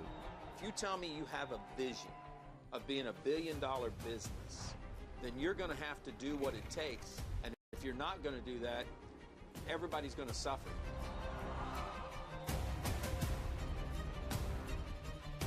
Una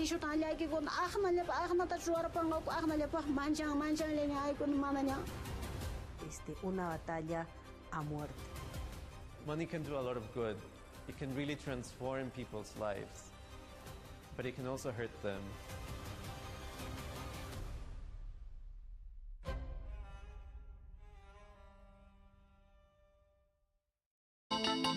The countdown is on. Everything you need to get the edge at the end of the market day. Get ahead of tomorrow's trading with The Close. Weekdays on Bloomberg. Context changes everything. U.S. jobs numbers are released. Bloomberg has the report under surveillance with crucial data and expert analysis at terminal speed. Nobody covers Jobs Day like Bloomberg.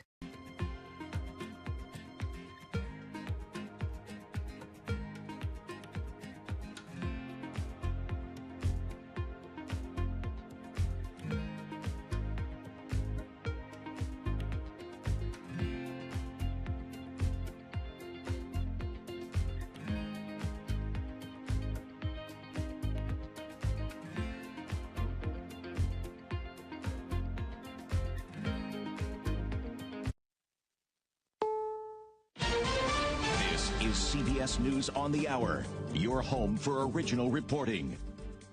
I'm Deborah Rodriguez. Stocks are up, oil prices down about an hour after Iran announced the Strait of Hormuz had been fully reopened to commercial shipping traffic. Correspondent Charlie D'Agata reports from Tel Aviv. This comes from the Foreign Minister, Syed Abbas Araghchi. Pardon me while I read this up. In line with the ceasefire in Lebanon, the passage for all commercial vessels through the Strait of Hormuz is declared completely open for the remaining period of the ceasefire. This is a 10-day ceasefire between Israel and Lebanon. President Trump immediately welcomed the news, but he says a U.S. naval blockade will remain in full force for Iran only until what he calls our transaction with Iran is 100% complete. Oil prices have tumbled about 10%. The average price for a gallon of gas in the U.S., $4.08 today. Madison Mills at Axios. The oil traders who I talked to tell me that it's going to take a little bit longer for any substantial drop in commodities prices to really hit Americans at the pump. This comes as people have already been struggling with one of the fastest periods of inflation in American history. The Dow is up 745 points. On the heels of that truce with Lebanon, the Israeli army says it is lifting all wartime restrictions. Ruthie Shine lives in northern Israel. I was really pleased because we are fed up. We are fed up with the situation of being at home, of being locked at home, of not being able to go on with our lives. People have been returning to their homes in southern Lebanon. A year into President Trump's mass deportation campaign, acting ICE Director Todd Lyons says he'll step down. CBS's Michael Toscano. Two officials familiar with his plan told CBS News Lyons, who helped shape and implement President Trump's mass deportation operations, will depart for the private sector. In a statement to CBS News, the new DHS Secretary, Mark Wayne Mullen, said May 31st will be his last official day. A musician is in custody in California in the murder of a teenaged girl. Correspondent Matt Gutman from L.A. A tense scene in the Hollywood Hills on Thursday night. Video obtained by TMZ shows heavily armed officers arresting the singer David, whose real name is David Anthony Burke, on suspicion of murdering 14-year-old Celeste Rivas. Rivas first disappeared from her home southeast of Los Angeles in April of 2024. Last September, police discovered a gruesome scene, her decomposed and dismembered remains inside David's Tesla. Pope Leo arrived in Cameroon today. He celebrated an open-air mass in front of about 120,000 young people in the main port city of Douala. This is CBS News.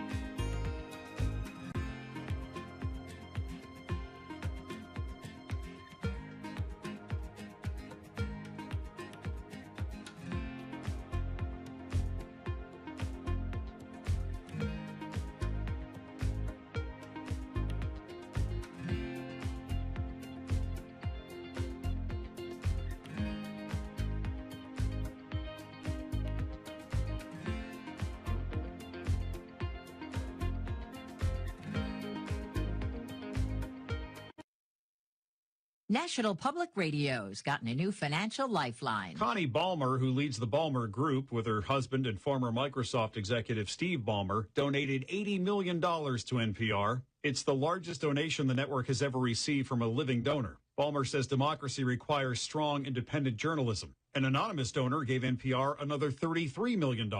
Last July, Congress cut more than $1 billion in federal funding for public broadcasting. NPR's chief says she hopes the two donations will inspire others to donate. Michael Wallace, CBS News. Feeling the need for speed? Captain Pete Maverick Mitchell.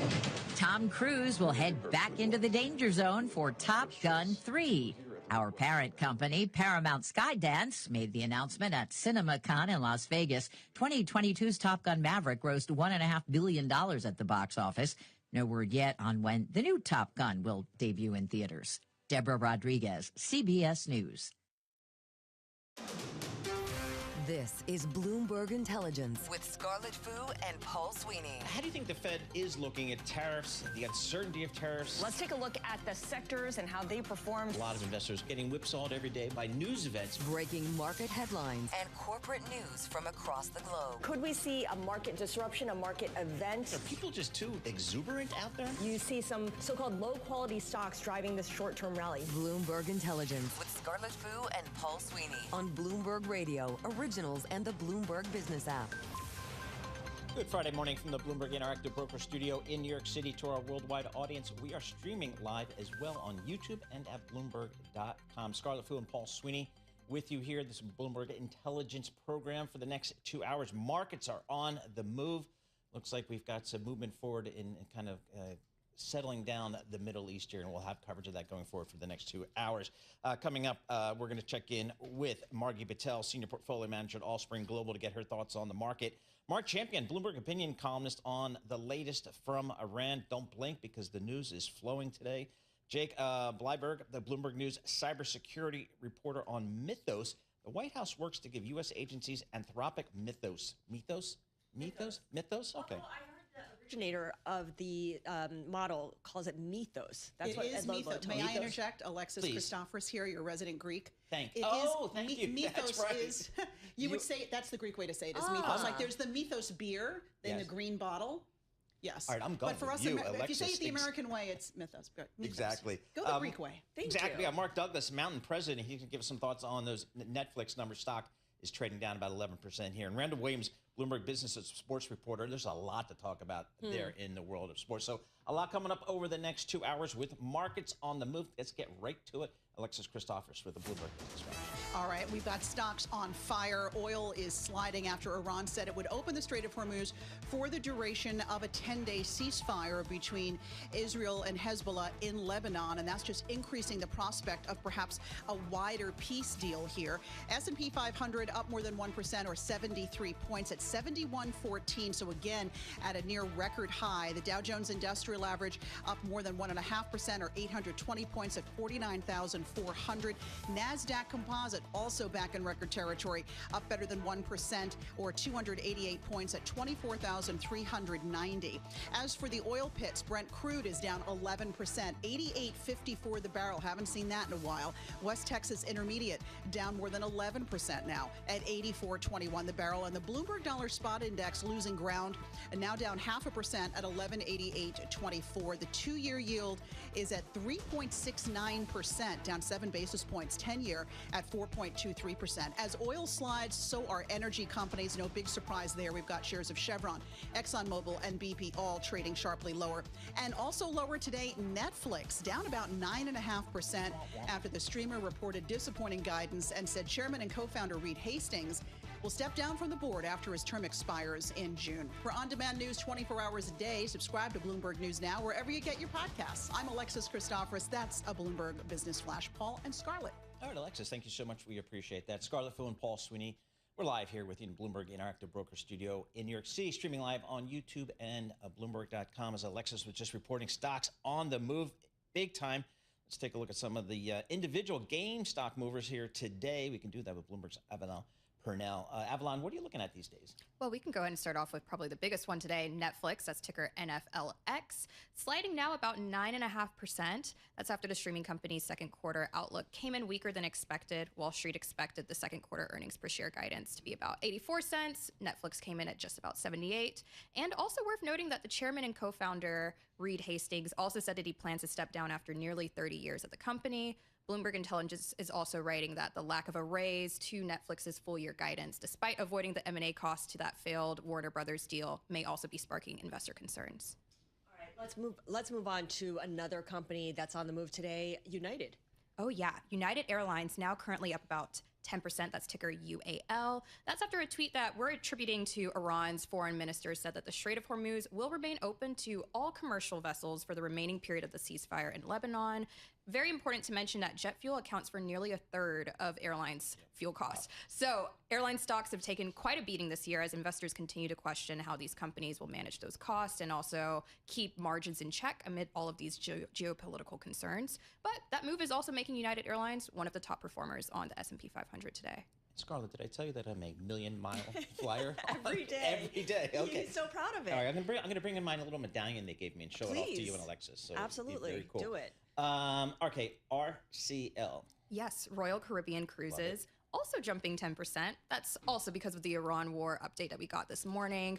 Royal Caribbean is also particularly sensitive to rising fuel costs. Analysts have warned since the start of the conflict that higher oil prices could pressure dividends and profit for cruise operators. Bloomberg Intelligence had a really great note out yesterday predicting that fuel supply disruption could hit Royal's 2027 net income by 9% if the strait remains constrained. Also worth noting that it's not just the energy costs that are impacting these cruises. It's also prompting a lot of these cruise liners to have to cancel or even heavily modify itineraries. So as soon as that gets cleared up, you're also going to see some upside. As soon as that gets cleared up. Interesting. Okay, very good. All right, Avalon Purnell, thanks so much. Appreciate that. For more conversations like this, subscribe to our Stock Movers Reports. Listen for 5-minute audio reports on the biggest winners and losers in the stock market. Subscribe to Stock Movers on Apple Podcasts, Spotify, or anywhere you listen. The news today is geopolitical. It seems like we're getting a couple data points out there that things are moving forward in terms of this ceasefire, maybe moving towards something more permanent. We have negotiators going to Islamabad for Sunday negotiations, so we'll see how that plays out, and that's certainly moving the markets here today. Mark Champion joins us, Bloomberg opinion columnist. Mark, what do you make of the news today on all things Iran here? The Strait opening up, I think, and we've got some negotiators going to Islamabad for talks on Sunday. What does that all mean to you? I think what it seems to be emerging that what happened is that a temporary deal, like an initial deal, was made in which the U.S. traded, putting pressure on Israel to make a ceasefire in Lebanon for some opening of the strait in Hormuz. So each side got something they want. The Iranians have linked the duration of the opening directly to the ceasefire in Lebanon. So that seems to be making space for them to go back and return to the table and negotiate all the other stuff. President Trump has said a bunch of things about what the Iranians have given. The Iranians haven't, commented on that. And I think we need to wait because he often says things that are kind of pretty broad brush, to put it, to put it mildly. So I think we'll have to wait and see, how much progress has been made or will be made on the nuclear file, on missiles, on, more broadly the proxies. There's going to be a money element. So there's going to be an enormous amount for them to talk about, and I think we shouldn't be too disappointed or shocked if they can't get it done on Sunday. Right. But there is a sense of optimism heading into the weekend that perhaps things are moving along in the right direction. And Mark, there was an Axios report that the U.S. may release $20 billion of frozen Iranian funds in exchange for Iran's stockpiles of enriched uranium. Does that sound credible to you, given how far apart these two sides were at the start of the week? It's conceivable, but I think it could only be. It sounds like a snippet of a deal because what we're talking about is the U.S. has demanded an end to all of the program, all uranium enrichment. The Iranians have said that that retaining the right to enrichment is a red line. So getting the 60% stockpile out of Iran is a piece of it. It's an important piece of it, but you've still got quite a lot to negotiate there. So money's part of it. Then you might have to work out some kind of extended deal where they suspend enrichment for a period of time, which allows them to say they still retain their right, and the Americans to say that it's ended. And it doesn't really help that when President Trump, talks about this stuff, he says they will never have a nuclear weapon. They have to agree not to have a nuclear weapon. They constantly say they don't have a weapon and aren't seeking a weapon. Whether you believe them is not a matter, but so it's whether they say that isn't really the issue. What the issue is, do they agree they will never be able to enrich uranium? Mark, the just focusing on the Strait of Hormuz here, you wonder if the world trade can ever go back to where it was before the war began. Will the Strait of Hormuz ever be truly free and open like it essentially was prior to the war?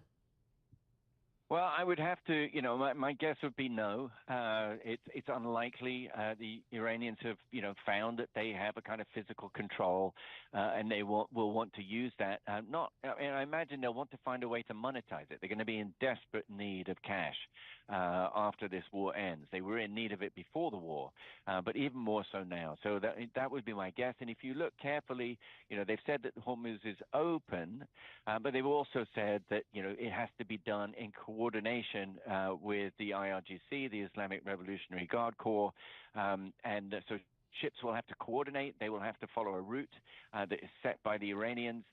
So, that doesn't sound to me like they are giving up the idea that they should have some form of control in future of, how ships go through.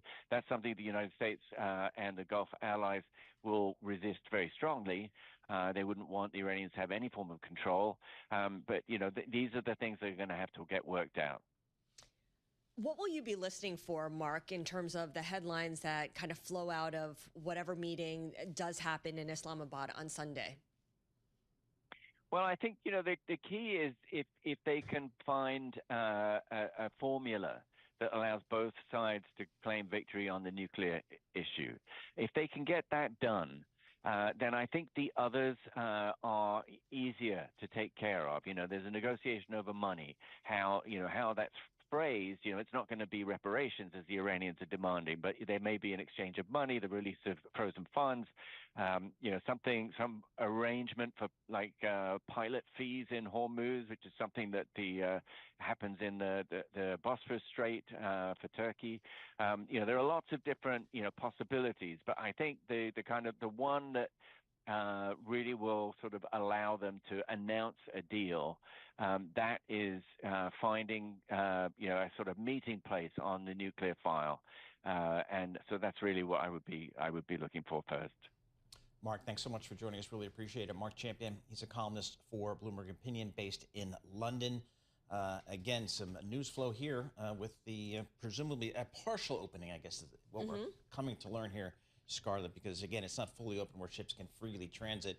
They still have to do so in coordination with Iran, and I guess not using the normal routes, using the routes now that are mandated by Iran, which are closer to its coast. Not to mention the fact that the U.S. blockade is still in full force. So it's not free and open the way that it was before the war at all. Yeah, but I guess it's a step in the right direction. And it's not worse. It's not worse. It's in a step in the right direction, and that's what we're seeing reflected in markets today. The S&P up 72 points. That's 1%. This is Bloomberg.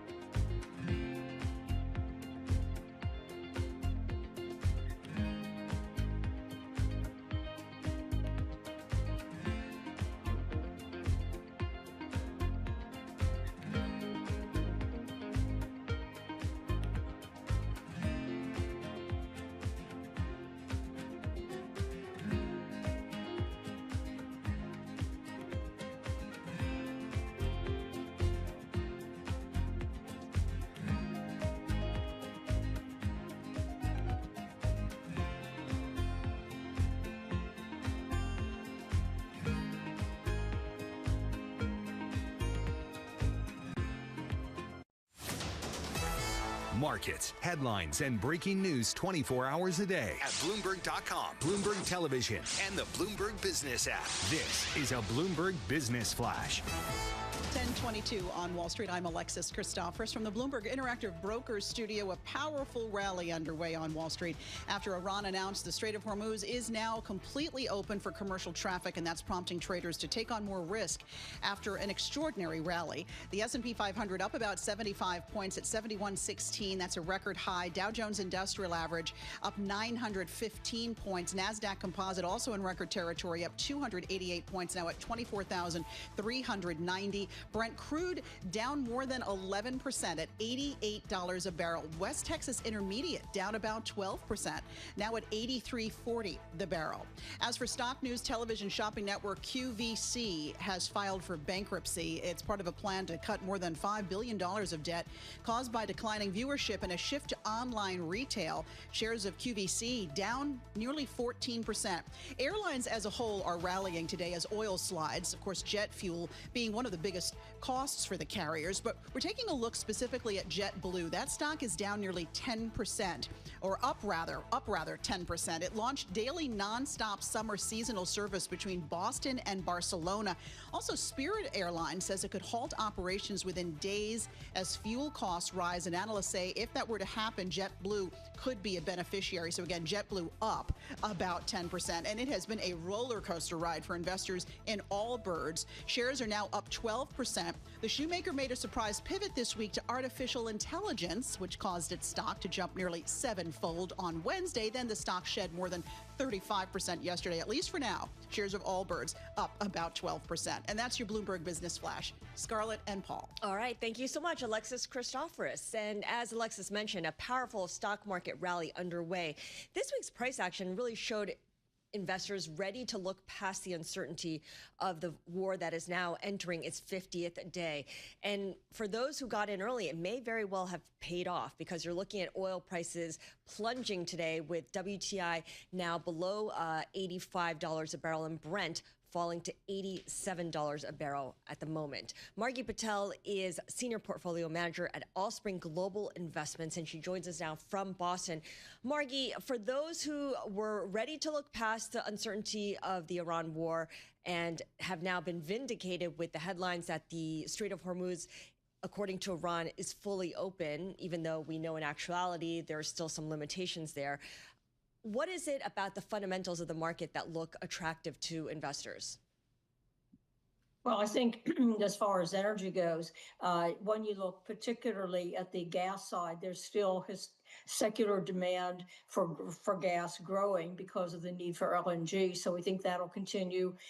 We'll probably see oil prices continue to be volatile. That's just the way oil prices are.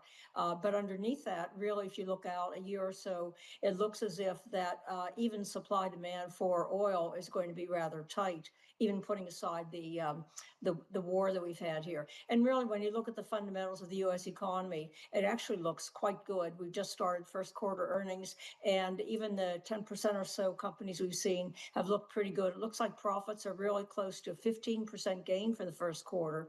So it really makes the equity market look pretty attractive, especially with the correction we had here over the last month or so. So what do you think corporate America needs to do this earnings season, Margie, to kind of keep this market going? Well, I think as we see earnings reporting, as I said, we've just really started. And I think we'll see on balance, once again, companies outperforming, pretty good outlook. And I think the market understands that some companies may have some negative effects because of the uncertainty in the Middle East. But I think looking beyond that, you have to be positive, at least at 2% GDP growth. And most important is the fact that the Fed is really on the sidelines, not doing anything. They certainly aren't going to raise rates because we've seen inflation be above their 2% target. And it looks like as if they probably aren't going to cut rates either because growth looks okay and inflation is high. So a quiescent Fed is really one of the more bullish factors for the economy.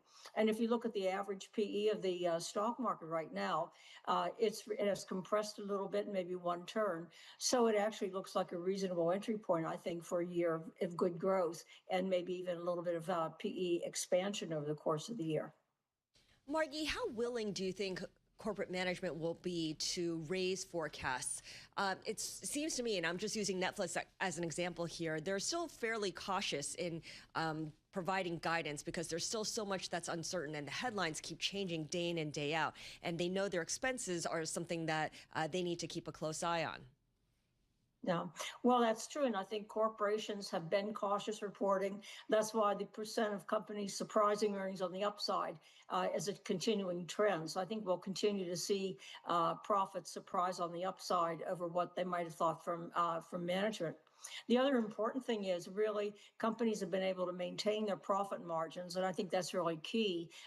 When they've had inflationary pressures, they've been able to pass on the price increases in their profits, maintaining their margins. So that's very, very positive for most companies to say we're on a pretty good growth path. Many of the companies that are secular growing or even on the cyclical upswing should actually have very, very good earnings this year, competitive with some of these, say, the Mag 7 kind earnings. So all in all, it's a pretty favorable backdrop.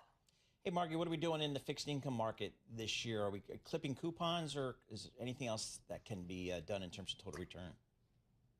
Well, there's really not a lot of capital appreciation left in the whole fixed income market. Yield spreads are relatively narrow. They gapped a little wider over the uncertainty. Now they've pulled back in, even in the face of very, very large supply. So that says to me the old saying about supply creates its own demand. The more new issues that are out there, particularly from some of the tech companies that have issued huge issues, it's met with very large demand from investors who'd like to buy those companies. As far as high yield in the public market, defaults are very low, maybe 2.5%, something like that. Again, that's very attractive. Yields are very low, say 5.5% to 6.5% for most high yield bonds.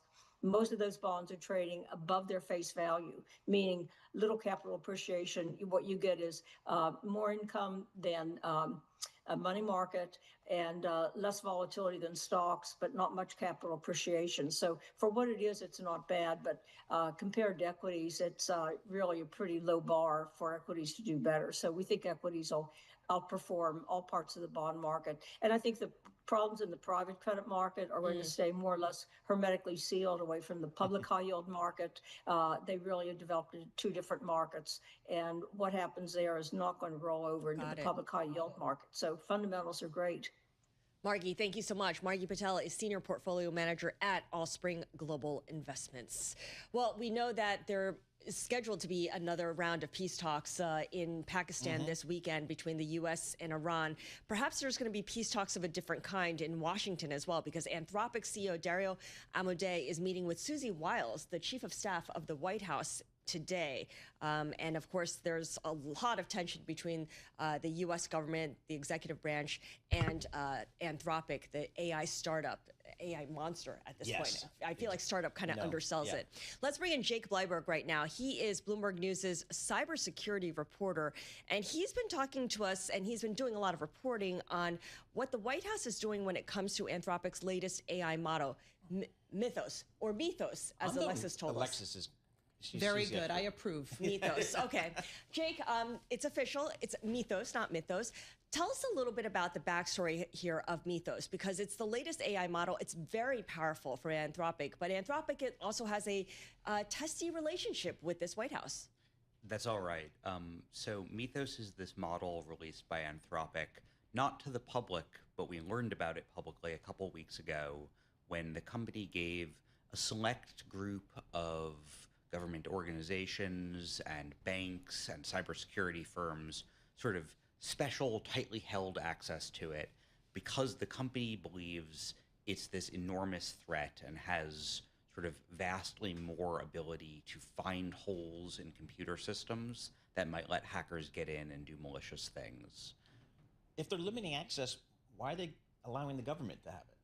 Well, we're not actually sure at this point just how much access the government has, but what we do know is, sort of getting at the tension you raised earlier, there are a bunch of government agencies that are sort of eager to get their hands on it.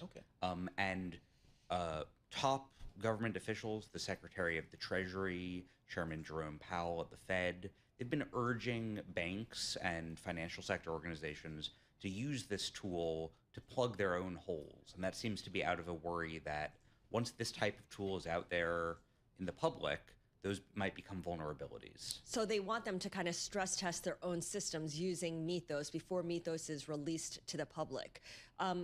What does that mean for this meeting that Anthropic CEO is scheduled to hold with Susie Wiles, the chief of staff, today? What is the relationship right now between the White House and the company at large? Because government agencies, or at least some of them, want to use this model, but the Pentagon has blacklisted Anthropic. It's a great question, and it's a little confusing. On the one hand, we have sort of top administrations in the Trump officials in the Trump administration saying this company is a supply chain risk, and they've been doing that as part of this dispute with the Pentagon over concerns about the artificial intelligence being used in surveillance or the targeting of weapons. On the other hand, we have top officials in the Trump administration also saying this is such a powerful tool. Hey, you banks, financial sector, we need you to use this.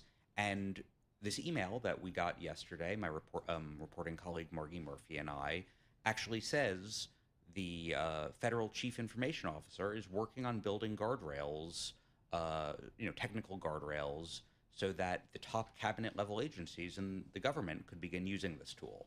So it's a little bit confusing going into this meeting. All right, maybe I'm a little cynical here, but it seems like individuals, consumers, corporations trying to figure out what AI is, how I use it, all that kind of stuff. I don't have a lot of confidence that my federal government is going to do a good job with AI here.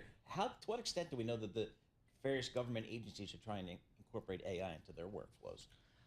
I mean, I think we've seen massive efforts across the federal government, as we have in many different industries across the private sector, to build AI into their workflows.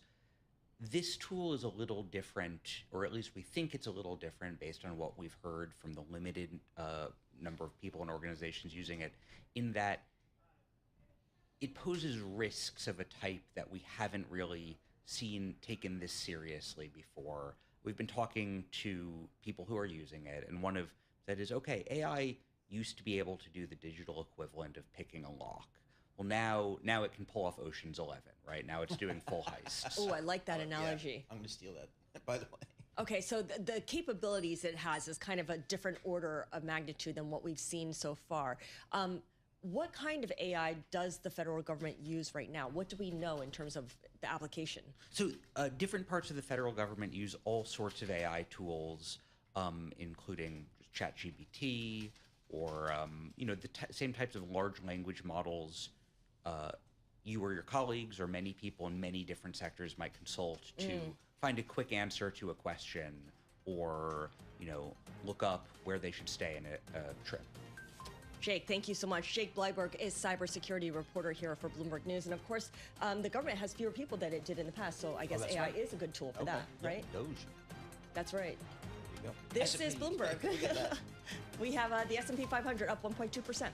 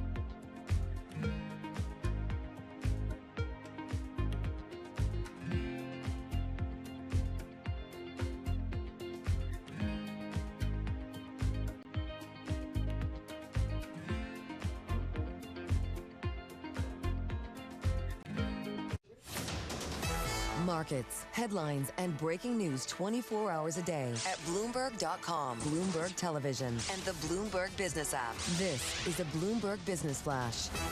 From the Bloomberg Interactive Broker Studio, I'm Alexis Christoforous. Stocks are rallying while the dollar and oil drop after Iran announced that the Strait of Hormuz is now, quote, completely open for commercial traffic during the 10-day ceasefire. The S&P 500 up 88 points, again climbing into record territory at 7129. The Dow Jones Industrial Average up now nearly 1,000 points at 49,573.